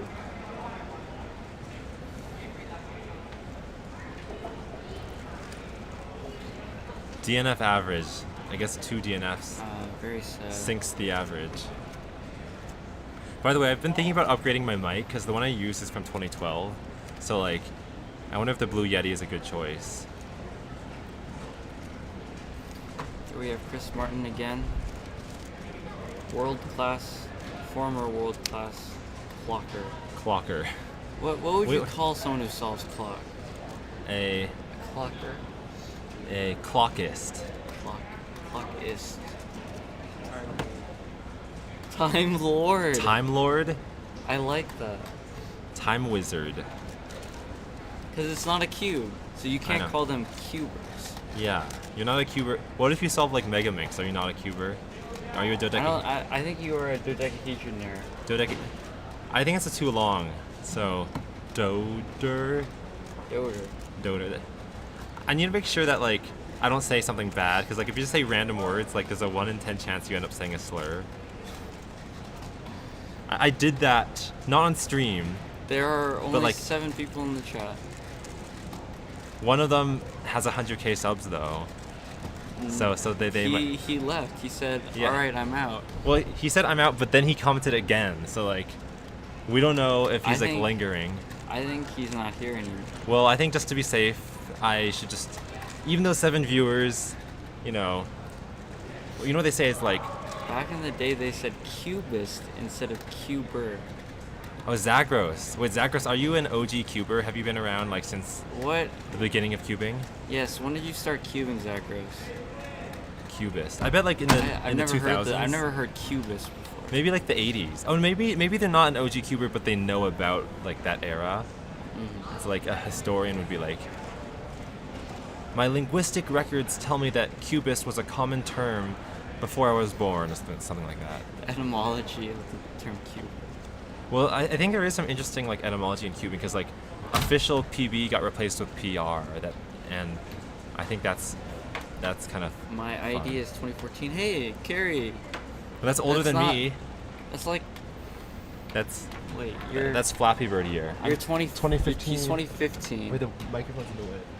So yeah, you're older than I am, at least in the cubing world. Okay, so Jaden, hopefully puts his hands on the timer for long enough this time. Oh. He's not putting his hands. It doesn't look to me. It doesn't look like he's putting his hands on the timer. Do you think it's for like long enough? So it's like. He's just not starting the timer. Right. I don't think it's an issue with the the hard way. Yeah, I guess. Because I was looking at his timer start, and it just he wasn't holding it for long enough.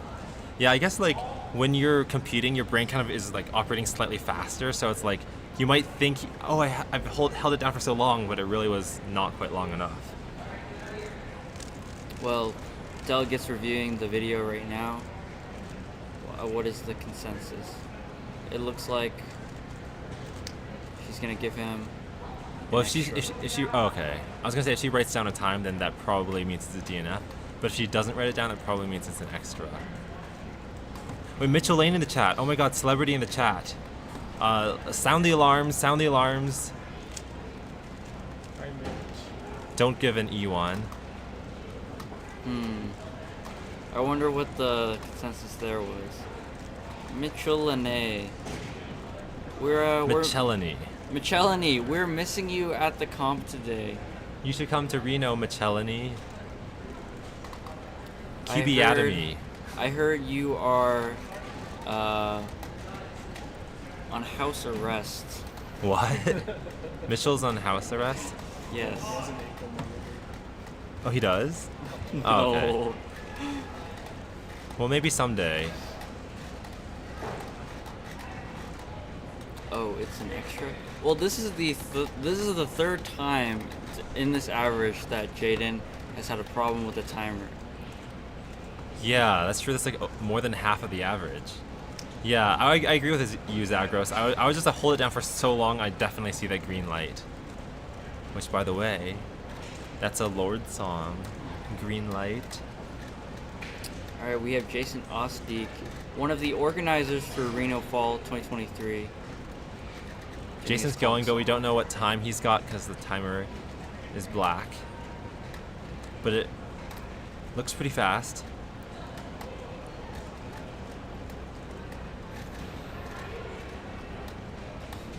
Does he have 3 extras? It's kind of hard to tell. At least 3. We haven't seen the scorecard. Yeah, there could be like a mixture of DNFs and extras, but at least 3 like non-typical solves. Yeah. Well, Jason got. I don't know what that was. Like it's hard to. Can't tell. Yeah, it feels like a 12 maybe, but I have no idea. Wait, they haven't started Group 2 yet, right? Okay, that's good. Oh, I could ask Manu for his clock. Where is Manu? What happened with the timers? Oh, they're they're actual malfunctions, or did he just not start the timer?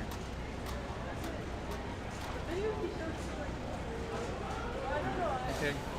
Well, I mean, so it's up for he's in delegates to decide. Group 2 now. QBatomy says Jaden told me he's now in Group 2. Oh, interesting.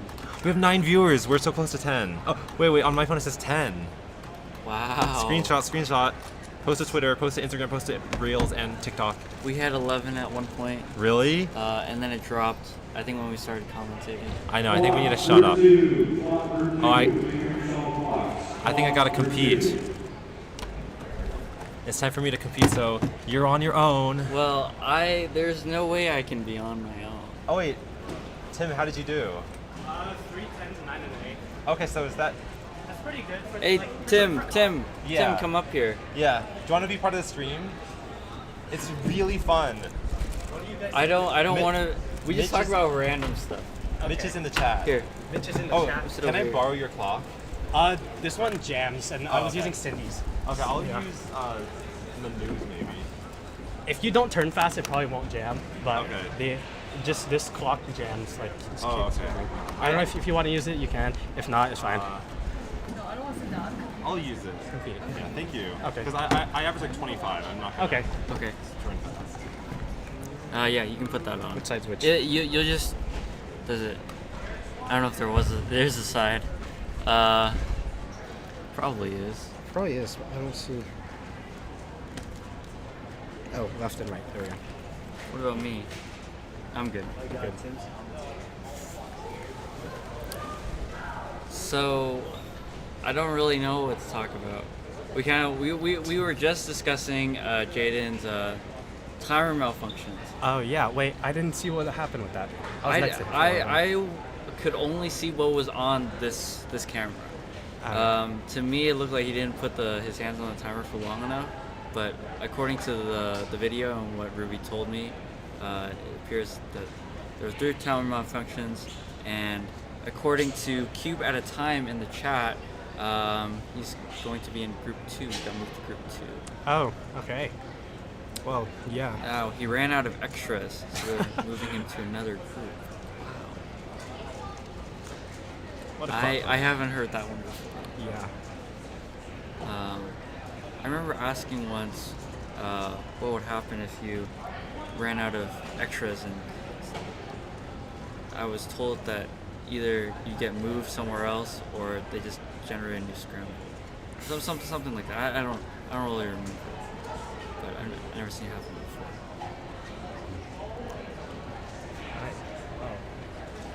So how did you do?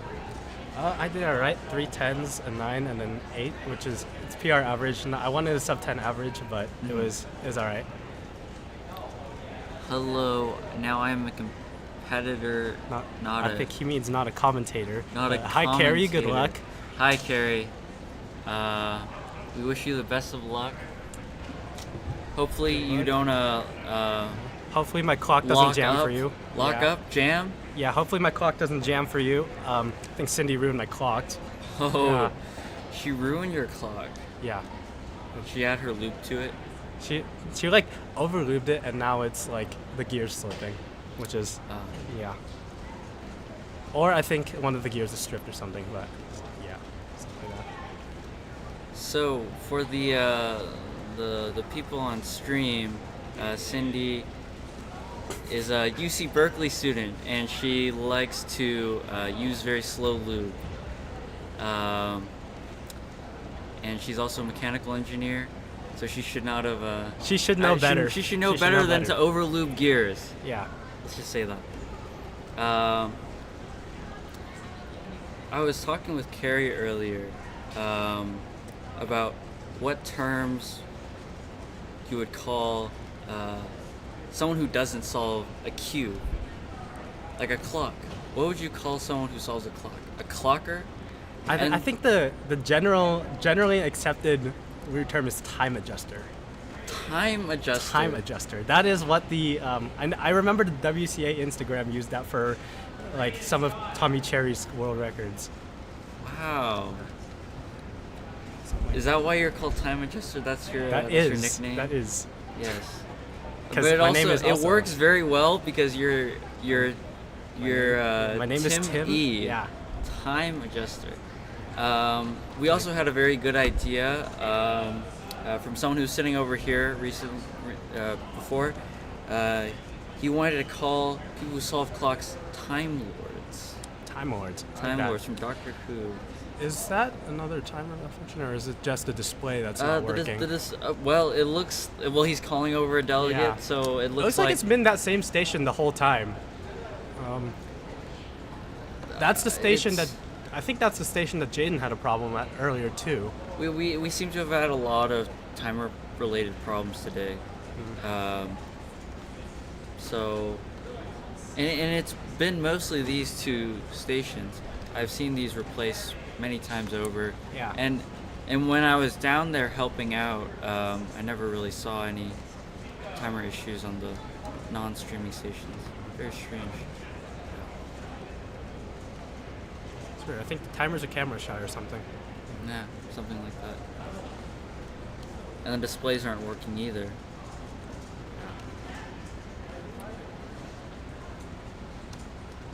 Chat, this isn't real. Pin touch, I think. Table pin touch. I didn't see.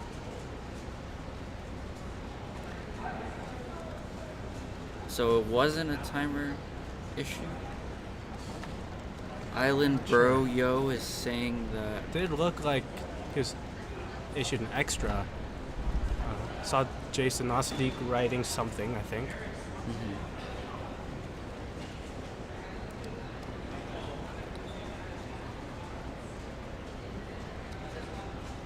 So we have Time Adjuster, Time Lord.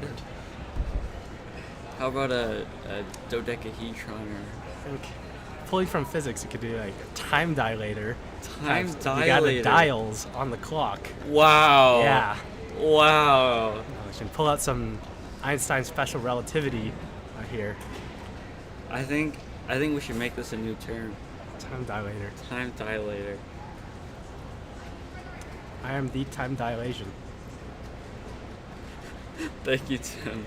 Thank you, Time Adjuster.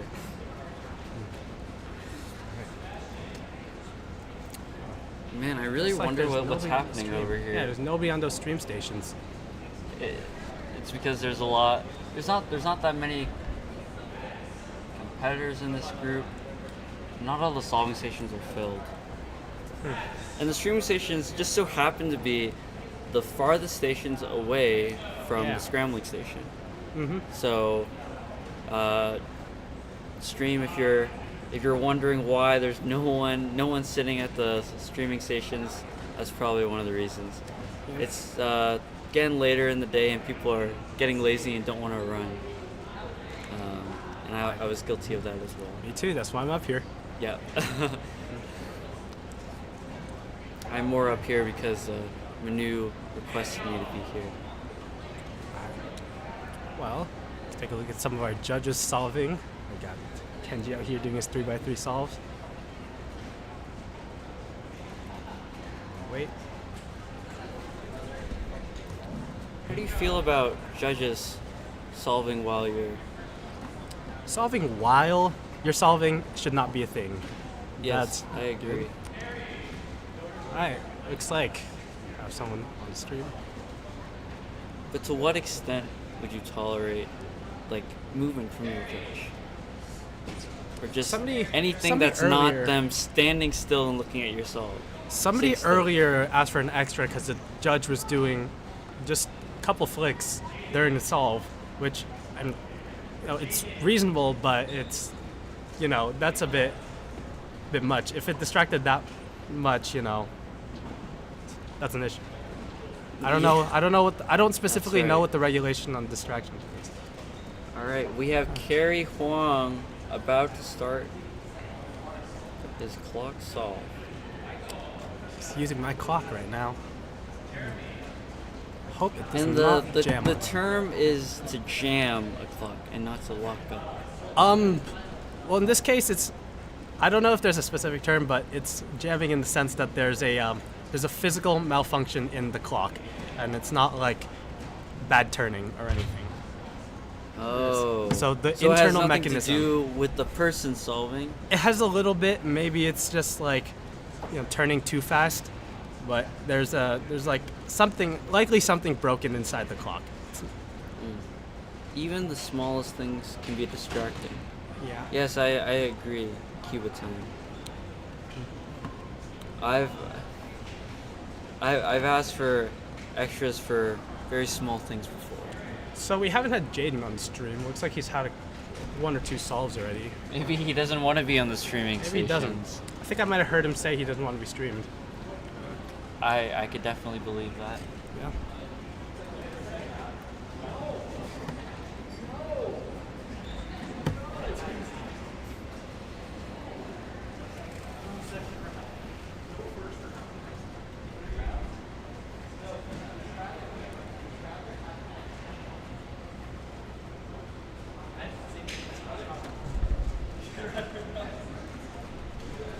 Wow, we've been live for almost 7 hours now. 7 hours. I'm impressed we've been here for that long. I didn't realize until just now that it's already 4 o'clock. It is 4 o'clock. Yes. Right in the day. A lot of people are getting tired. We're getting close. Getting close to the finals. So, you can put it either. Yes? Put it at the caster one. What? I'm gonna move the cameras around, so you should put it at the caster thing in OBS. It should be like over here. I do not know what that means. So I'm there's sorry, this what? thing here that says casters only. I You should go there. Caster. And you should just meme and just tell everyone I'm moving the camera. I don't see anything. But Oh, yeah. Yeah. So just click that, and it should bring up just you guys. Yeah. Alright. Oh, I see what he means. Yeah, so it looks like we are moving those stations. I think there might be some problems with the stations. So we are getting those cameras moved. In the meantime, let's see if any clock results have been added so far. Jaden's results.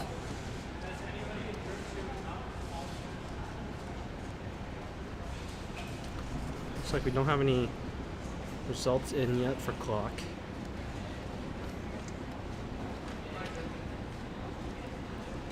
Tony Cam making finals for Skew. Well, Antonio Cam did used to main Skew. That is right. When he was younger. Yes. Young lad back in Hong Kong. Back in 2015, 14, something like that.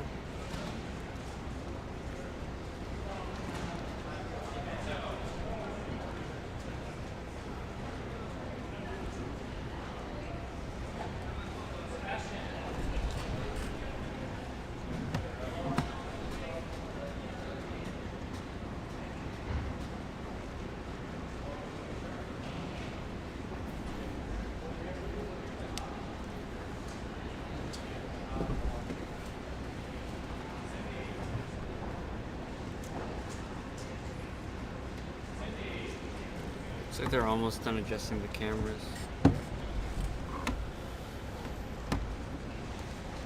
Well, I guess it is possible where the pin moves only a little and it turns both side gears.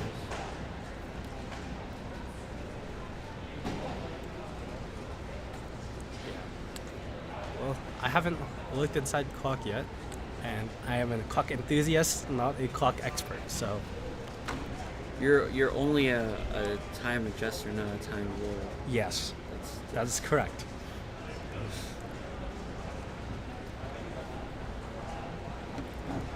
Zagros is saying that comp is a public place. You should be able to deal with noise, and if you need to, wear noise blockers. I think that's fair. That's fair. I noticed that you typically wear earmuffs. I do wear earmuffs. Yeah. Would the comp noises be too distracting if not? Especially for me, for clock, probably, yeah. Same thing with one-handed. Those are two events that probably the most affected by noise for me. Not blind though. Well, blind is... There's an expectation that blind is entirely quiet. That is the expectation, but oftentimes that does not happen. Unfortunately, due to one issue or another.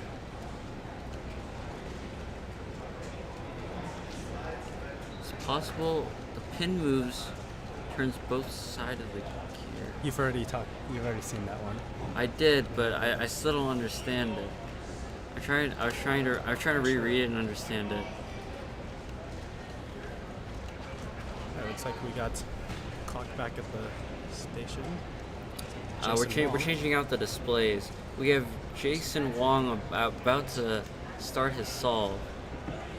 Let's switch over to him. Jason Wong, not a clock main. It's extremely high TPS on 3v3. Yeah, it's good. Yeah? Yeah. Okay, you can switch back now. Yeah, we did. Oh, Manu.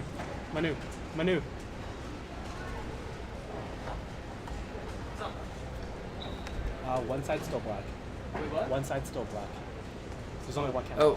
Oh, the one that's not on Jason is still black. Alright, looks like Jason with a 1227.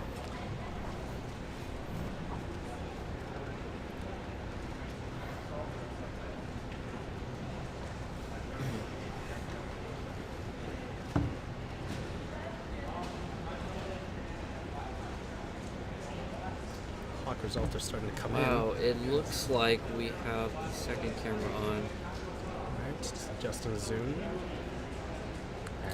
We have Cindy. A 1660. She is truly a time adjuster.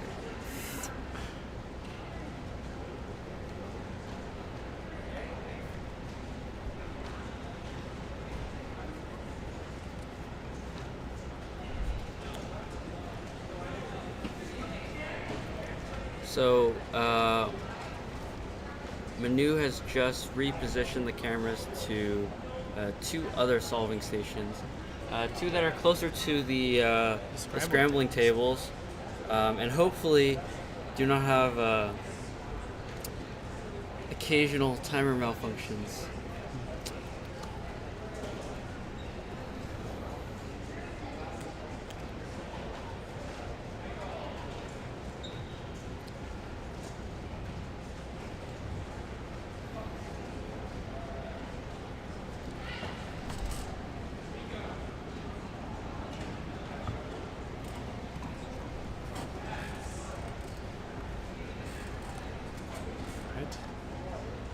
Looks like we have Antonio Cam solving clock. Antonio Cam, here we go. Antonio notably does not like clock. No, he does not. Doing it anyways. Which is surprising to me. I didn't think he would do this event. Thought he would skip it, just like 2x2 earlier. That was quite a slow He does. there. He does do an X2 flip instead of a Y2. I believe that is a Y2 He instead does of a an Y2 X2. instead of an Y2 X2. instead of an X2. Yes. 1841. Research.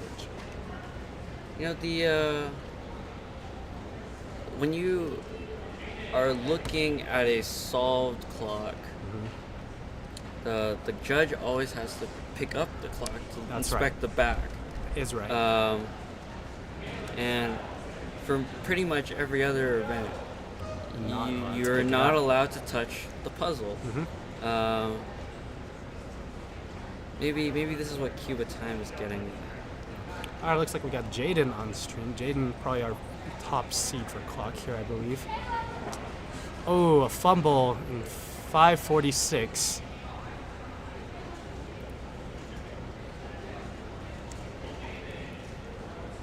Not what he was looking for.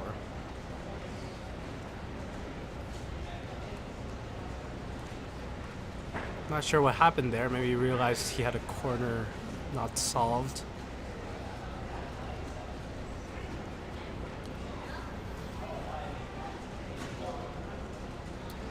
We have Carrie Carrie back is on the back. stream. He has a Cow Cube Club shirt.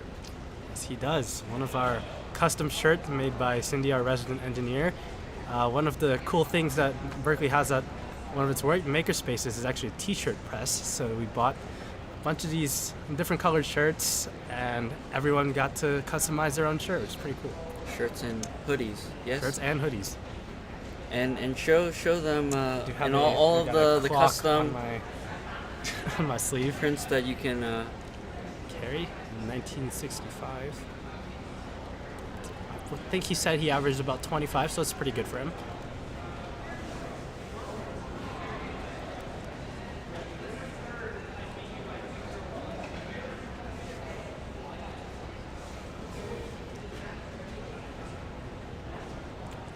Looks like chat says that Jaden got a 328 earlier.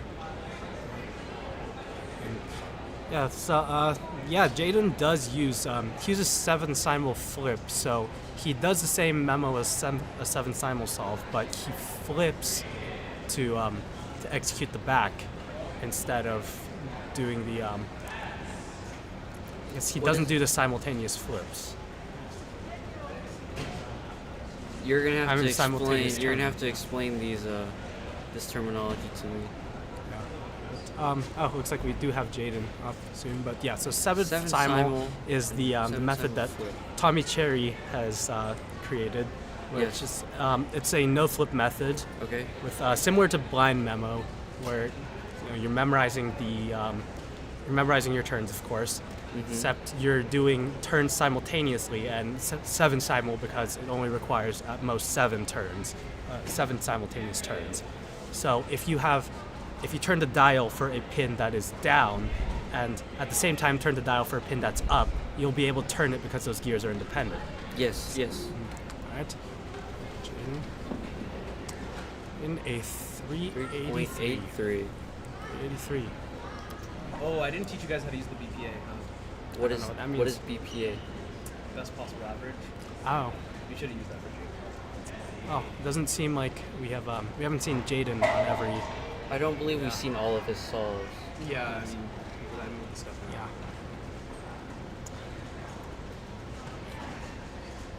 This is the 328. This is not the 328. That was earlier. Yeah, 383 This is the here. 383. One's counting then. Not sure which solve he's on right now. Guess he has a counting 383. Take a look. I haven't seen what Jaden normally averages in clock. I think he has a 4.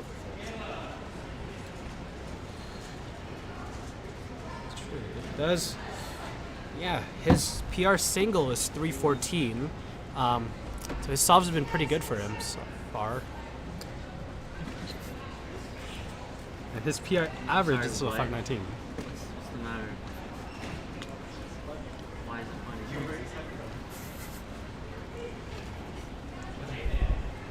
Can you really know square one is on this? So I'm reading right now.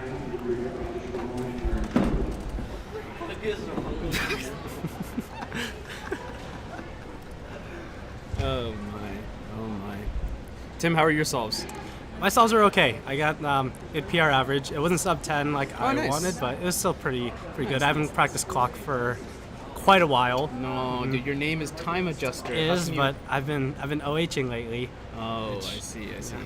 yeah. You got OHPR too. I Big, did pretty PR big one. average. It was like, was it a 14? It was a 14 average. Yeah, which is absurd. It was, I think, a 2-second drop. Yeah, something that's like that. insane. Almost 2 seconds. 419 BPA. Really? That is a second better than his current PR. Really? I thought he averaged 4. I thought his official was 4. His official average is 519. Oh, geez, huh? His official single is 314, which is, if you got a 328. He did get a 328. Yeah, I watched him get a 328. But yeah, it took him forever because this. It looks like he just completed his 5th solve, I think. Oh. Not sure what he. Okay, well. Anyone's in the chat that knows? Thank you for letting me use your clock. Yeah, of course. Yeah, the only thing I don't like is like these are not level. Yeah. But whatever. At this That point, works. I'm getting lazy. Yeah. How have the rest of your solves been today, Tim? OH went pretty well. Yeah. So yeah, 2H round 1 was also pretty good. I got my first sub 10 single. Nice. Yeah. Nice. And the PR average. Nice. 5x5, I don't practice, but I made cut off, which is excellent. Yeah. Excellent. Yeah, pretty good day. Not bad. Not Yeah. bad. 472 average. 472 average. That is a PR for Jada. Wait, sorry. So Island Bro is James, because I keep mixing them up. I don't keep know. forgetting who is James and who's Joel. Would have been 4.5. I also or don't less. know which one this is. Really? But did the 5 count? I thought the 5 wasn't counting. Not sure. My phone died. Oh. Yeah, that's sick. 472. 472 is That's pretty solid. Seems definitely pretty best good. on the definitely best on the site sheet. Shoot, what the? This is quite the profile. 472. Well, That 472 is absurd. That is 43rd in the world. No, 44th in the world. 44th. 44th in the world. That is absurd. That's insanely good. It's a big jump from his current 89. Holy moly. Meanwhile, Dropped his rank by 40 places. Yeah, that's pretty good. that's insane. You could have put him in skew if you weren't sick. Yeah, that sounds like a skill issue. Too bad, TJ. TJ, you could have prevented this. Could have. This is all your fault and no one else's. Bit of karma for letting a bunch of kids run around with your Nerf guns last week. Oh That's a yeah, karma. true. I think It was responsibility. some Grand Theft Nerf that happened last week. So.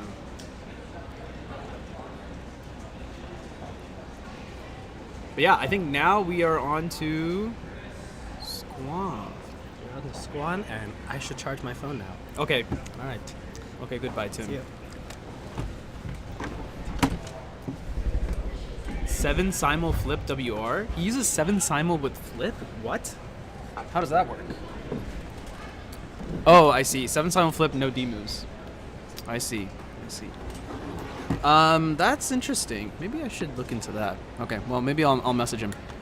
Because, you know, for the OGs, who may remember, I actually used to have the state record in this silly little event called Clock. Yeah, actually kind of absurd. Up until the Chi Clock came out, I used to have the state record. So, and I'm never gonna get that back, but at least I can try. Well, I can't even really try. I think if I tried, I'm gonna fail. But okay, time for some Squan. Taj Bressert. I think that's how you say your name. Square One, a very interesting event because it's a shape-shifting event. There aren't many shape-shifting puzzles. Many? Are there any other than Squan? 1465, actually, that's pretty fast. It's faster than I expected. Looks like Thumper is going to get in the way of the camera a little bit here as Paul is starting. You can actually see her kind of react in the background of Paul's shot. I mean, really good soft. What is 7 silent the flip is so you have no D moves, okay. That's pretty good. I don't like D moves, so I'll have to ask him about it. Paul rocking the Bumblebee color scheme. Usually, I feel like most people replace yellow with black,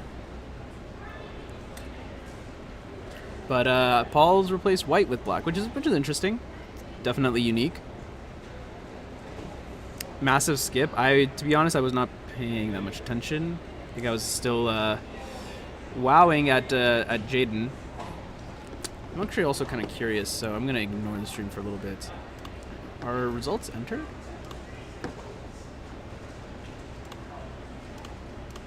Enter ring.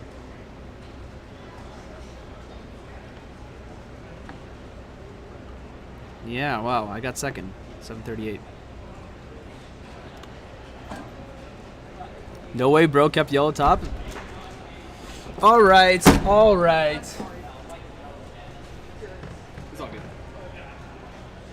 Okay. I should have taped him down better. It was all good.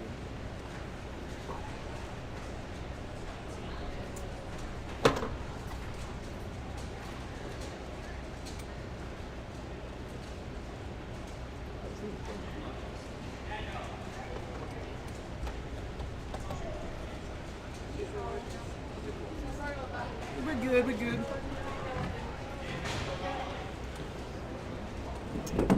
Camera got a little bumped, but we're all good. Just unplugged. It's actually pretty convenient that that the little HDMI cables we have, they have a mini HDMI inside the main HDMI. So when Cindy accidentally pulled on it, it actually only took out the mini HDMI, which is pretty cool. Hey, it's Nolan. Hi, Nolan.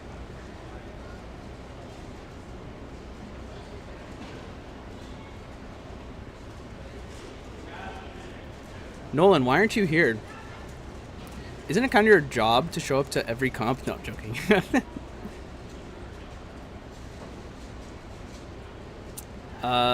Looks like Daniel has Adge left. Yeah, and then it's flipped. 38-38. I think this is the only round of Square One also. Yeah, Square One final, it looks like. So we've started the finals, actually, for everything. Clock final just happened. Square One final is happening now. And scrolling down on this bottom of the screen, you can see the remaining finals. I'm actually going to update the schedule so that it doesn't tick with the events that have already happened. While you watch this competitor solve the Square One. So they're about to finish. You're considering going for PBQ? Yeah, makes sense. Yeah, it is Sunday, yeah. Hey, how's it going, Gunshot? Oh, looks like they accidentally stopped the timer, but that is a DNF because they did not flip top and bottom. It's a common thing that happens, actually, interestingly enough. Jaden Lin, indeed. Yes, yes. You wanted to go for Scube? You can just go next week. I think there's like basically every event next week. So. Yeah. So I mean, that previous competitor that we saw, 37 DNF, sadly. Yeah, indeed, a bit of an L. So this person, do they have parity? No parity. 37-15. Yeah, you can't forget which side you have on top. It's a bit of a rookie mistake. Always gotta check and make sure. I think that's part of the reason why some people use black actually, because that way, I think it's easier to remember with black or white. Which one is which? Looking at this now, man, both of our cameras look so good.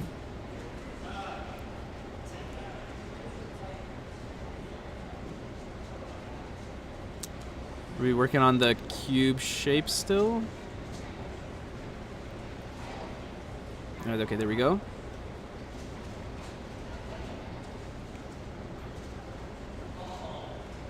So let's get the black and white color scheme. PBL. Multi-step PBL, it seems. Parity. 40-34. James. Big explosion, but I mean he can easily fix that at the end. Into PBL. U-perm on top. And then, yeah, he's got to fix the slice +2, 45. Jolo. Jason Ostik. So 245s back to back. Oh, basically every event except Cube? Whoa. Oh, that was Joseph. Jeez. I'm the terrible commentator. That was Joseph? Then who's James? Oh my goodness. Okay, never mind. I have no idea what's going on anymore. My brain is fried. It's too hot. Everything is boiling. Jaden, do you want to come down the stream and talk a bit?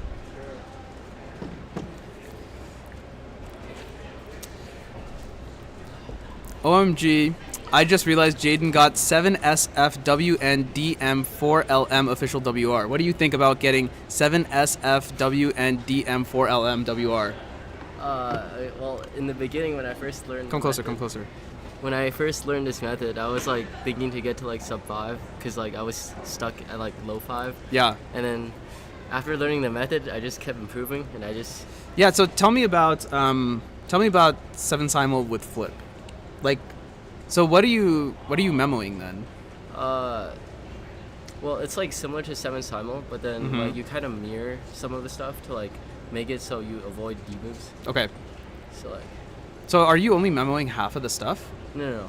It's just like you memo the stuff in a way where it's like flipped, cause like you flip it and then like everything you're solving is on the top now instead of the bottom. Interesting. You'll have to send me some resources to this. Yeah. Because it's curious. Because I hate doing the D moves. Same. The D moves are terrible. I think the rest of the simultaneous stuff I could do. But the way that Tommy describes it, using the pinky, is impossible. Yeah, it's literally impossible. I also had trouble with that. That's why I also decided to learn 7 simul flip. Okay. Yeah.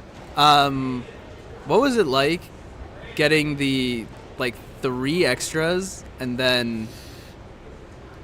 Like, my brain was just, fried after. Because you had to wait a really long time to compete. And I think in the end, you ended up getting the same scrambles that, me, Chris, Paul, I think that the same ones that we all ended up getting. Yeah. I got group 2 scramble because... Oh, really? Yeah, because there was no E3, so they just put me in group 2. Oh, that's interesting. Well, I don't think it really would have mattered because none of us could have caught you. But I think in theory they're supposed to be the same. Basically, yeah. But whatever, it doesn't really matter. I think I kind of choked most of my souls except Did you choke? I feel like The 5, the 488. The 5 was a choke. Oh, what happened on this DNF? That was a misturn on, I think, the second to last move on the second side. Okay. But, like, yeah. Okay. It was a 428, so it could have been a much better average. What? Okay, so what? Oh, it was 428. Yeah. What were you aiming to get, or did you just want to break your PR? Well, okay. Like, I was just telling myself to not have any expectation, but like deep inside, I knew I was telling myself I'm gonna aim for sub 4 average. Okay. And it didn't happen, obviously. I mean, this 4 would have helped, but probably would not have done it. Counting the 3 is a good step, though. Like, I have a recording of my 488. It was like I locked up for like a solid second on the first side. So yeah. Oh. What do you put in your cubes? Or in my the setup clocks? is pretty bad. I just loosen the magnets and then sometimes DNM. I mean, I recommend You loosen weight 5. the magnets? Yes. What? Okay. Something which most cloggers doesn't know is that, or like most cubers in general, is that you could actually loosen the magnet by like taking the small pieces out, and then you get like a nail and then like push the magnets in. Which small pieces? So like when you take it apart. Yeah. And then which ones are the small pieces? Like the gears? Like the pins? No, not the pins. Like there's like the 2-layer one and like the 1-layer one. Yeah. It's all the 1-layer ones. Okay. And then, and then you just poke some of them out. No. On the middle one, there's like the middle one has stronger magnets, and then you poke them, and then it will make it weaker. Okay, so you're just poking them out. You're not replacing them. No. Yeah, because replacing them sounds impossible. Yes. Oh, that's interesting. I also just learned today. I feel like this is something that I should have known. But the new batch ones are different. There's an old and new batch. Yes. This is also like one of the things that I noticed when I got my second clock. Yeah.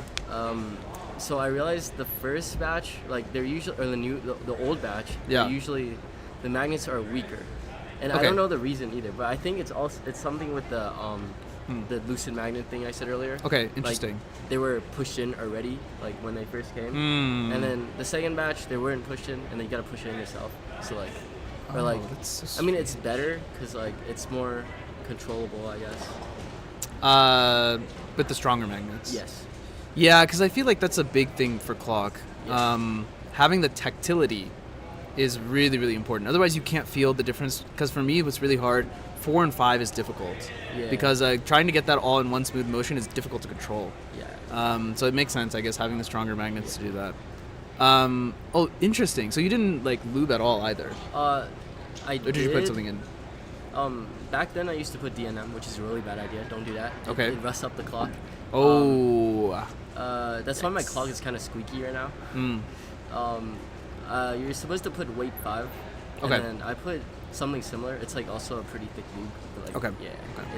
It's an off-brand lube. Okay, Yeah. sure, but like, but you're just supposed to put a heavy thing there. Yeah. Okay, interesting. Okay, so what I might try that. What I might do is I might buy a new batch one, and then on the old batch one, maybe I'll just dump some weight 5 in, see what happens. If I trash that one, I trash it. Yeah. And then, okay, that's interesting. Because I think what's really weird is like I have a 6 average, but I also have a 6 single, like, which is so annoying because I know so many people who have 5 and 4 singles, with worse averages, and it annoys me to no end. Yeah, that was me. I had a 314 single and had a 519 average. Okay. So this was like it brought it down. Yeah. Could've been So, much better. okay, maybe it's time to start grinding again. I don't think I'm ever gonna take the state record back, but it's time to start grinding. Maybe if I can get a sub 6.5 or just 5, or for a 5 average would be wild. It's doable, yeah. I'd be excited with a 5 average. What do you average right now? So I have an official 686. I probably averaged, like today I got 783 with no practice. I probably average like mid 7.5 or so. Yeah, probably. It took me about like 3 months from 7 to 5. Okay. Yeah. And did you do anything or did you just grind? It was, well, I grind, but like it wasn't like good practice. What do you mean? Like I was just doing solves like mindlessly. Okay, So it could it's something. It could be faster if you. Yeah. I mean, it's not 0, but maybe it wasn't the most efficient, I guess. Yeah. Okay, fair enough. Okay, interesting. I gotta poke around in the Discord. I gotta poke around more in the clock specific channel. Maybe I'll mess around in there. Wait, this is a random question, but do any of you guys swear when I can borrow? What group are you in? Group 2. I'm in group 2. Well, that's happening now. That's okay. Oh, shoot. Okay. So you should go. Yeah. Okay. But yeah, thanks for joining, Jaden, Yeah, and congrats on 472. Yeah. Thank you. Yep. Good stuff. All right, so that was Jaden Lin of Bay Area. Now world top 50 cuber in clock, which is insane. Yeah, I mean official 4 average, so it's good stuff. Good to see from the local guys. 3, the Greek is 5. Okay, I have no idea what you guys are talking about. So the reason I also wasn't showing solves is solves actually weren't happening. So it was in between groups. And I was not going to pass up on the opportunity to talk to a new PR holder. That's something that I think we do a bad job of currently is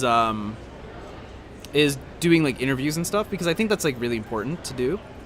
But we do a pretty bad job of doing it right now because we don't have like any like good like schedule or anything behind it. So ideally what we would have is like we would set out specific time to do interviews, and the rest of the comp would kind of be on pause. People would kind of be chill. But yeah, since we don't have that like separate time out for it, California doesn't have a lot of fast clocks. Okay, guys, okay, you have to understand the reason I said that is because the fastest people in California were me and Chris Martin, right?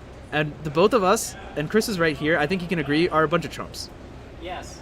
He says yes. So I mean, look, when the 2 fastest guys at clock are just us dumb idiots, then obviously I'm gonna say something like that. But things have changed. Times they are a changin'.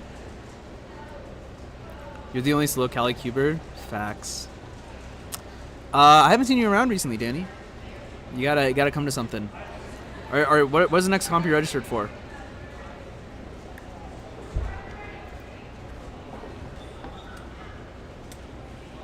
Bro, guys, I've literally gotten better since then. Everyone else has gotten way better too. I am trying to relive those days. Those are some good days, man.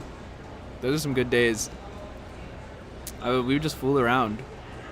Hey, look, I'm not that bad either, all right? If California had better clock solvers, then I wouldn't have gotten second. I'm just saying. When a chump like me is getting second, then, something is wrong. Something is wrong. People got to step up their game.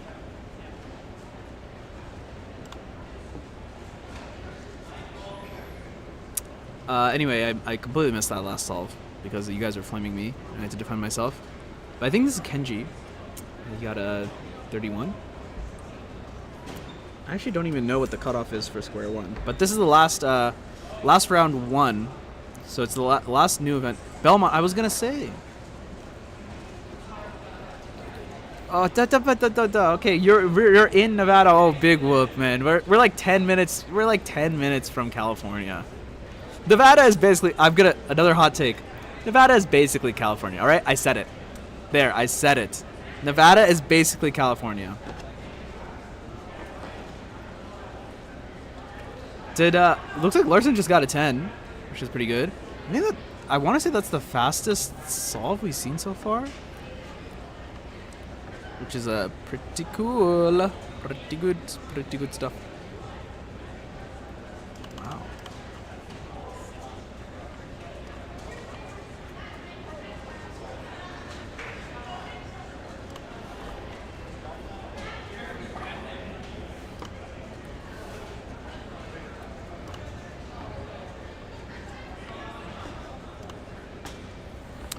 You're in Nevada. All right, guys, I get it. Look. Okay. my other claim to fame. I used to be my school's geography champion. I got 3rd in the state of Ohio. All right, when I was in 6th grade. That was the peak of my academic, my fame, my academic career, my fame, my infamy. That was the peak. It's all gone downhill from there. So we're all trying to relive the good old days.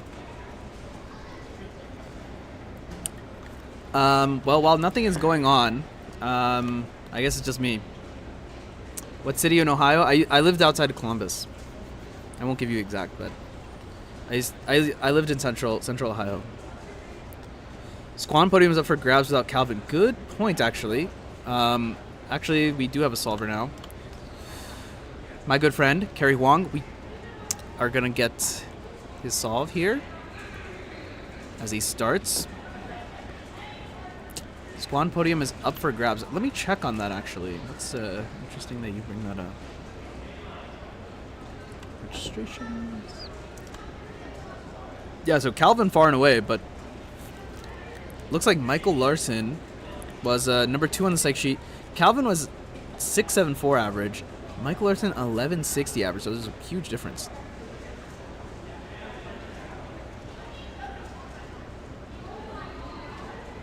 I think Kerry must have been doing parody or something, but I think he messed up. On the other station, we have Jeff.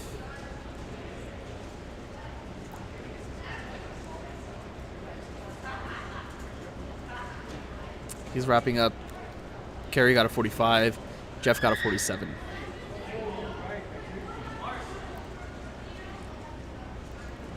Yeah, so the podium is completely up for grabs. Right now it looks like Michael Larson, Caleb Yao, Paul Mavi.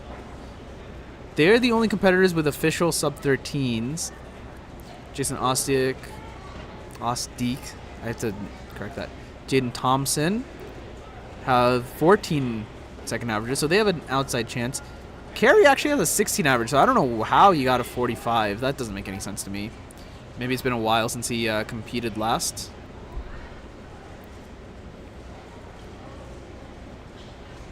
I believe this competitor's name is Kenji Gibson Naman.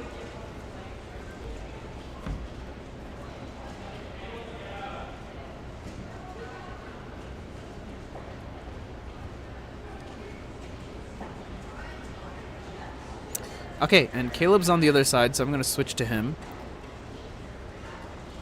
Let's see, he has a chance at the podium.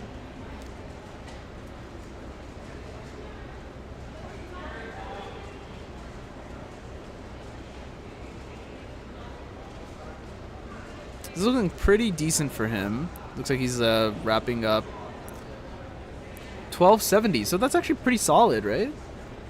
I mean, that's like right around where his official is. Is his official outdated, maybe? Let me see. Square one. No, his official is actually extremely relevant. He has actually broken his PR back-to-back rounds. Well, that's pretty cool. So he's going for the 4-peat state record in cubing and geography. I got 3rd. I didn't win. Nico Cam, Ben and me. 4x4 method. Oh, that's what it is. I should have thought about that. Your disappointment. He averages 11 now. I see. I don't think it was a +2. So, Squan is like a weird. Man, we need a delegate here. But Squan is a bit of a weird. It's a weird system. I think it needs to be 60 degrees in order to be +2. I mean, hopefully one of our newest delegates, Michael Larson, would know. He should be getting 10s. He's just bad in comp, I see. You guys have high expectations. This one should be okay also. It was a +2? Man, now you guys are making me... Man, was it a +2? I'm rewinding the stream now. Or not rewinding, I guess I'm unwinding. I don't think... Was it a +2? It's 45? Oh, it was definitely a +2. I wasn't even close. Like, even if it were 60, it was still a +2. So I have no idea what I was talking about. Slice is 90. Okay, thank you, Mitch. This is why we need delegates, to correct idiots like me. We got this competitor repping the FTO face turning octahedron. That'll be the unofficial event for tomorrow's PBQ. Doing some deliberate turning to try and figure out what's going on with the cube shape, but looks like they have the cube shape now. 45 degree for UD and okay, noted. Noted.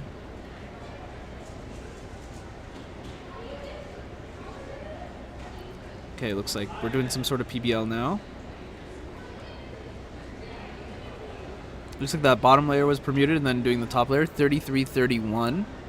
Right next to 3228, so pretty similar.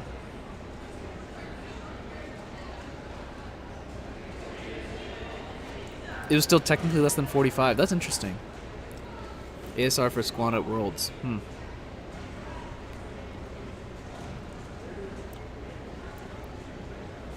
All right, looks like we have Jaden onto the station now.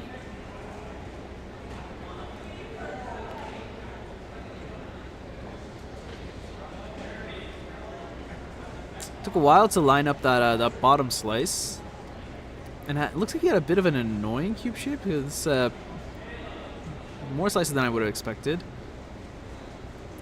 Yeah, going to this orientation, that looks good. Top layer doesn't look like it has parity. I've not really been paying attention to the bottom. No, it shouldn't have parity. I think it's just a J-perm on bottom, no? Nope, never mind. That is definitely parity.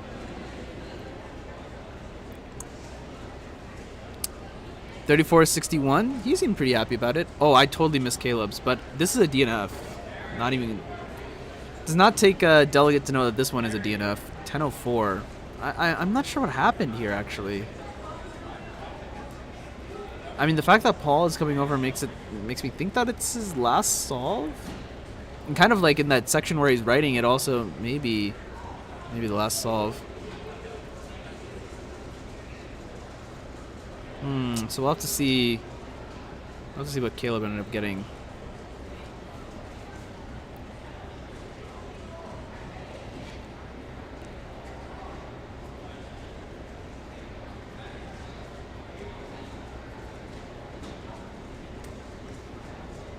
Nice. Pretty fast cube shape. Should be pretty fast orientation also.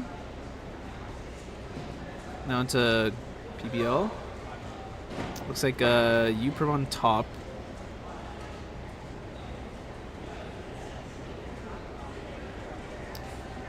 And no parity. Yeah, points to the FTO. Maybe for the extra luck. Oh, interesting. I guess we're already on 5 finals, so that's curious.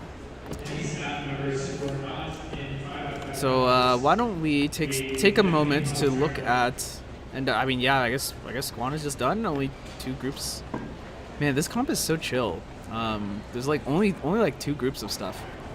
But okay, I mean, 5x5 finals is about to start now. So here are your competitors. Highlighted in green are the competitors that have advanced into the into finals. Paul Mavi, Michael Larson, Jason Ostick, Antonio Kim, Ruby Liu, Jeremy Bennick, Cindy Huang, Jaden Thompson. With Cindy and Jaden both getting PRs to bring them into finals. So these 8 are going to compete. I don't know if we're going to do stationary. I can ask and see. In which case we would probably like to get Paul and Michael in the stream stations. That'd be cool. And while we're looking at this, why don't we look at some other results? We'll check up on the Cube ones later, and we'll check on Squan later. because I think Squan is not fully entered. But in that meantime, we can look at clock, because this is done. I don't think there's any more. Yeah. So everything that's been entered, that was going to get entered, has been entered. Clock is done and dusted. This is the podium for clock. So yeah, we saw Jaden. We talked to Jaden, getting his 472 top 100 PR, which is just gobsmackingly amazing. Then we have this idiot, 738. Not bad. He did get a 10 though, not good. And then Jeremy Bennick, Rubik's Magic himself, getting 802 average. So yeah, so this is it. That's the clock podium. Let's see. Has some more Squan been filled? No, there's like a huge amount that has not been filled yet. So I'm gonna ignore that for now, and we'll go back to 5x5. So it looks like we will indeed have Paul on this stage, and because actually I think we are gonna do stationary. So I'm actually gonna I'm gonna track Paul's best possible average here, and you'll see what that looks like in a second.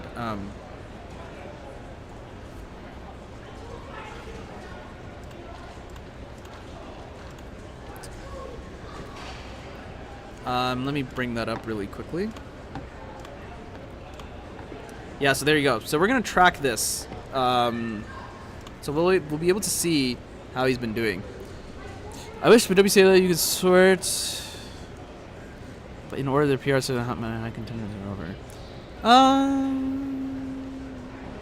Maybe. I don't think Eric gave up. I think he didn't make the cutoff. Paul doing some 3x3 to warm up. I mean, 7:29 is pretty good. Pretty good warm up. Is he moving to a different stage?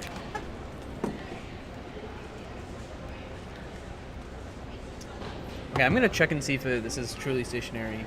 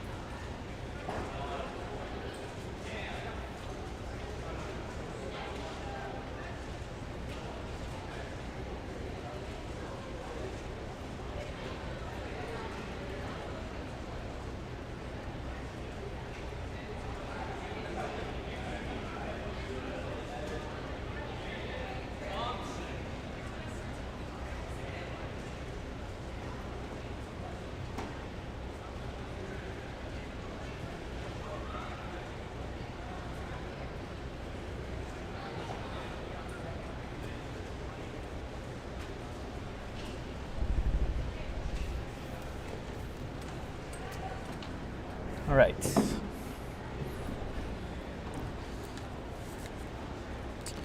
At least in the result, they came in last round. I don't know what you're referring to, Cube Pianist. So we're watching Jason right now, so I'm going to disable the BPA, since the BPA is literally inaccurate. Jason's actually about to finish. 118, so that's pretty good. Pretty good start.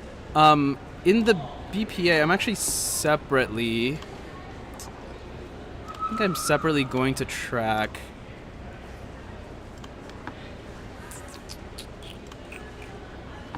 No, I'm just going to leave it.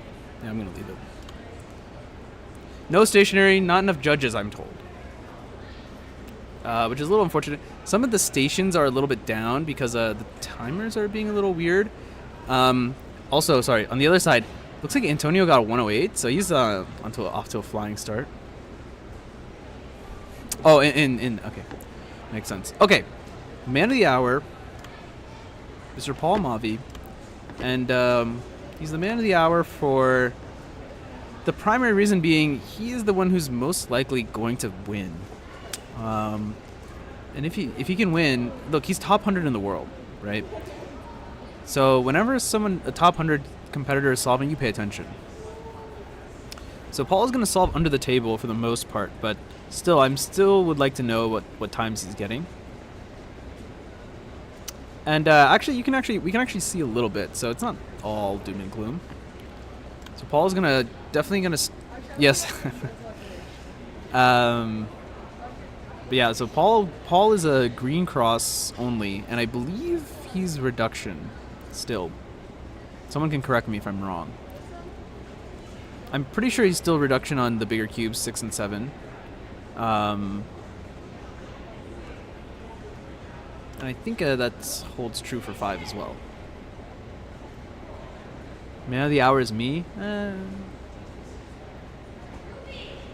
is why we need overhead cam. Yeah, I agree. Timers always break because the altitude out dry. That's an interesting point. Interesting point. I didn't think about that. All right, well, Paul's lifting up 53.95. It's an okay start. Remember, his official PR is a 51. So we're looking for him to eventually do better than that. So let's throw 53.95 into solve 1. That's locked in. And it's a decent start. It's a decent start. I think he still uses Redux on 5. I'm not entirely sure. This is not Paul Mavi. This is Jason Ostique. I think I got 118 on the first solve. And so the reason why we care what Jason is getting, because 2 of Jason, Antonio, and Michael Larson, of those 3, 2 of them are going to come in the final, or are going to make the podium.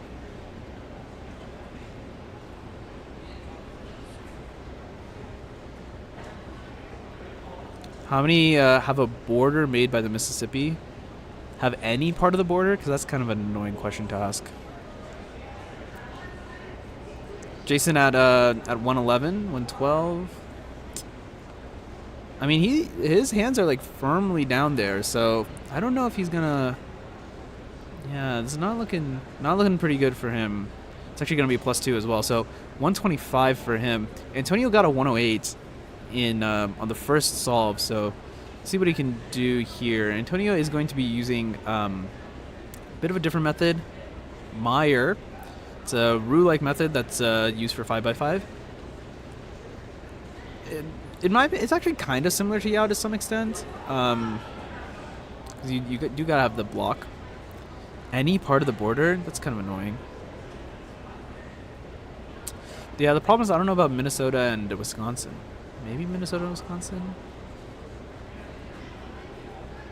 But Minnesota, Wisconsin, Illinois, Missouri, Kentucky, Tennessee, Arkansas, Mississippi, Louisiana. I don't know, count that up. If I missed anything, I missed any. So this is not going to be 108. I do have Paul on the other cam, but Paul is doing inspection. Once Paul starts, I'll switch over.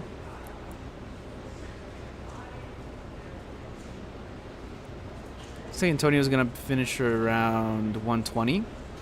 And as we cut back to Paul. So both Antonio and Jason getting pretty bad solves. Oh, did I forget Iowa? My bad. Yeah, Anto does like to solve over table. He says he has better look ahead that way. I asked him about it earlier. Bro's literally yeah, okay. When I can't see the cube, it's a little bit hard to commentate as is, because I can't tell how far through they are. I mean, I can see glimpses from time to time of what Paul's doing. It looks like Paul has, I want to say, most edges done. So he's on decent pace. I think a little bit behind. If he's trying to get like a 50, it's still pretty behind. I mean, he should be deep into 3x3 phase by now. Yeah, I think he's at the very tail end of edges. Okay, no, I was just straight wrong. There's no way. I mean, he can't do 3x3 in 2 seconds. So 55.28 for number 2. So he's gonna count the 53. Counting a 53 is okay.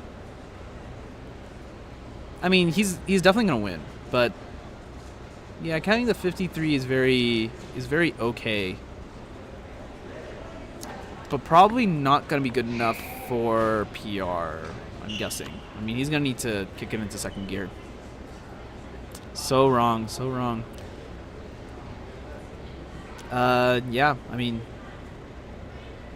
overhead cam would be good.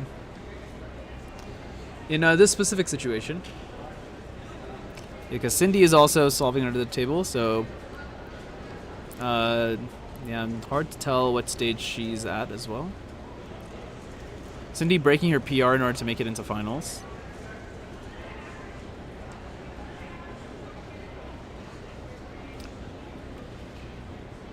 I mean, yeah, so this is going to take about another minute. So, in the meantime, I am just going to say for people who are just tuning into the stream, because it looks like the viewership has increased, actually.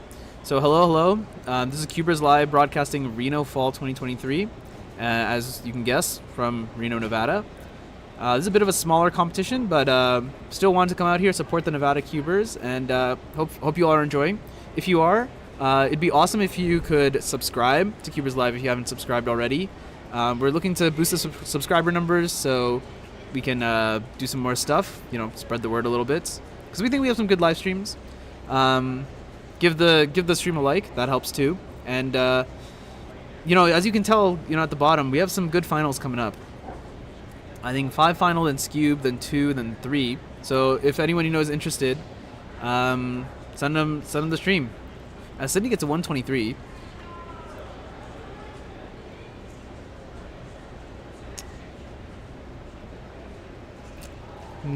Probably not going to stream at SAC unless we can figure out internet.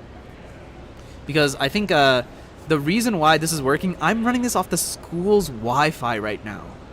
And I got 100 up, 100 down. I have dropped 0 frames all day. We've been live for 7 hours and 46 minutes.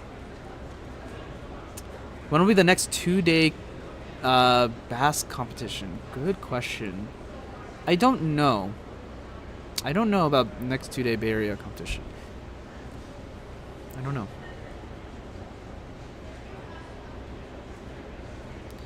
Alright, well, looks like Jeremy's going to get started here.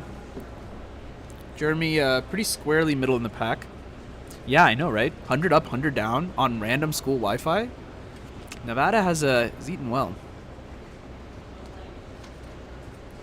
Okay, well, sadly, I see that Paul has been put onto a different stage, so he's currently solving. Even though I specifically requested that he always remain on one of the 2 stream tables. So that's unfortunate. So we are going to miss one of his solves.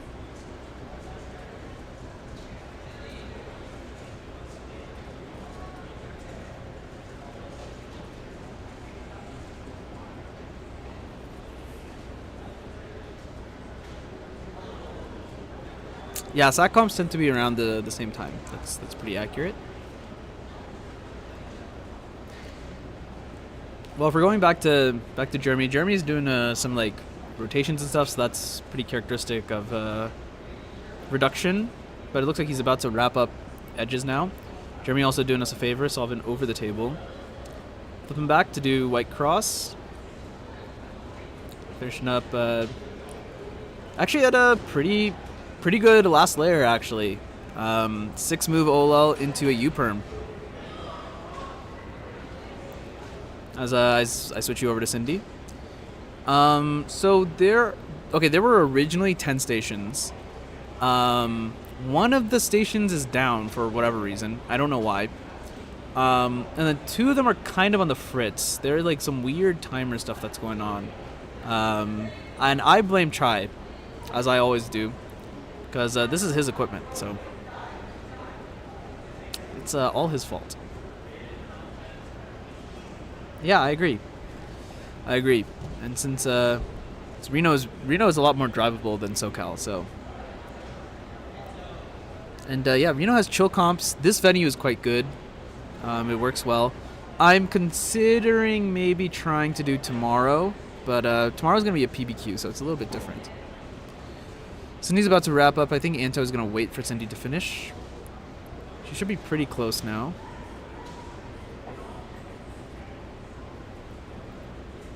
$128 for Cindy.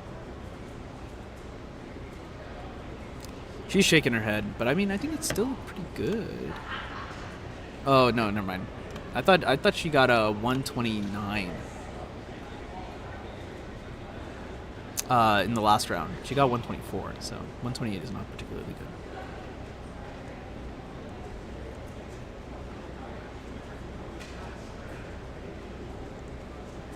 I'm thinking of no commentary PBQ. FMC is going to be horrendously boring. And I'm sorry, there's nothing I can do about that. There's nothing I can do to make FNC more interesting. The only thing I could do is maybe I could put up the scramble. Or maybe potentially...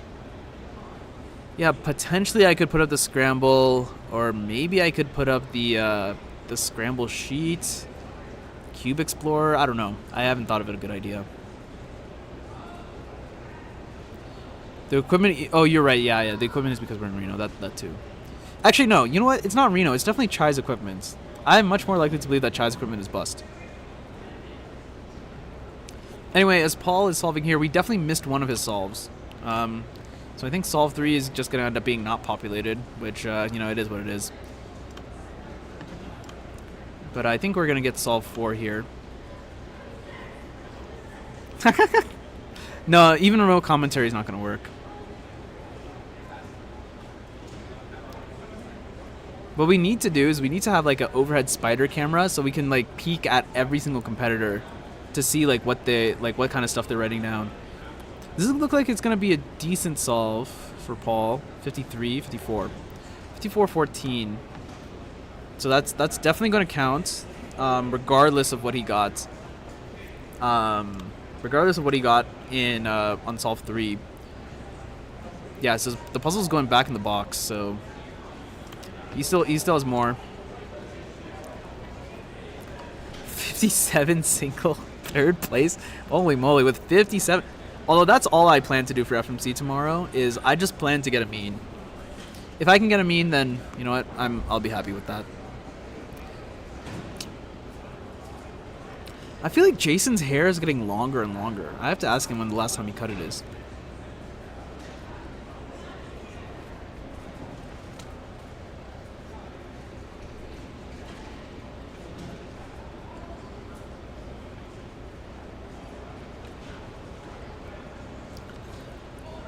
Undetermined. I'm going to say probably no for Sack. And so here's also why I want to say no. Reno is the third comp in a row that we've streamed. And I kind of want to relax a little bit at Sack. Take it easy, interact with some people a little bit more. Right now I'm commentating by myself. We have to make the groups and stuff. And I don't know if Chris wants to particularly set up a stream. Lol at Eric staring at his phone in the background. I have no idea what you're talking about. But sure, let's go with that. Lol at Eric staring at his phone in the background. Oh. As he's doing data.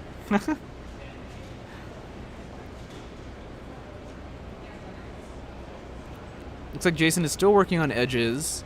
I did see some M slices moving around, but now I see a lot more faster turning, so that makes me think that he's entered 3x3 stage. Some MU stuff to finish, 116. I don't think Jason is going to get a similar average to what he had before.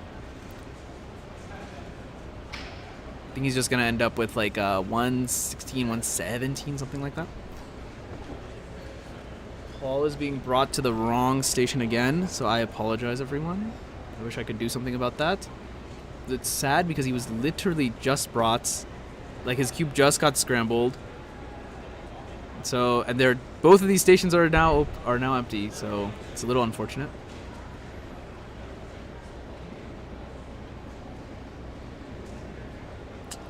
But yeah, other than that, I think that's probably gonna wrap up 5 finals. So I would love to tell you what Paul got, but we're not gonna know. It's gonna be unknown, a little bit unknown. I need to drink some water. I need to find some water because I actually ran out of water. So while I do that, I'm just gonna send it to ads. We're gonna wrap up the last couple solves of 5 finals. Then I think we're gonna go into Skube finals. So I'll see you all in a little bit. Enjoy the ads, and by enjoy the ads, I don't know. I think the ads are fine. The the sponsors are gonna get angry. All right, they're not gonna give us the money. They're gonna tell us we're trash. So the ads must be played. They must be played.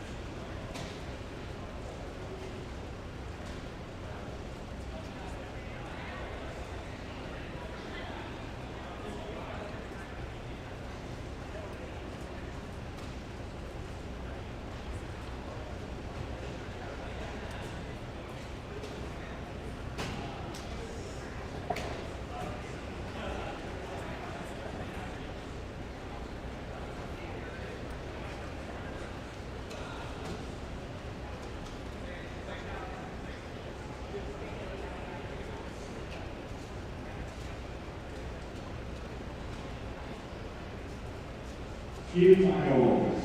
We have results Cube finals.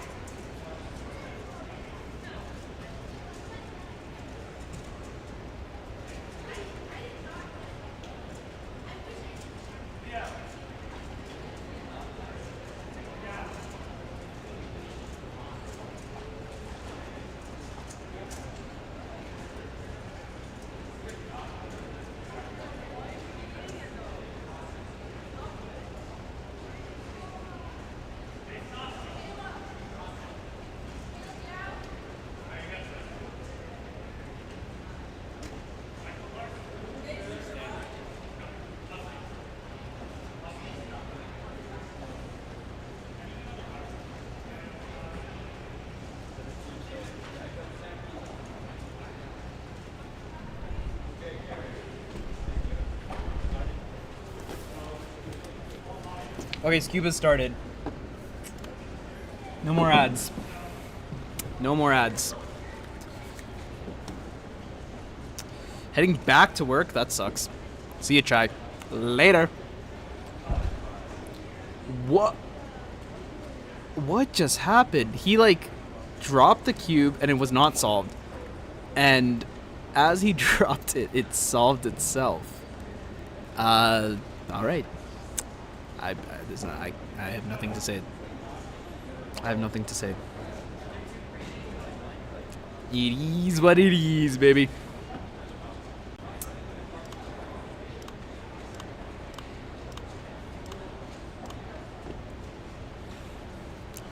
But all right, I have found water, so I'll be nice and hydrated through the end of the competition. This competitor's wearing the Omori shirt. Omori's a good game, I've heard. Bit of a dark game, but kind of interested in playing it at some point. 766. Meanwhile, Daniel. Can't really tell what's going on, but the viewfinder is working. But yeah, this is something that's happened. We need to name this when like the cuber like falls back in their seat like this. We need a name for that. The cuber lean? No, that doesn't make any sense because like, it's like a gamer lean. But yeah, I don't know. 1919. Someone's gonna come up here. In the meantime, while we have like the briefest amount of time, Caleb Yao. Actually, here's what I'm gonna do. Oh, whoops, sorry. Let's look at it at the same time. So, Taj Braden, Michael Larson. What am I trying to say? We're podiums in round 1, so we're looking for those guys again. Caleb Liao just snuck in. It looks like 848 average, 667. So that's a lot better than what he had before.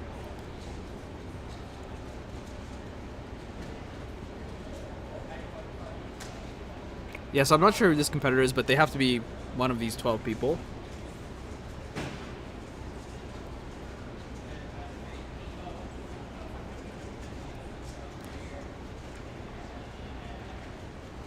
Looks like a bit of a slower solve, unfortunately. Maybe they messed up a little bit. 1165. Switch back over. I think this is Miko, maybe.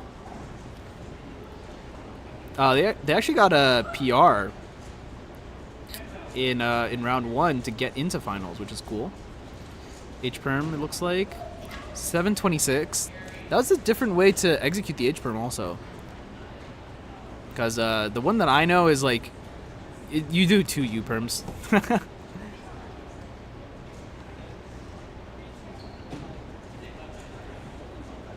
But that one was way more efficient. 726. I heard Jeremy called Leo, so that's who we're gonna get at this stage right now. Rocking the Jason Ostick hair.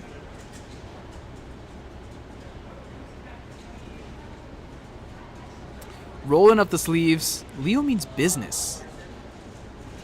Looks like those two yellow ones look like they're in the right spot.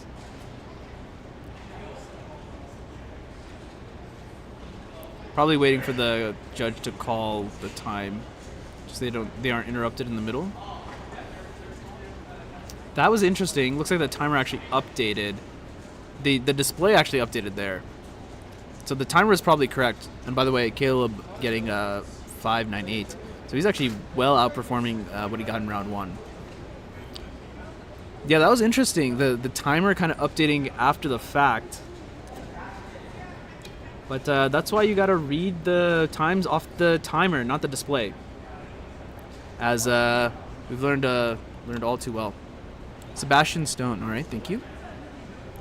Kimmel's first podium was Cube with a 7 average. Well, he's looking better than a 7 so far. He only does Cube and clock. Interesting.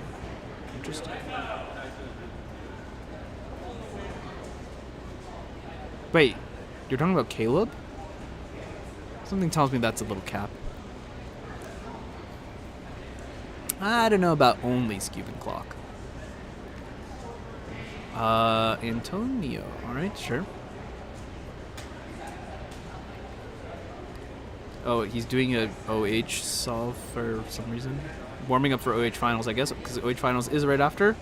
He's giving a little sneak peek. He's actually ruining the surprise. Thanks a lot, Anto.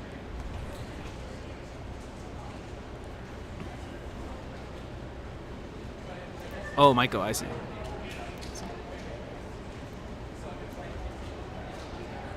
Interesting. He actually didn't make the yellow layer there. It looks like he actually made white layer. 672.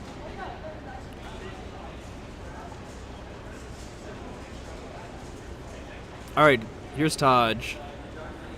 Yeah, I was very surprised to see that Anto was in Scube. I don't know. Just I thought he really did not care for this event,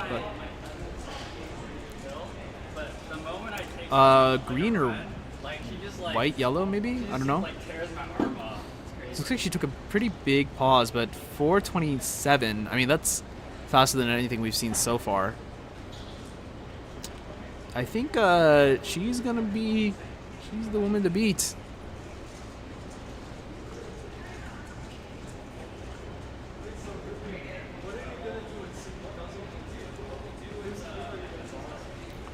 Paul, a decent all-rounder. I mean, making final. Has he made? Is he gonna make finals in every event? That's pretty cool. 568 for Paul. We're gonna switch over to this competitor. Not sure who they are, but they got this nice little outfit here. I like it's like the athletic hat and the athletic shirt. Just gives off airs of an athlete. 516. I like it. I like it. The crossed arms with the fist pump. Nice. Nice. Anto back in the stage. In the spotlight. He's gonna do another OH solve, it looks like.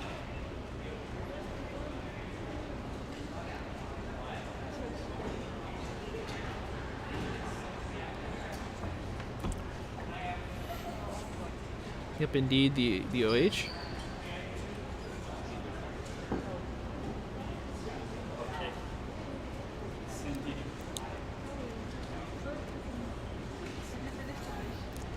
And so I'm finally onto the inspection. Braden, okay, thank you. Really bad. So long.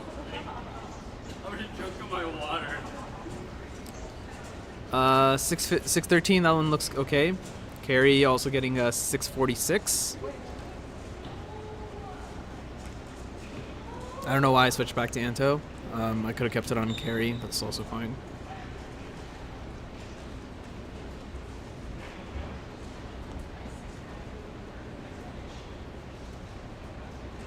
Ah, the judge forgetting to sign, so. And Anto also did not sign, so. Making sure that all got cleared up. Otherwise, if the judge and the competitor don't sign, then it actually just goes in as a DNF. Oh, just a guess? Well, your guess is as good as mine. Maybe a little bit better. Looks like Daniel's not going to film his solve here. I want to say that white layer looks kind of good. No.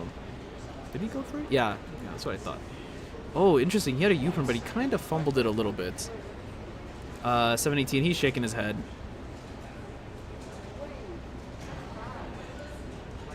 I feel like this is such a classic angle for Carrie in terms of filming.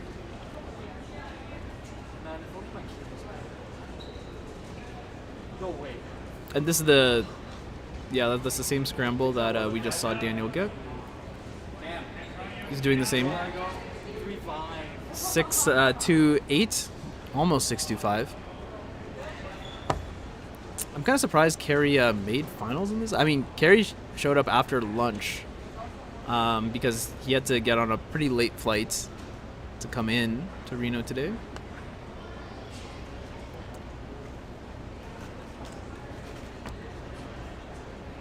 Looks like he has at least one more.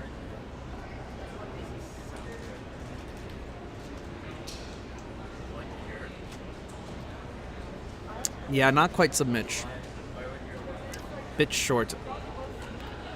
Bit short, sadly.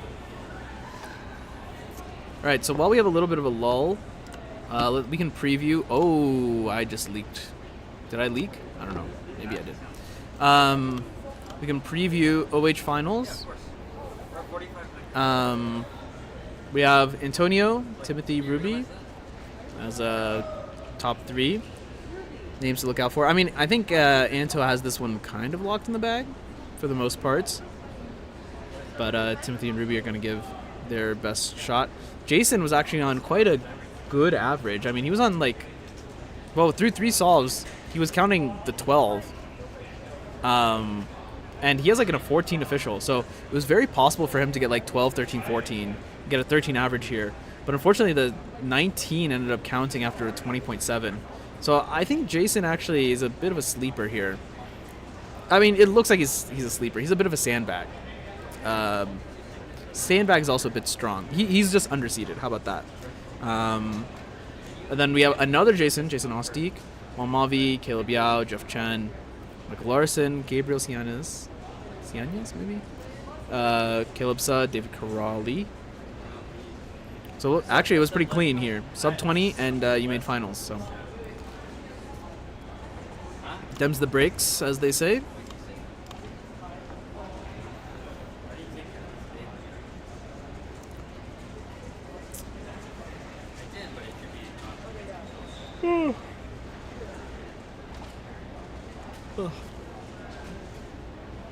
Getting late in the day. I woke up at 6:25, so it was a pretty early morning for me. Was it an early morning for you, Carrie? Well, I woke up. Because you were busy like last night and stuff, right? Yeah. Well, I woke up at like 9, and then I went to the airport, and then I flew from Los Angeles to Reno, and I landed at 1 p.m. So like, I feel like it should not have taken that long. Well, no, the flight left at noon. Oh, okay. It was like noon to 1:30. Okay. I was gonna say.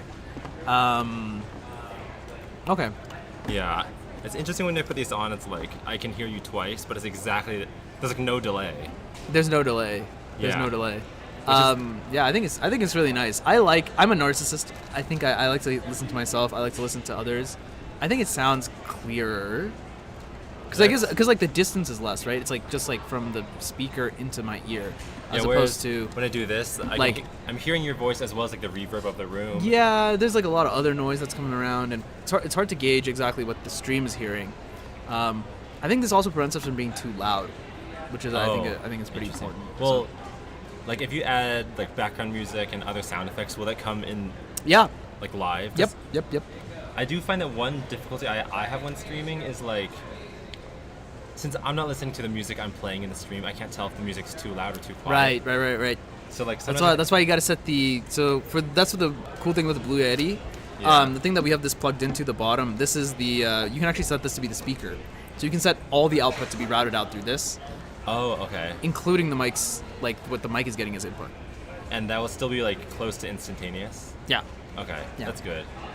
Like if there's even like a quarter-second delay, it's like the speech jammer, and it's gonna like mess you up really bad. But if it's like instantaneous, then there's no problem. Yep.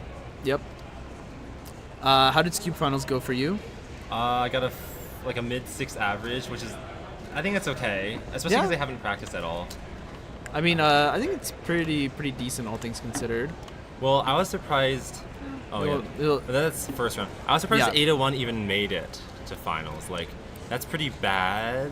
Like on the slate sheet. Only 41 people ended up competing. So. But I think a lot of people must have like fumbled because like there I am, 656. Oh wow, I think so as well. That's what it looks like. Wait, if I was 1 second faster, I'd be in first. And like 556 is not unheard of. 1 second fast. I feel like 1 second faster. That's like you're asking to be 16% faster. I know, but like, see, the first all 501, like I was like, this is on a good streak, and then I got these two are like close to 7, and I'm like, oh, it's over. 795 and 704. Actually, we can look at it now actually.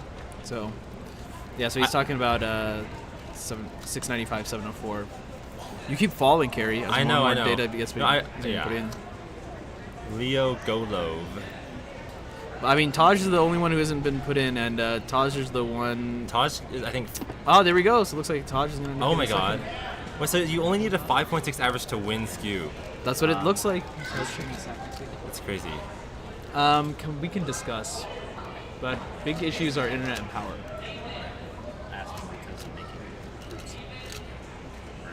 Oh.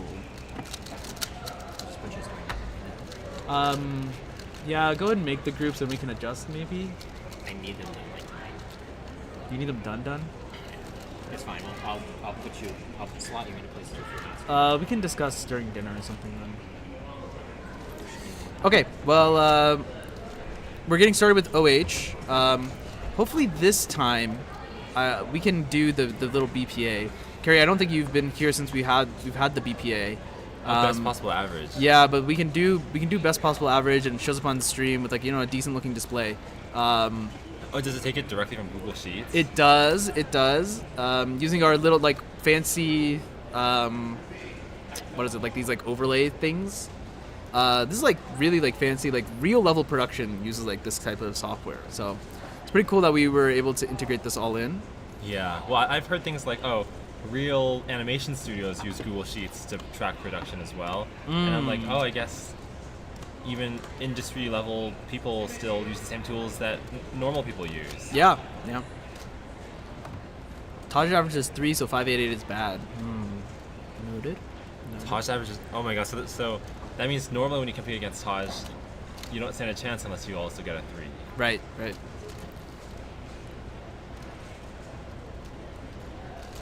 Alright, so it looks like we are unable to do stationary since I think there are just too few stations, and half of Chai's equipment is broken, so we're going to be cycling through. So we'll try and get... The main one we were looking out for is Antonio, since I think he's the favorite to win by far. Yeah, like by 4 seconds or something. Yeah, no one else really stands a chance. I think Tim did not start the timer. Oh. He did, right? He did start the timer. It's just like lagging a lot. Yeah, we should replace that display. 16:18 though, I think that is the official time. Yeah, I mean that seems reasonable. As Caleb is gonna pull up here. I'm trying to figure out how many viewers that graph is, not by scrolling over, but just seeing how many increments there are. And I'm guessing it's 11. Yeah. Oh wow. I am so smart. Well done. It's good extrapolation. Wait, so this is Caleb? Yep. Caleb. I see on his shirt it says Max Park. Yeah, and you got the shirt signed by Max Park. I think it's that Max Park stole the shirt, wanted to label it as his own. And then he stole it back? And then he stole it back. Oh, interesting. Caleb Ka, yeah. Caleb Ka instead of Caleb Sa. Yep. Where did that originate? Where like you swap like the first letters of like adjacent, or like first and last names? I don't know, but I know that like some of them are called spoonerisms. Spoonerisms? Yeah. Or like, I think it originated from the George Bush era, because he would say them. Oh, that's pretty funny. I'm gonna step out. I'll be right back. Okay, I will do nothing to entertain the audience. Nothing? Because like they like being bored.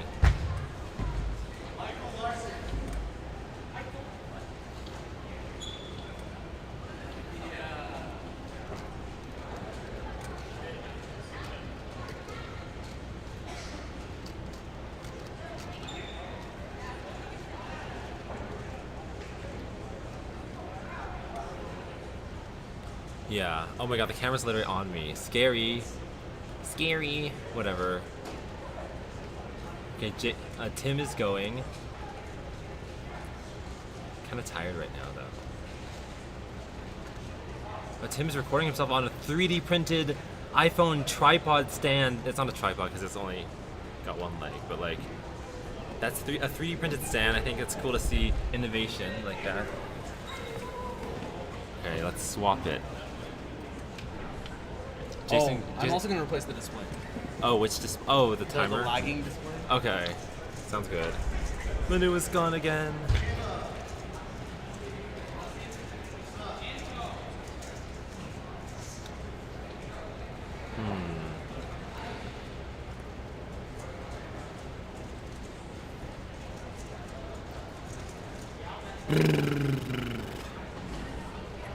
Should I practice Cube again? I think I will. I feel like It's not hard to get faster at Cube. Oh, my timer's been going for over an hour. It's just been going up.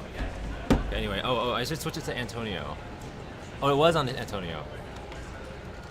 Right? Yeah, it's on. Okay, let's see what he gets. He's solving a Megaminx, which is pretty good. Zephorax's toner cam.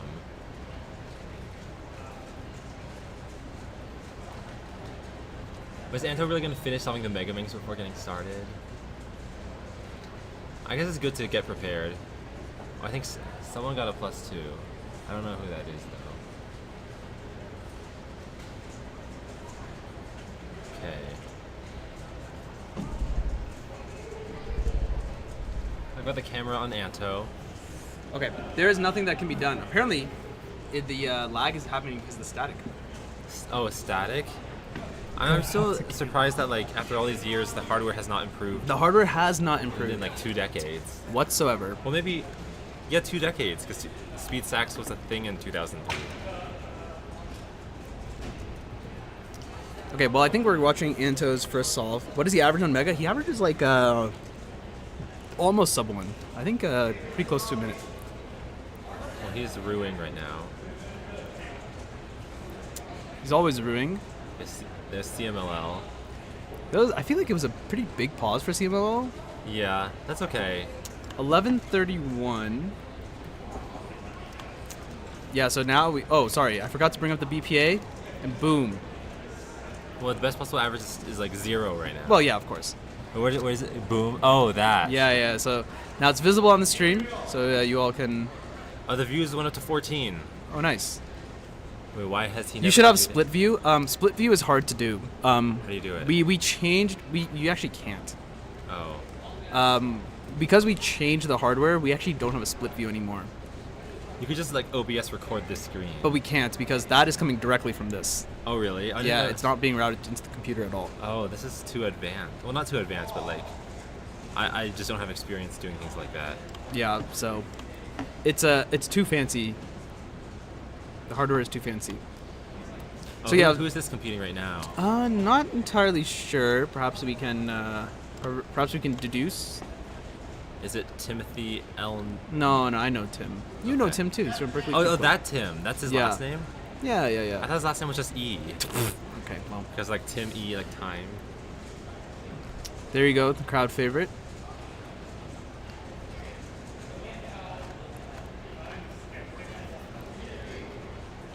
Caleb 4x4 method. Oh! Very fantastical finish. Do you think that's a DNF? I feel like he What? kind of caught it against his leg. That's fine. Oh, no, for OH it's not fine. Yeah, I feel like that may have been a little suspicious. And it's on camera, too, which is, like, tough. Because, like, if that weren't on camera, I'm sure it'd go fine. Yeah. Hi, Wilson. Hello. We are watching. Yeah, this Anto. displays Antonio Kamho Tung. Prime time for Antonio. And he's like, what does he average at home? Like 8 point something? Who knows? 9.0? Who knows? I don't want to put pressure on him though. I know fast cubers don't like it when people. Oh, that looked. Looked like he was at CML at 4 or something. Yeah, I think it's because of the exposure. 10:09. 10:09. So You know, he's on a pretty good pace, right? Yeah, you know how they always say like the timer always lags behind like real life by like 0.3 or something. Mm-hmm. Why don't we just build a timer that like calibrates for that and like is always 0.3 faster so that it lines up with reality again? That's interesting. But it's 0.3 behind. I think 0.3 is like a reaction. 0.2, 0.3. I think it's just what you're seeing. No, like if you pause it frame by frame, it's like when the frame hits like 2 seconds, this timer display will still show 1.7. So, I don't know. I mean, I guess for speed stacks it doesn't matter that much, but for cubing, it's like really helpful to know. Oh, I got to OLL at like 5.9 or something. But I feel like you shouldn't be looking at the timer for short events. No, but it's for like when the audience is watching. It's just much easier. Like when people are taking screenshots, you know, and they want to be able to like time splits for someone else. I see. Okay. I'm just saying, if anyone builds a better timer, let's just calibrate it correctly. I mean, there are some discussions of better timers. Time base being one of them. Oh yeah, now that's public. Yep. I remember. Oh, did you know about this before? I guess now that it's public, I can say that I did know about it before. That's cool. But I think people said like don't tell anyone, but now I can. Yeah, I think it should be fair game now. Oh, you know what's cool about Time Base? The name looks like it could be like Japanese, hiragana, like. Oh no, it would be chi, not T. Yeah, chi. But I always think that's fun. Time base. Yeah, time base. So I assume that he probably started the timer, but the display is a little on the fritz. The Reno static. Oh yeah, oh my god, that's over 13 seconds 13 seconds delayed. I don't get like a 1906. 1906. That's the year that San Francisco got a devastating earthquake. Why? I feel like you had nothing better for 1906. Nothing else happened that year. Nothing else happened. Like, all right. literally nothing. All right, fair enough. So I guess earth shattering solved for Jeff. Oh, in some way, shape, or form. I get it. So here's Jason.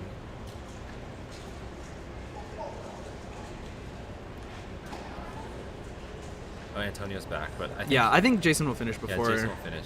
Antonio gets started because he's got to set up the. Antonio has such a cute little camera. Yeah, I agree. I hate having to do my phone and like very awkwardly put it. I need to bring my tripod back. I'll do that later. Okay, you're bringing back the BPA. Bringing back the BPA. Antonio's got 11:31, 10:09 so far. This is also just convenient for just tracking. Because we get to see like what he's gotten before. So Seems like he's on a decent pace. Sub 10 is still possible. Yeah, I mean, CMLL. looking pretty good. CMLL like what 5? So this is like a nice. 9. Yeah, 9.2. Yeah, 920. So And that's solid. And it even looked like it was a long CMLL, like an unlucky case. It wasn't like soon or F60 F prime. I do not know what happened in the year 920 though. I have no idea. I mean, I wouldn't be surprised if history didn't have a single thing. Yeah. I'm pretty sure every year from 0 AD to now has something for every year. Like something. Yeah, memorable. I mean something. Yeah, something was definitely recorded every single year. I fully agree. That's your birthday. Oh, 19th month, 0th day in year 6. Oh wow. 0. Well, happy birthday. But just passed. But 0 can't be a. Why not? A date. Why not? Like what? It's like day 0, like June 0. June 0th? Is that Yeah. May 31st? Maybe. I don't like that. Did you know that? Bro, I don't like that. Did you know that this year March 0th was on Tuesday? March 0th doesn't exist. Unless you're I mean, it was on Tuesday. February 29th. Oh, February 29th is going to happen next year. Yeah, but that won't be on a Nope, it'll be on a Thursday. You know? How do you know? Doomsday Calculator. Oh. Wait.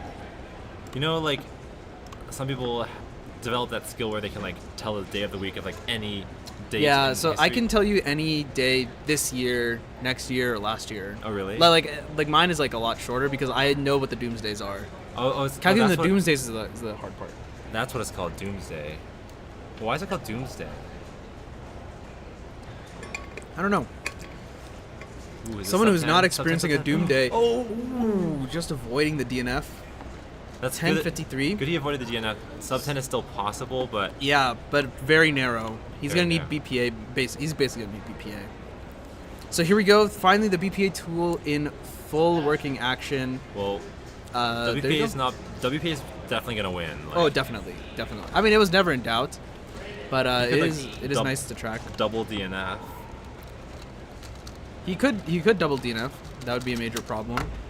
Wait, what? He has one solve left. No, I mean I'm saying like when you said it was never in contention. Oh, I see. Okay. Like in the past he could have double DNF. Now he can't double. That is DNF. true. He Or almost single DNF'd. He could retroactively DNF. We could like try to I guess try to that's hit a him good with a point. regulation Oh, violation. I guess it's possible, but I mean, I feel like WRC is gonna. Hello, Anto. Wait, are you done? Yeah. Wait, I thought you have. Oh. Oh. Okay. Oh, we only got 4 of your solves. Yeah. What The did? first solve was off. Ah. That was like 10-4. Oh, okay, 10-4. So the average is like a mid 10, I think. 10. Yeah, mid 10. 10:30, something Are you like happy that. with that? No. You're never happy. Yeah, I mean, classic. Name more iconic duo. All right, well, I guess that means we're on to 2x2 finals, which is going to be the last, like, That's gonna be the last Don't like laugh. That's people some other. professions. What is it? It'll be the last. It'll be the last thing before it's a penultimate event. All right. Running out of gas. If Zero can't be a day, then how is it his birthday? Yeah, good point. Well, you're just never born. You're not born. You're still in the womb. Oh, okay.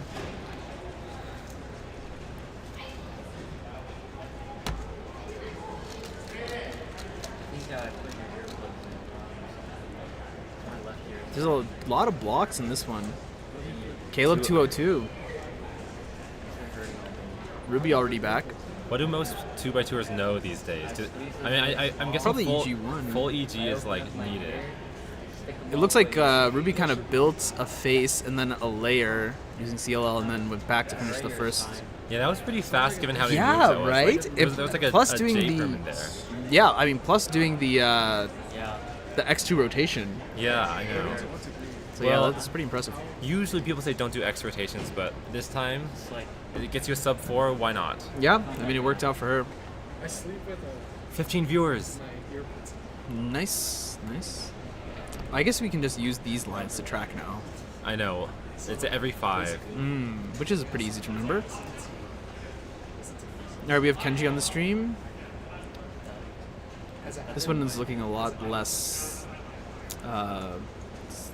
going on here. There's really only that yellow connected. He actually chooses to go for the white layer. 428. And then ended up just doing OL PLL. Yep. What time was needed to get into 2x2 finals? Yeah, we can take a look at that as well. 437. Mm-hmm. Oh, Ruby in first. Yeah, actually, yeah. I mean, she got a PR. Wait, 3.1 is the winning average? 437. What? So there's no like, no Zanes. What? Correct. No like really fast 2x2s here. Yep, 2x2 right now. I guess if you want to win competitions, Nevada and Utah are good options to go to. I think Utah's actually pretty competitive now. Oh, even for blind events? Yeah, I think so. That's true. I guess there's like Brendan. I don't know if Brendan's still there, but like. Brendan Backer? Yeah, Brendan Backer. I think so. He's still there. He's much better blind than me. That scramble looked a bit easier. Looks like it had like maybe 3 move to blue face, and then it had 3 out of 4 blocks, or 3 out of 4 pieces for green face. Yeah. It's pretty impressive. Here comes the #1 seed of this tournament. Yeah, indeed. The most pressure is on the #1 seed. This is going to be Ortega probably, 424. Looks like she had to do like that UU prime, so that definitely took time off. Yeah, that took some time. I see a lot of green. Yeah. So this is the one that with green and blue. Oh yeah, if you can get both the green and blue layers at the same time, you're golden. Because then you just have PBL. Looks like that's not quite what he did. Oh, well that was like a... CLL. Oh, it was a CLL, okay. Yeah. So I guess... Maybe not intentional, but that's what it ended up being. Pretty good time, I would say. Oh, that was good. That was a CLL as well. That was really fastly. Actually, it was like the 9 mover, like F, yes. F R U prime R prime U prime R prime U R prime F prime. I'll take your word for it. Wait. 9 seems weird. I feel like maybe 8 or 10. Well, it's like the first half of Y perm. Oh. I see. People turn so fast these days. Yeah, I mean, can we just slow them down? There are probably illegal ways to do that. I will replace their. Actually, I'm gonna. Oh, it's Ooh, plus plus 2. 2. Unlucky. So it's a 494. Yeah, I mean plus 2's on. And this is the same scramble. Yeah. Oh, Jeremy's got stickers. Yeah, he's a black puzzle. Yeah, so it looks like it's 3 moves to blue, and then what the? I have no idea what he did at that last style. I mean, that was long. I think he did a layer, and then he did Okay. like OLL PLL. Okay. Because like the OLL was like F sexy F prime, and then the PLL was like J perm. Ah, So okay. that's That a explains total why of, the like, last 20 layer was long. It was like 25 moves or something. Caleb back onto the stream. Oh, so there are 2 Calebs. Yes. Caleb Yao, Caleb Sup. Oh, Caleb Yao, Caleb Sup. Both 3-letter last names. Yeah. By the way, if 3x3 finals is next, so if you want to grab a snack, go to the bathroom, grab a friend, tell a friend about the stream. Now is a good time to do so. We will be starting pretty shortly. I would say in the next Ooh, 5 not good. minutes. Caleb avoided a +2, but not the best time. 462. So it looks like Caleb Yao, Paul Mavi, Michael Larson, and Ruby Liu are the top contenders for 3x3. Speaking of Michael Larson, 328. Pretty competitive solve in this field, at least.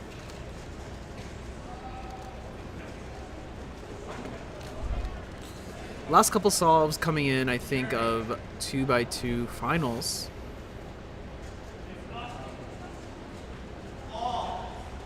This is Jesse Steele.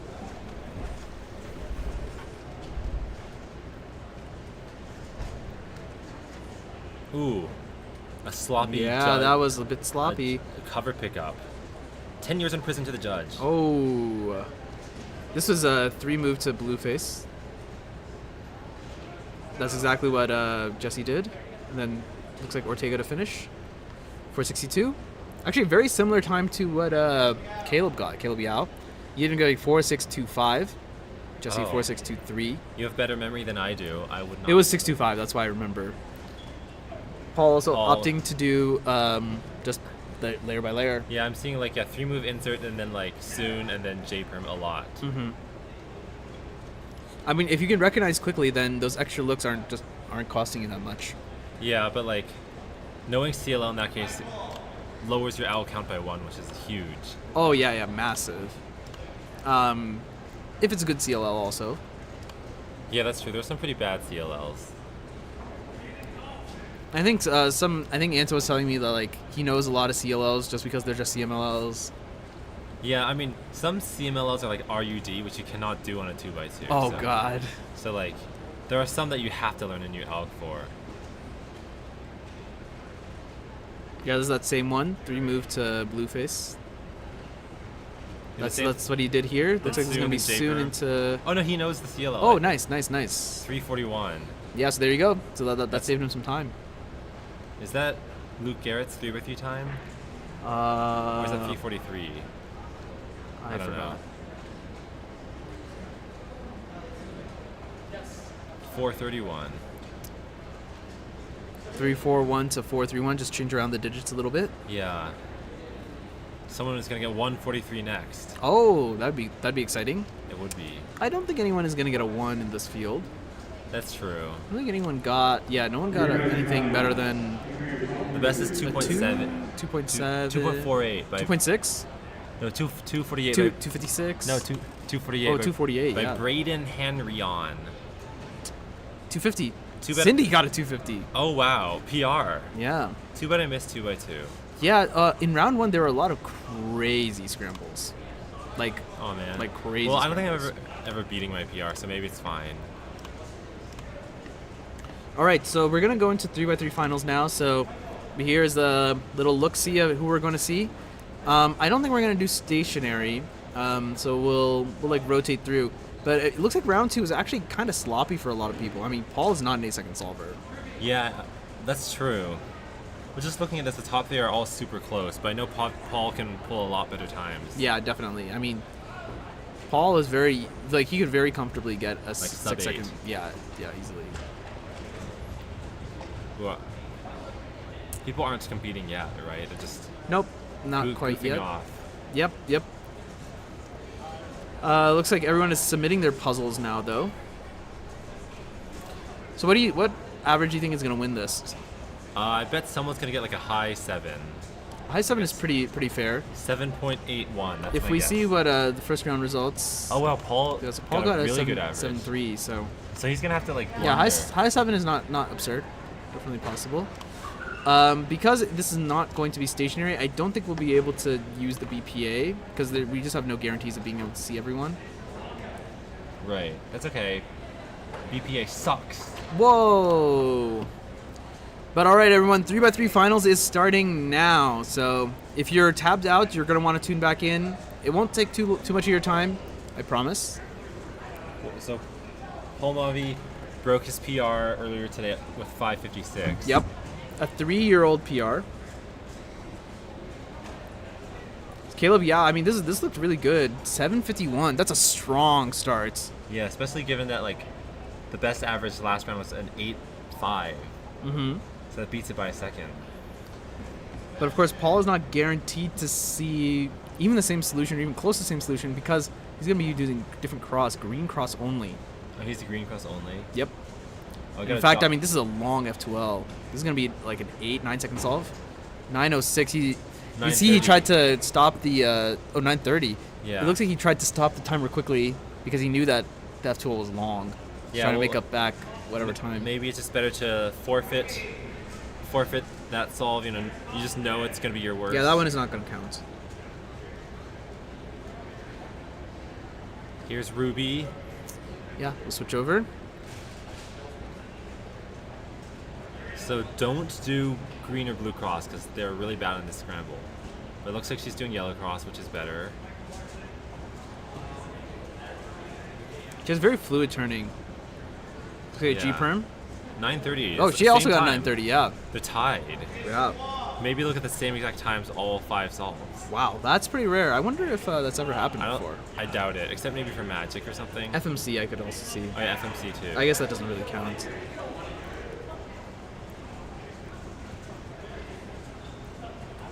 Well, here's Jason. Wow, he's staring long and hard at like one specific orientation. I mean, yeah, it looks like he planned that pretty well because that pair was made Well, that and was quickly inserted into the Ooh. back. U-perm to finish. 8:16. But I feel like the U-perm took a while. Like it could, without the U-perm, it might have been like a 6. I wonder if he definitely did not, he must not have known the CP. Yeah, that's because true. I think he wasn't expecting to get it like a U-perm or something. Yeah, that's true. So as you can see, this is the exact same scramble. I think there's actually that pair where Jeremy's index finger was. That Oh, like for green-red green. pair, I think, is there. It's like I think it's a blue cross pair. Oh, is it a blue one?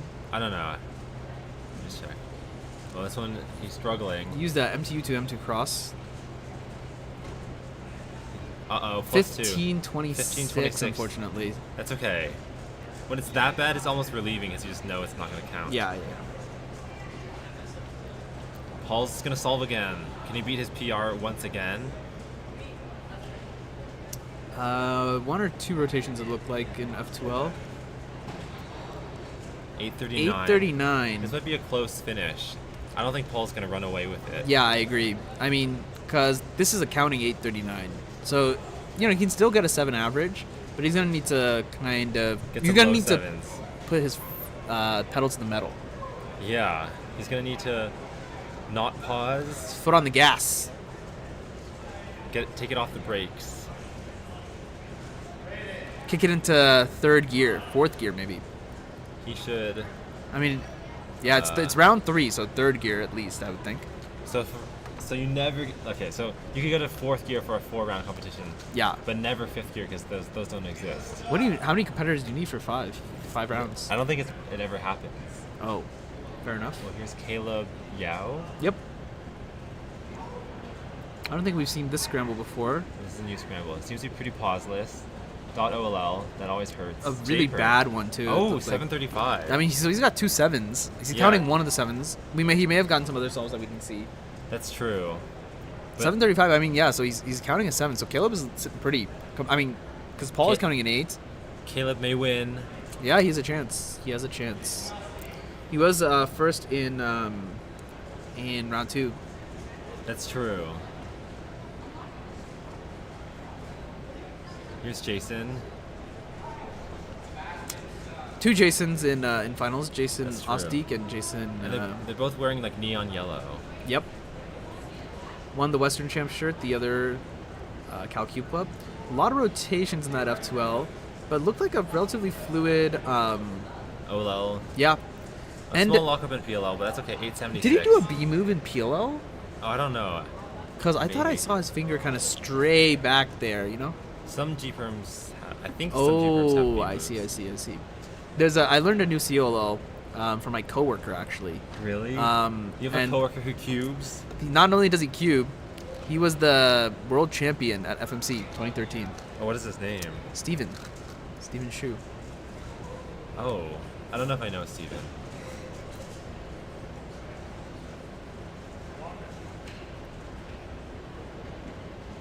I think we're watching Jaden right now. Not entirely sure though. 1064. 1064. Pretty good. Looks like Caleb kind of pausing on F203, and F204 was not great. Start of +2. That's okay. +2 to 1029, but he has 2 sevens, so yeah, he does have 2 not sevens. the worst. 17 viewers. Yeah. Wow. What did Caleb get? Keeps growing. You're about to see, I think. 1029. Yeah, 1029 here. He did have 2 sevens also. A lot of Caleb's fans in the chat. Oh yeah, wait, 3 of them in a row.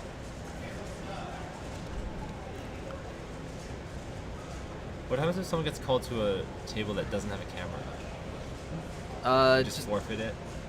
What do you mean, forfeit? Like you just don't get to see it. Like let's Yeah, say we Max, just don't get to see it. if Max Park gets sent to like a table without a camera. Then yeah, we just don't see it. Okay.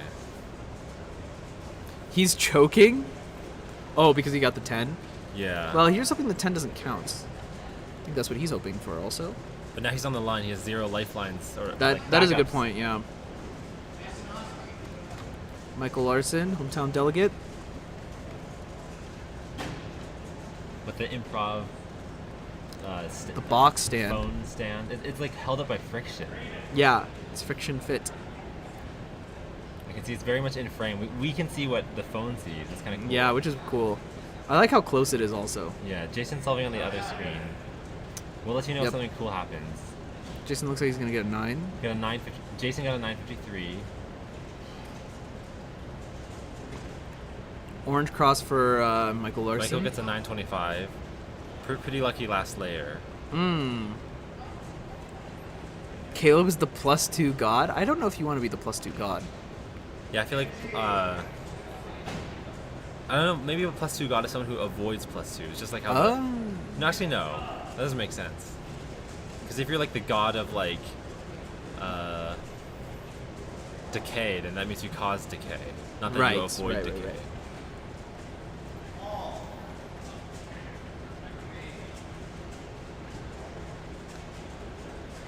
But when they when they're all rooting for Caleb, are they rooting for Caleb Sa or Caleb Yao? Caleb Yao, I think. But I think they're all friends. Yeah, that's true. That was an interesting solution, doing kind of 2 OLs another there. +2. No +2 over on the other side though. That's 1074. Clean. Maybe being named Caleb destines you to get +2s. It's just the way it is. Looks like we're gonna get another competitor. But Gershon says Yao, so Caleb Yao. I heard Jeremy. Don't know if that's gonna be for this stage or somewhere else though. We actually have some results coming in also. Looks like actually Caleb Yao won 2x2 by a pretty big margin. What was the average? 264. 264. Next closest competitor 321. So that was like. He actually got a PR. He got a PR single 149. 149. We didn't see that one. Yeah. So well done to Caleb there.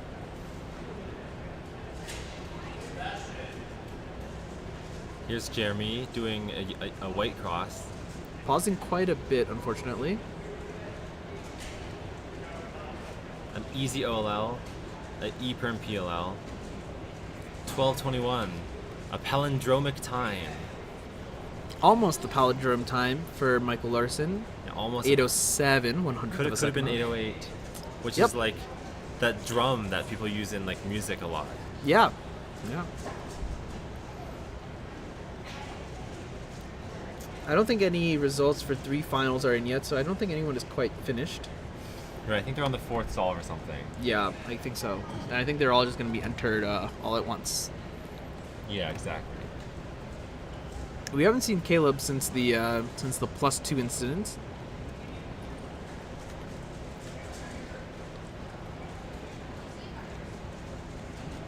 Hopefully he is faring well. So Jason is going. Pretty big pausing though, which is not great. Yeah. Well, these guys are no Max Parks. Good. A decent OLL. Decent OLL. But 1097, which won't cut it for podium, I don't think. No, I don't think so.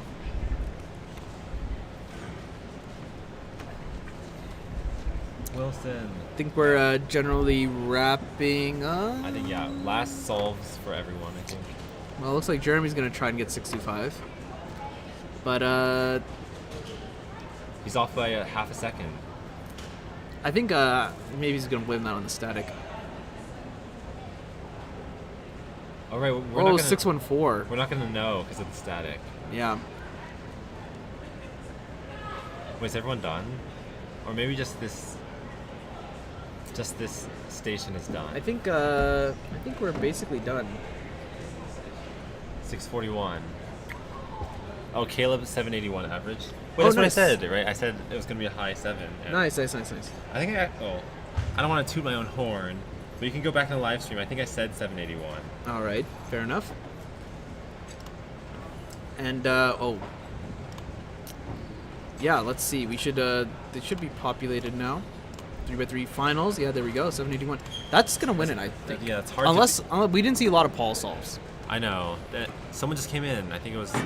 I see a lot of low 10 averages. Yeah. Actually, like five in a row here.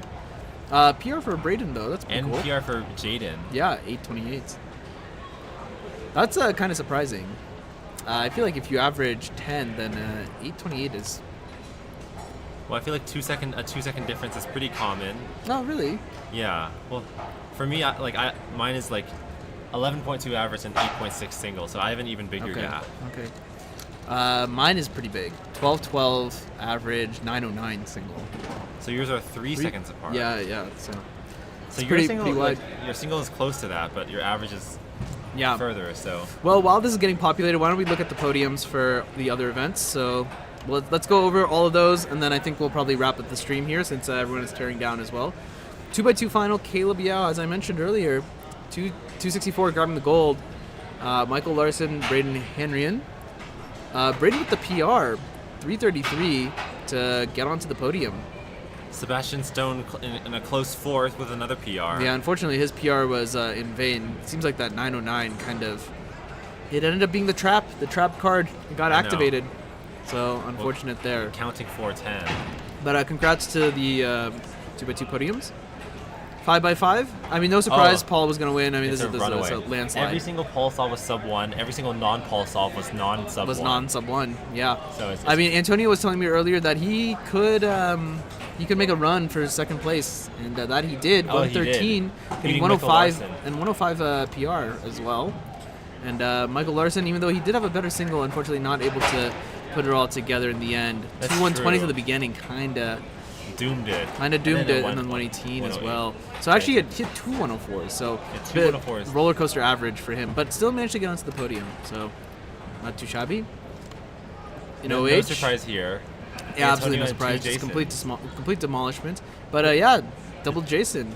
And then their averages exactly. Are The swap digits. This is so consistent. 741 average. 1471 average. 1515. Wow, that is consistent. Yeah, that's really consistent. So yeah, well done there. Clock only on one round. Jaden getting this PR, massive PR for him. And his redemption after all the timer malfunctions. Yes, and a 328 single. Wow. Yeah, I mean this is WR top 50. Oh really? Yeah. Oh, I mean I remember when that would have been sub world record by a lot. Yes. Yep.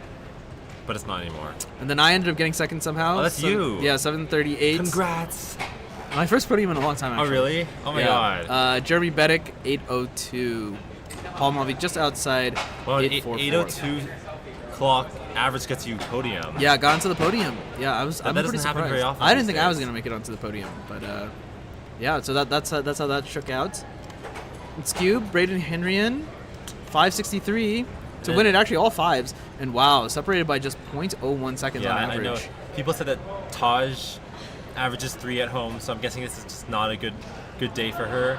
But second place is not bad, I guess. Yeah, not too shabby.